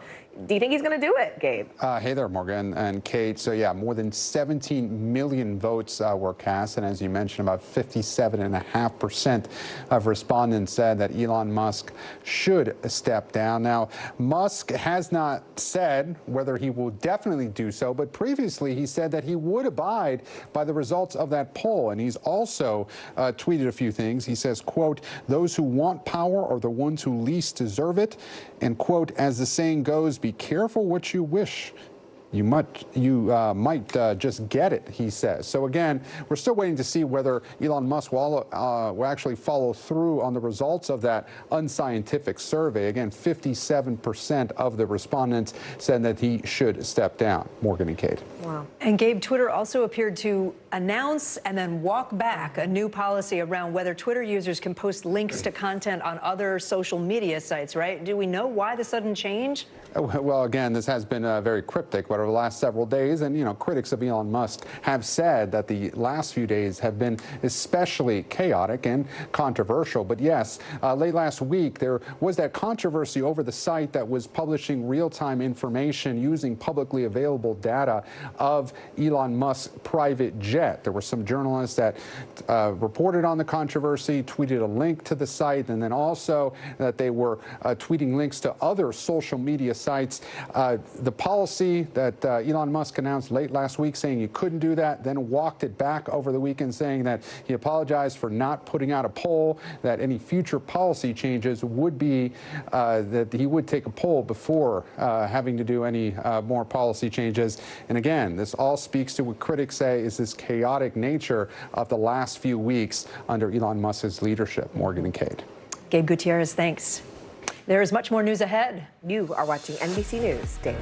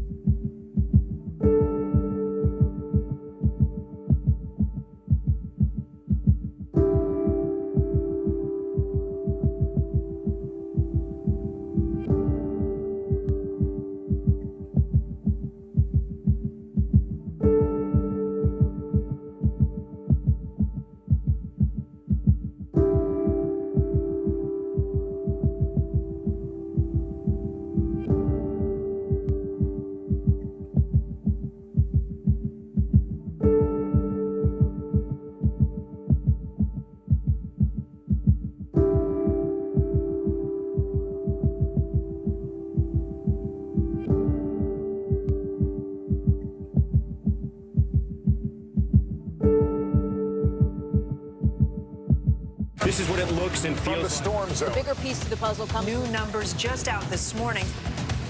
Good evening. We begin tonight with breaking news just coming in. We begin this hour with the latest developments. We're coming on the air with some shakeups big time on Capitol Hill. How much water ultimately will be forced inland? Whenever it happens, wherever you are, NBC News, streaming free now.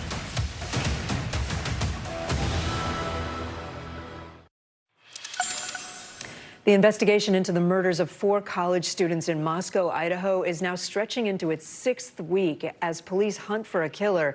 But as more time goes by, their families are left searching for answers and wondering why they have so few clues. NBC News correspondent Steve Patterson joins me now. Steve, I know you spoke with a lawyer for one of the victims' families who says they're not satisfied with the job authorities are doing on this case. What are some of their concerns? Well, it's been 6 weeks, and Kate, you know, these families have little to no answers. You can imagine the frustration with no person of interest, no suspect, no murder weapon, no motive, not really much to go on. And so some of these families are getting frustrated. One of them, chief among them, is the Gonzalez family. Kaylee Gonzalez, one of the 4 murdered that you see there on your screen. Her father, Steve Gonzalez, has had an open dialogue with police, and a lot of it has been critical, and now lawyers are involved. Here's what they're saying about the situation with how police are handling this. Listen to this. We wanted to let them know that we were holding them accountable for their decisions, and if they are in over their heads, then acknowledge that and turn the investigation over to someone who's more versed in handling these types of matters. Police, of course, saying they are not over their heads and that they are using every available mechanism, every lead that they can to pursue to continue this investigation and to push it forward. Kate. Yeah, I was wondering exactly that. How are police responding? Because this is not the first time we've heard a family member say this. How are the police responding to all these frustrations? I mean, you can imagine there's been quite a pushback. We can throw one of their statements on screen. They said they are dedicated to supporting and communicating with the families of the victims. Doesn't say much. We haven't heard a whole lot from police, either per the investigation or this communication with families. So it's kind of par for the course. One thing they wanted to elaborate is that hearing from Steve Gonzalez himself, that he was more amenable, that there has been an open line of communication and that they are sort of working together, that he was more frustrated about the actual communication with families. So that clarification is there, but it has been frustrating for these families, Kate. I suppose it's possible that they know all kinds of things that they just don't want to say publicly because there's an ongoing investigation. Do we know where the investigation stands? Yes and no. I mean, the biggest lead, of course, is that plea to the public about this white Hyundai Elantra that was, you know, in the area of the crime during the murders. They are looking for that. They want any answers to be forwarded to their tip line. They're looking for any tips possible. But that is the brightest, best lead that we've had in this case so far, Kate. All right. Steve Patterson for us. Thanks, Steve. Meanwhile, Kate, the hunt is on for a suspect who assaulted a 63-year-old man in Central Park last week. And police say the attacker made anti-Semitic remarks before hitting the victim in the back of the head. Thankfully, we have our NBC News Digital reporter Maya Eglin in-house following the story for us.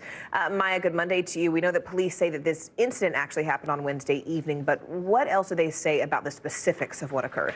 Hi, Morgan. Police say the 63-year-old victim chipped a tooth and broke his hand after he fell to the ground. He was attacked by a man who police say made several anti-Jewish statements before hitting the victim in the back of his head. They also say the suspect said Kanye 2024 before fleeing on his bicycle. Morgan. And Maya, the NYPD, they're asking the public for any tips that could lead to an arrest. Who exactly are they looking for? Have they given us any details? So police have released these pictures of the suspect, who they say is a man of medium build in his 40s with a light complexion. He was seen wearing beige pants and a brown jacket. In his bike were items in a trailer that included a sign that said hungry and disabled. Morgan. Wow. All right. Maya Eglin for us there following the story. I know you'll keep us posted. Thanks so much, Maya. There's much more news ahead. You're watching NBC News Daily.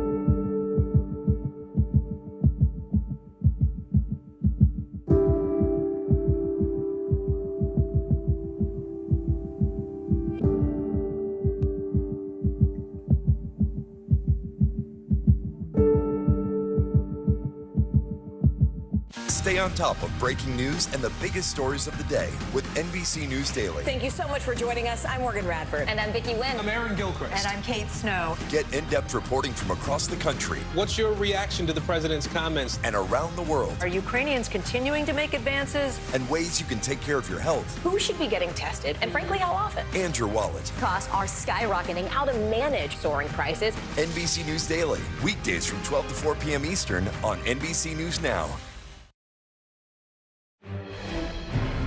We're following more breaking news this hour. Moments ago, 19 attorneys general from Republican-led states asked the U.S. Supreme Court to step in and keep a rule known as Title 42 in place. Title 42 is the border policy that was put in place during the pandemic that had allowed the U.S. to deport more than 2 million migrants since it was enacted in March of 2020. That rule is set right now to expire on Wednesday.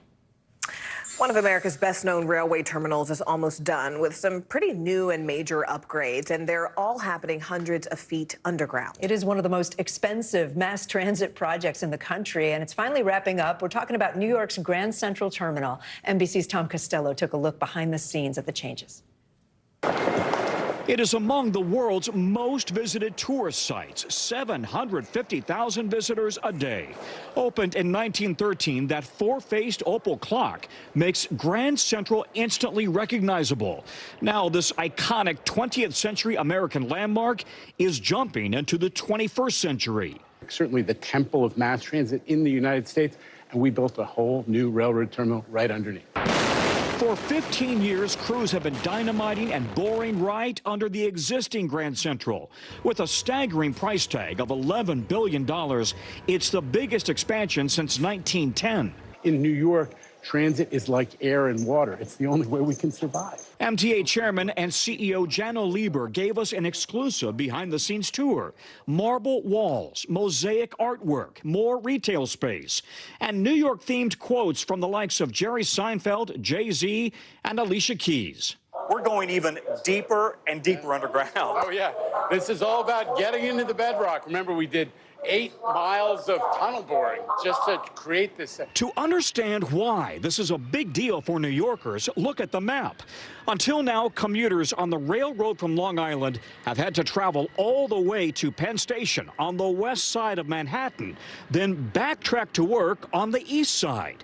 Now they'll be getting off at Grand Central Madison on the east side, cutting travel times by up to 40 minutes and doubling capacity on the Long Island Railroad. What a difference 100 years makes. The new Grand Central Madison, 8 blocks long, 13 miles of new tunnels, 40 miles of new track, and the biggest mass transit project in America. CEO Lieber took us 150 feet below ground to see the dynamite fractures in the bedrock from the early 1900s.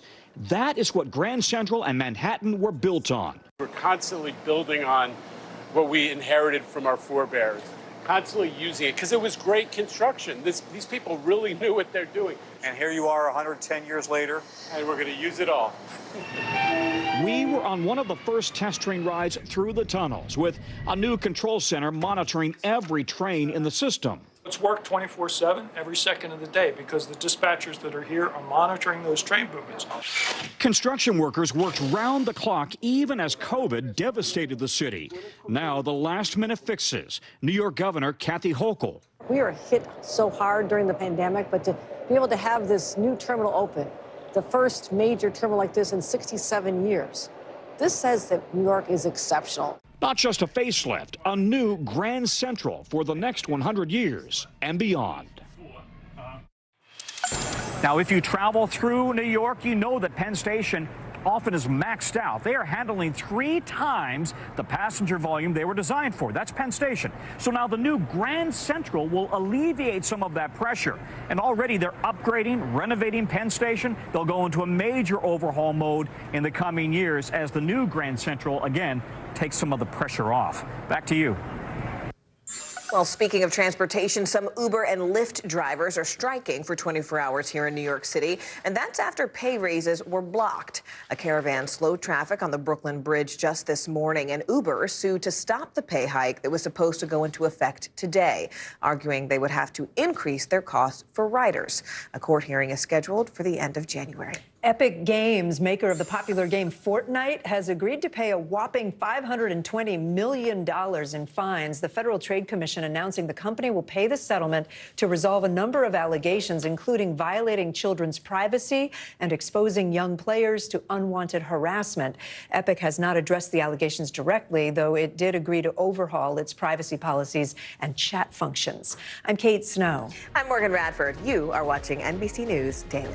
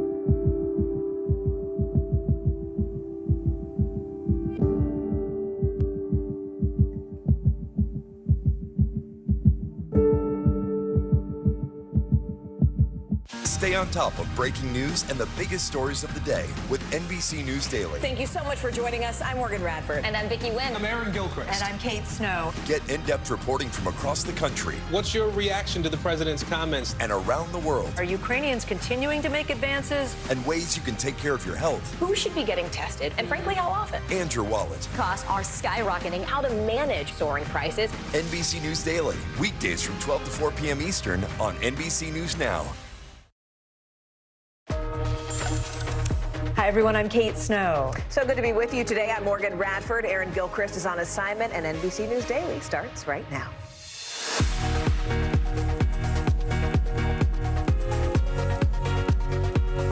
Today, Monday, December 19th, 2022, polar plunge. Just as winter arrives, temperatures are taking a nosedive all across the country. We're tracking where and when they bottom out. Shaken in the sky, dozens of passengers aboard a Hawaiian Airlines flight hurt by extreme turbulence. Coming up, what the airline is saying about just how it happened. The flu threat. Doctors are calling this flu season one of the worst on record. Who's most at risk for contracting the virus and how effective the flu vaccine really is. And border emergency in one major Texas city. Migrants are sleeping on the street in these bitter cold temperatures. We'll tell you about the rush to help them as even more migrants arrive by the day. We begin this hour with that blast of bitter cold air settling in across the country. Now, winter officially actually starts on Wednesday, but it already feels like it now. Temperatures have plunged way below average for millions of people, and that could mean pretty big disruptions if you do have holiday travel plans. In fact, AAA predicts that nearly 113 million people will travel this season, likely making it the third busiest year for holiday travel, and that's since AAA started doing those travel forecasts. One early Christmas present, though, this year, lower gas prices prices right now. Yes, the average price of a gallon of unleaded, look at that, is $3.14. That's down 12 cents from just last week. We're tracking all of it with NBC News correspondent Dana Griffin and meteorologist Bill Cairns. Bill, I'm going to start with you for the big picture, even though we maybe don't want to hear it. I don't think anyone does. We're going to have thousands, maybe even millions of people not able to get to their Christmas destinations because of this upcoming storm. And not the cold. Like, it's going to be cold. It's going to be frigid. It's going to be dangerous where you could get stuck out in the cold. But typically you're going from your house to the car to the stores, that sort of thing. That won't stop you from getting to your location. So let's focus on this snowstorm that we're going to deal with and eventual blizzard. So the best days to travel: today, tomorrow. After that, we start getting into travel disruptions. Starting Wednesday in the northern plains, this is snow, light snow, Minneapolis, Des Moines. The airports should probably be able to function in that light snow. They're good at that. But by the time we get to Thursday, especially Thursday morning, Kansas City is going to have a period of pretty good snowfall. St. Louis is going to break out into snow during the day on Thursday. Chicago, we're going to watch rain over to snow as we go throughout Thursday afternoon, and the winds are going to pick up on the backside of this. At the same time, we're going to have rain out ahead of this with delays likely at the airports, so all up and down the East Coast from New York City southwards. The storm really peaks Thursday night into Friday morning. This is when we'll have blizzard conditions. They're going to tell everyone to stay off the roads. No travel likely from Chicago to Indianapolis, southern Michigan, northern Ohio. And at the same time, all of this rainy weather and a flash freeze Friday night into the Northeast. A lot of people are going to be dealing with snowy, icy conditions, guys. This will be a dangerous storm, one of the worst pre-Christmas storms we've seen in decades. I think you need to repeat that for Kate. She's having a slight heart attack over here. I'm having a hard time over here. No place like home for the holidays. She's planning on going to Chicago, so here we go. Chicago flight on Friday is not going to happen. Bill Cairns. Not looking good. Oh, thank you. Already, look, this holiday season is off to a bumpy start. Look at this video. This is a Hawaiian Airlines flight. The plane hit some extreme turbulence on a flight from Phoenix to Honolulu on Sunday. 3 dozen people hurt, 11 seriously. Among the injured, a 14-month-old baby. Gosh, pretty scary. Let's go and bring in NBC News correspondent Dana Griffin now, who has more details. Dana, what have we been able to learn about what actually happened on that flight? So, Morgan, the NTSB is now investigating what some passengers describe as the most turbulent flight they had ever taken. We're learning just how scary it was for the 278 passengers and 10 crew members on board. 36 people were injured, including 11 with serious injuries. Luckily, none are life-threatening.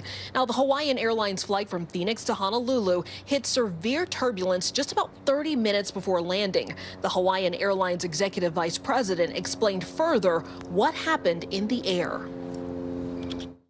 Yes, no, we're very familiar with the current weather forecast. There's a lot of unstable air in the area. The seatbelt siren was on at the time that the incident occurred, and we're obviously in a situation in the islands right now where we're dealing with a lot of unstable air and weather conditions that are certainly difficult to deal with if you're an airline. So the hospitalized patients, including a 14-month-old baby, suffered head injuries, cuts, bruises, and nausea. Kate. And Dana, do we know how they're doing now? Are they all going to be okay? We're expecting them to be okay. None of the injuries are life-threatening, but some are still in the hospital. We're still waiting to learn if others have been released. But it's, you know, one of those reminders that when you're in the air, always have your seatbelt fastened. Right. Yeah, it's a good reminder. Dana Griffin, thank you so much. We have some breaking news from Capitol Hill. This January 6th Select Committee just ended its final public hearing with an unprecedented move. The committee voted to refer former President Donald Trump to the Justice Department for criminal charges for his role in the attack on the Capitol. Those in favor say aye. Aye. Those opposed, no. In the opinion of the chair, the ayes have it. The panel recommending the following charges: obstruction of an official proceeding, conspiracy to defraud the United States, conspiracy to make a false statement, and inciting or assisting an insurrection. These referrals don't hold any legal weight. It's up to the DOJ to decide on any prosecutions. Let's bring in NBC News Capitol Hill correspondent Ryan Nobles, and NBC News correspondent Vaughn Hilliard is with us in West Palm Beach, Florida. Ryan, I'll start there. The committee made its closing argument after, what, a year and a half of investigating? Take us through the highlights of the final meeting. Yeah, Kate, you're right. These referrals carry no legal weight, but they're certainly an unprecedented action by a committee in Congress. It shows just how serious they believe Donald Trump's role was in leading to the insurrection at the Capitol. And the chair, Benny Thompson, the vice chair, Liz Cheney, making that very clear in their opening statements.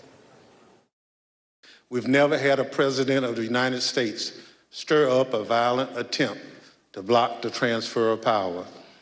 I believe nearly 2 years later, this is still a time of reflection and reckoning. No man who would behave that way at that moment in time can ever serve in any position of authority in our nation again. And committee members say that they are going to transmit those recommendations, those referrals to the Department of Justice as soon as today. Kate, the question is, will Merrick Garland and Jack Smith, of course, the new special counsel who's been assigned to this prosecution, take that into account as they continue their investigation into Donald Trump and what role he may have played leading up to January 6th? Yeah, Vaughn, let me go to you. What are you hearing from Mr. Trump? What are you hearing from his allies about today's meeting and the criminal referrals? Right, and all of this is happening in parallel to a presidential campaign for him as he looks to retake the White House with a 2024 bid. Right now, the only Republican who has announced that they intend to do so at this time. So far today, we have heard very little from the former president. Overnight, he put several social media posts out calling into question the mere existence of the January 6th Select Committee on Capitol Hill. This is an individual who has largely not denied the allegations and evidence presented by the January 6th Select Committee. Instead, has largely justified his actions, from the pressure campaign on his former Vice President Mike Pence to those to local elections officials and state officials to overturn the election results in their state. This is a former president who has remained defiant and has every intention, according to his own social media posts, to continue to do just that, Kate. All right, Vaughn Hilliard, Ryan Nobles, thanks to you both. New data shows that flu hospitalizations are at a decade high for this time of year. In fact, now as holiday gatherings are really ramping up, doctors are pretty concerned about older people contracting the virus. The CDC estimates that this season there have been at least 15 million flu cases, 150,000 hospitalizations, and nearly 10,000 deaths from that virus. Let's go ahead and bring in NBC News medical contributor Dr. Natalie Azar. Dr. Azar, it's good to see you this Monday. I know that we don't just have the flu to worry about. There's a lot of things that have been floating around. We've been talking about the past few weeks, RSV, COVID. The CDC says that only 36% of people 65 and older actually have the newest COVID booster shot. So how concerning is that for you? Well, it is concerning and it's unfortunate because we actually just have real world data from CDC that the bivalent booster is in fact working to help lessen the burden of disease, especially in individuals who've received a primary series with the mRNA vax and then the booster, the bivalent booster, compared to unvaccinated individuals, or for people who haven't gotten the bivalent booster. You know, when this was approved, we really just had mouse data. The numbers, you know, they're going up. The hospitalizations are going up, death rates are going up, and it's no surprise. And the, you know, scary thing, Morgan, of course, is that heading into the holidays, people are going to be indoors, and we are going to see a bump in cases even after. Speaking of that, though, what do we know about how effective the COVID and the flu vaccines are against the virus strains specifically that are out there right now? Right. Well, so to what I was saying, we know now that the bivalent COVID vaccine definitely appears to be doing what it's supposed to do and helping people stay out of the hospital. In terms of the flu shot, we really don't have a complete picture until the end of the flu season, Morgan, but the predominant strains that are circulating right now are covered in this year's vaccine, so it's a good match. We know that the flu virus does mutate, and so again, by the end of the season, we'll have a better handle on it. But preliminarily, it's about 50% protective at keeping you out of the hospital, which is actually a really good number. Usually, it's about 40 to 60% effective every year, so we're right kind of in the middle where we usually are. All right, Dr. Natalie Azar for us. Dr. Azar, thank you so much. We appreciate it. Let's turn to something more fun. Lionel Messi and Argentina are on their way home as World Cup champions after an epic win over France. Argentina beat France in penalty kicks. It's being called one of the greatest finals of any sport.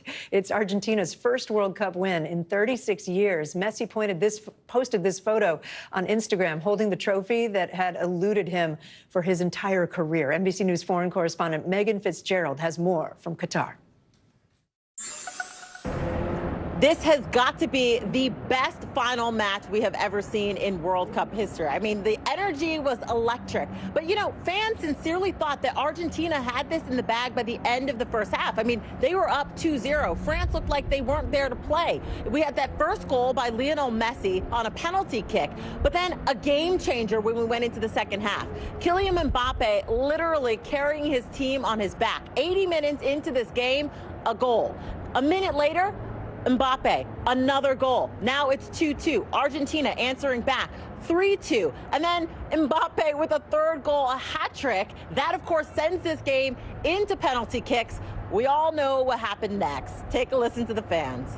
I'm feeling that my heart will stop. How are you feeling about this win? Our dreams come true. Seriously, we can't believe it. We can't believe it. I cried.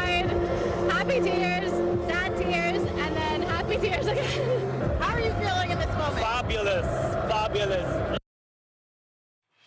A massive win for Argentina. The first time the country is bringing home the title in 36 years. The first time a non-European country has won the cup in 20 years.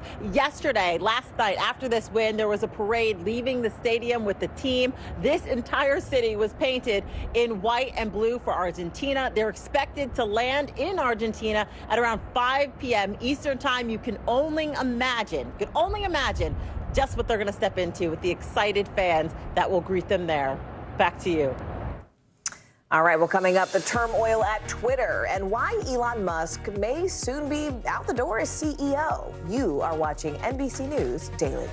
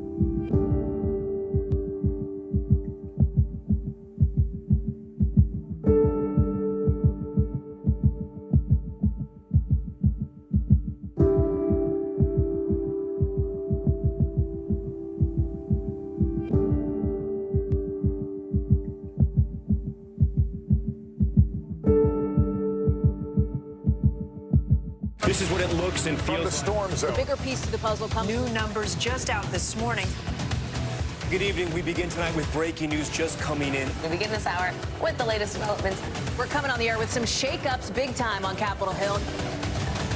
How much water ultimately will be forced inland? Whenever it happens, wherever you are, NBC News, streaming free now.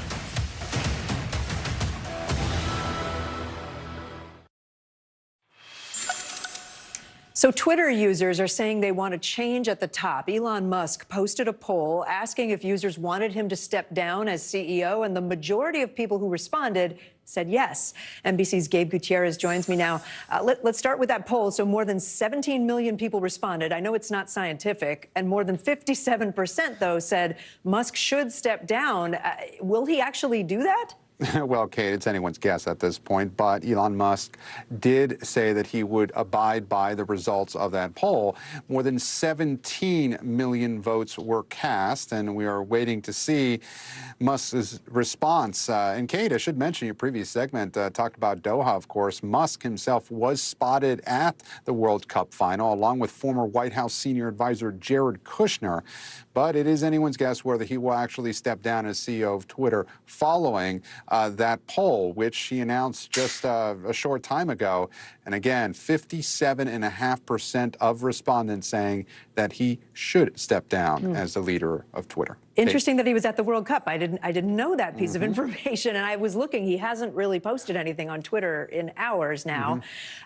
Twitter also appeared to announce and then walk back, Gabe, a new policy around whether users can post links to content on other social media sites. I wondered if that's to try to keep people from going to other platforms. Do we know why they changed that policy and then changed it back? Well, Kate, it was quite a back and forth over the last several days. What happened is that some people, including prominent journalists that were frustrated with the direction Twitter was going, started to post links to other social media sites, including sites that had that information, that controversial information about the live location of Elon Musk's private jet. That account was suspended on Twitter, but is also on other social media sites. So some reporters that tweeted out links to that information, they were suspended late last week. Then they were reinstated. So yes, Elon Musk faced backlash for that decision, then walked back that policy of posting links for other social media sites, Kate. All right, Gabe Gutierrez following it all. Thank you. Well, if you're in the market for a new car, the Biden administration is hoping that you'll go electric. That's right. The Inflation Reduction Act is designed to help make those cars more affordable for a lot of Americans. But in some parts of the country, going electric may actually not be that easy. NBC's Jake Ward joins us now to explain a little bit more. Jake, I know that you made the trip from California down to Texas in an electric vehicle. What did you learn? Well, you know, Morgan, we basically took these two road trips, one in California and one in Texas, to basically compare the two states. As you know, the Biden administration wants to put an enormous number of chargers, about 500,000 of them, on American highways. And we tried to figure out, well, how bad is it in the places that need them the most?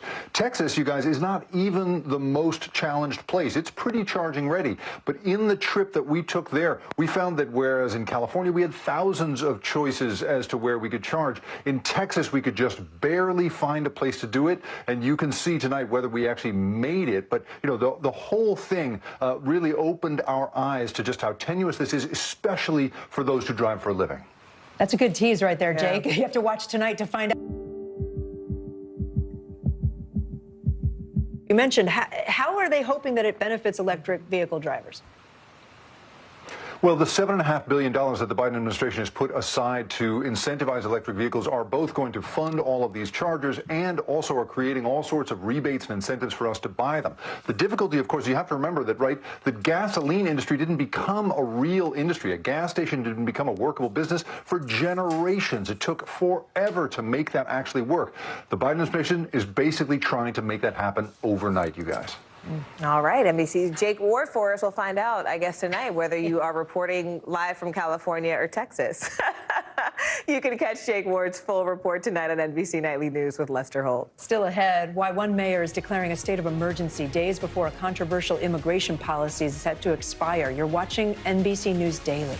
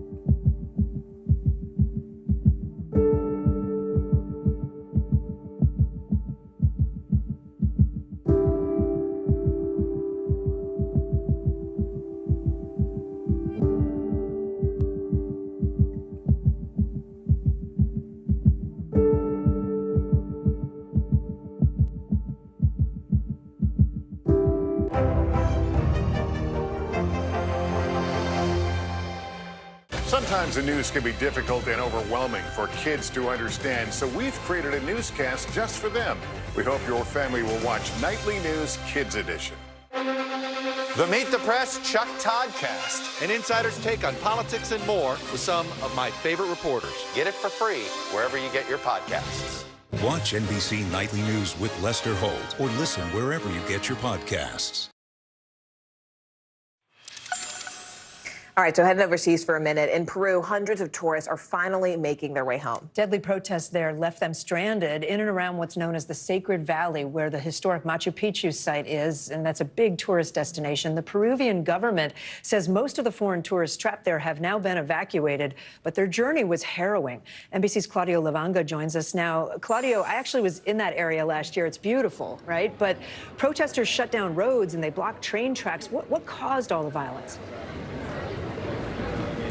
Well, Peru is being gripped by political protests and violence and a crisis for the past 10 days since the former president Pedro Castillo decided to announce to dissolve parliament to replace it with an emergency government. Since then, he was impeached, arrested and detained, and that sparked violent protests all across the country, including this protest where people, villagers near the Machu Picchu, threw boulders and trees on those tracks.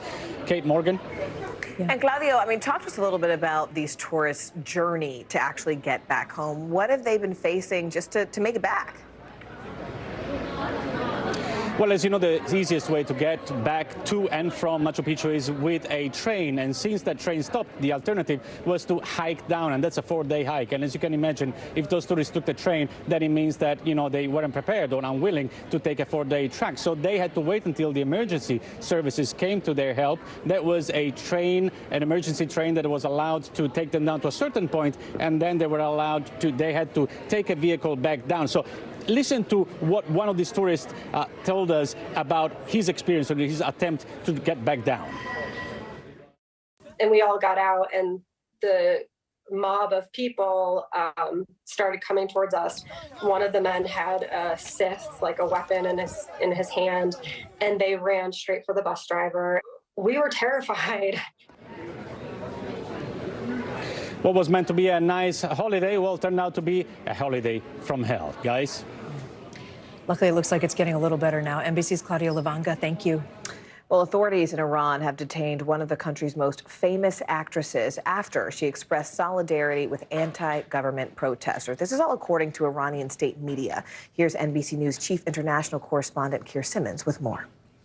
Hey there, good day to you. Tirani Al-Adousti is 38. She is a huge star in Iran. The fact that she's now another woman who's been arrested demonstrates how much pressure Iran's hardline leaders are truly under.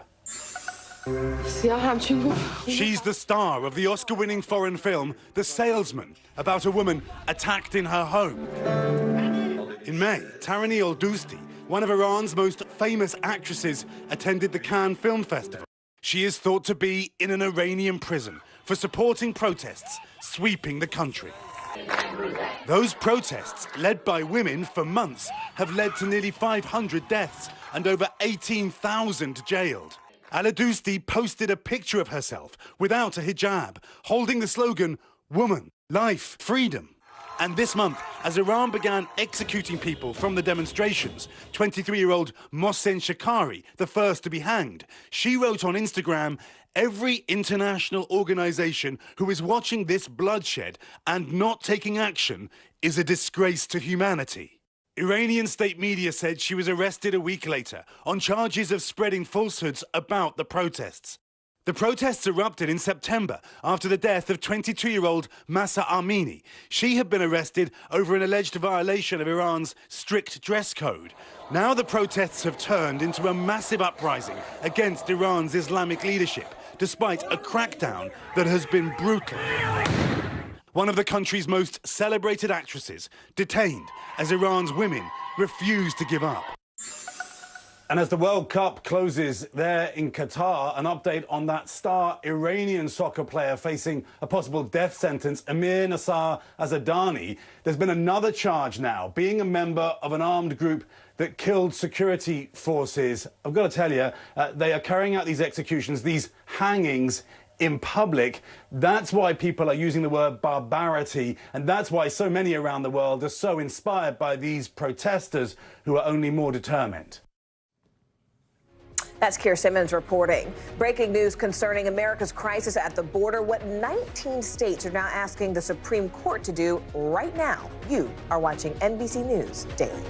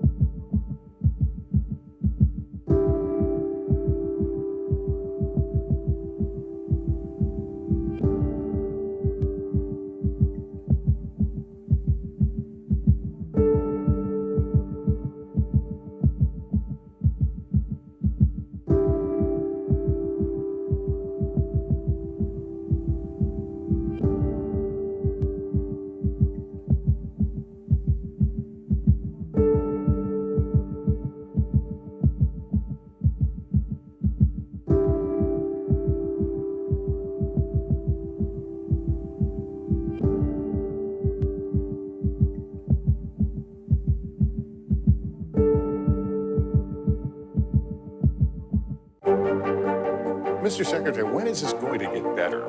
You came into this job saying you were going to fight crime. Have you been successful? Found a way to put that. Can you update us on the status of negotiations? NBC News, streaming free now. The Meet the Press Chuck Toddcast, an insider's take on politics and more with some of my favorite reporters. Get it for free wherever you get your podcasts. Bottom of the hour now. Here are some of the stories making headlines on NBC News Daily. 5 people were killed and another seriously hurt after a shooting at a condominium complex just outside of Toronto late Sunday, in a scene that the police described as horrendous. The suspect was killed after what police called an interaction with officers, although it's not clear what led up to that shooting. The surviving victims are still in the hospital in serious condition. The parents of a missing 11-year-old North Carolina girl have been arrested. Police took Madalena Kojakary's mother and stepfather into custody after they were accused of failing to report their child missing. That child was last seen on November 23rd, but authorities weren't aware of the third grader's disappearance until December 15th. The FBI is now aiding in the investigation. New York has become the latest state to ban the sale of cats, dogs, and rabbits in pet stores. And this new law actually goes into effect in 2024. It let pet shops work with shelters to offer rescued or abandoned animals up for adoption. Now, the ban is meant to target the commercial operation of puppy mills, which have been accused of raising animals in inhumane conditions. The investigation into the murders of 4 college students in Moscow, Idaho, is now stretching into its 6th week as police hunt for the killer. But as more time goes by, their families are left searching for answers and wondering how they have so few clues at this point. NBC News correspondent Steve Patterson joins me now. Steve, you spoke to a lawyer for one of the victims' families. They are, as we just said, not satisfied with the job authorities are doing. What concerns do they have? Well, as you mentioned, Kate, a lack of answers leading to frustration with some of these families. One in particular, the family of Kaylee Gonzalez, one of the 4 victims killed that night. Her father, Steve Gonzalez, has been in touch with police, communicating with police, as have all the families. But there is some criticism now that the police aren't accurately communicating back. And beyond that, whether or not they can handle an investigation of this level. Listen to what his attorney told us. We wanted to let them know that we were holding them accountable for their decisions, and if they are in over their heads, then acknowledge that and turn the investigation over to someone who's more versed in handling these types of matters. Now, as you would imagine, the police pushing back on that, saying that they are handling this investigation to the best of their ability, that they've been getting thousands of tips and following all available leads to try to push this investigation as far forward as they can, Kate. Have the police said anything else about these frustrations? Have they had any official response? Yeah, I mean, when you have, wouldn't say an allegation, but a dialogue like this, there is an official response. We can throw it up on screen for you. The police responding saying they are dedicated to supporting and communicating with the families of the victims. This is, again, a response to what the father said, that there was a lack of communication, not necessarily that they weren't accurately performing their duties, which the father's attorney has alleged as well. So a little bit of back and forth here, but clearly the frustrations on display there in Moscow. Kate? All right, Steve Patterson, thank you. Just moments ago, attorneys general in 19 different states have filed an appeal to keep Title 42, and that's the federal order used to expel migrants during the pandemic. Well, they want to keep it in place. The order was set to expire on Wednesday. It comes amid a surge in border crossings, with migrants sleeping on the streets in the middle of these freezing cold temperatures, and then leading the mayor of El Paso, Texas, to declare a state of emergency. NBC News correspondent Guad Venegas joins us now live from El Paso, Texas. Guad, it's good to see you this Monday. First off, just sort of give us a sense of things. How will actually declaring a state of emergency help El Paso deal with this influx of migrants coming in? Well, city officials here told us that they just had too many migrants. They were overwhelmed with the number of people that they needed to help. Their approach has been very humanitarian. They're thinking of ways that they can offer help to a lot of these asylum seekers that arrived in El Paso. Now, we've seen these record numbers, the surge that began last year, a lot of them asking for asylum being released in El Paso. They needed a place to sleep. They needed food. They needed clothing because of the cold temperatures. And because the city was overwhelmed, many of them, as you can see, were sleeping in this area on the streets, somewhere in an alley, on the ground. Others went to the airport, and it was total chaos. So declaring the state of emergency, I'm told, will make more resources available, more places for sheltering, hotel rooms, and also more funds could possibly be available. And they also say they need staff. They need help from the state. They have to coordinate just more resources to help a lot of these asylum seekers that local officials tell me eventually just want to get to another city. Now, I should note that at a state level, the approach that we have seen from the governor is different. The governor is worried about the end of Title 42. The governor has been worried about the influx of migrants. And here's Greg Abbott speaking over the weekend. Communities like Del Rio and Eagle Pass and others, they were having thousands of people dumped off into their communities, thousands of migrants dumped off in their communities. They don't have the capability of dealing with that vast number of migrants. If the courts do not intervene and put a halt to the removal of Title 42, it's going to be total chaos. Now, a very different approach. City officials here in El Paso tell me they do agree that they don't have the resources, but they have focused on offering the help that they can on these people that are seeking asylum. All right. And Guad, what is the Biden administration doing at this moment now to prepare for what you describe as sort of potentially thousands of migrants who could be entering the country? You know, we're really talking about each day. You know, it's difficult to know what the administration can do at the time. We know that Border Patrol agents are overwhelmed. We know that CBP agents are the ones that are processing the thousands that are coming in through the southern border. Earlier today, I was in Juarez. I was in Ciudad Juarez speaking to some of the migrants that have arrived. A lot of them tell me that they are going to wait till after Wednesday to try to enter the country, and they tell me that thousands more are underway. So it's difficult to know what kind of plan is being prepared at the federal level, because we know that with the numbers they've seen now, they have been overwhelmed at the border. All right, NBC's Guad Venegas there, live on the ground now. Paso, Texas. Guad, thank you.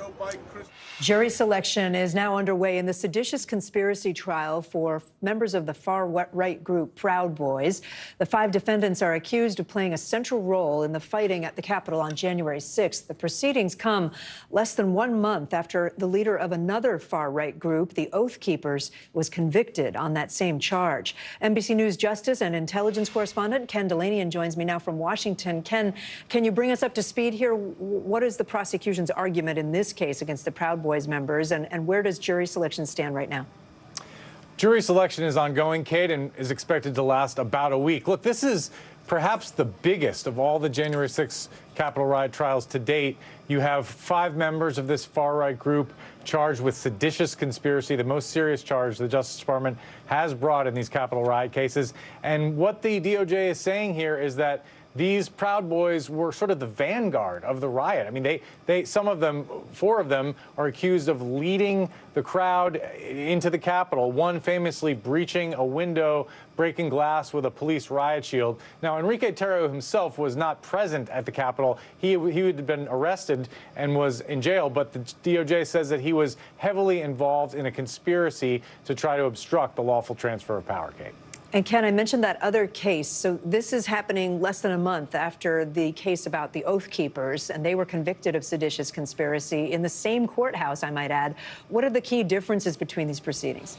That's right. 2 of them were convicted of seditious conspiracy, and that was also a very important trial. The difference is those Oath Keepers were not accused of perpetrating violence inside the Capitol. These Proud Boys, 4 of them, are accused of carrying out vicious, violent assaults and really being right in the middle of some of the worst acts of violence in the Capitol. So a very closely watched, important trial, Kate. We will keep watching that. Ken Delanian, thanks so much. You bet. New developments today in the legal battle between actors Johnny Depp and Amber Heard. Today, Heard announced that she is settling a case with her ex-husband. Back in June, you remember, a Virginia jury found in part that Amber Heard defamed Johnny Depp when she wrote a Washington Post opinion piece saying that she was a victim of domestic abuse. NBC News legal analyst Danny Savalos joins us now. Danny, Heard had appealed that summer verdict, right, from last summer, but now she says she's settling.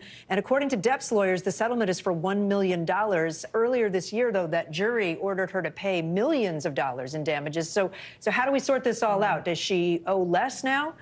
A lot less. I mean, she has settled the case after the verdict, which definitely happens in civil cases, especially when one party or both parties realize that with the cost of appeal, cost of paying attorneys, and the years it will take an appeals court to handle the case, it may be a good business decision for both sides to come to the table and talk settlement. And that's exactly what happened here. And by the way, I have to say, I saw this coming because these are exactly the kind of parties that would come together after this verdict. And Johnny Depp seems like the kind of party that would say, okay, I don't need multi-million dollars. I'll be happy with $1 million and feel like I won.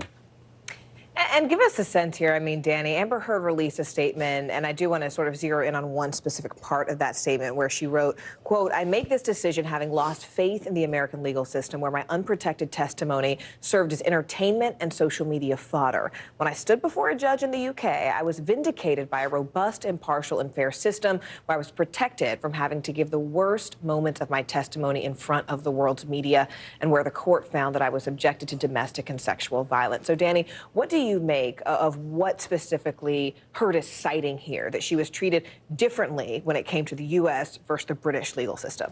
She had success in the British legal system, and she didn't have success here in the U.S. Obviously, very different defamation bodies of law and systems. I'm not sure who may have edited that statement before it went out, but to some degree, it can be interpreted as, I like the courts where I win, and I don't like the courts where I lose. But in this case, there's no question that Amber Heard did face a lot of challenges, not only in the courtroom, but outside the courtroom, where she was often criticized for her testimony. It could also be interpreted that it was a social media circus in this country, right? I mean, it was the talk of everyone. Everyone was talking about it. A lot of public opinion, court of public opinion, as one might say. Danny Savalos, thank you. A Christmas tree shortage could mean a little less holiday cheer. How farmers are working to stay on top of all this demand this year. More NBC News Daily right after this.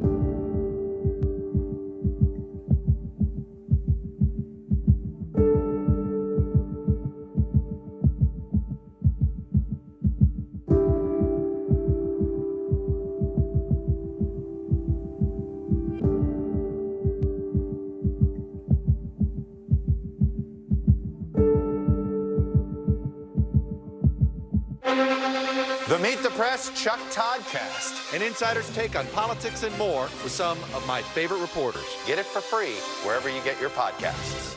Watch NBC Nightly News with Lester Holt or listen wherever you get your podcasts. Sometimes the news can be difficult and overwhelming for kids to understand, so we've created a newscast just for them. We hope your family will watch Nightly News Kids Edition. Celebrating 75 years of Meet the Press, the longest running show on television. All right, so if you have not bought your Christmas tree yet, Kate, you might be in for a challenge. I have mine. Yours? No, Okay. I have mine. I'm good. But there's a national... Do you have yours? I don't, you know.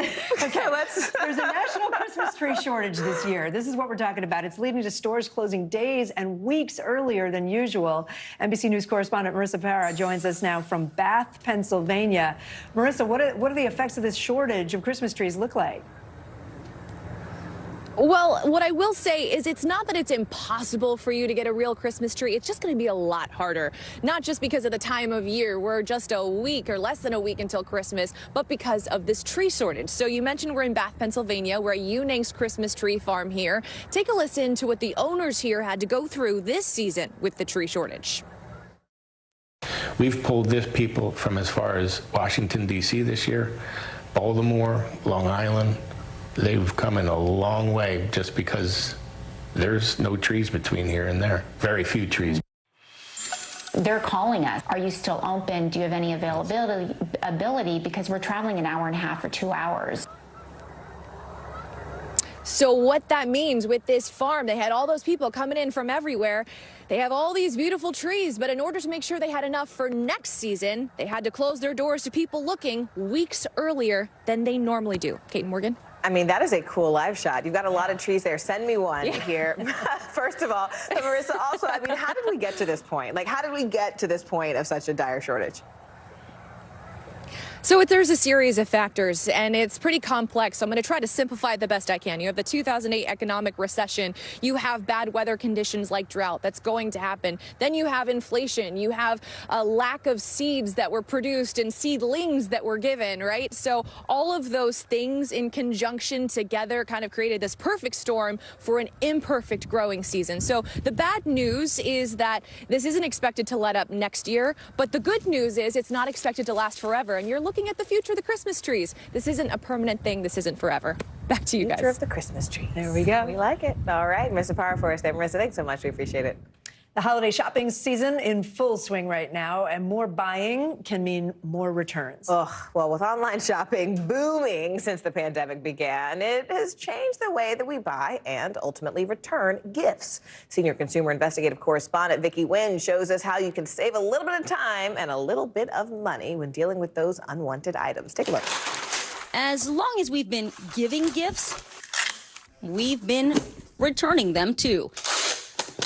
The retail return merry-go-round now at a fever pitch thanks to the ease of pointing, clicking, and buying. If there's one thing I'm passionate about, it's a good deal. Last year, consumers returned $158 billion of merchandise purchased just during the holidays. All of these retailers are trying to find shortcuts, things to keep their costs down so that new cost is not passed down to consumers. Michael Garfield, the high-tech Texan, specializes in technology and consumer lifestyles.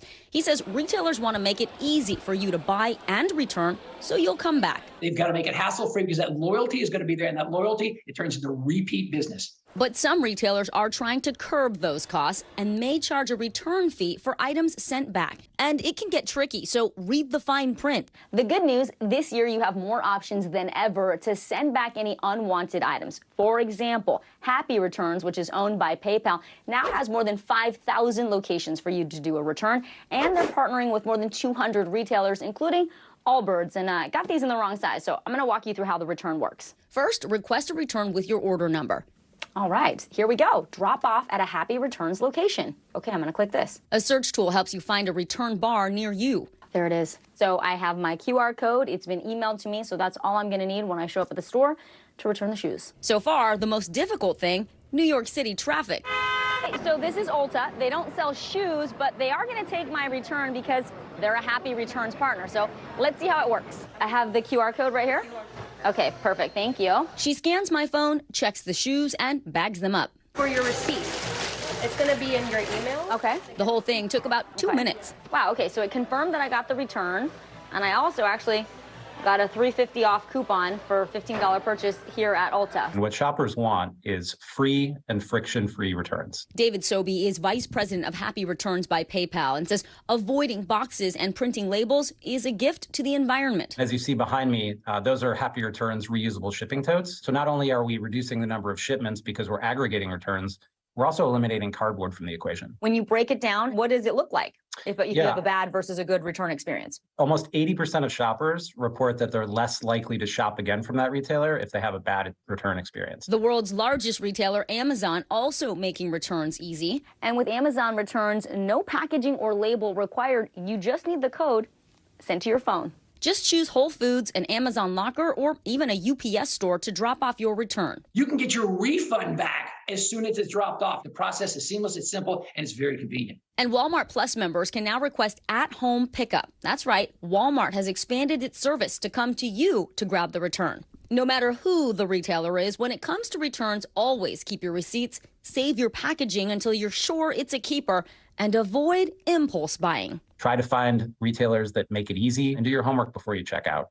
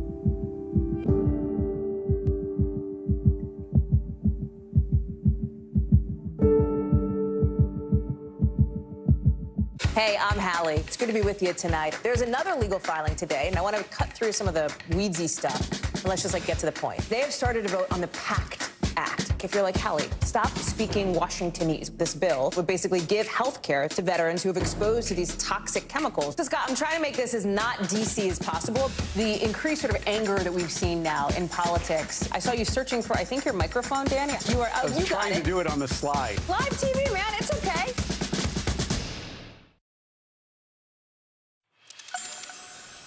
One of America's best-known railway terminals is almost done with some new and pretty big upgrades, and they're all happening hundreds of feet underground. It is one of the most expansive and expensive mass transit projects in the country. It's finally wrapping up at New York's Grand Central Terminal. Here's NBC's Tom Costello. It is among the world's most visited tourist sites, 750,000 visitors a day. Opened in 1913, that four-faced opal clock makes Grand Central instantly recognizable. Now, this iconic 20th century American landmark is jumping into the 21st century. Certainly the temple of mass transit in the United States, and we built a whole new railroad terminal right underneath. For 15 years, crews have been dynamiting and boring right under the existing Grand Central. With a staggering price tag of $11 billion, it's the biggest expansion since 1910. In New York, transit is like air and water. It's the only way we can survive. MTA Chairman and CEO Janno Lieber gave us an exclusive behind-the-scenes tour. Marble walls, mosaic artwork, more retail space, and New York-themed quotes from the likes of Jerry Seinfeld, Jay-Z, and Alicia Keys. We're going even deeper and deeper underground. Oh, yeah. This is all about getting into the bedrock. Remember, we did 8 miles of tunnel boring just to create this. To understand why this is a big deal for New Yorkers, look at the map. Until now, commuters on the railroad from Long Island have had to travel all the way to Penn Station on the west side of Manhattan, then backtrack to work on the east side. Now they'll be getting off at Grand Central Madison on the east side, cutting travel times by up to 40 minutes and doubling capacity on the Long Island Railroad. What a difference 100 years makes. The new Grand Central Madison, 8 blocks long, 13 miles of new tunnels, 40 miles of new track, and the biggest mass transit project in America. CEO Lieber took us 150 feet below ground to see the dynamite fractures in the bedrock from the early 1900s. That is what Grand Central and Manhattan were built on. We're constantly building on what we inherited from our forebears, constantly using it, because it was great construction. These people really knew what they're doing. And here you are 110 years later. And we're going to use it all. We were on one of the first test train rides through the tunnels with a new control center monitoring every train in the system. It's work 24/7 every second of the day because the dispatchers that are here are monitoring those train movements. Construction workers worked round the clock even as COVID devastated the city. Now the last-minute fixes. New York Governor Kathy Hochul. We were hit so hard during the pandemic, but to be able to have this new terminal open, the first major terminal like this in 67 years, this says that New York is exceptional. Not just a facelift, a new Grand Central for the next 100 years and beyond. Now, if you travel through New York, you know that Penn Station often is maxed out. They are handling 3 times the passenger volume they were designed for. That's Penn Station. So now the new Grand Central will alleviate some of that pressure. And already they're upgrading, renovating Penn Station. They'll go into a major overhaul mode in the coming years as the new Grand Central, again, takes some of the pressure off. Back to you. All right, Tom Costello, thank you. Let's take a look at some of the other stories trending right now. That's right. Director James Cameron has addressed a decades-long debate over his hit movie Titanic. So critics say there was enough space for him on the floating door. We're talking about Jack that saved Rose. But Cameron says his team has run a thorough forensic analysis that provides Jack's sacrifice. It proves that it was necessary. He didn't fit on the door, in other He words. did, I guess I don't know not, if I buy that. All right, Tom Cruise fans got a message from above this holiday season. The star actor recorded his holiday greetings, look at this, in midair while skydiving. Show off. This is in South Africa on the set of his upcoming movie, Mission Impossible movie. In addition to the holiday wishes, he thanked people for supporting his recent release, Top Gun Maverick. That is pretty incredible. Well, comedian Cecily Strong is saying farewell to Saturday Night Live after 11 years. Strong said her goodbyes on the Weekend Update desk, and that was before finishing out the episode singing Blue Christmas with host Austin Butler and her fellow cast members. Strong is the longest tenured female cast member in the show's history. She's awesome. A woman in New York City allegedly broke into actor Robert De Niro's townhouse, tried to take the presents under his Christmas tree. Wow. Happened this morning. De Niro was home, but not injured. And you are watching NBC News.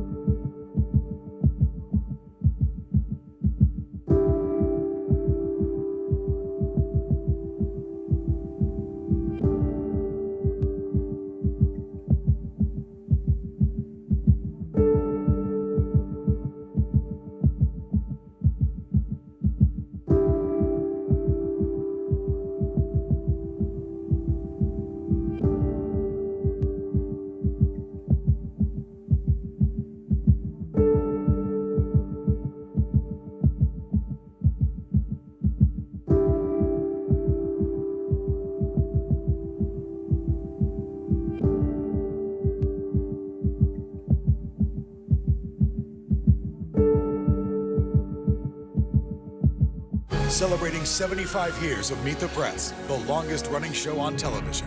Mr. Secretary, when is this going to get better? You came into this job saying you were to fight crime. Have you been successful? Found a way to put that. Can you update us on the status of negotiations? News is happening now. Look at what's making headlines around the world. Whenever it happens, wherever you are, it's here now.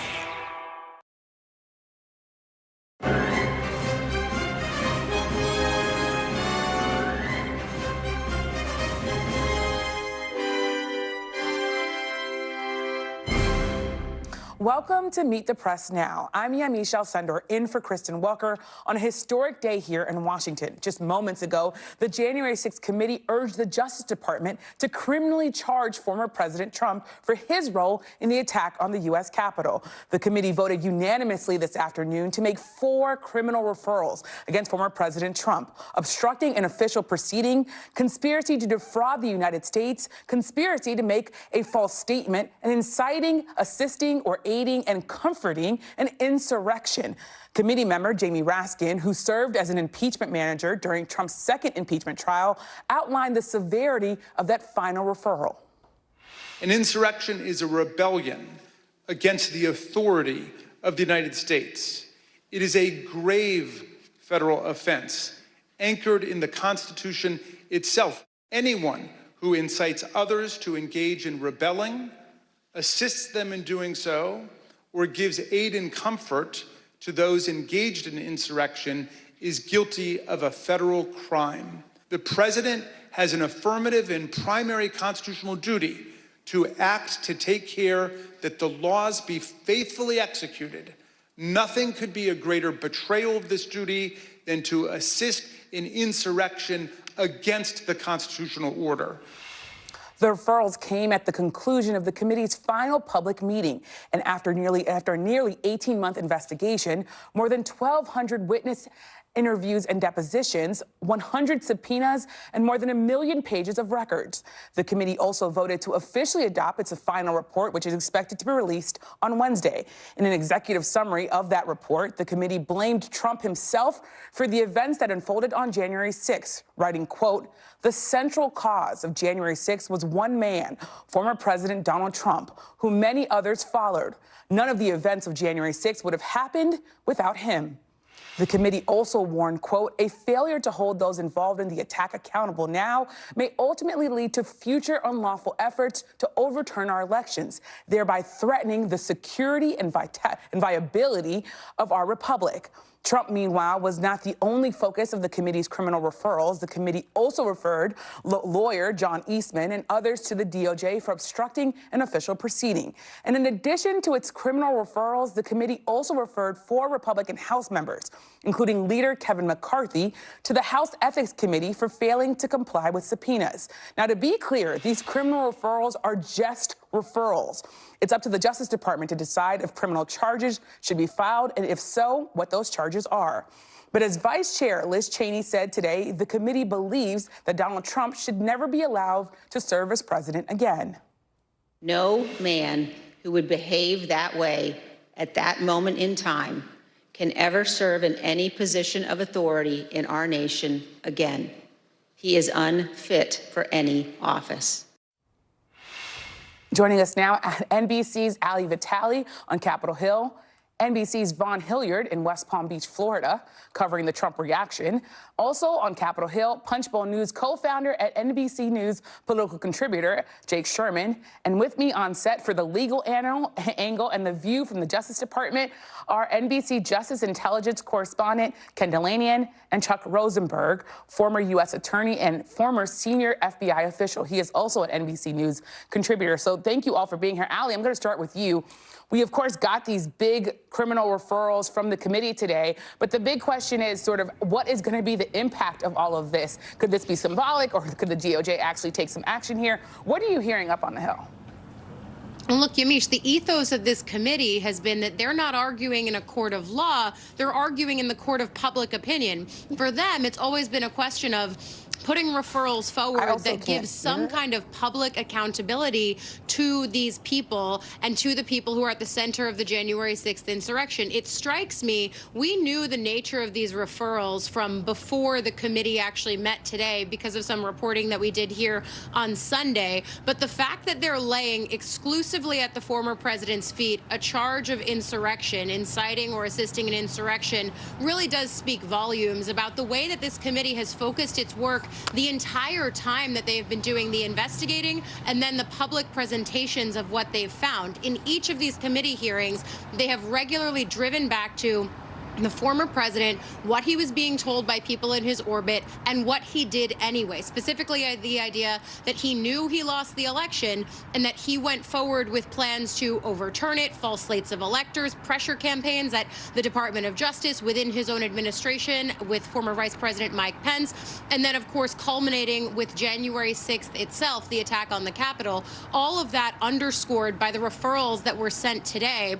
There's also, though, the question of what we're going to end up seeing once the full report is actually released on Wednesday. We know we're expecting 8 chapters to be in that, but then also the release of multiple other things like transcripts and other documents that we're all going to be poring over, because those are the things that could piece together maybe why they didn't do more referrals. I think one of the cliffhangers here, and I was asking Congressman Raskin about this after, is in the charges that they level on conspiracy and on obstruction, they say that they're leveling those against Trump, Eastman, and others. Those 2 words, and others, are doing a lot of work there, Yamiche. And what I asked Raskin and Schiff afterwards was, will we get a better sense in the report of who those people were? They said yes, but for them, and these are people who are looking at this in some cases as former prosecutors, in Raskin's case, a constitutional law professor, these are the people who they felt they had the most solid footing of evidence for. Because again, even though they're not arguing in a court of law,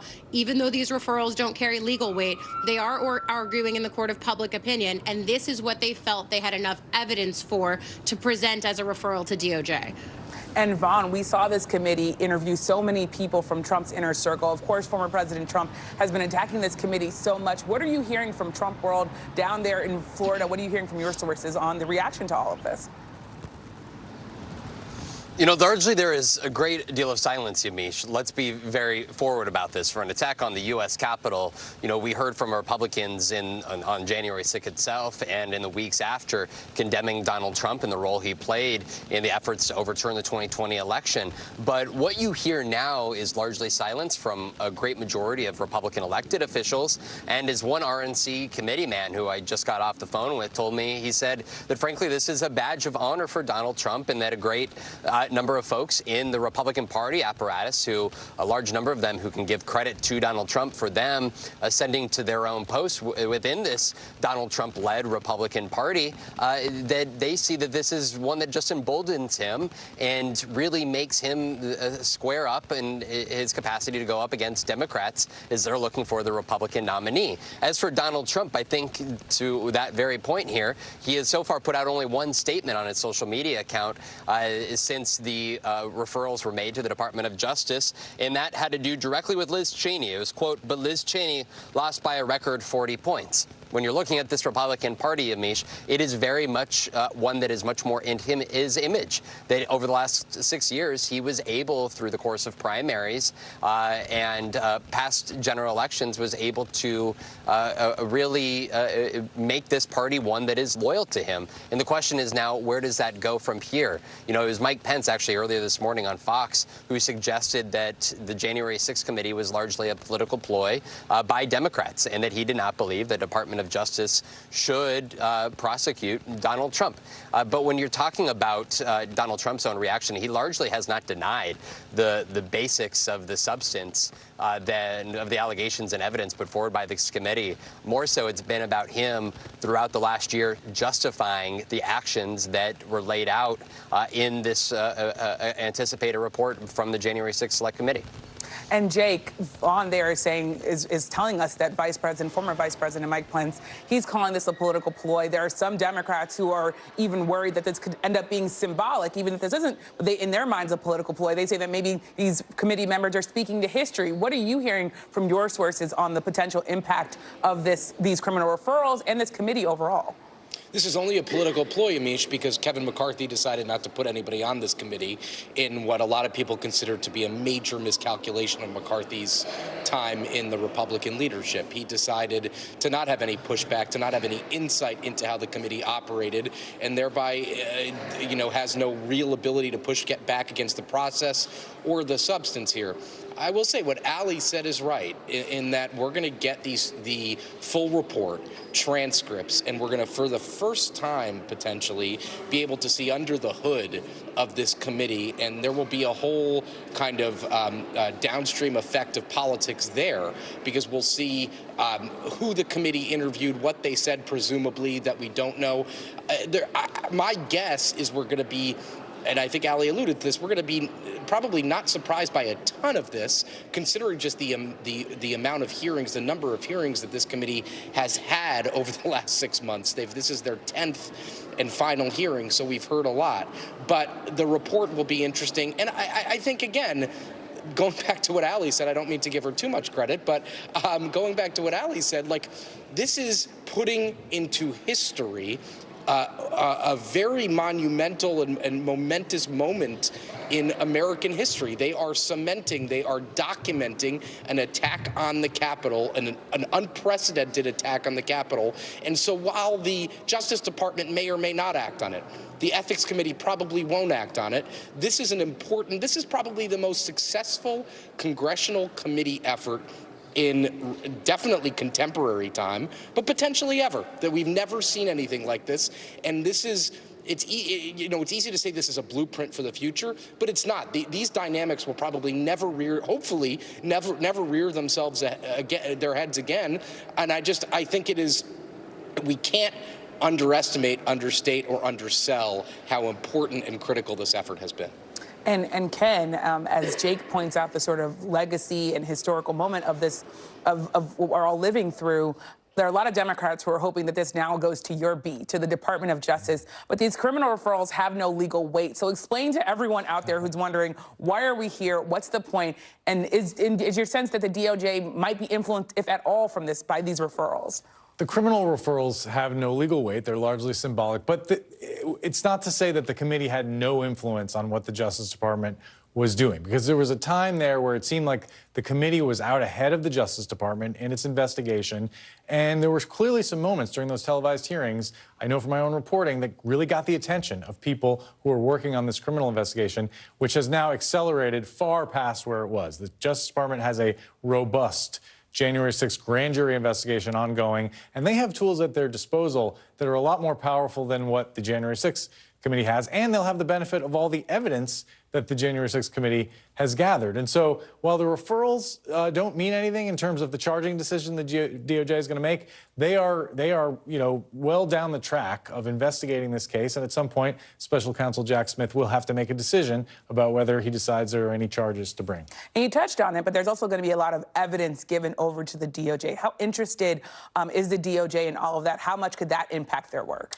Well, they've been interested for a long time in getting their hands on these transcripts, and they haven't gotten them, and that's been a source of frustration at the Justice Department.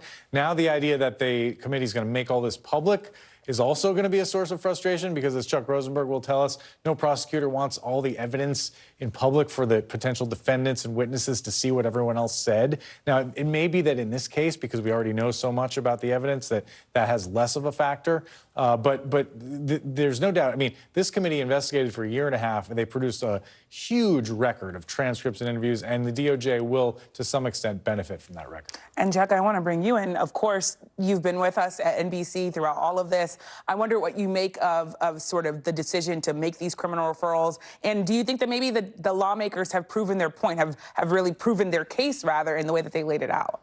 So I agree with Ken completely. The referrals, as a sort of evidentiary matter, as a substantive matter, as a procedural matter, have no meaning at the Department of Justice. I also agree that it may put a little more heat on the department, but that cuts both ways, Yamiche.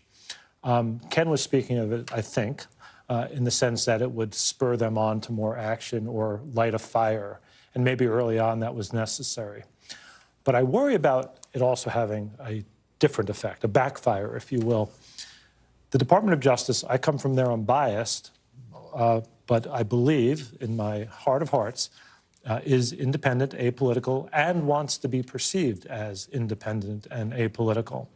And so receiving a mostly partisan referral from a mostly partisan committee and then acting on it, if indeed they charge people with crimes down the road, may make it look in some quarters like they're doing the bidding of Congress. That's not a good look for the Justice Department.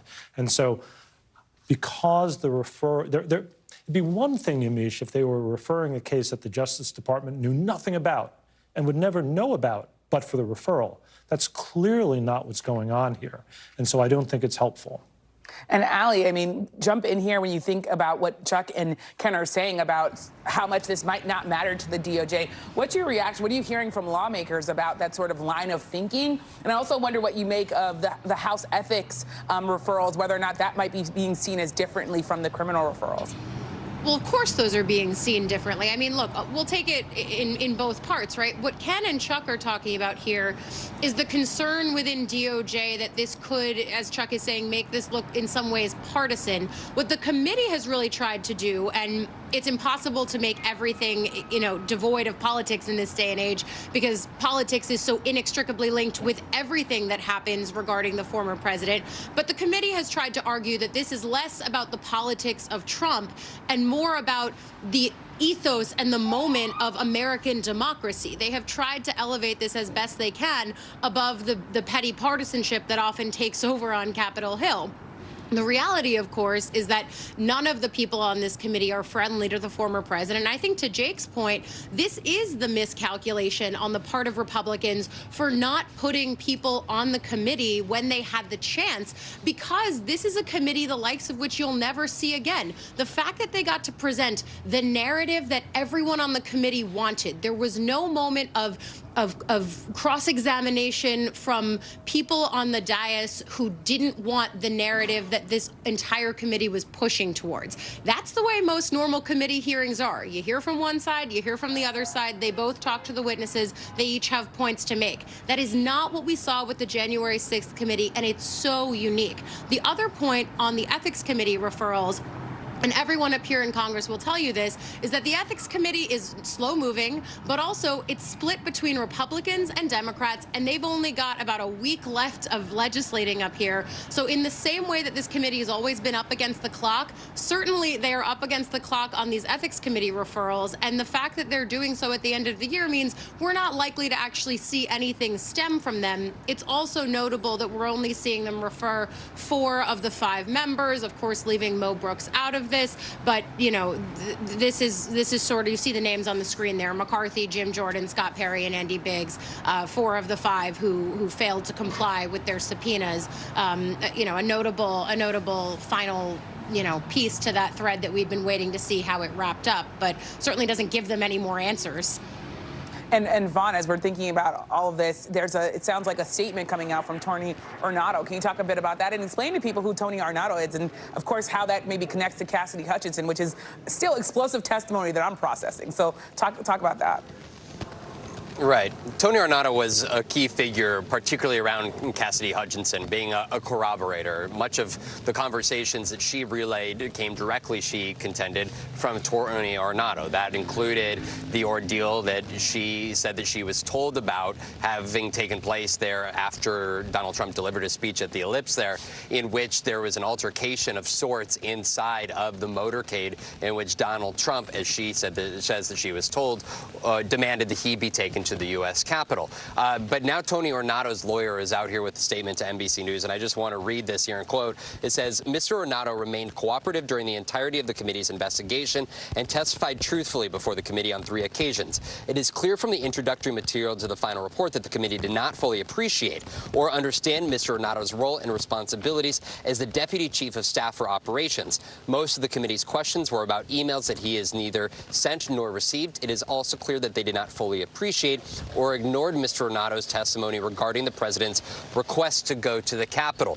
Now, Tony Ornato used to lead the Secret Service detail for Donald Trump before he entered the staff, and became Deputy Chief of Staff to President Trump there in late 2019, and that is why he was such a pivotal figure in this. After Donald Trump left the White House, he then returned to Secret Service before retiring this fall after Cassidy Hutchinson's damning testimony, in which she relayed conversations that she said took place between her and him. Well, an important update, and Ken, I want to come back to you. What more could we still learn from this report? There's the executive summary, but what else could come from this? I'll tell you what I didn't see in the executive summary, and we were hoping to see, is any explanation of why the FBI, the Secret Service, the Capitol Police failed to act on the intelligence that the report goes into at length, that there were people coming to the Capitol on January 6th to do violence. That was part of the charter, the resolution that created this committee. They were supposed to look into that. I know for a fact that an entire team of investigators spent the last year and a half looking at it. They have some findings. We didn't see any reference to that in this executive summary released today or at the hearing. Now, it's possible it'll be included in the larger report, so that's one thing that I'm looking for. And briefly, Chuck, talk to us a bit about how we might be able to still be, I guess, be kept in the dark now that it's the DOJ's work that will be going on here. Sure. I mean, that's where the action is now. But you ought not see it. Yamiche, that may be frustrating to journalists and viewers, but if an investigation is done properly and lawfully, it's done quietly and secretly. And so my hope is that there's a serious ongoing investigation. We have every reason to believe that there is, and that we know nothing about it until the Department of Justice speaks in court, which is where they ought to speak. So we're going to be waiting for a while to hear what comes next. Well, I don't know when something comes next, but this department has been very good about not putting statements out and leaking matters to the press, maybe to Ken's frustration, although if anyone's going to get it, it'll be Ken. But if done well and if done right, it's done secretly and quietly. And Ken, it sounds like I'm just going to wrap to you. Tell me a little bit about whether or not this might impact, I guess, if President Trump running might impact sort of the DOJ's investigation or their decision, because there was some feeling that former President Trump got out there early so he wouldn't be indicted. And the result of that was the special counsel, because that was a close call. There really technically isn't a conflict of interest, but Merrick Garland decided that the right thing to do was to appoint a special counsel. He's not an independent counsel. He still reports into the Justice Department. All the same people who are doing the investigation are now reporting to him, Jack Smith. And Merrick Garland ultimately will have to sign off on the charging decision that he makes. And we'll hear about it. He'll have to write a report to the Attorney General about his charging decisions. But that has largely been the result of Trump's candidacy, and I don't think there will be any other implication from it. And Jake, tell me a little bit about what comes next here. You have House Republicans coming in. Many of them denied the results of the 2020 election. They're vowing to do their own investigations. What are you hearing about whether or not there might be even a little bit of revenge there, or maybe just like a completely new focus for Congress? There's going to be a revenge. I have to imagine that, take Adam Schiff for one, he won't be on the Intelligence Committee, which isn't directly related to this, but there's been talk about retribution to Benny Thompson, the chair of the committee. I have doubts that they'll actually do that. Republicans will actually do that. Kevin McCarthy sent a letter asking for the January 6th committee to preserve documents. It's mostly for show. The committee is not going to go and light their documents on fire. They're going to preserve them either way. But we'll have to see what McCarthy decides. I mean, he could decide to launch an investigation into security failures on January 6th. Republicans have been very adamant, I would say, that Nancy Pelosi did not provide adequate security on January 6th, which is completely wrong. We know that Donald Trump did not ask for National Guard or approve National Guard to the Capitol. We know the real story here. But listen, there's a whole host of people in the House Republican Conference, people that Allie and I cover every day, who believe that January 6th was a minor incident that has been overblown by the press, which is complete nonsense. I was here. It was not minor. It was not overblown. But the investigation story is one of the big stories we're going to be covering over the next 2 years, Amish, and I think it will touch in some respect on January 6th. Well, Allie, Vaughn, Jake, Ken, Chuck, thank you all for joining on such a historic day. And coming up, reaction from both sides of the aisle on today's historic move by the January 6th committee to issue criminal referrals against the former president and his top allies. Plus, Russia aims yet another barrage of strikes at Kyiv as the United States finalizes plans to send Patriot missiles to Ukraine, a move Putin has already warned he will view as a provocation. You're watching Meet the Press now.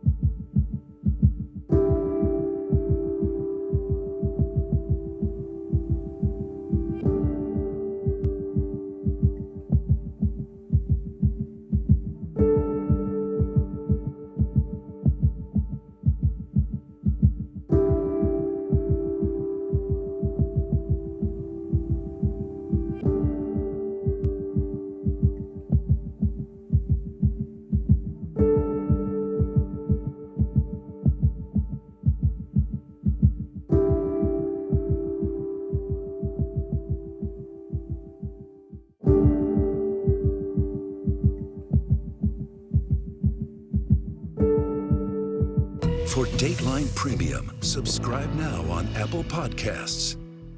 News is happening now. Look at what's making headlines around the world. Whenever it happens, wherever you are, it's here now. Watch NBC Nightly News with Lester Holt or listen wherever you get your podcasts.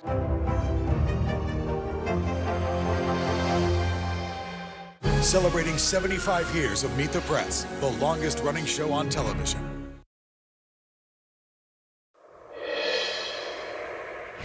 Welcome back. We now have our first look at the executive summary of the long-awaited January 6th report as the committee announced their criminal referrals of former President Trump, among others, to the Department of Justice. But the impact of the January 6th committee's work may be blunted by Republicans taking control of the House in January. That's a live picture, by the way, that you're looking at right now of the beautiful sunset behind the Capitol right now. Joining me now to discuss this, Democratic Congressman from Rhode Island, David Cicilline. Thank you so much for being here. So tell me a bit about these referrals and the impact that they might have, the significance, given the fact that some are already saying, what's the point if they don't have any legal weight? Well, first of all, thank you for having me. As you said, the executive summary is 154 pages, so I think the January 6th committee has done extraordinary work. This was a very thorough review of all of the facts and circumstances, and they had a responsibility once they came upon evidence of criminal conduct to make a referral to the Department of Justice.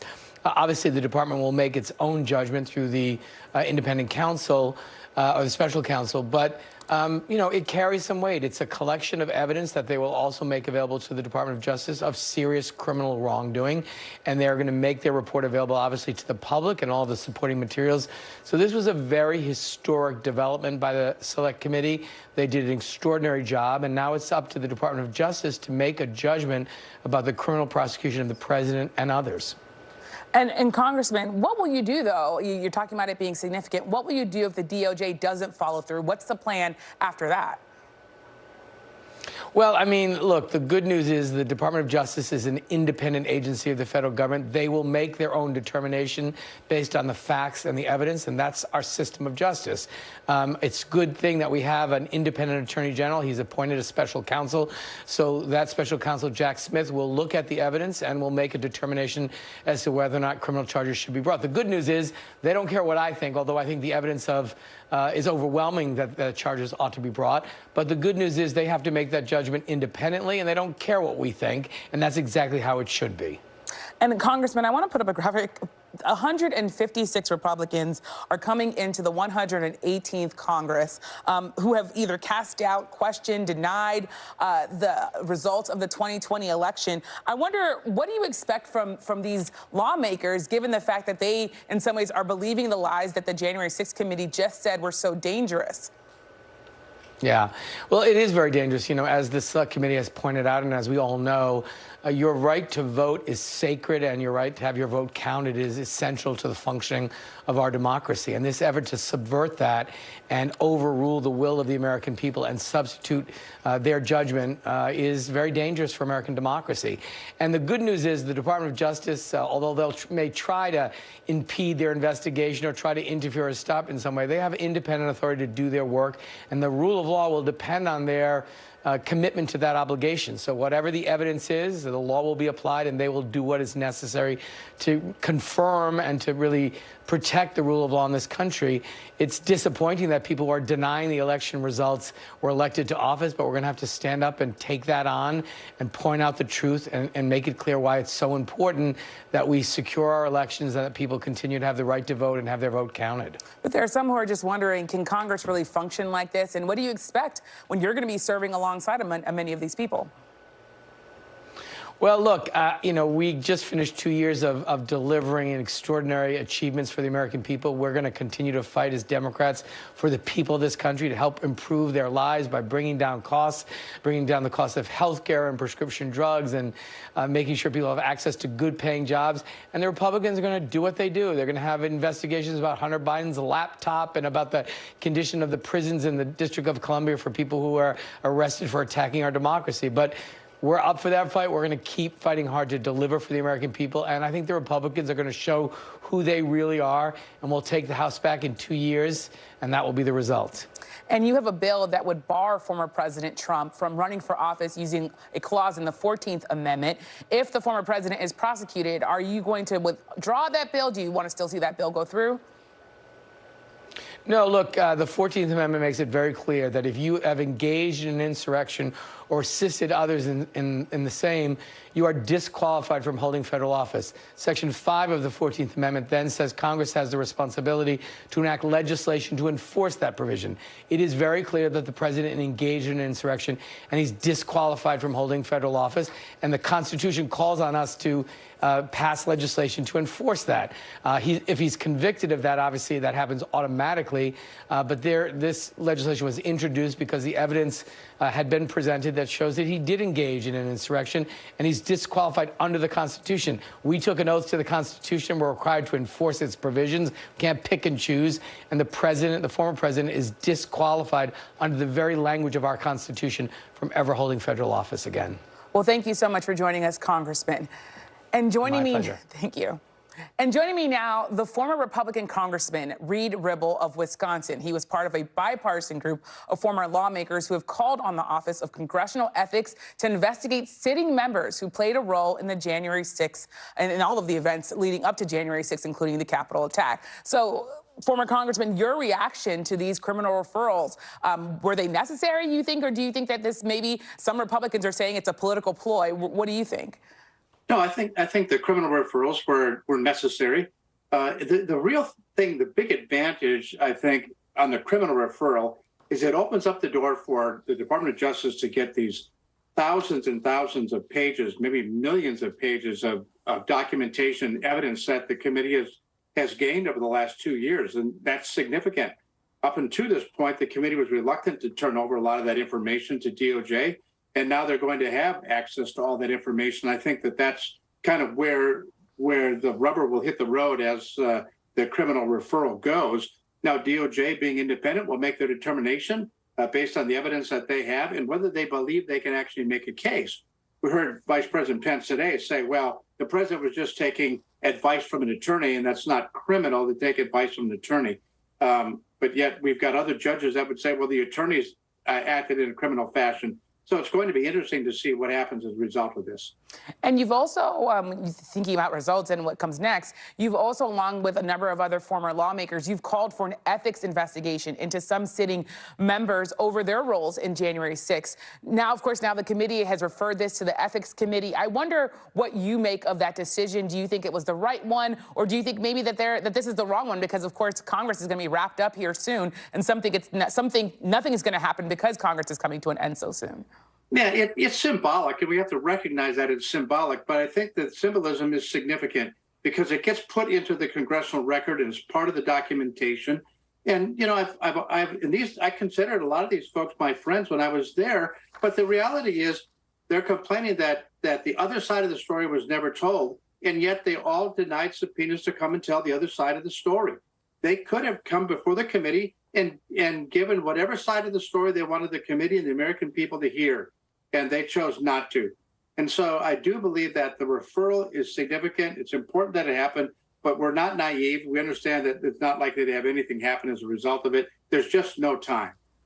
And in talking about time, the reason why there's no time is because Republicans are, of course, going to be taking control of the House in January. As I mentioned, 156 Republicans who are going to be serving in Congress, they cast doubt on the 2020 election or denied it altogether. I wonder whether or not you think this could be the end of accountability, or what comes next as you have so many lawmakers coming into office or staying in office who question the results of the election. Yeah, I take that with a bit of a grain of salt. They're basically mimicking or saying what they needed to say to voters to get them to cast that vote for them, because that's what voters wanted to hear. But yet none of those people actually really believe this. If they did, they'd have to reject their own elections because they were on the same ballot. And so the fact of the matter is that they're saying what they need to say to be elected, but they don't really believe it, nor did Donald Trump believe it, I don't believe. He knew that he lost the election, and these many members of Congress also know that the election was fair. and that Joe Biden was elected president in 2020. And it's part of the reason that the midterms did not go the way the Republicans thought it would, because they keep looking backwards rather than looking forwards. They're not talking about governments, they're talking about investigation, and that's just not going to resonate, particularly with independent voters. And I'm talking about independent voters, but also Republican voters. How much of a hold do you think former President Trump has on the party now when you think about the fact that there are Republicans who have become more vocal in criticizing him after the losses in the midterms? Well, it's certainly less than what it was. You know, it's too bad that all of the nonsense that went on during President Trump's 4 years with, you know, insulting Gold Star families and insulting prisoners of war, and et cetera, that it took losing. The one thing Republicans won't tolerate is losing. And President Trump lost, a lot of his statewide candidates lost, his Secretary of State candidates lost, and Republicans don't cater to losing. And so I think that President Trump's grip is weakening and is getting weaker by the day. And as you talk about that, Republicans are also promising to not do what you just talked about, which is focus on kitchen table issues and focus on policy. Instead, they're talking about that they're going to have their own investigations when they can take control of Congress. How much of a mistake is that? Is that a mistake at all, or do you think that's the right direction? Well, I think there's an oversight role that Congress should play. And so I think they need to do oversight of the executive branch. I think that's part of it. They've got the power of the purse, and they need to know what's going on. And so I think oversight is just part of what they do. However, if that's all they talk about, if they don't talk about inflation, if they don't talk about taxes, if they don't talk about the debt, and if they don't try to do something about those things, it'll just be old news. And at some point, the American people just tune it out and turn it off. And so they need to be forward-thinking and forward-looking and do whatever investigations they're going to do, but then move on with governance. Well, former Congressman Reed Ribble, thank you. Good to be with you. Thank you. And up next, as we've said, nearly 2 years after the January 6th insurrection, many Republicans still deny what happened that day and still question the results of the 2020 election. What does that mean for the legacy of the January 6th committee and the future of our politics? The panel is next. You're watching Meet the Press Now.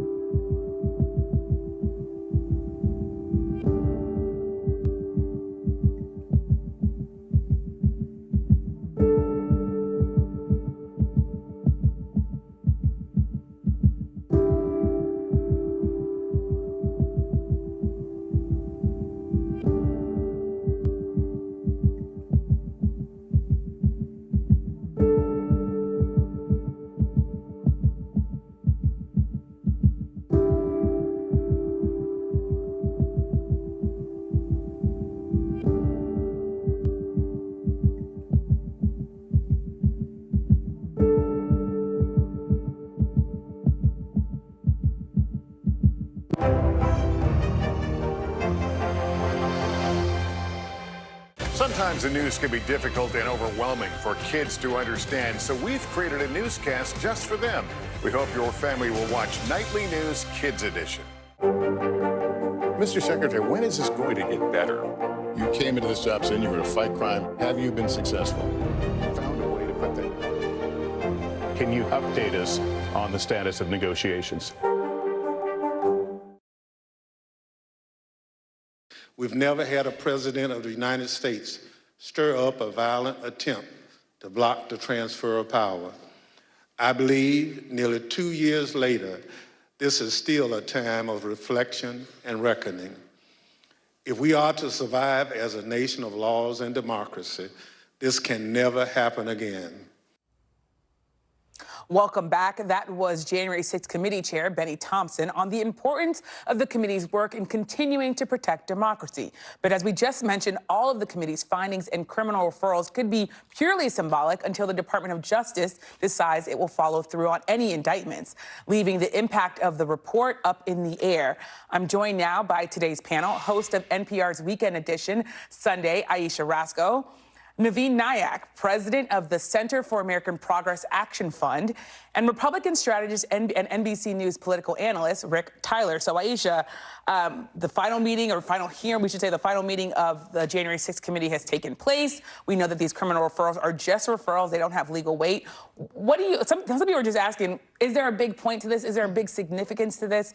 What's your takeaway? I mean, I think the point is for history, right? I think the point is laying out the information that Congress needed to look into this, that this was something that you couldn't just let go. I mean, this was a riot. This was an insurrection. This interfered with the peaceful transfer of power, and that you had to get a record of what happened. I also do think it has damaged Donald Trump. Yes, the number of people who feel like he was mostly responsible for January 6th has gone down. I think it's in the lower 40% now.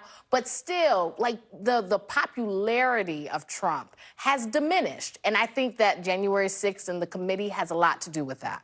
And Naveen, Aisha just said they were talking a lot to history. There are some Democrats who definitely say that. They also say that they're hoping the DOJ will look at these referrals and might have some impact on where they go next. What's your takeaway on today's criminal referrals? Well, even more broadly to your first question, I actually think that the committee has done the country a great service. We had a pretty horrific, terrifying, undemocratic moment, and to have not stimulated a conversation with the country.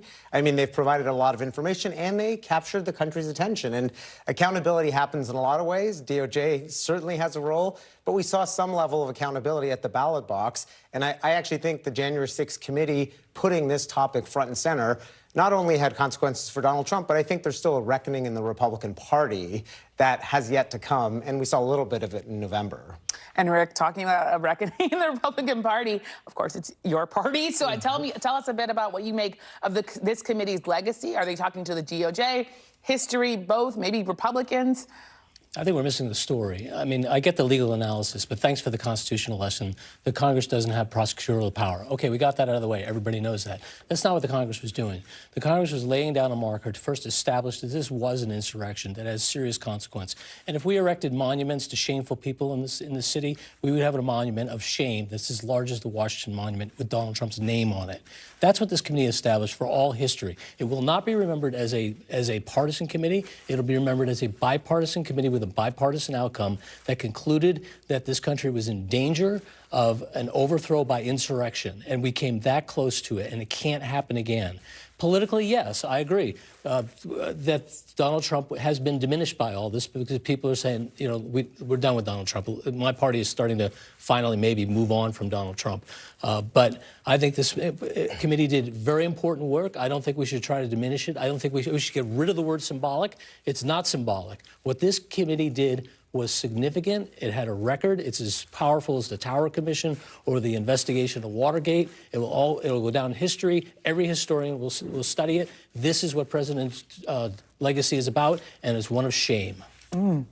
Aisha, what's your reaction to what Rick is talking about, especially as we know there are a number of Republicans, some who were attached to Donald Trump, but some who aren't, who are coming to Congress and are going to have control of Congress next Congress? Well, yeah, I mean, you have a lot of Republicans right now who want to act like this isn't happening, right? Like they want to try to go ahead and say, let's talk about Hunter Biden, let's talk about all these other things. We don't want to talk about January 6th. Of course, the problem is that Donald Trump is not going to allow that to happen.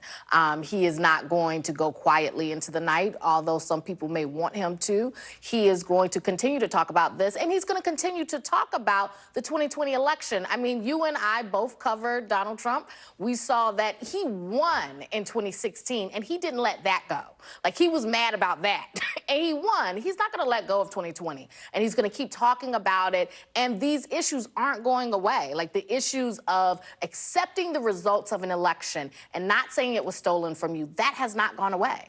Well, I was going to say, I think we kind of know how Donald Trump is going to respond. We've seen it for many years. I still think the outstanding question is, how's the rest of the Republican Party going to respond? Right? The committee put down a marker. They spent a year looking at this, and they believe that the DOJ should be prosecuting Donald Trump for criminal activity. And yet the Republican Party is not saying, wait a second, the head of our party was involved in crimes, and we think that's a problem. They're all either quiet or actually criticizing the committee. And I think that's going to be a real challenge for them if they continue to be silent when you actually see the DOJ proceed with this. And Rick, former Vice President Mike Pence, he's saying that he's hoping the DOJ doesn't bring charges against Donald Trump. How much of a reflection is what Pence is saying, the stance of the Republican Party on the whole?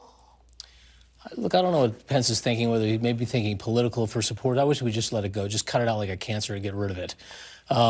But look, I do worry about DOJ's investigating former presidents. I do think in this case it reaches the standard. The bar should be really high. And I also agree with that. Maybe we made a mistake with Nixon. Maybe a preemptive pardon should have always been questioned, and it wasn't. And it was partly because the country wanted to heal from that. And the country did heal. It took a long time. This has been inflicted. The country will heal again. But I think in this case, the Republican Party does need to acknowledge that this was an insurrection led by someone who incited it. He is guilty of that, and he should be held accountable to that. And only then, I think, can we move beyond Donald Trump. Well, I think the problem for Republicans is that there is a very large part of their base, or a significant enough part of their base, that is not ready to let Donald Trump go. And they don't want any apologies for January 6th. They don't want any apologies for the behavior. And so that's why you see Pence and others kind of walking this tightrope. I mean, Pence, his life was in danger. That tightrope leads to lost elections.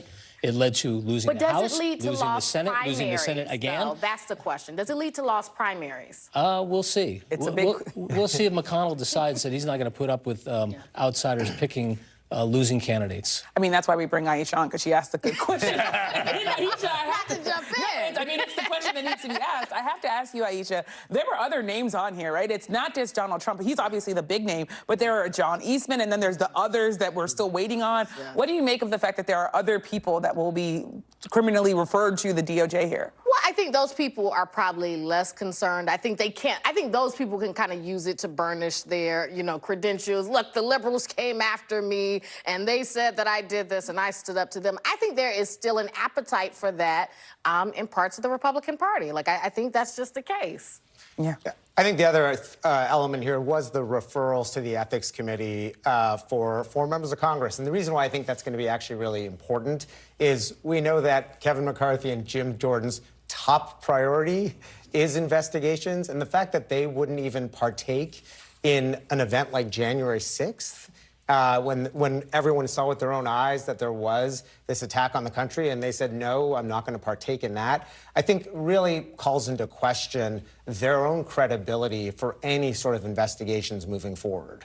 And Rick, I mean, while there were a lot of competitive races that election deniers lost, there are at least 156 of them that are going to be serving in Congress. And House Republicans are saying that they're going to focus a lot of their time on investigations.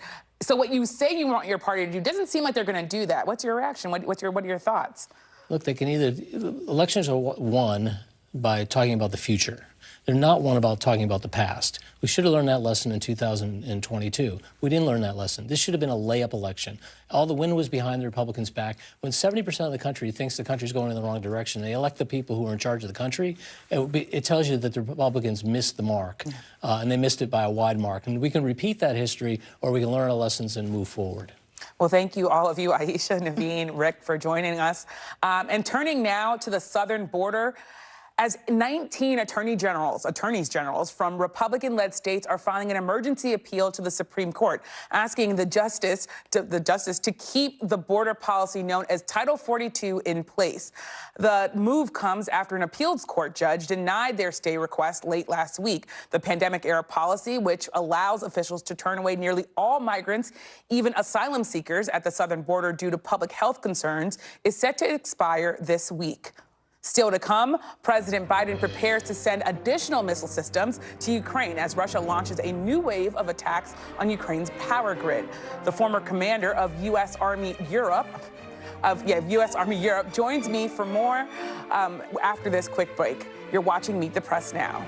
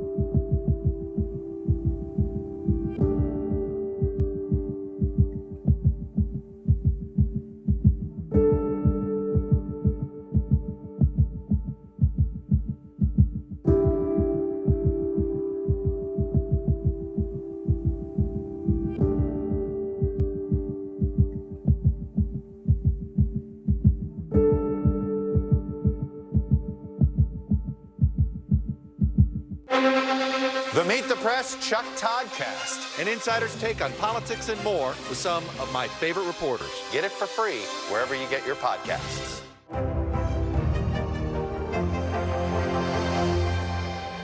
Watch NBC Nightly News with Lester Holt or listen wherever you get your podcasts. Sometimes the news can be difficult and overwhelming for kids to understand, so we've created a newscast just for them.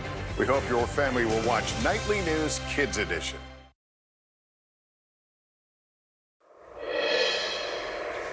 Welcome back. Russia carried out another drone attack on Kyiv early this morning, the third air attack on Ukraine's capital in less than a week, as Moscow continues to target Ukraine's power grid. According to Ukraine's armed forces, 35 Iranian-made drones were detected in the Kyiv region this morning, 30 of which were shot down. Officials said at least 3 people were wounded and 9 buildings damaged. The attack comes as Russian President Vladimir Putin is in Belarus today, meeting with President Lukashenko. The visit is prompting concerns in Ukraine that the meeting could broaden Belarus's involvement in the war. The Kremlin, however, is dismissing any reports that Moscow is seeking to pressure Belarus into joining what they call a special military operation. Joining me now on set is Lieutenant General Ben Hodges, former commander of U.S. Army Europe and a senior advisor at Human Rights First. Thank you so much for being here. So I want to talk to you about the plans, it sounds like, that the Biden administration are doing to finalize sending this new missile system to Ukraine. Can you talk a little bit about how significant of a move that might be? Because the U.S. had been wanting to not do this, had been saying that they were going to hold back on this. So, Yamisha, if the administration does decide to provide the Patriot missile defense system, that would represent a significant upgrade in capability. It is the best of its class for that type of system. But of course, it's not a panacea. It's got to be integrated into other systems as well. But the decision, if the administration does make that decision, I think this is an important step forward. And how much, if at all, could that be seen as a provocation of Russia, given that the Russians are already putting out statements saying that they'll see it that way? Well, of course, it becomes a target as soon as it arrives inside Ukraine, just like every other piece of equipment that we have provided to the Ukrainians. So I would assume that the administration has thought that's part of the consideration process, and the Russians will do everything they can to discourage us from providing capabilities to Ukraine. And you said that this would be really an increase in the capabilities of the Ukrainians. I wonder, though, when I've been reading about these systems, they say that they can effectively protect a small sort of military base, but they can't protect a big city like Kyiv. So how much will this possibly help Ukraine in their fight against Russia? Well, that's really the key point. The amount that's going to be provided, if the decision is made, probably a battery which has 6 or 8 launchers would be enough, if it's properly integrated into other systems, to help protect a city. So it's a significant step in capability, but it's still way short in terms of capacity. And this war, there's been a lot of talk of Russia's military capability. What have we learned? What do you know about their weapons stockpile, and how that could impact sort of their ability to continue this war with Ukraine? Well, of course, I don't know what they started with. That would really be a useful piece of information. We do know that because of sanctions, the precision weapons that they've been using against civilian targets, they cannot replenish those because they had to rely on imported components. Secondly, we know that they are now having to dip into ammunition stocks that are very old. As you probably are aware, explosives have a use-by date. So artillery ammunition that goes past that date, you have a high dud rate, or they blow up inside the howitzer. So they're down having to use that poorer quality ammunition now. So there is an end. I just don't know where that end is. Yeah, well, you would be definitely someone we would want to know if you knew when the end was coming. That being said, President Putin, as we said, he's in Belarus. What do you make of him meeting with the president there, with the President Lukashenko there, and what could come of that? So the Russians have not changed their strategic objective, even though they have failed for the past 10 months at achieving their objectives. So the idea of a new offensive that might come from Belarus towards Kyiv or from another part of Ukraine towards Ukraine is designed to distract or divert Ukrainian capabilities from where they're focused now. President Lukashenko in Belarus, who is the illegitimate leader of Belarus, has for years played this game to avoid becoming a subject of the Kremlin, so doing just enough, for example, to allow the deployment of Russian troops and weapon systems in Belarus. I think he does not want to have his own troops involved. They will get crushed by Ukrainian forces in the first days. And he also would expose himself to his own opposition. So I don't know where this goes yet. And in thinking about we've been talking about Ukrainians' sovereignty. The January 6th committee, of course, is referring its referrals or has referred its referrals to the DOJ. How important is that work when you think of the global landscape here? What a terrific question. January 6th, one of the worst days of my life. I was I live in Frankfurt, Germany, so to see it from over there was very hard to watch. You know, I've taken an oath to support and defend the Constitution of the United States for decades, since I was a cadet. And so to see all of that was very hard. Our European friends, my German friends, you know, their favorite sport is not soccer. It's criticized in the United States. But they all hold the United States to such a high standard, and they always assume that whatever our faults were, that you could always count on American democracy as unshakable. And so it's been very difficult to explain what's going on, and it damaged our standing in the world a little bit. Yeah, and it was certainly something that I think so many people were watching across the country and across the world. So, Lieutenant Ben Hodges, thank you so much for being here. Thank you. And thank you, of course, for joining us this hour. We'll be back tomorrow with more Meet the Press Now. NBC News Now coverage continues with Hallie Jackson right now.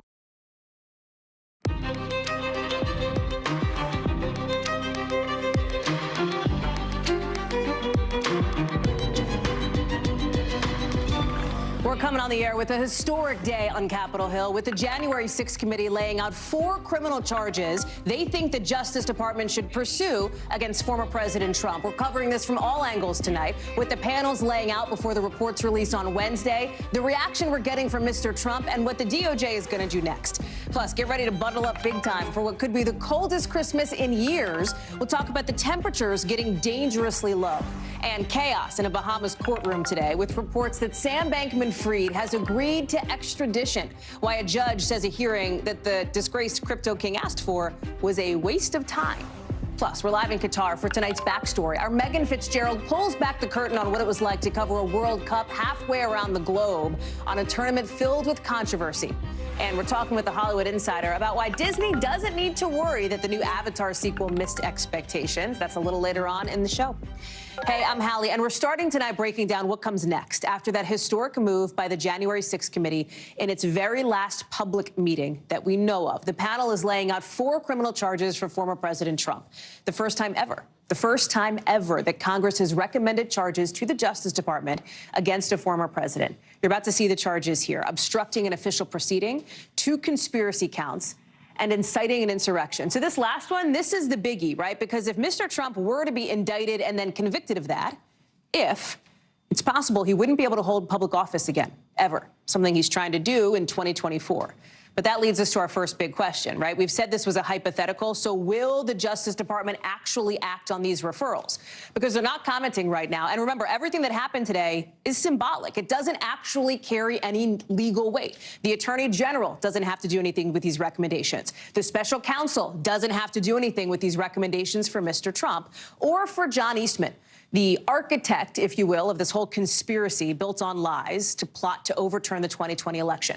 But the committee is clear. They think the DOJ should take their advice and that Mr. Trump needs to be charged. He is unfit for any office. Ours is not a system of justice where foot soldiers go to jail and the masterminds and ringleaders get a free pass. If we are to survive as a nation of laws and democracy, this can never happen again.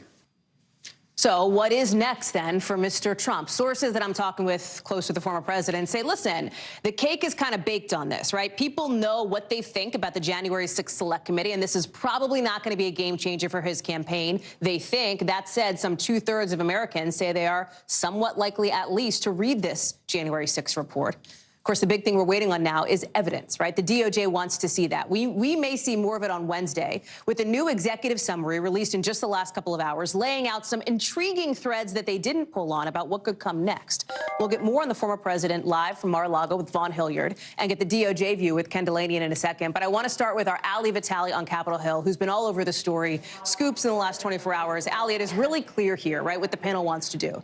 They want to put the blame squarely on former President Trump for a violent insurrection that saw the Capitol invaded and overrun here, right? Setting aside the legal teeth that these criminal referrals have, this is symbolic. This is historic. This is unprecedented. What you're not seeing a lot of in this report is, like, for example, the security and intelligence failings leading up to January 6th. But that's intentional. I spoke with a committee member today who said, yeah, the focus really needed to be on Donald Trump. Yeah, look, they were very aware that they were creating a narrative here based on the investigating that they've already done, gathering evidence. But we saw it in every single hearing over the course of this summer into the early fall. The fact that in every hearing, regardless of if it was focused on pressure inside the DOJ, pressure on former Vice President Mike Pence, what was happening at the state level, every single hearing drove back to former President Donald Trump, what he was being told by members of his inner circle, many times in their own words, because almost all of them talked to the committee, and then what he did anyway, which was continue to try to subvert and overturn the results of the U.S. election. That's something that their referrals today ultimately are the culmination are. The fact, though, to me, that as they lay out 4 different referrals for Trump, 2 of them for Eastman, the one that they leave alone, it's not obstruction and it's not conspiracy, it's the assisting and doing an insurrection that they level solely at former President Trump's feet. That is a referral for him and him alone, and that's striking after these 18 months of investigating. Let's talk about then some of these unpulled threads that the committee is leaving dangling here. One of them seemed to do with, let's say, for example, campaign finance violations, with this implication that some of the fundraising that the former president did after January 6th was based on false claims. I asked Congressman Jamie Raskin, who's on the panel, who chaired the referral subcommittee on this, is there more to come? Watch. Are you done? Meaning, are the referrals that you've made the referrals you're going to make, and that's that? Yeah, well, we've made referrals in cases where we have found abundant or overwhelming evidence of culpability and major offenses committed against the U.S. as part of this whole scheme. We repose our faith and our confidence at this point in the executive branch of government, in the Department of Justice, to pursue all of those leads. So it sounds like they're pretty much done, Ali. That said, there is this open question of potential witness tampering, right, that was brought up during today's meeting. The suggestion that at least one of the witnesses was told, perhaps, maybe you don't need to remember this quite so clearly. Maybe there's a really cushy job in it for you if you don't, et cetera. We may see more about that on Wednesday when some of these transcripts come out. Yeah, and this is the thing that you and I were texting about in pretty much real time, which is the idea of like, are these the only referrals that we're going to see? Especially because in some of these referrals, they're putting them to Donald Trump, John Eastman, and others. Those two words are doing a lot and saying a lot without giving us much information. And I asked Raskin about if we would have an answer to who those others might be in reading the actual report on Wednesday. And he said that it would give us a better idea, but also that the referrals that they put forward today are the ones that they feel they have on such solid ground, they have such solid evidence that those are the ones that they're going to refer to DOJ. But you're right. They've been dropping breadcrumbs about possible election finance problems over the course of the last few months. There's also questions about if they're going to be doing any witness tampering or we're going to get any more information on that. And then, of course, there's a larger question, too, of like, what do the transcripts say?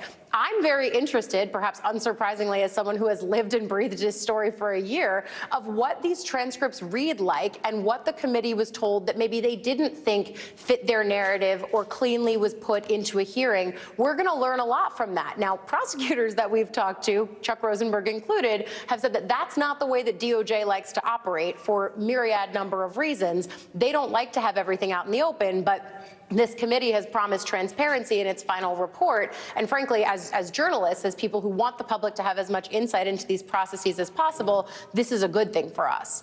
Real quick, Allie, you know, there is an expiration date on this committee. It is roughly the same as a carton of eggs right about now, right? 2 weeks, the end of the year.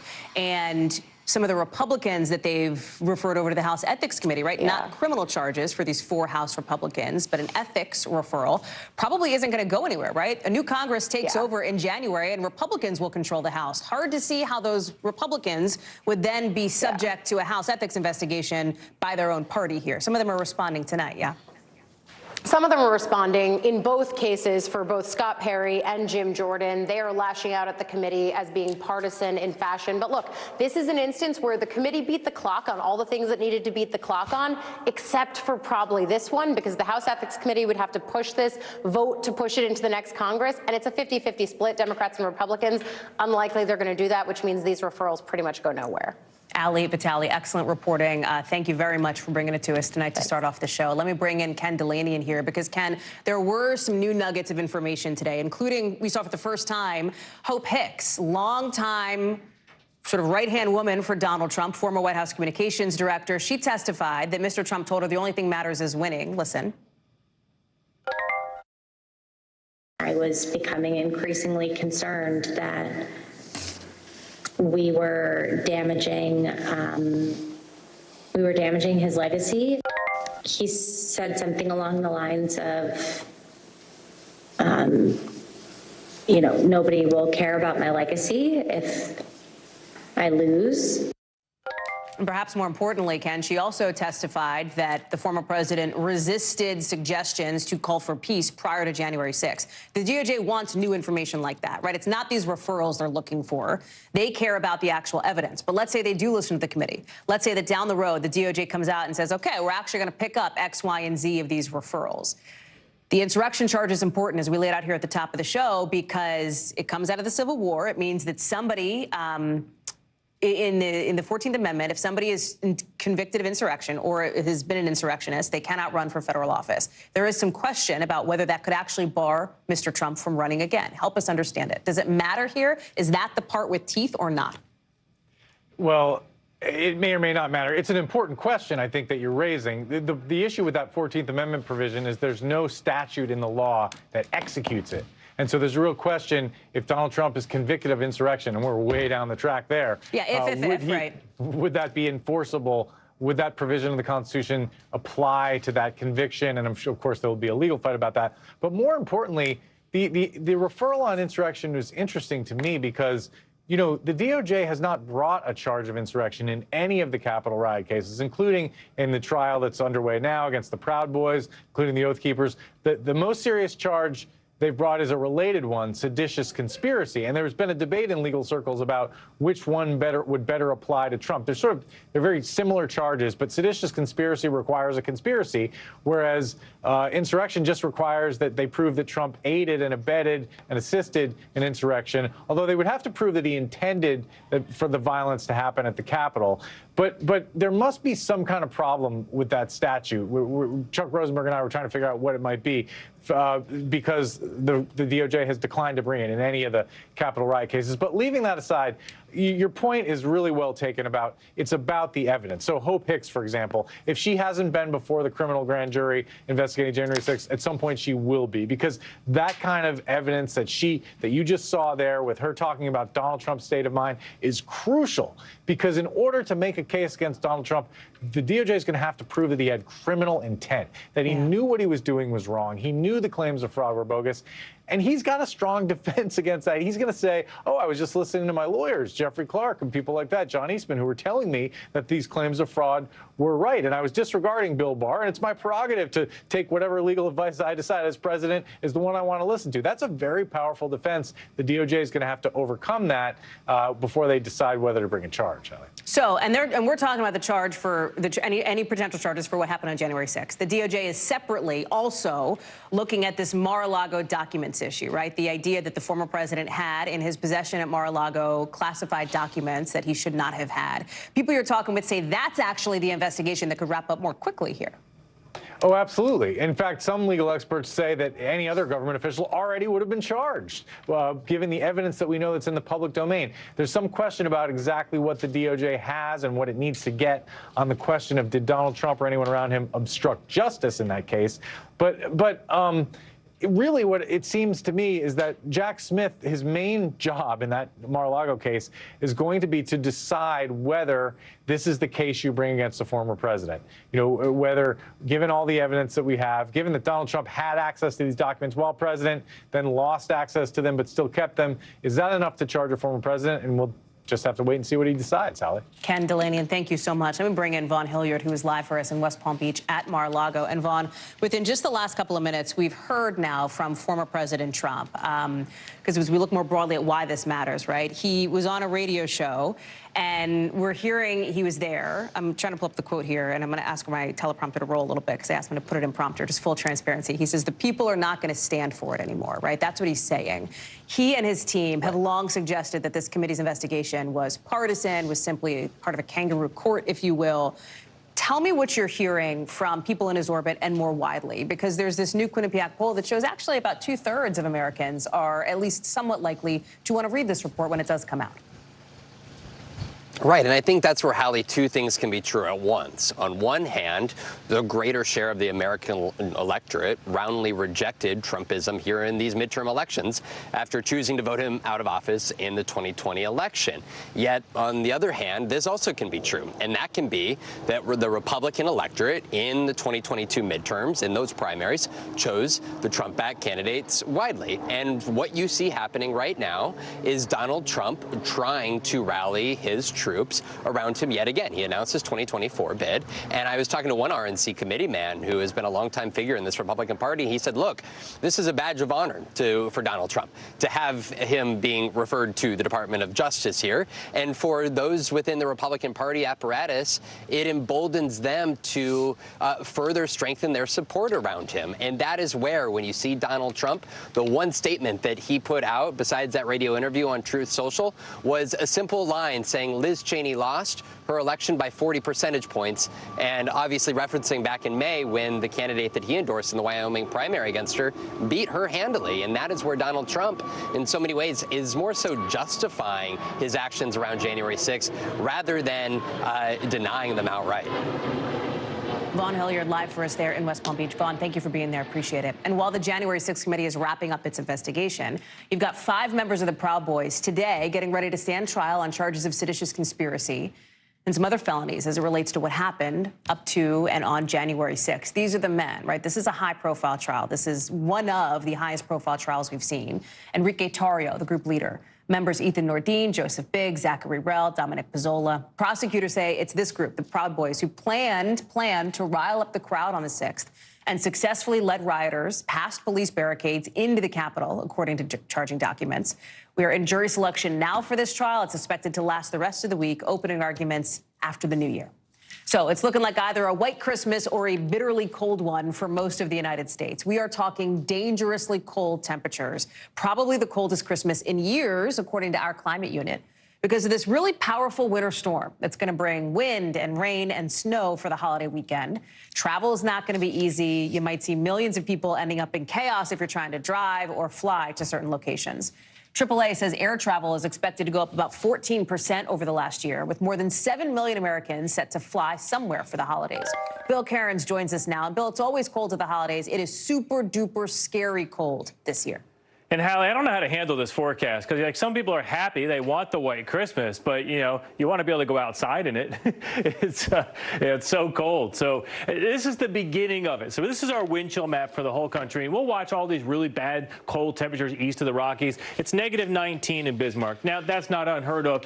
Usually the cold air is up there almost all winter long. But what's different about this is heading all the way down to the Gulf Coast eventually. So we already have wind chill watches and warnings and advisory that go from the Dakotas and Montana, and now they've been extended all the way down to North Texas, and eventually they may even be extended south of that. And yes, it can be dangerous to get stranded outside. Typically, the cold air does not stop you from traveling, though, and getting to your loved ones for the holidays. Winter weather does. So just how cold will it be? Let's fast forward to Friday morning. This will be the coldest morning in Texas, Dallas at 10. And of course, we think what happened a couple of years ago in Texas, where they lost all the power with the winter storm, and people were freezing and pipes were bursting. So we'll watch Texas closely. Hopefully they'll fire up enough power plants and be ready for it this time. New Orleans at 26 will be cold. And then the cold air Saturday morning, Christmas Eve, reaches the East Coast. In the teens from Raleigh to New York, you can deal with that, not that bad. But the temperature of the freezing line could get all the way down here to Orlando. So now let's talk to the thing that could prevent people from getting to their destinations over the Christmas holiday. Already we got 38 million people under winter weather advisories or warnings or watches. We're going to start with this storm, and here's the timing of it through Friday in the plains. This is light snow. This shouldn't even stop the airports. You'll be okay. Minneapolis, Des Moines, you'll do a little bit of shoveling if they're driving a little bit of snow, but I think you'll get to your destinations. Thursday, that's when this changes. Heavy snow early in the day, Kansas City. Missouri is going to be a mess on Thursday, maybe northern Arkansas. St. Louis, Thursday evening, the heavy snow breaks out. The winds pick up. Could even have blizzard conditions developing in areas of eastern Iowa, southern Wisconsin, and northern Illinois Thursday night. That's when Chicago starts to get into the mix of it. By Friday morning, this is the worst, because this is when they're going to tell people to stay off the roads or you risk getting trapped. We're going to tell people to stay home for probably 24 to 36 hours from southern Wisconsin, northern Illinois, maybe even including the Chicago area, all of northern Indiana. This is going to be a huge windstorm. There's going to be huge waves on Lake Michigan. There's going to be freezing spray on houses. It's going to be, just an extreme weather event is a good way of putting it. And at the same time, heavy rain in southern New England. If you have travel plans in southern New England, especially in the airlines, it is going to be a mess on Friday because of gusty winds and heavy rain. You're not going to have to deal with winter weather, but that's bad enough, especially with the high volume. And if you're wondering about snowfall, it's too early, Hallie, to give exact amounts, but anywhere in purple, you're going to be in what we call heavy snow. That's Chicago, Indianapolis, northwards, and then the blue is where we're going to be shoveling. So, Hallie, this will be probably the most difficult winter travel forecast pre-Christmas in decades. Bill Cairns, I'm glad you're going to be all over it for us in the week to come. Thank you, friend. Appreciate it. So right as we came on the air tonight, we saw reports that Sam Bankman-Fried has just agreed to his extradition to the United States to face charges related to the collapse of his crypto exchange. This is from the New York Times, quoting one of Bankman-Fried's local lawyers in the Bahamas. And it comes after a chaotic day that had the disgraced former crypto king being shuttled between a Bahamas court and prison. So here's the deal. SBF, as he's known, was expected to agree to extradition this morning. He showed up in court briefly at an appearance that his own lawyer didn't even think he'd be at, and that the judge ended up calling a waste of time. Instead, SBF demanded to see the indictment against him. He was then returned to prison, back to jail. And again, now he's reportedly agreeing to come to the U.S. for extradition, according to the Times. Jake Ward is joining us now. So it's a back and forth, but the bottom line is that it sounds like SBF is going to face the music here in this country for the epic collapse of his crypto kingdom. That's absolutely right, Hallie. It seems one way or another he is going to wind up in front of the orchestra here in the United States. The question is just how quickly, right? We know, of course, that the Bahamas has this open extradition treaty with the United States. There's no question there. But what has historically been the case is that it takes an incredibly long time to move someone from the Bahamas to the U.S. if they choose to fight that extradition. That's why all eyes were on this Bahamian courtroom this morning to see whether or not he would go ahead as expected and simply turn himself over voluntarily for extradition. But then he shows up dressed in a suit, and he is visibly shaking, according to the people inside the courtroom, and asks to then see the charging documents, which sets off wild speculation that he's somehow going to begin fighting extradition. As you mentioned, his attorney, according to an NBC producer who was in the room, did not expect him there and was surprised that he would ask to see this charging document. And then we wind up with the New York Times reporting, which now says he went back to the Bahamian jail. He was then brought back into court, or at least communicated with the court, and in that case he now has agreed to extradition. And in the words of a local defense lawyer, he was defying, quote, the strongest possible legal advice. Again, he's facing the music in the United States. We know that's going to happen, but these erratic moves we've seen ever since he was arrested are continuing today, Hallie. Jake, we talked about the next steps here. What else do we know about what's happening behind the scenes as it relates to SBF and this really sort of dramatic moment here? Well, it is interesting to try to understand what his motivations are in going back and forth on this process. And part of it might be the conditions of the jail. The Bahamian prison system is not particularly well regarded. The State Department has in the past regarded it as overcrowded, unhygienic, unsanitary conditions. And the reporting is that Sam Bankman-Fried has, in fact, had to see medical personnel while he's been in there. Maybe he's just tired of the jail in the Bahamas and wants to be back in an American facility as quick as he can. It's really not clear. But at this point, we are just smacking our head hour by hour as we watch this thing twist and turn towards extradition, Allie. Jake Ward, thank you very much for that. I want to share some breaking news that's happening right as we're coming on the air tonight. The Supreme Court ordering a temporary stay of Title 42, that Trump-era public health policy at the southern border, meaning it's basically pressing pause, right? It's probably not going to expire later this week like it was supposed to. The backstory on this, if you're like, wait a second, Hal, Title 42, what are you talking about? So 19 Republican-led states filed this emergency appeal today. It let the government, this policy, right, Title 42, let the government expel migrants and deny asylum during the pandemic. We're also learning that Governor Greg Abbott is sending more than 400 Texas National Guardsmen to El Paso to help with border security, with officials in those cities, like along the border, bracing for a surge of as many as 5,000 new migrants a day. It's December, right? So it's cold. Temperatures in El Paso are dropping below freezing at night, with some finding a warm place to sleep in the airport while they wait. The mayor of El Paso has already declared a state of emergency, but the impacts of the surge are also being felt further north. New York City's Mayor Eric Adams says they're expecting busloads of people this week, which is just not sustainable. Let me bring in Guad Venegas now. Guad, let me start with this temporary stay, right? Timeline is TBD, based on my understanding, until the court can, the court's got to do something else moving forward. This is a significant moment, though, for this policy that has been under so much controversy and has real-world ramifications. Talk us through it.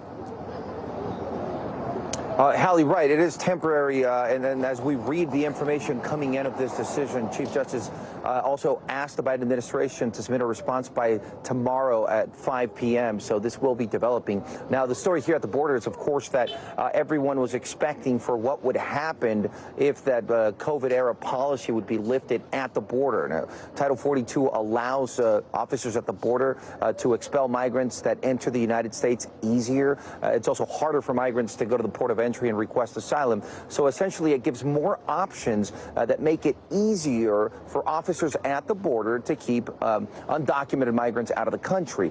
Now, what's happened with the news of the possible end of Title 42 spreading throughout different parts of Mexico and even Central and South America, more migrants understood that there was a change happening at the U.S.-Mexico border that meant it could be easier for them to enter the United States. Hallie, just this morning, I was across the border in Juarez, Mexico. I spoke to some of the migrants that are right at the border who told me, we don't understand exactly what's going to happen in U.S. policy, but we know that something's going to change on Wednesday, so we're going to wait and try to cross then because we think it's going to be easier. So this is the way that migrants understand these changes at the border. What it means is that any change in policy at the border usually makes more migrants arrive, and this is what authorities here had been preparing for. You talk talked about what's happened here in El Paso. Local authorities here declaring a state of emergency because of this new surge. I mean, you can see the people behind me. This is an area where people had been sleeping in the streets. This is an area where a lot of the asylum seekers have come to ask for food, for clothing, anything that they can use before they continue their journey. Local authorities here in El Paso have been overwhelmed, and you've seen this in different parts of the border with the influx of asylum seekers coming into the United States. Now, what the local authorities here in El Paso said is that through their federal contacts, they had learned that they were expecting an even larger surge after Title 42 would be lifted, and this is what has a lot of Republican states worried. Yet I should say, Hallie, that here in El Paso, local authorities, when they talk about what's happening at the border, they do focus on the humanitarian effort. They say that they want to focus on helping these asylum seekers.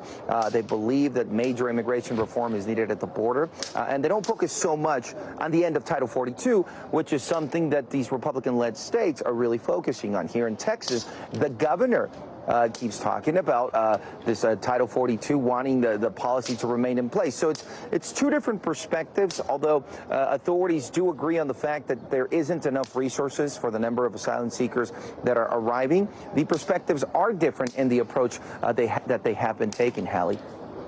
Quad Venegas live for us there along the border with that, Quad. Many moving pieces for you, especially today. Thanks for being with us. A lot of moving pieces also over at Twitter, where we're still waiting to hear from Elon Musk after he posted a poll asking users if he should step down as CEO. A lot of people voted, 17 million of them. The majority of them said, yeah, bye. But while Musk is still running the place, he's making some changes, then taking them back. The latest, that users would not be able to link their other social media accounts, Facebook, Instagram, even Mastodon, because Twitter considered them prohibited. Mastodon is seen as like maybe a new competitor to Twitter. A lot of users didn't like that policy, so Musk reversed it and said he's not going to make any more big changes without asking all of you Twitter users first. Just last week, he posted a different poll asking when he should unsuspend some of the journalists he kicked off Twitter. And after the results came in, he did restore a lot of them. Brandy Zadrozny joins us now. So, Brandy, is this what's up with Twitter now, that Musk is going to do, like, rule by poll, if you will? He doesn't have any obligation to follow what people say. What's up with this? That's what he says that he's going to do this week. And, you know, I think we really do have to, and you're sort of getting at it, that we have to remember there's no reason to believe that Elon Musk is going to do what he says he will do. He has instituted a number of key decisions, right, and then walked them back. Policy changes and then walked them back. He even said, we'll do stupid things at Twitter and then I'll change it. So yes, this is the new sort of world. I know that I've been looking at Twitter nonstop to see if he might choose this successor now. Lots of people, it's trending right now. Has Elon is trending. So everyone's kind of waiting for this, but who knows if he'll do it or what the decision will be. Yeah, and the question is, like, who would even do it, right? Who could run Twitter day to day if Musk sort of steps back from that role? It seems like he just can't quit the social media platform, especially now that he owns it. But that person's in for kind of a lot, considering, as we talk about a lot here on the show, a relatively small number of people actually use Twitter, right? Like, as far as you look at the percentage of Americans. But those who do, it is often a place where people, politicians, others can sort of make these big announcements in a kind of public space. Private space, but it feels like a public space. Right. It's a public square owned by one of the richest men in the world. And, you know, we don't know, again, who this replacement is going to be. I can't think it's a very attractive job, right? But, you know, it could be somebody from his inner circle. He has dozens right now of advisors that Twitter employees for a while called Elon's Goons. And they're sort of following him around, some executives who worked at Tesla or SpaceX or the Boring Company. There's this one guy, Steve Davis, who is a former president of the Boring Company, and he's at Twitter headquarters a lot. People are suggesting maybe him or maybe David Sachs, who worked with Musk at PayPal and is this huge sort of Elon reply guy.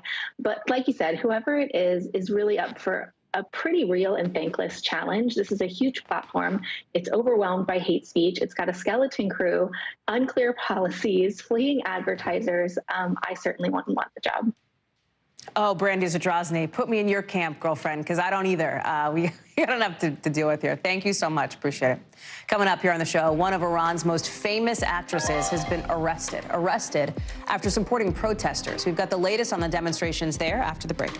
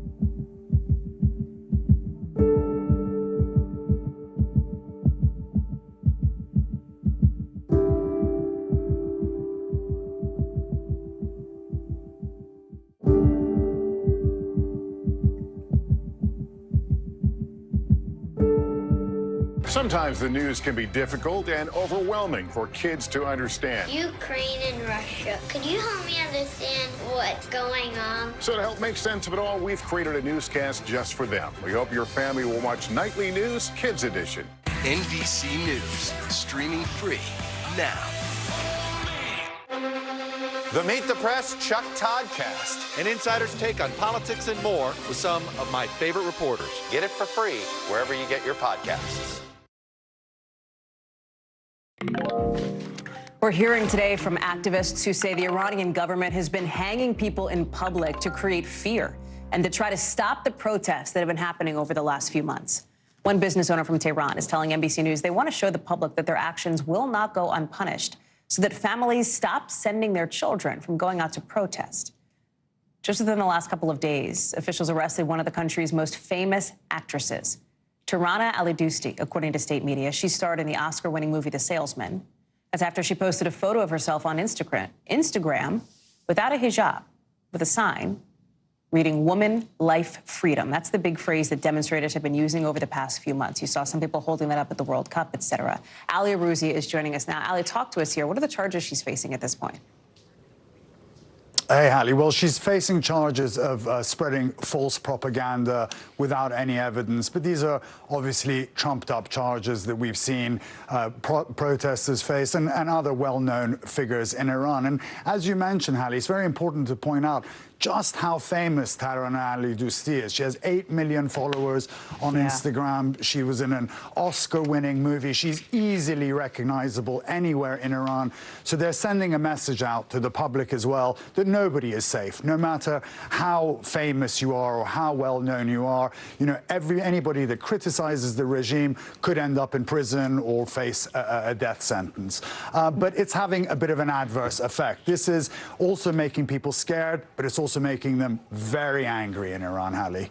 That anger keeps building and building because of moments like this, right? Because of those executions that we talked about. This fight between protesters and the government is also affecting money, the economy there, with Iranian currency falling to some of the lowest it's been in a very long time. This means more pressure for the regime, Ali, right? When it hits people's, not just their lives, but their pocketbooks, their livelihoods. That's right, Hallie. It's hit everything across the board in Iran. Iran is a dystopia today. Nothing works properly. Everybody is on edge. And look, after 3 months of incredibly violent protests, a crackdown by the regime that's cost almost 500 lives, many of them women and children as young as 8 years old. They've arrested over 18,000 people, allegations of unspeakable human rights abuses on the streets and in the jail. All the regime has been able to do is fight itself into a stalemate and tank the economy. So we're seeing a bit of a lull right now in the protests, but the general expectation is that they are going to pick up again because the regime and the people are so polarized and there is no middle ground between them. And as you mentioned, the economy has just gone. The rial is now at its lowest levels it's ever been. Ali Arouzi, thank you very much for that reporting and for staying on top of this for us. Let's get you over to the 5 things our team thinks you should know about tonight. Number 1, China is reporting 2 COVID-related deaths today. Why is this so significant? Because this is the first time that the country has reported deaths since the days before they lifted the zero COVID restrictions there. We expect to see a surge in cases in China in the coming months because of that. Number 2, more Americans are getting back home today after getting stuck in Peru. Deadly protests there left a lot of international travelers stranded at the historic city of Machu Picchu. Train lines were blocked, airports shut down. Some people had to actually walk to other towns to get out. The country's been in a state of emergency ever since the former president was thrown out of office earlier this month. Number 3, Amber Heard and Johnny Depp have settled their defamation lawsuits after that really high-profile trial over the summer. Both sides filed appeals after the jury awarded Depp $10 million in damages and Heard $2 million. In a statement to NBC News, Depp's attorneys say Heard is paying him $1 million as part of the settlement. Heard called the decision itself to settle very difficult. Number 4, the company behind Fortnite has agreed to a $500 million settlement with the Federal Trade Commission. The FTC says Epic Games broke child privacy laws by exposing kids to potentially dangerous content like sexual harassment and bullying. It also says the company tricked players, all players of all ages, into making in-game purchases that they didn't actually want. As part of the settlement, Epic did not confirm or deny the allegations, but did agree to change privacy policies and how it charges users. Number 5, Australia recalling some baby spinach. Why? Because some people are like hallucinating or having visions or delirium or seeing blurriness. Health officials in one state say more than 160 people have reported symptoms. More than 40 of them had to get medical attention. Officials think the products were maybe contaminated with something unsafe. Obviously, more on that front to come. Coming up, why Uber drivers in one big city are hitting the brakes on picking up passengers today. That's in the local. Plus, the World Cup, it is over, and the winners are on their way home after that epic match. But guess who's still in Doha? Megan Fitzgerald. She's hanging out to talk to us about what it's been like behind the scenes to cover it all. That's the backstory. Next.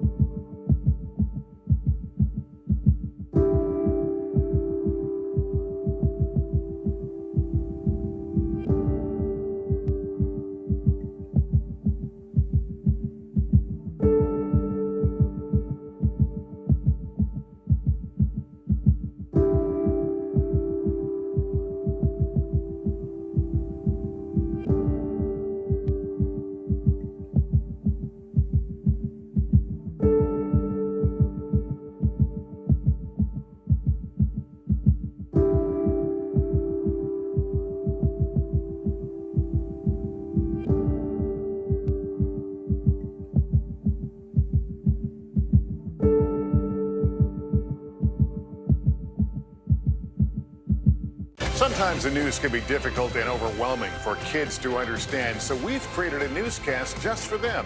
We hope your family will watch Nightly News Kids Edition. Mr. Secretary, when is this going to get better? You came into this job saying you were to fight crime. Have you been successful? Found a way to put that. Can you update us on the status of negotiations? Celebrating 75 years of Meet the Press, the longest-running show on television. Time now to get the backstory, our behind-the-scenes look at how a story comes together and how it fits into our bigger picture. As we came on the air tonight, Argentina, they're on their way back home after they won a third World Cup title. That's the thing. I mean, look at that shot. Look at Messi. Did people go bananas? They sure did. When Argentina beat France after penalty kick, not penalty kick. Is that what they call them? Penalty kicks? No, they call them something else. Bert, my director, is not telling me what it is. I don't know what it is. But shootouts. It was a shootout. Can you tell I don't watch soccer? Anyways, look at the moment it happened. They celebrated victory well into the night. Our Megan Fitzgerald, she has been on the ground in Doha, Qatar, for this event for weeks now, the world's biggest sporting event. There she is. And with the tournament now over, she talked with the U.S. ambassador to the UN about what comes next for the country after its treatment of gay people, women, migrant workers came under this global spotlight this whole tournament. Watch. They made some progress leading up to the World Cup, and we hope that they continue to make that progress moving forward. Megan Fitzgerald joins us now.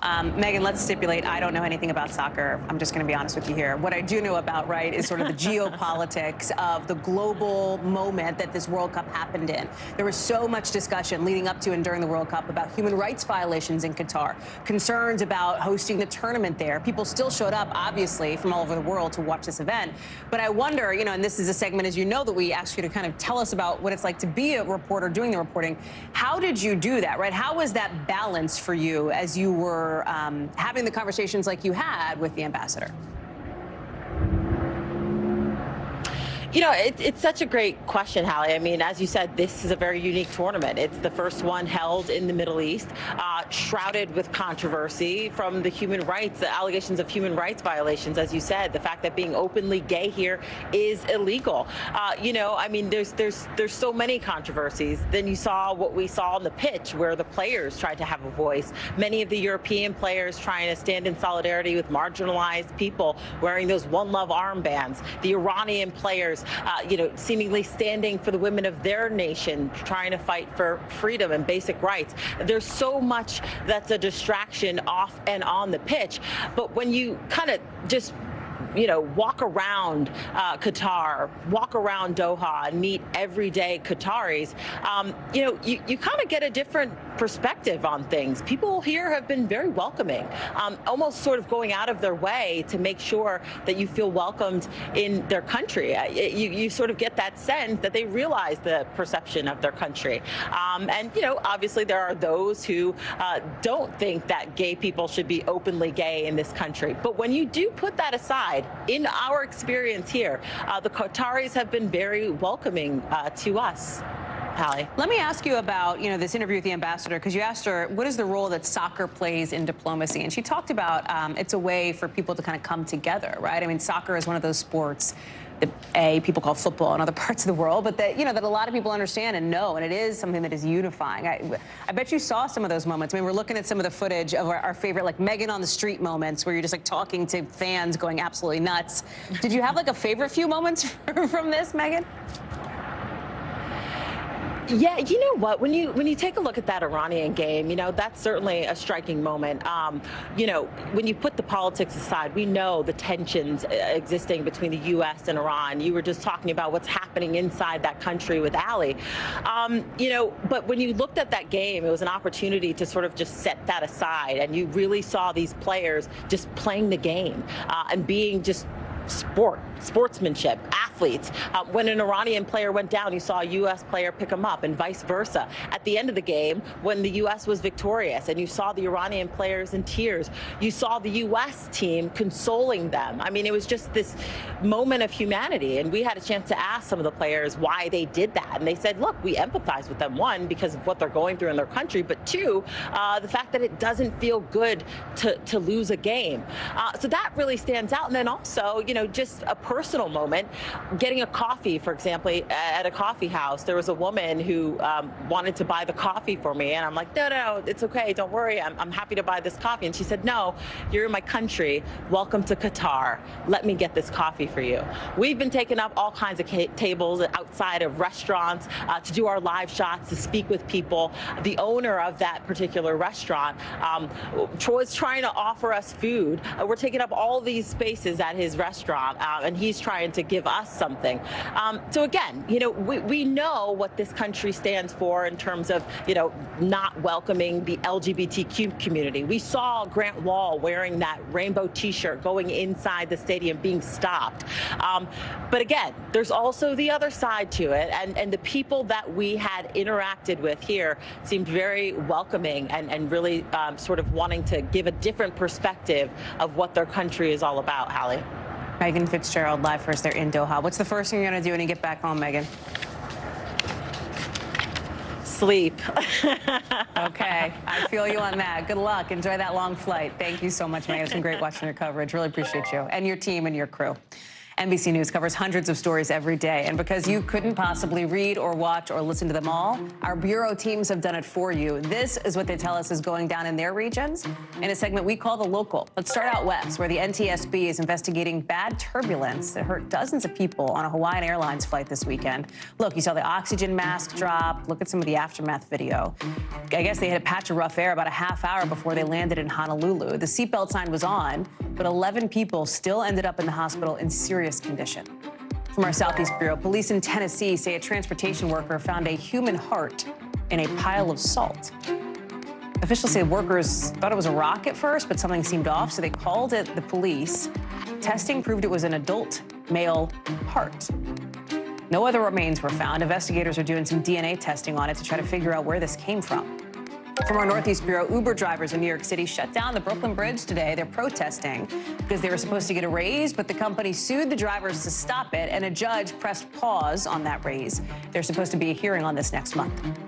When we come back, still no verdict in Harvey Weinstein's LA rape trial. What the jury has asked the court for so far, and what this timeline could mean for the disgraced mogul. Coming up.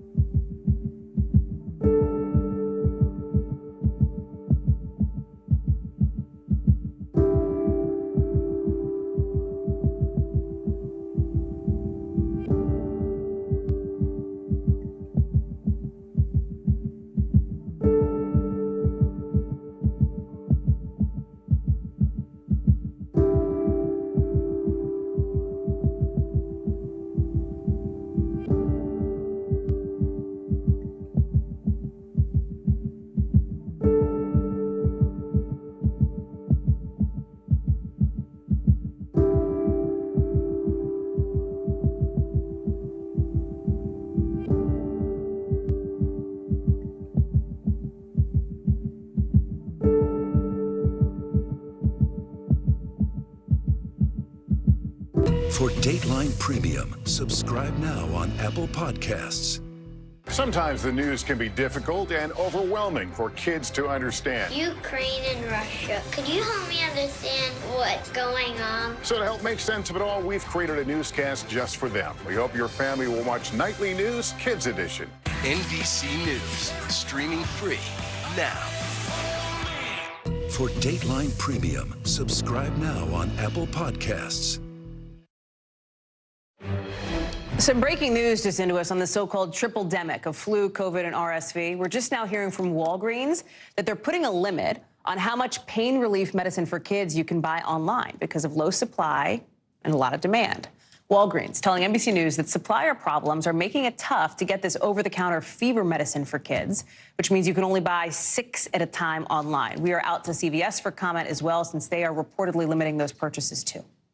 Let's talk about what's happening in Harvey Weinstein's LA rape trial. Jurors are back in the courtroom today, deliberating after taking Thursday and Friday off last week. They got to read back a little earlier, meaning like they asked a judge for some info. We don't know exactly what info. They are on their 10th, number 10 day of deliberations tonight. Still no verdict. The charges against Weinstein involve accusations from 4 women spanning from 2005 to 2013, which Weinstein had pleaded not guilty to. You'll remember he's already serving a 23-year sentence for a rape conviction in New York. Danny Savalos is joining us now. And Danny, as a layperson, I don't know how to interpret 10 days of deliberations and counting. How should we be thinking about this? Any tea leaves we can read from that timeline? I actually have a lay observation about California criminal cases in general. They seem to take a long time, from O.J. to Elizabeth Holmes. They just drag on in a way that cases elsewhere don't. But from a jury analysis standpoint, in a sense, we're all engaging in astrology because we don't know what the jury talks about in that jury room when it's just them and nobody else. But they may be struggling with the different kinds of definitions of different sexual assaults. But I think generally it's a good sign for the prosecution that they've taken this long because it sounds like they may have already concluded on some of the counts and they're working their way through the other counts, albeit really slowly. Yeah, because you look at the New York trial, it took 5 days. He was facing 5 charges. In this trial, you have more women accusing him. You have more charges. So presumably that could factor into some of this too, right? Yes, it could. I mean, in the New York case, I believe the jury verdict form was a single page. Here in California, I think it's about 14 pages. And they have to work through that along with working through the jury instructions. It's a